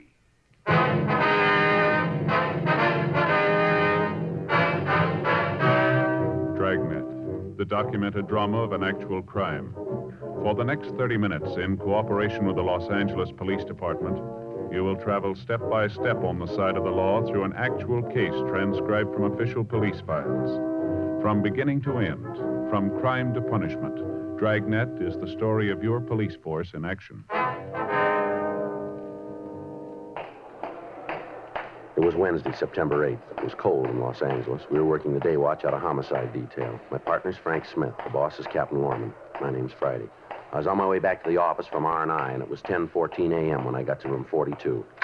Homicide. Pardon me, sir. Yes, sir. Are you a policeman? Yes, sir, that's right. What can I do for you? I want to talk to somebody. I'm not sure who, though. Well, if you tell me what it's all about, I might be able to help you. Well, I got to be sure it's the right person. You can understand that, can't you? Yes, sir. My name's Paul Marcus. All right, Mr. Marcus, what is it you want to talk about? You work in there in the homicide department? That's right. You know all about murders, then, huh? You want to come into the office and talk? No, I don't want to go in there. Is there someplace else we can go? I'd like to talk to you alone. This is kind of a personal thing. All right, sir. Come on down the hall. Interrogation room. Nobody else there? No. Well, that's good, because like I told you, this is a personal matter. I need your advice. All right, sir, this way. This is the first time I've ever been in the police department. I feel kind of funny just walking in and talking personal things to a stranger. Yes, sir, I can understand. Go ahead. Mm-hmm. Want to sit down right there? Thank you. All right, you want to tell me about it? You mind closing the door? All right. All right, now what's your problem, Mr. Marcus? I told you it was personal. Yes, I know. I want to be sure I handle it right. I could get in a lot of trouble if I didn't. Mm-hmm. Been trying to figure out what to do about it for a week now and couldn't find the right answer. That's why I came here. You guys should know. All right, now if you'll just tell me what's bothering you, we might be able to do something for you. Uh-huh. A whole week and no answer. I sure hope you've got it for me. I'm sorry, Mr. Marcus, but if you don't tell me what this is all about, there's nothing we can do. Well, it's nothing big, just a personal problem. I just want to know how to handle it. All right, go ahead. I killed a woman.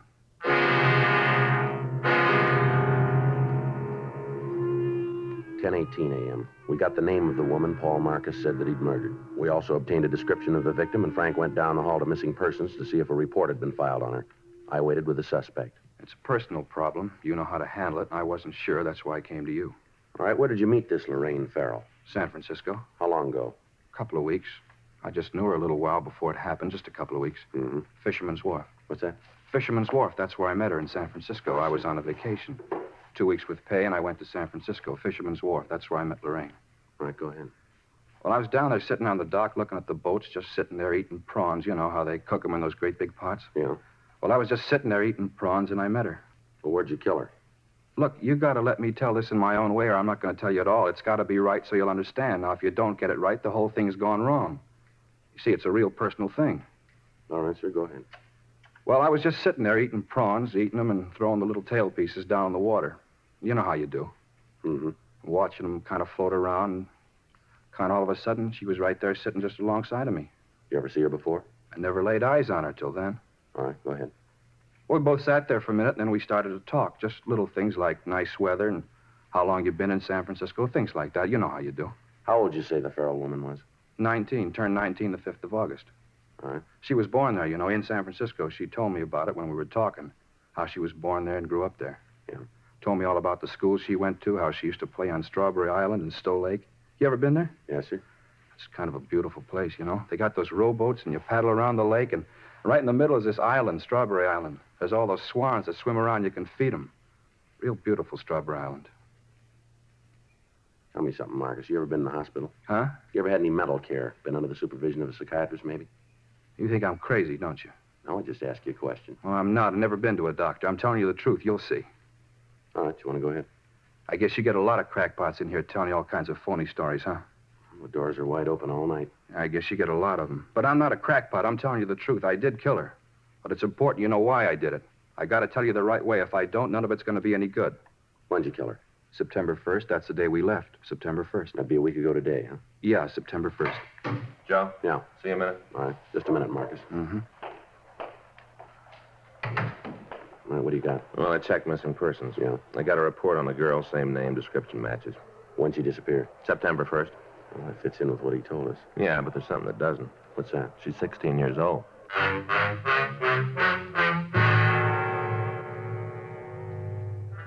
Each year, there are hundreds of citizens who walk into the nearest police station and confess to some sort of crime. Some have actually happened, others have occurred only in the mind of the person confessing.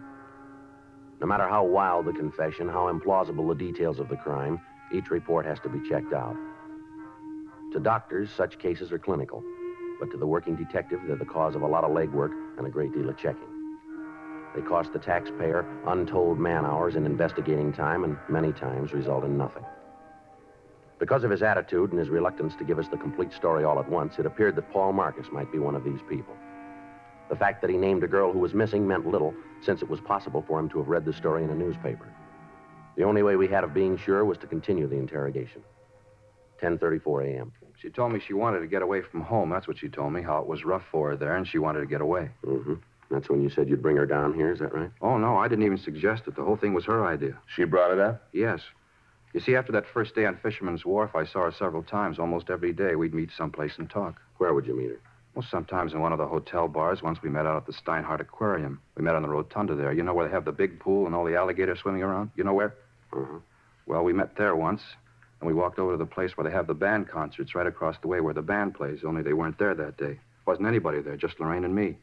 We sat on the benches and talked. That's when she said she wanted to go with me. To Los Angeles, huh? Yeah. That's where I was going, and she wanted me to take her. She came right out and asked you. Sure. Told me how it was hard for her at home, and she wanted to get away. She told me she had friends here. Said she could stay with them until she got things straightened out. You know, get a job and a place of her own. Mm-hmm. Well, she was going to do that, get a place of her own and a job, and then she'd be all right. You ever meet her parents? No, I never went to the house. She told me where it was, though, someplace out by the Twin Peaks Tunnel. I didn't know where exactly. She didn't want me to go out there. Said it would only cause her more trouble. That's why I'd meet her in town. You ever meet any of her friends up in San Francisco? Yeah, just once we were in a drugstore on Market Street having a sandwich. We were just sitting there, and she was telling me how it was bad for her at home, and a girl came in. Looked like she was a schoolgirl. You know how I mean, young? Mm-hmm. Well, she came in and talked to Lorraine, then they went over to the phone booths and talked. You didn't actually meet the girl? No. Lorraine said if I did, the girl might say something to Lorraine's parents, and that would cause trouble. You know this girl's name? I think it was Grace. I'm not sure, but I think it was Grace. When'd you leave San Francisco? Wednesday morning, September 1st. I wanted to get back in time to get some rest before I had to go to work. You know, my vacation was up, and I had to go back to work. Where'd you pick up the girl? Wasn't a pickup. I was sitting on Fisherman's Wharf eating prawns and looking at the boats, and we started to talk. Wasn't a pickup. We just got friendly. No, Marcus, he means that where'd you pick up the girl when you left for Los Angeles? Oh, I thought you meant when I met her the first time. That's what I thought. Uh-huh. I met her out at the tunnel. Where's that? Well, you know where Castro Street runs into Market, where the L car comes in from the beach? That's where I met her. She came from home, had her suitcase and all, and she came out on the L car. All right, go ahead. Well, she got off the streetcar, got into my car, and we left for Los Angeles. Where'd you kill her? I told you before, if I don't tell it my way, it isn't going to work. You're not going to understand. It's got to be my way. All right, go ahead, Mark. Well, it was a beautiful day, just the kind of a day you want when you're going on a drive. You know how I mean, clear and the sun shining. Yeah. Well, that's what kind of a day it was. Uh-huh. You could see all across the bay over to Berkeley and way up north. It was real clear. You want to go ahead with your story? Mr. Friday? Mm-hmm. My way? Yes, all right, go ahead. All right. We drove all day, stopped for lunch at a place near San Luis Obispo, a little lunch stand there. Had a French dip sandwich. It was one of the best I ever had. The meat was real lean, and they didn't sop up the bun with the gravy. Just the right amount. One of the best I ever ate. Mm-hmm. Lorraine liked them, too. She didn't like the bread all sopped up with gravy. Well, go ahead. What happened after you had lunch? Well, we left there and drove on. We got down to around Malibu. I guess it was really before that where the divided highway is, up the coast. You know where the cliffs are? Yeah, we know. Well, we stopped. Gee, was such a beautiful night. I just wanted to sit there and look at the ocean. People don't take time anymore. And what happened then? We just sat there, had a cigarette, and talked. That's when I told her. First time I ever said it. What was that? It's funny. I guess most fellas say it a lot. You know how I mean to a bunch of girls that never mean it? Go ahead. I told her. First time I said I loved her, and I told her that she didn't have to get a job, that I wanted to marry her and get her a house and all. And she wouldn't have no more trouble at home. How she'd have her own home and everything would be all right. I told her all that. Yeah. And that's when I knew, right then. You could divide the second in a million parts, and in one of the parts, I knew I had to do it. Kill her? Yeah. You see, she didn't tell me the real reason. She lied to me, and I knew I had to do it. So she wouldn't lie to anyone else. You can understand that. You can see why I had to do it. Well, maybe you better tell us. Well, it was all a lie, all about the family being mean to her. All that was a lie. She just wanted to get to Los Angeles because she wanted to meet some other fella here. That's why. She lied about the family, and that's why she did it. So you see, I had to kill her. I had to. How'd you kill her? Huh? I say, how did you kill her? We got out of the car and walked over to the cliffs. We could see right down to the ocean. We just stood there. I just hit her. She fell down. It was quiet. So I pushed her over into the water. Mm-hmm. What'd you do then, Marcus? I got in the car and drove home. You just left her there, huh? Certainly. There wasn't anything I could do for her. You point out the place where all this happened? Well, sure. It's up the coast where the highway's divided, north of Malibu. It's real easy to find. Anybody else around? You mean when I hit her? That's right. No, we were all alone. I didn't see anybody, just the two of us. All right, Marcus, you willing to give us a statement on all this? You mean what I just told you? Yeah. Well, sure. You want me to tell all about it again? We'll call in a stenographer. So you can write it down, huh? That's the idea. Well, sure, I'll tell her. Tell me something, Marcus. When'd you get out of the hospital? I told you before, I was never in one. You guys sure make it tough, don't you? What's that? I came in here because I wanted to tell you about Lorraine. I wanted you to know so you wouldn't think it was my fault, that's all. So you wouldn't think it was my fault, and now you don't believe me. You think I'm just another crackpot trying to sell a phony story. You guys sure make it tough. We gotta be sure. Well, I'm telling you the truth. I want you to believe me. Yeah. I want you to believe me. And we're beginning to.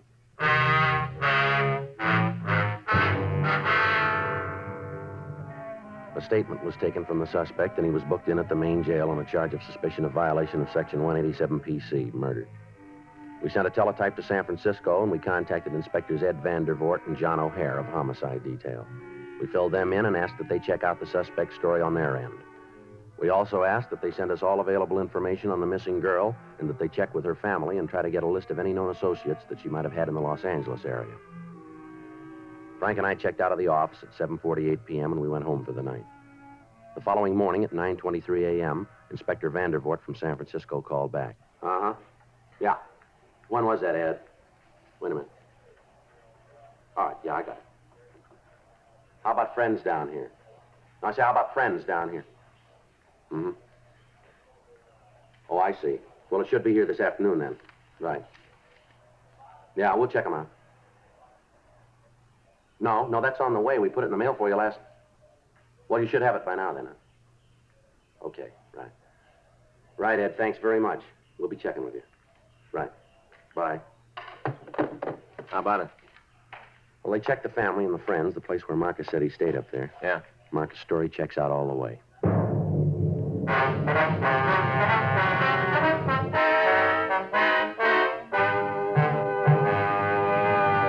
You are listening to Dragnet, the authentic story of your police force in action. One of the biggest comedy hits of the year. That's how the movie critics are describing Bob Hope's latest Paramount picture, Casanova's Big Night. Like so many other millions of smokers, Bob and Audrey Dalton, who appears with him in the picture, say Chesterfields for me. First, Audrey Dalton. I changed to Chesterfield king size because I think it's better than any other king size cigarette. Bob Hope says, 5 years. That's how long I've been smoking Chesterfields. And they have what it takes to satisfy me. What's more, I've seen how they make Chesterfields down in their Durham factory. And I wouldn't smoke any other cigarette.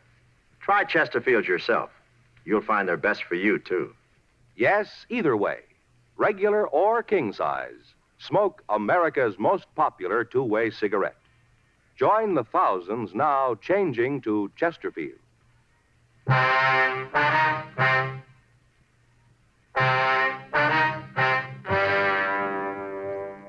In the phone conversation, we learned that all of Lorraine Farrell's friends and relatives had been interviewed and their stories checked with the one given us by the suspect, Marcus. The girl and Paul Marcus had been seen together in the Bay City. The desk clerk at the hotel where the suspect had stayed verified the date that he'd checked out. It was the same day Lorraine Farrell disappeared. The officers in San Francisco were able to contact the girl the suspect had referred to as Grace. She recalled seeing a man answering Marcus' description with a missing Farrell girl. Frank and I spent the rest of the day checking on the suspect. We talked to the people he worked with. They described Marcus as being moody and withdrawn. We talked with his landlady.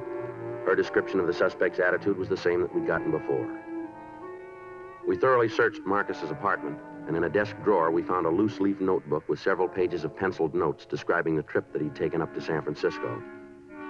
On one of the pages, at the back of the book, we found a lengthy letter to a Lorraine, in which Marcus apologized to the girl for killing her, but he went on to explain that he had no choice. We booked this evidence. The following morning, Friday, September 10th, Frank and I drove down to the beach and we talked to the people in the vicinity where the suspect said the murder had occurred. We found an elderly couple who lived in a trailer on the beach. They recalled having seen two people answering the description of the suspect and the missing girl on the night that the murder occurred. We drove back to the main jail and we signed out Marcus. We took him down to the car and we drove him out to the beach. We turned up the highway and told him to let us know when we came to the place where he'd killed the Farrell girl. Sure you know where the place is, Marcus? Yeah, I remember. It's just up the road a little bit. Just keep right on going. You'll find it. Mm-hmm. You'll see it now. There's kind of a parking place and a couple of trees. Eucalyptus, I think. There's two of them on the side of the parking place. You can't miss them. It's right ahead there on the left. There, you see? Yeah. I'm gonna pull in, Frank. Okay. Just look at all those cars. Everybody's in such a hurry they never see anything, just like they had blinders on. You sure this is the place? I told you, didn't I? No reason to say a thing like that if it wasn't true. Just pull right in there. That's it, right over there. Well, right here is where I parked when it happened. Maybe over there a little bit more, but... Oh, right about here. And the two of you just sat here for a few minutes, is that it? Yeah. We just sat here and had a cigarette, and then we got out of the car and walked over to the edge of the cliff. All right, come on. Show us. Sure. Just so you'll believe me, I'll show you. Now, we stood right over there. Right there, and I told her I was in love with her and wanted to marry her. Now, you stay here. Just point out where you were. You think I might try to jump off, don't you? That's what you think, isn't it? You just show us, huh? I wouldn't do that. There's no reason to. I don't know why you wouldn't agree that I had to do it. I didn't have any other way to do it. Where were you when you hit her? Right there, near that clump of grass. We stood there and looked down at the ocean, and she told me about this other guy. That's when I hit her. She fell down right about there. Uh-huh. And where'd you push her off the cliff? There, right where I hit her. She was just lying there. I guess she hit her head on something, and she was real quiet. I just rolled her over the edge. It was right there. There, you see where the rocks are kind of worn? Go and take a look. Yeah.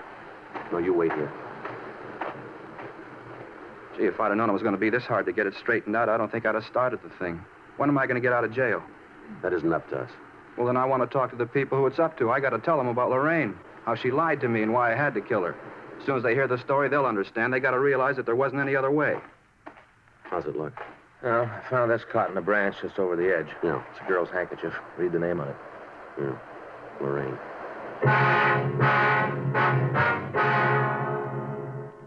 Friday, September 10th, 3:46 p.m. We contacted the crime lab and asked them to come out and go over the scene. Officers stood by so that any physical evidence would not be disturbed until Lieutenant Lee Jones and his men had an opportunity to go over it. Frank and I, along with the suspect, drove back to town where we made arrangements with the city lifeguard service to search for the body. The following morning, a boat equipped with diving gear left Santa Monica Harbor and took a course north. Experienced deep-sea divers searched the crevices in the rocks beneath the cliffs. All of the sea bordering the vicinity was gone over. There was no trace of a body. The shoreline on either side of the murder spot was checked. Still no trace of the missing girl. In the meantime, 2 additional teams of men were assigned to check out the friends of Lorraine Farrell. They carried pictures of Paul Marcus and attempted to dig out any information on the suspect and the missing girl. 6:42 p.m., Sunday. We called the main jail and asked that the suspect be brought to the city hall for additional questioning. I had a reason to do what I did, a good reason. Now, you let me talk to the responsible people around here, and I'll have them tell you. I'm getting a little tired of being shoved around. You just bring in the boss and let me talk to him. What day did you say that you left San Francisco? September 1st. I thought it was the 2nd. The 1st. You said you left in the afternoon, is that right? In the morning, and you remember it. I don't know what all these questions are for. I told you I killed Lorraine. I walked in here and told you there's no reason for all this McGilla. Just no reason. Where'd you hide the body? I didn't hide it. Well, and where is it? I told you I put her in the ocean. We haven't been able to find her. Well, then you're not looking good. I told you the truth all along the line. I've told you You the sure truth. you didn't make a mistake about where all this happened? Not a chance in the world. Right there by the parking place where the 2 trees are. Well, maybe you just thought you left her there. I know it. Had you been drinking when you killed her? No. We stopped and had a couple of beers on the way. Just a couple, not enough to get drunk. But you did have something to drink. Well, sure, but not enough to get drunk on. How many beers you have? 2, maybe 3. All right, which was it? 2 or 3? Well, what difference does it make? Were you drunk? No. How about the girl? Was she drunk? No. You sure about that? Yes, I'm sure. What are you trying to do? What difference does it make? Maybe we did have more than a couple, but what difference does it make? We're just trying to get things straight. We want to be sure we got the right story. Well, you have. All right. How about a cigarette, huh? Yeah, thanks. Frank? Yeah, thanks. Here, I got a match. Hey, wait a minute. Don't light his, too. That's bad. What do you mean? 3 on a match. It's bad. It is, huh? Well, sure, you never do that. Here. Thanks. You got right home after you killed the Farrell girl, huh? Yeah. I drove right down the highway and went home. Traffic was kind of heavy. I thought about it, all those people all hurrying around, not taking any time. Anybody see you when you came home? What do you mean? Well, anybody see you park the car, go into your apartment? Well, no, there wasn't anybody around. Now, you said when you met the girl up in San Francisco that she had a suitcase with her, is that right? Yeah, she did. Artificial leather with real leather binding. And where is it now? Huh? What'd you do with her suitcase? Well, I don't know. I don't remember it. We couldn't find it in your room. Well, you didn't have no right to go through my room. No right at all. We didn't find a suitcase. Where is it? Well, I don't know. Did you put it with a body? Well, I might have. Where? I don't know. I don't remember. I hit her. She lied to me, and I hit her. Then I pushed her into the ocean. That's all I know. And that's all I'm going to tell you. Joe, see you a minute. Yeah, sure. What do you got, Al? We found the girl. Where? She's sitting in the squad room.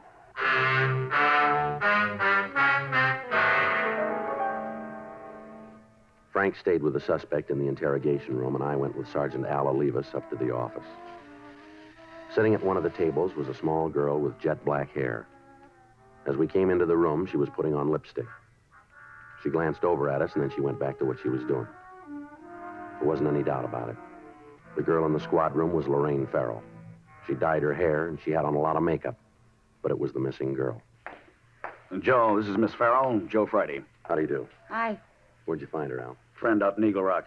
Says she's been there for a week. Thanks, Al. Right. You seen the papers lately, Miss Farrell? Yeah, I read the funnies. You ought to read the front page. You've been on them. All right? Mm-hmm. We've got a lot of policemen out looking for you. They probably needed the exercise anyway. There's a man down the hall who thinks that he killed you. That creep, Paul? Yeah, Paul Marcus, that's his name. Real creep. I was glad to get away from him. Oh, gosh, he tried to give me about our home. What a baloney. He's a real creep. You ought to keep an eye on him. He's going to wig one of these days. Is that so? Yeah. He drove me down here, and when I told him I didn't want to have anything to do with him, he got real sore, started yelling. Creep. Where'd all this happen, miss? Oh, out by Malibu. Road out there. He stopped the car and gave me all the stuff about wanting to marry me. I was in love with me. Big deal. Said I was the first girl I ever said that to. Big deal. What happened then? I told him I didn't want no part of him. Told him to get lost. Thanked him for the ride and told him to get lost. He flipped. Bad, he flipped. I took off, got a ride, came into the town. I got this girlfriend in Eagle Rock. I've been out there. You ought to watch that guy, though. Mm-hmm. How old did you tell him that you were? I don't know. Forget. I think 19, something like that. I forget. Mm-hmm. He confessed to killing me, huh? That's right. Flipped. He's a wig. Let's take a walk, huh? Where? Come on. Sure. I got nothing to lose. Can you guys drive me back to Eagle Rock tonight? I got a date. I got to be back pretty quick. You're not going to go back to Eagle Rock. Who says so? We're going to have to hold you. For what? I haven't done anything. Well, you're a minor. We've got a missing report filed on you. Your folks are pretty worried. They're always worrying about something. If there ain't nothing for them to worry about, then they worry about that. Well, it doesn't make any difference. We're going to have to hold you. You just try it, cop. You just try it. You'll find out you got more trouble than you came in one lump. Uh-huh. In here.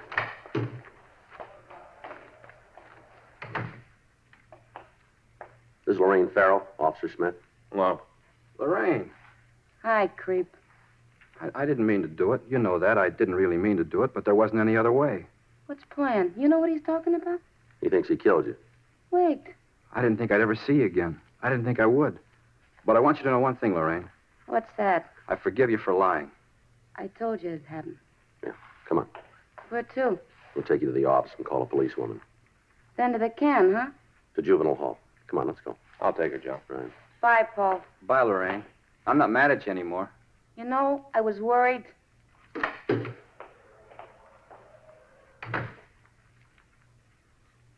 Sergeant? Yeah. I want you to know how I appreciate it. Yeah, what's that? What you tried to do, I think was real fine, thanks. I don't know what you mean. You didn't fool me a bit. What? I know I killed her.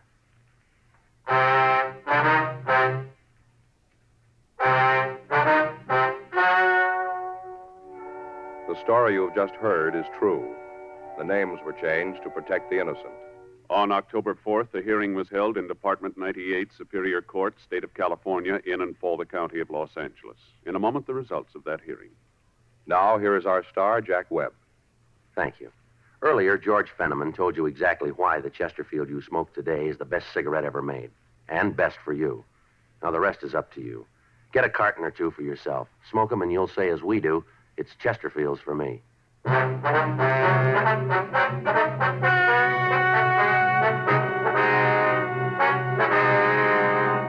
Paul Nelson Marcus was held to answer a charge of violation of Section 701 WIC, contributing to the delinquency of a minor.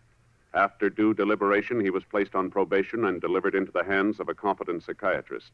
Lorraine Jean Farrell was returned to the custody of her parents.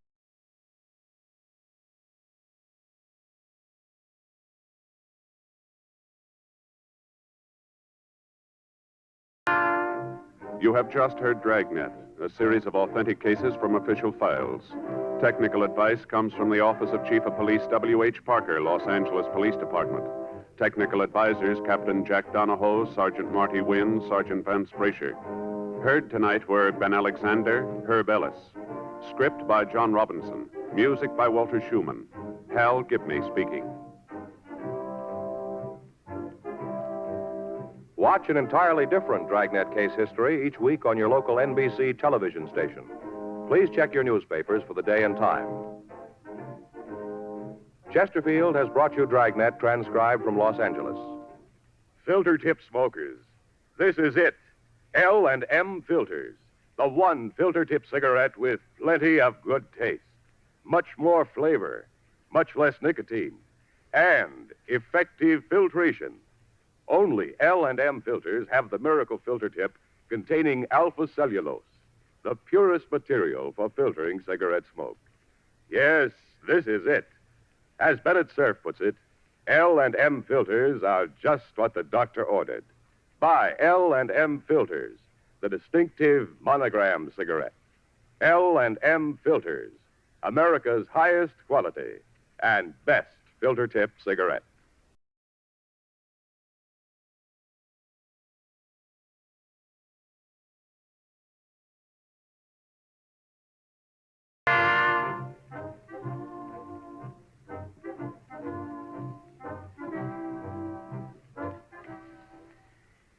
Hear Frank Sinatra as Rocky Fortune following John Cameron Swayze and the news on the NBC Radio Network.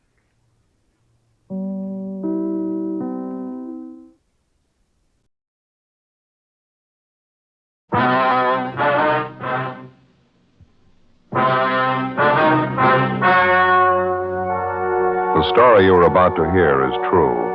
The names have been changed to protect the innocent. Fatima Cigarettes, best of all king-size cigarettes, brings you Dragnet.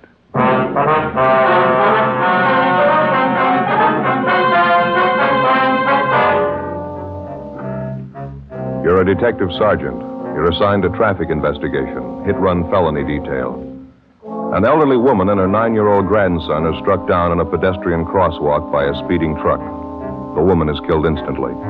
Witnesses fail to get the license number. The hit-run driver escapes. Your job?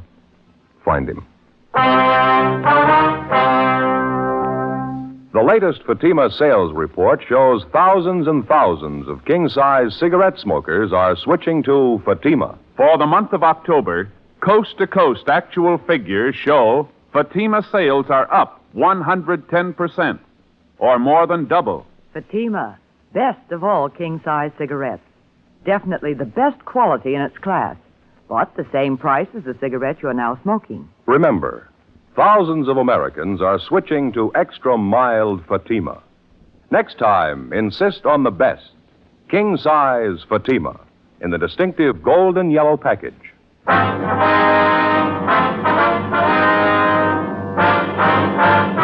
Dragnet, the documented drama of an actual crime. For the next 30 minutes, in cooperation with the Los Angeles Police Department, you will travel step by step on the side of the law through an actual case transcribed from official police files. From beginning to end, from crime to punishment, Dragnet is the story of your police force in action. It was Tuesday, December 21st. It was windy in Los Angeles. We were working the night watch out of traffic division, hit-and-run felony detail. My partner's Ben Romero. The boss is Captain Calfee, Commander AID. My name's Friday. It was 10:51 p.m. when we got to the Carlton Theater, the box office. Thank you. How many, please? Police officers, ma'am. I'd like to talk to you for a minute, if we could. Oh, yes, you mean about the accident? Yes, ma'am. One of the officers in the traffic car across the street, he told us you're one of the people who saw it happen. Yes, that's right. Terrible thing. It was an old lady and her grandson, you know. Yes, ma'am. Would it be possible for you to get a relief for a little while? A few questions we'd like to ask you about it. Won't take very long. Well, I'll be off duty at 11. That's when the box office closes. 8 minutes to 11 now. Would you like to wait? All right, ma'am. Fine. Cold wind out there. Would you like to wait in here? Right around back here. I'll open the door for you. All right, ma'am. Thank you. Yeah, it's nice and warm. Did anybody get the license number? Do you know, officer? I mean, on that truck that ran them down? No, not that we know of. We understand the officers in the traffic car talked to you. You didn't see the number either? No, I'm sorry, I didn't. The whole thing happened so fast. I saw the old lady grab the little boy, pull him next to her. It was an awful thing. The truck hit them both together. It's funny the things you notice. The boy was carrying a little box of candy. I heard this terrible thud when the truck hit them. I looked and the candy was spilled all over the street. I just couldn't help it. I got sick to my stomach. Yes, ma'am, I can understand. Now, about this truck that ran them down, do you think you'd know it if you ever saw it again? Well, I'm not sure. I think I might, yes. It was one of those delivery trucks, you know. I think you'd call it a panel truck.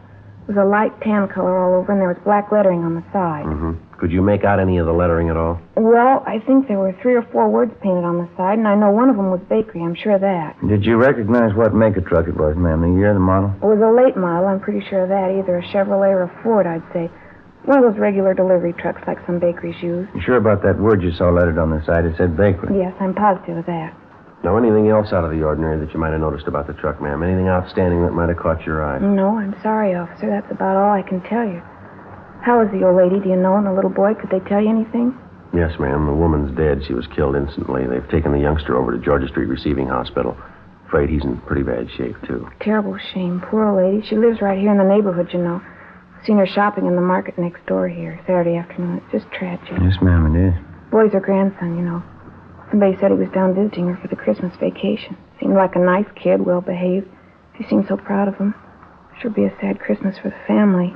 There's just one more question, ma'am. When the boy and his grandmother were crossing the street, would you say the visibility was good? I mean, is there any reason why it would have been hard for a driver to see them? No reason in the world, officer. It's a clear night. You can see how well the intersection's lighted up, all the Christmas lights strung up along here. Mm-hmm. The lights from the theater marquee. It was just as well lighted then as it is now. Yeah, I see. The intersection was perfectly clear, no other cars around. The boy had a white sweater on. The old lady was wearing a light-colored coat. Certainly easy to see the traffic light, too. It said stop. I can't understand why that driver didn't see him. No, ma'am, neither can we. How could anybody do such a thing? It just isn't any excuse for it. No excuse in the world. It's downright murder. Well, maybe that explains it. What? That's why he kept going.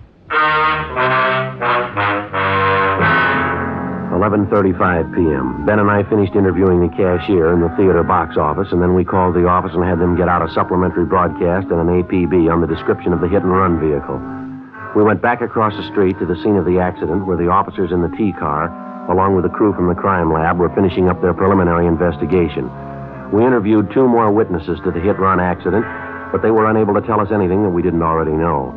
When we got back to the office, we put in a call to Georgia Street Receiving Hospital, where they told us the 9-year-old boy struck down by the hit-run driver was still in a critical condition. The husband of the 64-year-old woman, who had been killed instantly, was brought downtown to the morgue where he identified the body. The next morning, we got out a special bulletin to all garages, auto repair, and paint shops throughout the city to be on the lookout for a late-model tan panel truck, black lettering on the sides, with damage to the front end. 8:30 a.m. I checked with communications, and then I went back to the office. Hi. Just checked with Georgia Street, Joe. I asked him about the boy. The old lady's grandson, how's he doing? About the same. Critical condition. That's about all they'll say. That's a lousy shame. Communications get any kickback on the ore points yet? No, nothing at all. Did you get in touch with the crime lab? Yeah, they're not going to be able to help much. What'd they find out there? Anything at all? Just what we saw. A few small pieces of glass, probably from one of the headlights on a truck. They don't think they're going to be able to do much with them. There's not enough there to go on. That's the only physical evidence they got, huh? That's all. Might be able to tie it down a little tighter if we could find that panel. Yeah. You start checking on that bakery truck angle yet? McGowan and I called every bakery in town, got it pretty well narrowed down. There's only 2 companies that use tan late model panels for delivery trucks. Well?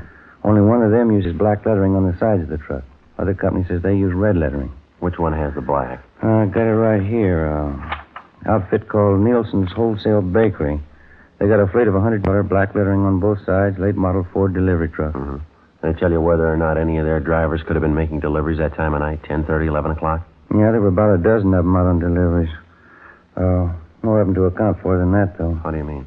All their drivers are allowed to take the trucks home with them when they are off duty if they want to. Yeah. I'm afraid it's going to mean checking out every one of them, Joe. Well, they might as well get moving on it. They're going to give us some kind of a list to work with, are they? Yeah, I've got it all set up with them. I'll get it. Uh-huh. Accident investigation, Romero. Oh, yes, sir. That's all. I see. You're right, thank you. Rotten deal. Yeah, what's the matter? That young kid, the grandson? Yeah. He just died. Many times and on many different occasions, the police officer has it proved to him that there can be very little difference between a crime of neglect and a crime that's been willfully premeditated. If you look at it closely enough, you can judge it for yourself. How much difference, for example, as far as moral guilt is concerned, is there between the following? Number 1, a man who plans a killing, takes up a gun, finds his victim, and shoots him to death. Or number 2, the man who thinks he has to look out for no one's welfare but his own, gets behind the wheel of a car, disregards the ordinary rules of safety, and proceeds to commit homicide with a motor vehicle. Oftentimes, the crime masquerades under the guise of an accident. Morally, no matter how you spell it, it adds up to murder just as surely as if the person had taken a gun and shot the victim down. The way it looked to us, the hit-and-run killing of the elderly woman and her grandson was a prime example. Wednesday, December 22nd, Ben and I began checking out the delivery trucks owned by Nielsen's Wholesale Bakery. Late that afternoon, we located one of the trucks with recent damage to the front end. We checked and found the driver's name was Arthur V. Singer. We drove out to his home to interview him. No, I wasn't working last night, officer. I was off. What's it all about? Did you spend the night at home, Mr. Singer, or were you out? Was home part of the time. After dinner, I went downtown, did a little bowling. Our neighborhood team bowls every Tuesday night. Where is that, sir? Place downtown. It's on West 7th. Got a pretty good team. Mm-hmm. Did you drive down, Mr. Singer, or did you take the bus? No, I drove down. Had the company truck with me. Let us use them when we're off duty. We pay for the gas. Did you drive down by yourself, or was there someone else with you? No, I was alone. The other boys had their cars. When did you leave the bowling alley, you remember? About 10:15, I'd say. How'd you drive home, Mr. Singer? I mean, what route did you take? Oh, I drove straight out West 7th, got the Coronado, came over Coronado to the house here. Why do you want to know? What time did you get home? About 11:15. This wouldn't be about that little scrape I had last night, would it? What was that? Down at 7th and Grandview, right by Westlake Park there. Old guy in the car ahead, he stopped fast right in front of me. Didn't even signal. All right. Yeah, I almost plowed right into him. Lucky I was watching. I slammed on the brakes, turned in toward the curb. Should have seen it. I clipped the headlight and the right fender against the telephone pole. Had to take the truck in this morning, get it fixed up. Are there any witnesses to this accident that you had, Singer? Yeah, half dozen people saw it. Did you get any names and addresses? Well, no, I didn't. I was so teed off about the whole thing, I guess I didn't think about it. Is there anyone at all we can check with? Anybody to corroborate your story? Just the old guy in that car. Sure a lousy driver. I really chewed him out. Did you get his name and address? No, but I took down his license number. Wasn't going to pay for that damage. He admitted it was his fault. I see. Do you mind giving us that license number? No, if I can find it. Wrote it down on the back of an old envelope. Thought I put it in my jacket, but when I looked this morning, it wasn't there. It's around someplace, so I'll check around again before I leave for work. It's bound to turn up. I'd like to have you look for it now, Mr. Singer, if you would. It's pretty important. Well, I think I get it, officer. What's this all about, anyway? Preliminary investigation. Want to see if you can find that number for us? Why? What's it have to do with an investigation? I didn't do anything. That old man was his fault. Well, a bakery truck was involved in a serious accident last night, the same kind that you were driving. Afraid you're going to need some kind of an alibi, Mr. Singer. Alibi? I don't know what you mean. Why'd I have to have an alibi? Well, just take my word for it. You're going to need one. Why do I need one? 2 reasons. Yeah? A 9-year-old boy and his grandmother. We continued questioning the suspect, Arthur Singer, but he denied any knowledge of the hit-run accident the night before at the intersection of Drexel and Pico Boulevard.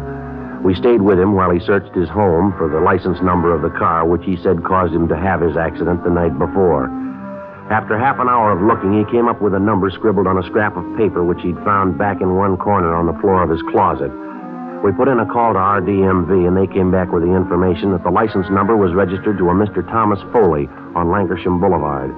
We drove out to the address to check with Mr. Foley, but there was nobody home. We left our card along with a message to contact us as soon as possible. 4:15 p.m. Ben and I got back to the office. At 4:35, Mr. Foley returned our call. Yes, sir, that's right. Oh, you did, huh? I see. Well, what time was that? Do you remember? Oh.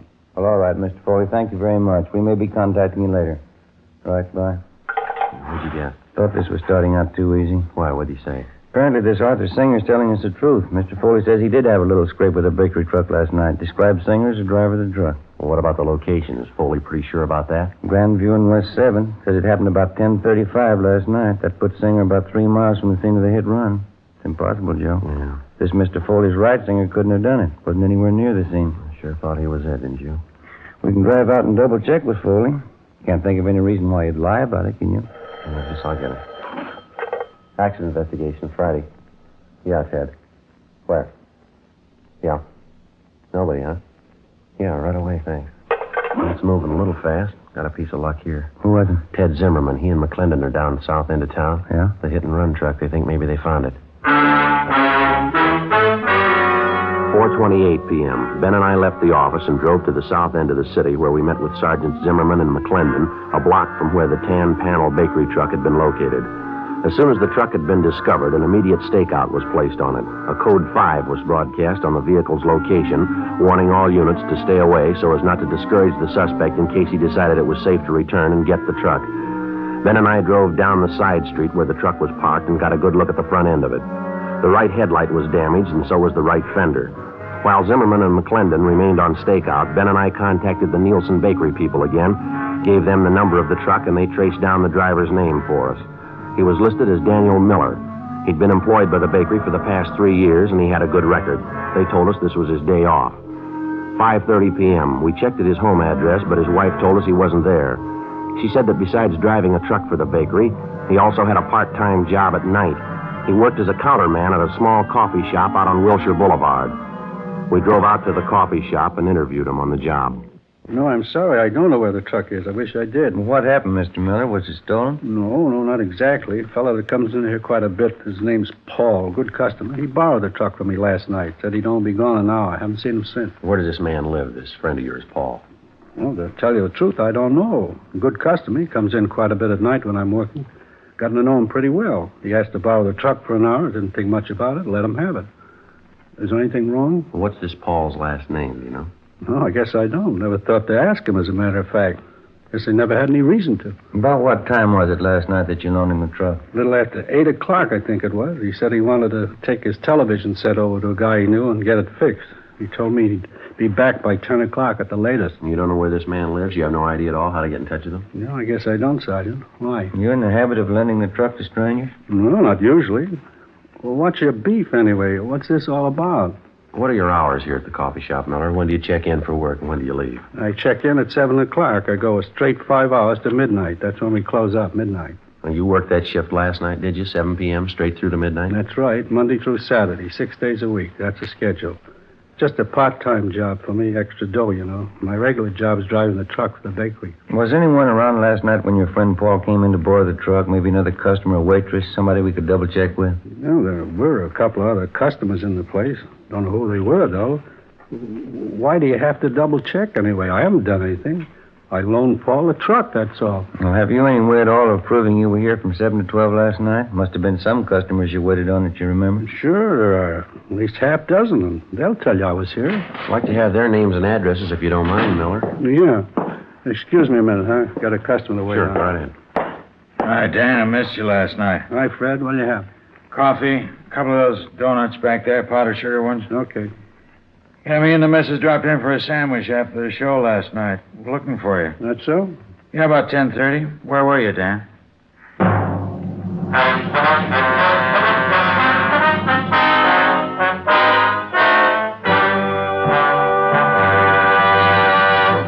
You are listening to Dragnet, authentic stories of your police force in action. If you smoke king-size cigarettes, listen to Fatima's amazing new offer. Buy a pack of Fatimas. Enjoy their extra mildness and superbly blended tobaccos. If you don't like Fatima's better than the king-size cigarette you're now smoking, return the pack with the unused Fatimas before December 1st, and we'll give you your money back, plus postage. Fatima, Box 37, New York 1. We make this amazing offer because we believe Fatima is the best of all king-size cigarettes. Smokers all over the country are confirming this every day. Fatima's latest sales report shows Fatima sales up in every state in America. For the month of October, coast-to-coast actual figures show Fatima sales up 110%, or more than double. Yes, thousands of Americans are switching to Fatima. So why wait? Switch to Fatima today. Best of all, king-size cigarettes.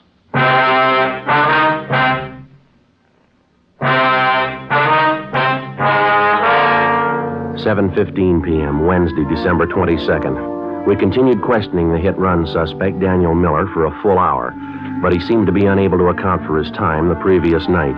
His first story was that he'd been on duty behind the counter in the coffee shop without a break between the hours of 7 p.m. and midnight. Then, after the customer entered and disclosed that he was in the coffee shop at 10:30 the night before and that Miller was nowhere about, the suspect switched his story. He said he thought he left the coffee shop briefly for about 15 minutes between 10:30 and 10:45 p.m. to run down the street to a hotel to say goodbye to some friends of his who were leaving for New York. We checked at the hotel, but they didn't know Miller, and they hadn't seen him the night before. They were sure of it. We returned to the coffee shop and took up the questioning of the suspect all over again, but he made little or no sense at all. Apparently, he was piling up lie after lie in an effort to cover his tracks before and after the hit-and-run murder the night before. 7:48 p.m., Ben and I pulled Miller off the job at the coffee shop and took him downtown to the interrogation room. I'm telling you, it's the truth. I wasn't in that truck last night. I wasn't in an accident. I don't know what you're talking about. Well, then give us something to go on, Miller. You've handed us 3 different stories so far. Not one of them strong enough to hold water. I'm telling you the truth. What are you trying to hang this on me for? I didn't have a wreck and I didn't kill anybody. Why are you picking on me? Because you don't make sense, mister. You're trying to sell us a story and you haven't got 1 ounce of proof to back it up. That bakery truck you're responsible for is the same truck that killed the old woman and the little boy. Now, you come up with a solid story that we can check on, or you're going to be resting your back in the main jail. No wonder they call you cops dumb. I wasn't in that truck last night. Can't you get that through your heads? I wasn't in the truck. I didn't have an accident. Then prove it to us, Mr. Miller. That's all we're waiting for. Listen, call Bill Calder. He's a good customer. He was in last night, I think. He'll tell you. Go ahead and call him. He'll back up what I say. What's his number, do you know? Yeah, I got it. Yeah, right here in my wallet. Yeah, Bill can tell you. Yeah, here it is. Thank you.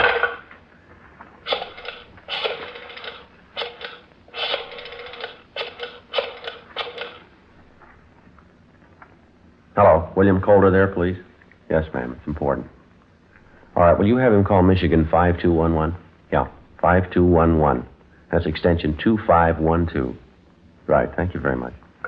Well, he's busy. He'll call back in a minute. He'll tell you the truth. I was in the coffee shop all night. Just those couple of minutes I ran down to the hotel to say goodbye to those friends of mine. That's the only time I left the place. Well, how come you couldn't tell us that to begin with, Miller? You say you've got nothing to hide? Well, why do you have to hand us 3 different stories? Which one are we supposed to believe?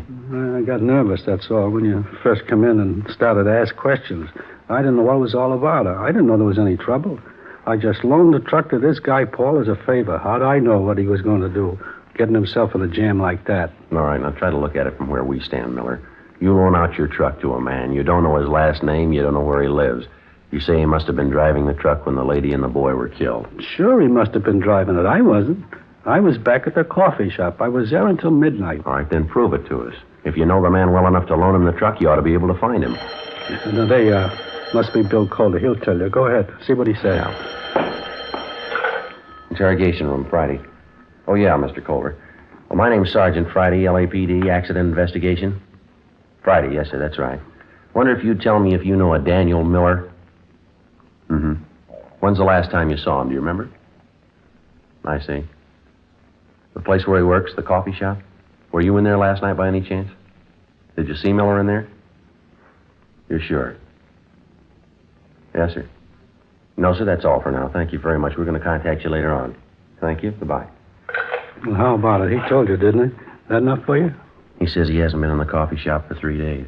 9:45 p.m. Our interrogation of the hit-and-run suspect, Daniel Miller, went on. At his suggestion, we called half a dozen people who he figured might substantiate his alibi, but none of them were able to. Miller continued to deny any knowledge of the hit-run killing, but he still couldn't account for his whereabouts at the exact hour the 9-year-old boy and his grandmother were run down. The time element especially didn't work in his favor. Nothing worked in his favor. 11:30 p.m., Ben and I took Daniel Miller over to the main jail where he was booked in on suspicion of 480 V.C. The following afternoon, his lawyer obtained a writ, and he was released from custody. The writ was returnable in 5 days. He came immediately to the office to plead with Ben and I to help him find Paul, the man who'd borrowed his truck and thus clear himself. We took him up on it. Either way, we figured we'd get to the bottom of it. If Miller dreamed up the character Paul to escape blame for the hit-and-run killing, we were bound to find out sooner or later. If Miller was telling the truth, we had little reason to believe he was, and a man named Paul had borrowed the truck the night of the hit-and-run killing, we were bound to find that out, too. In any event, we had to investigate. It's the job of the police officer to prove guilt or innocence, not guilt alone. 2 days passed, and then another 2. The Monday following the Christmas weekend, we were ready to call a halt. I don't know what else we can do. I think we've given enough time, don't you? The deeper we get into it, the more it looks like Miller's our man. I still can't make up my mind. Why do you have to be stubborn about it? We've checked every possible angle on this story. We still haven't an ounce of proof that this guy Paul he talks about even exists. We can't string along with Miller forever. I suppose you're right. We've given him a square enough break on it. I still got that funny hunch. It's possible he might be telling the truth. We've gone 4 straight days on it, Joe. Haven't come across one lead to back up his story. Too much for me. I can't bite anymore. Go ahead. Sergeant? Oh, how are you, Miller? I'm okay. Glad to see you. I've been looking for you. We've been looking for your friend, Miller. Still haven't found a trace of him. That's why I came down to see you. A friend of mine called me this morning. He knows this guy, Paul, I told you about. He says he saw him last night, going into a hotel down on South Flower. How come we haven't heard from this friend of yours before? We've checked through twice on the list of everybody you know. This fella's been out of town, just got back yesterday. When he heard about the jam I was in, he called me about seeing Paul. Mm-hmm. This hotel Paul was supposed to have been seen going into. Have you got the address of that? Yeah, it's over on South Flower, right near 12th. You want to go over there with me right now? This friend of mine wouldn't kid me. Paul must be there. You're sure about that? He must be there. I'll bet a month's pay on it. You might be low, mister. What? Stands to cost you a lot more than that. We went up to the 3rd floor, room 318, but the man registered as Paul Barton wasn't in. He'd left no word at the desk as to when he'd return.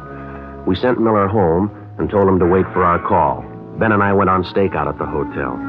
At 7:25 that night, Paul Barton returned to his room and we began questioning him. He showed no signs of being upset. His answers were quick, straightforward, and they seemed to make sense. The interview went on, a half hour, an hour, and Barton began to grow a little nervous. He contradicted himself. Big holes began to show up in his story as to how and where he'd spent his time the night of the hit-run killing. 8:45 p.m. Ben and I took Barton back to the office. We found Zimmerman in the squad room and had him phone Miller at his home and ask him to come downtown as soon as possible. Meantime, we checked Paul Barton through R&I, and then we took him to the interrogation room where the questioning went on. You're a little mixed up about that, aren't you, Mr. Barton? I thought you said you went to that bar downtown about 10 p.m. and then you went to visit at your sister's house. Now you tell us you went to your sister's house first and then you went to the bar downtown. Now, which is it? Well, that's getting a little high-handed, isn't it? Why do I have to account for my time to you? If it wasn't important, we wouldn't be asking you. I think you know that. Well, I don't know anything of the kind. You're trying to take advantage of me. That's the only impression I can get. I think I've answered enough of your questions. I'm going back to the hotel. Just a minute, Barton. There's one more thing. Yeah? Last time you were arrested for a traffic violation, you want to tell us what the charge was? What? I think you heard me. Well, that was a year ago. I was driving a little too fast going out Beverly Boulevard. And what's that got to do with it? Our record bureau says the charge was for drunk driving. Your license was revoked. Isn't that right? Well, so what? I haven't been driving. I haven't been near a car. What about last Tuesday night? Huh? Last Tuesday night. Did you do any driving then? No, of course not. You sure about that? You're not trapping me. I answered all your questions. Now I'm getting you're out going of to here. stay right where you are, mister. Stay put. Ben, you want to check next door, see if Miller's come in with you? Yeah, okay. can't make me stay here. It's illegal. You got nothing to hold me on. All right, then there's nothing to worry about. This won't take very long. We got a man by the name of Miller coming in. He says he thinks he knows you. Miller? I don't know any Miller. Nice going, Paul. Where you been? I said, where you been? What'd you do with the truck? I'm getting up. Grab him, Ben. Grab him. All right, now. Let me go. Settle down. Come on, mister. Settle down. I didn't do a thing. Well, look, you can't prove it. You can't prove I did. They're going to prove it, Paul. I'm going to help them prove it. You sure been a real good friend. But give me a break, Danny. I didn't mean it. Honest, I didn't mean it. I loan you the truck. You get boozed up. You run down the little kid and the grandmother. Then you take off and leave me holding the sack, like I did it. But I didn't mean it, Danny. It was an accident. I wasn't boozed up. Yeah, you're a real good friend. I hope you get it in the neck. I hope you get it with both barrels. Look, Sergeant, it's not true. I wasn't boozed up. I only had 2 drinks. Now, believe me, that's all I had. Yeah. I couldn't have been drunk. It doesn't affect me that way. 2 drinks never hurt me. A couple of drinks never hurt anybody. They killed a little boy and his grandmother.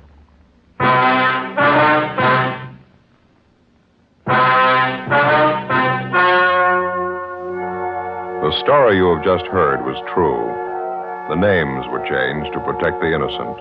On February 28th, trial was held in Superior Court, Department 87, City and County of Los Angeles, State of California. In a moment, the results of that trial. Now, here is our star, Jack Webb. Thank you.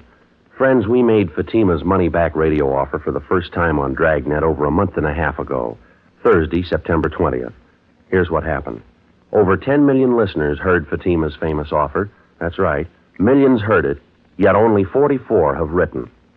Now, if you haven't smoked Fatimas yet, remember what we said back in September still goes.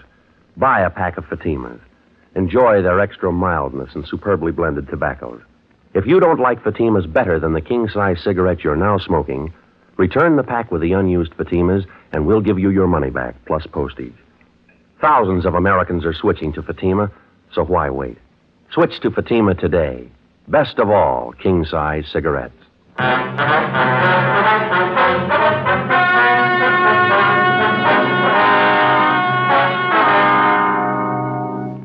Paul Barton was filed on for violation of the State Vehicle Code, Section 480, a hit-and-run felony, and also for manslaughter, 2 counts. He was convicted only for Section 480 and received sentence as prescribed by law. A hit-and-run felony is punishable by imprisonment in the state penitentiary for not less than 1, nor more than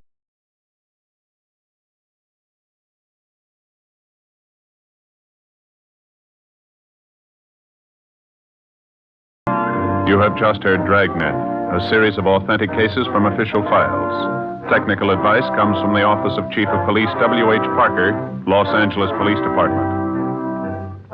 Fatima Cigarettes, best of all king-size cigarettes, has brought you Dragnet, transcribed from Los Angeles. Stay tuned for Counter Spy next on NBC.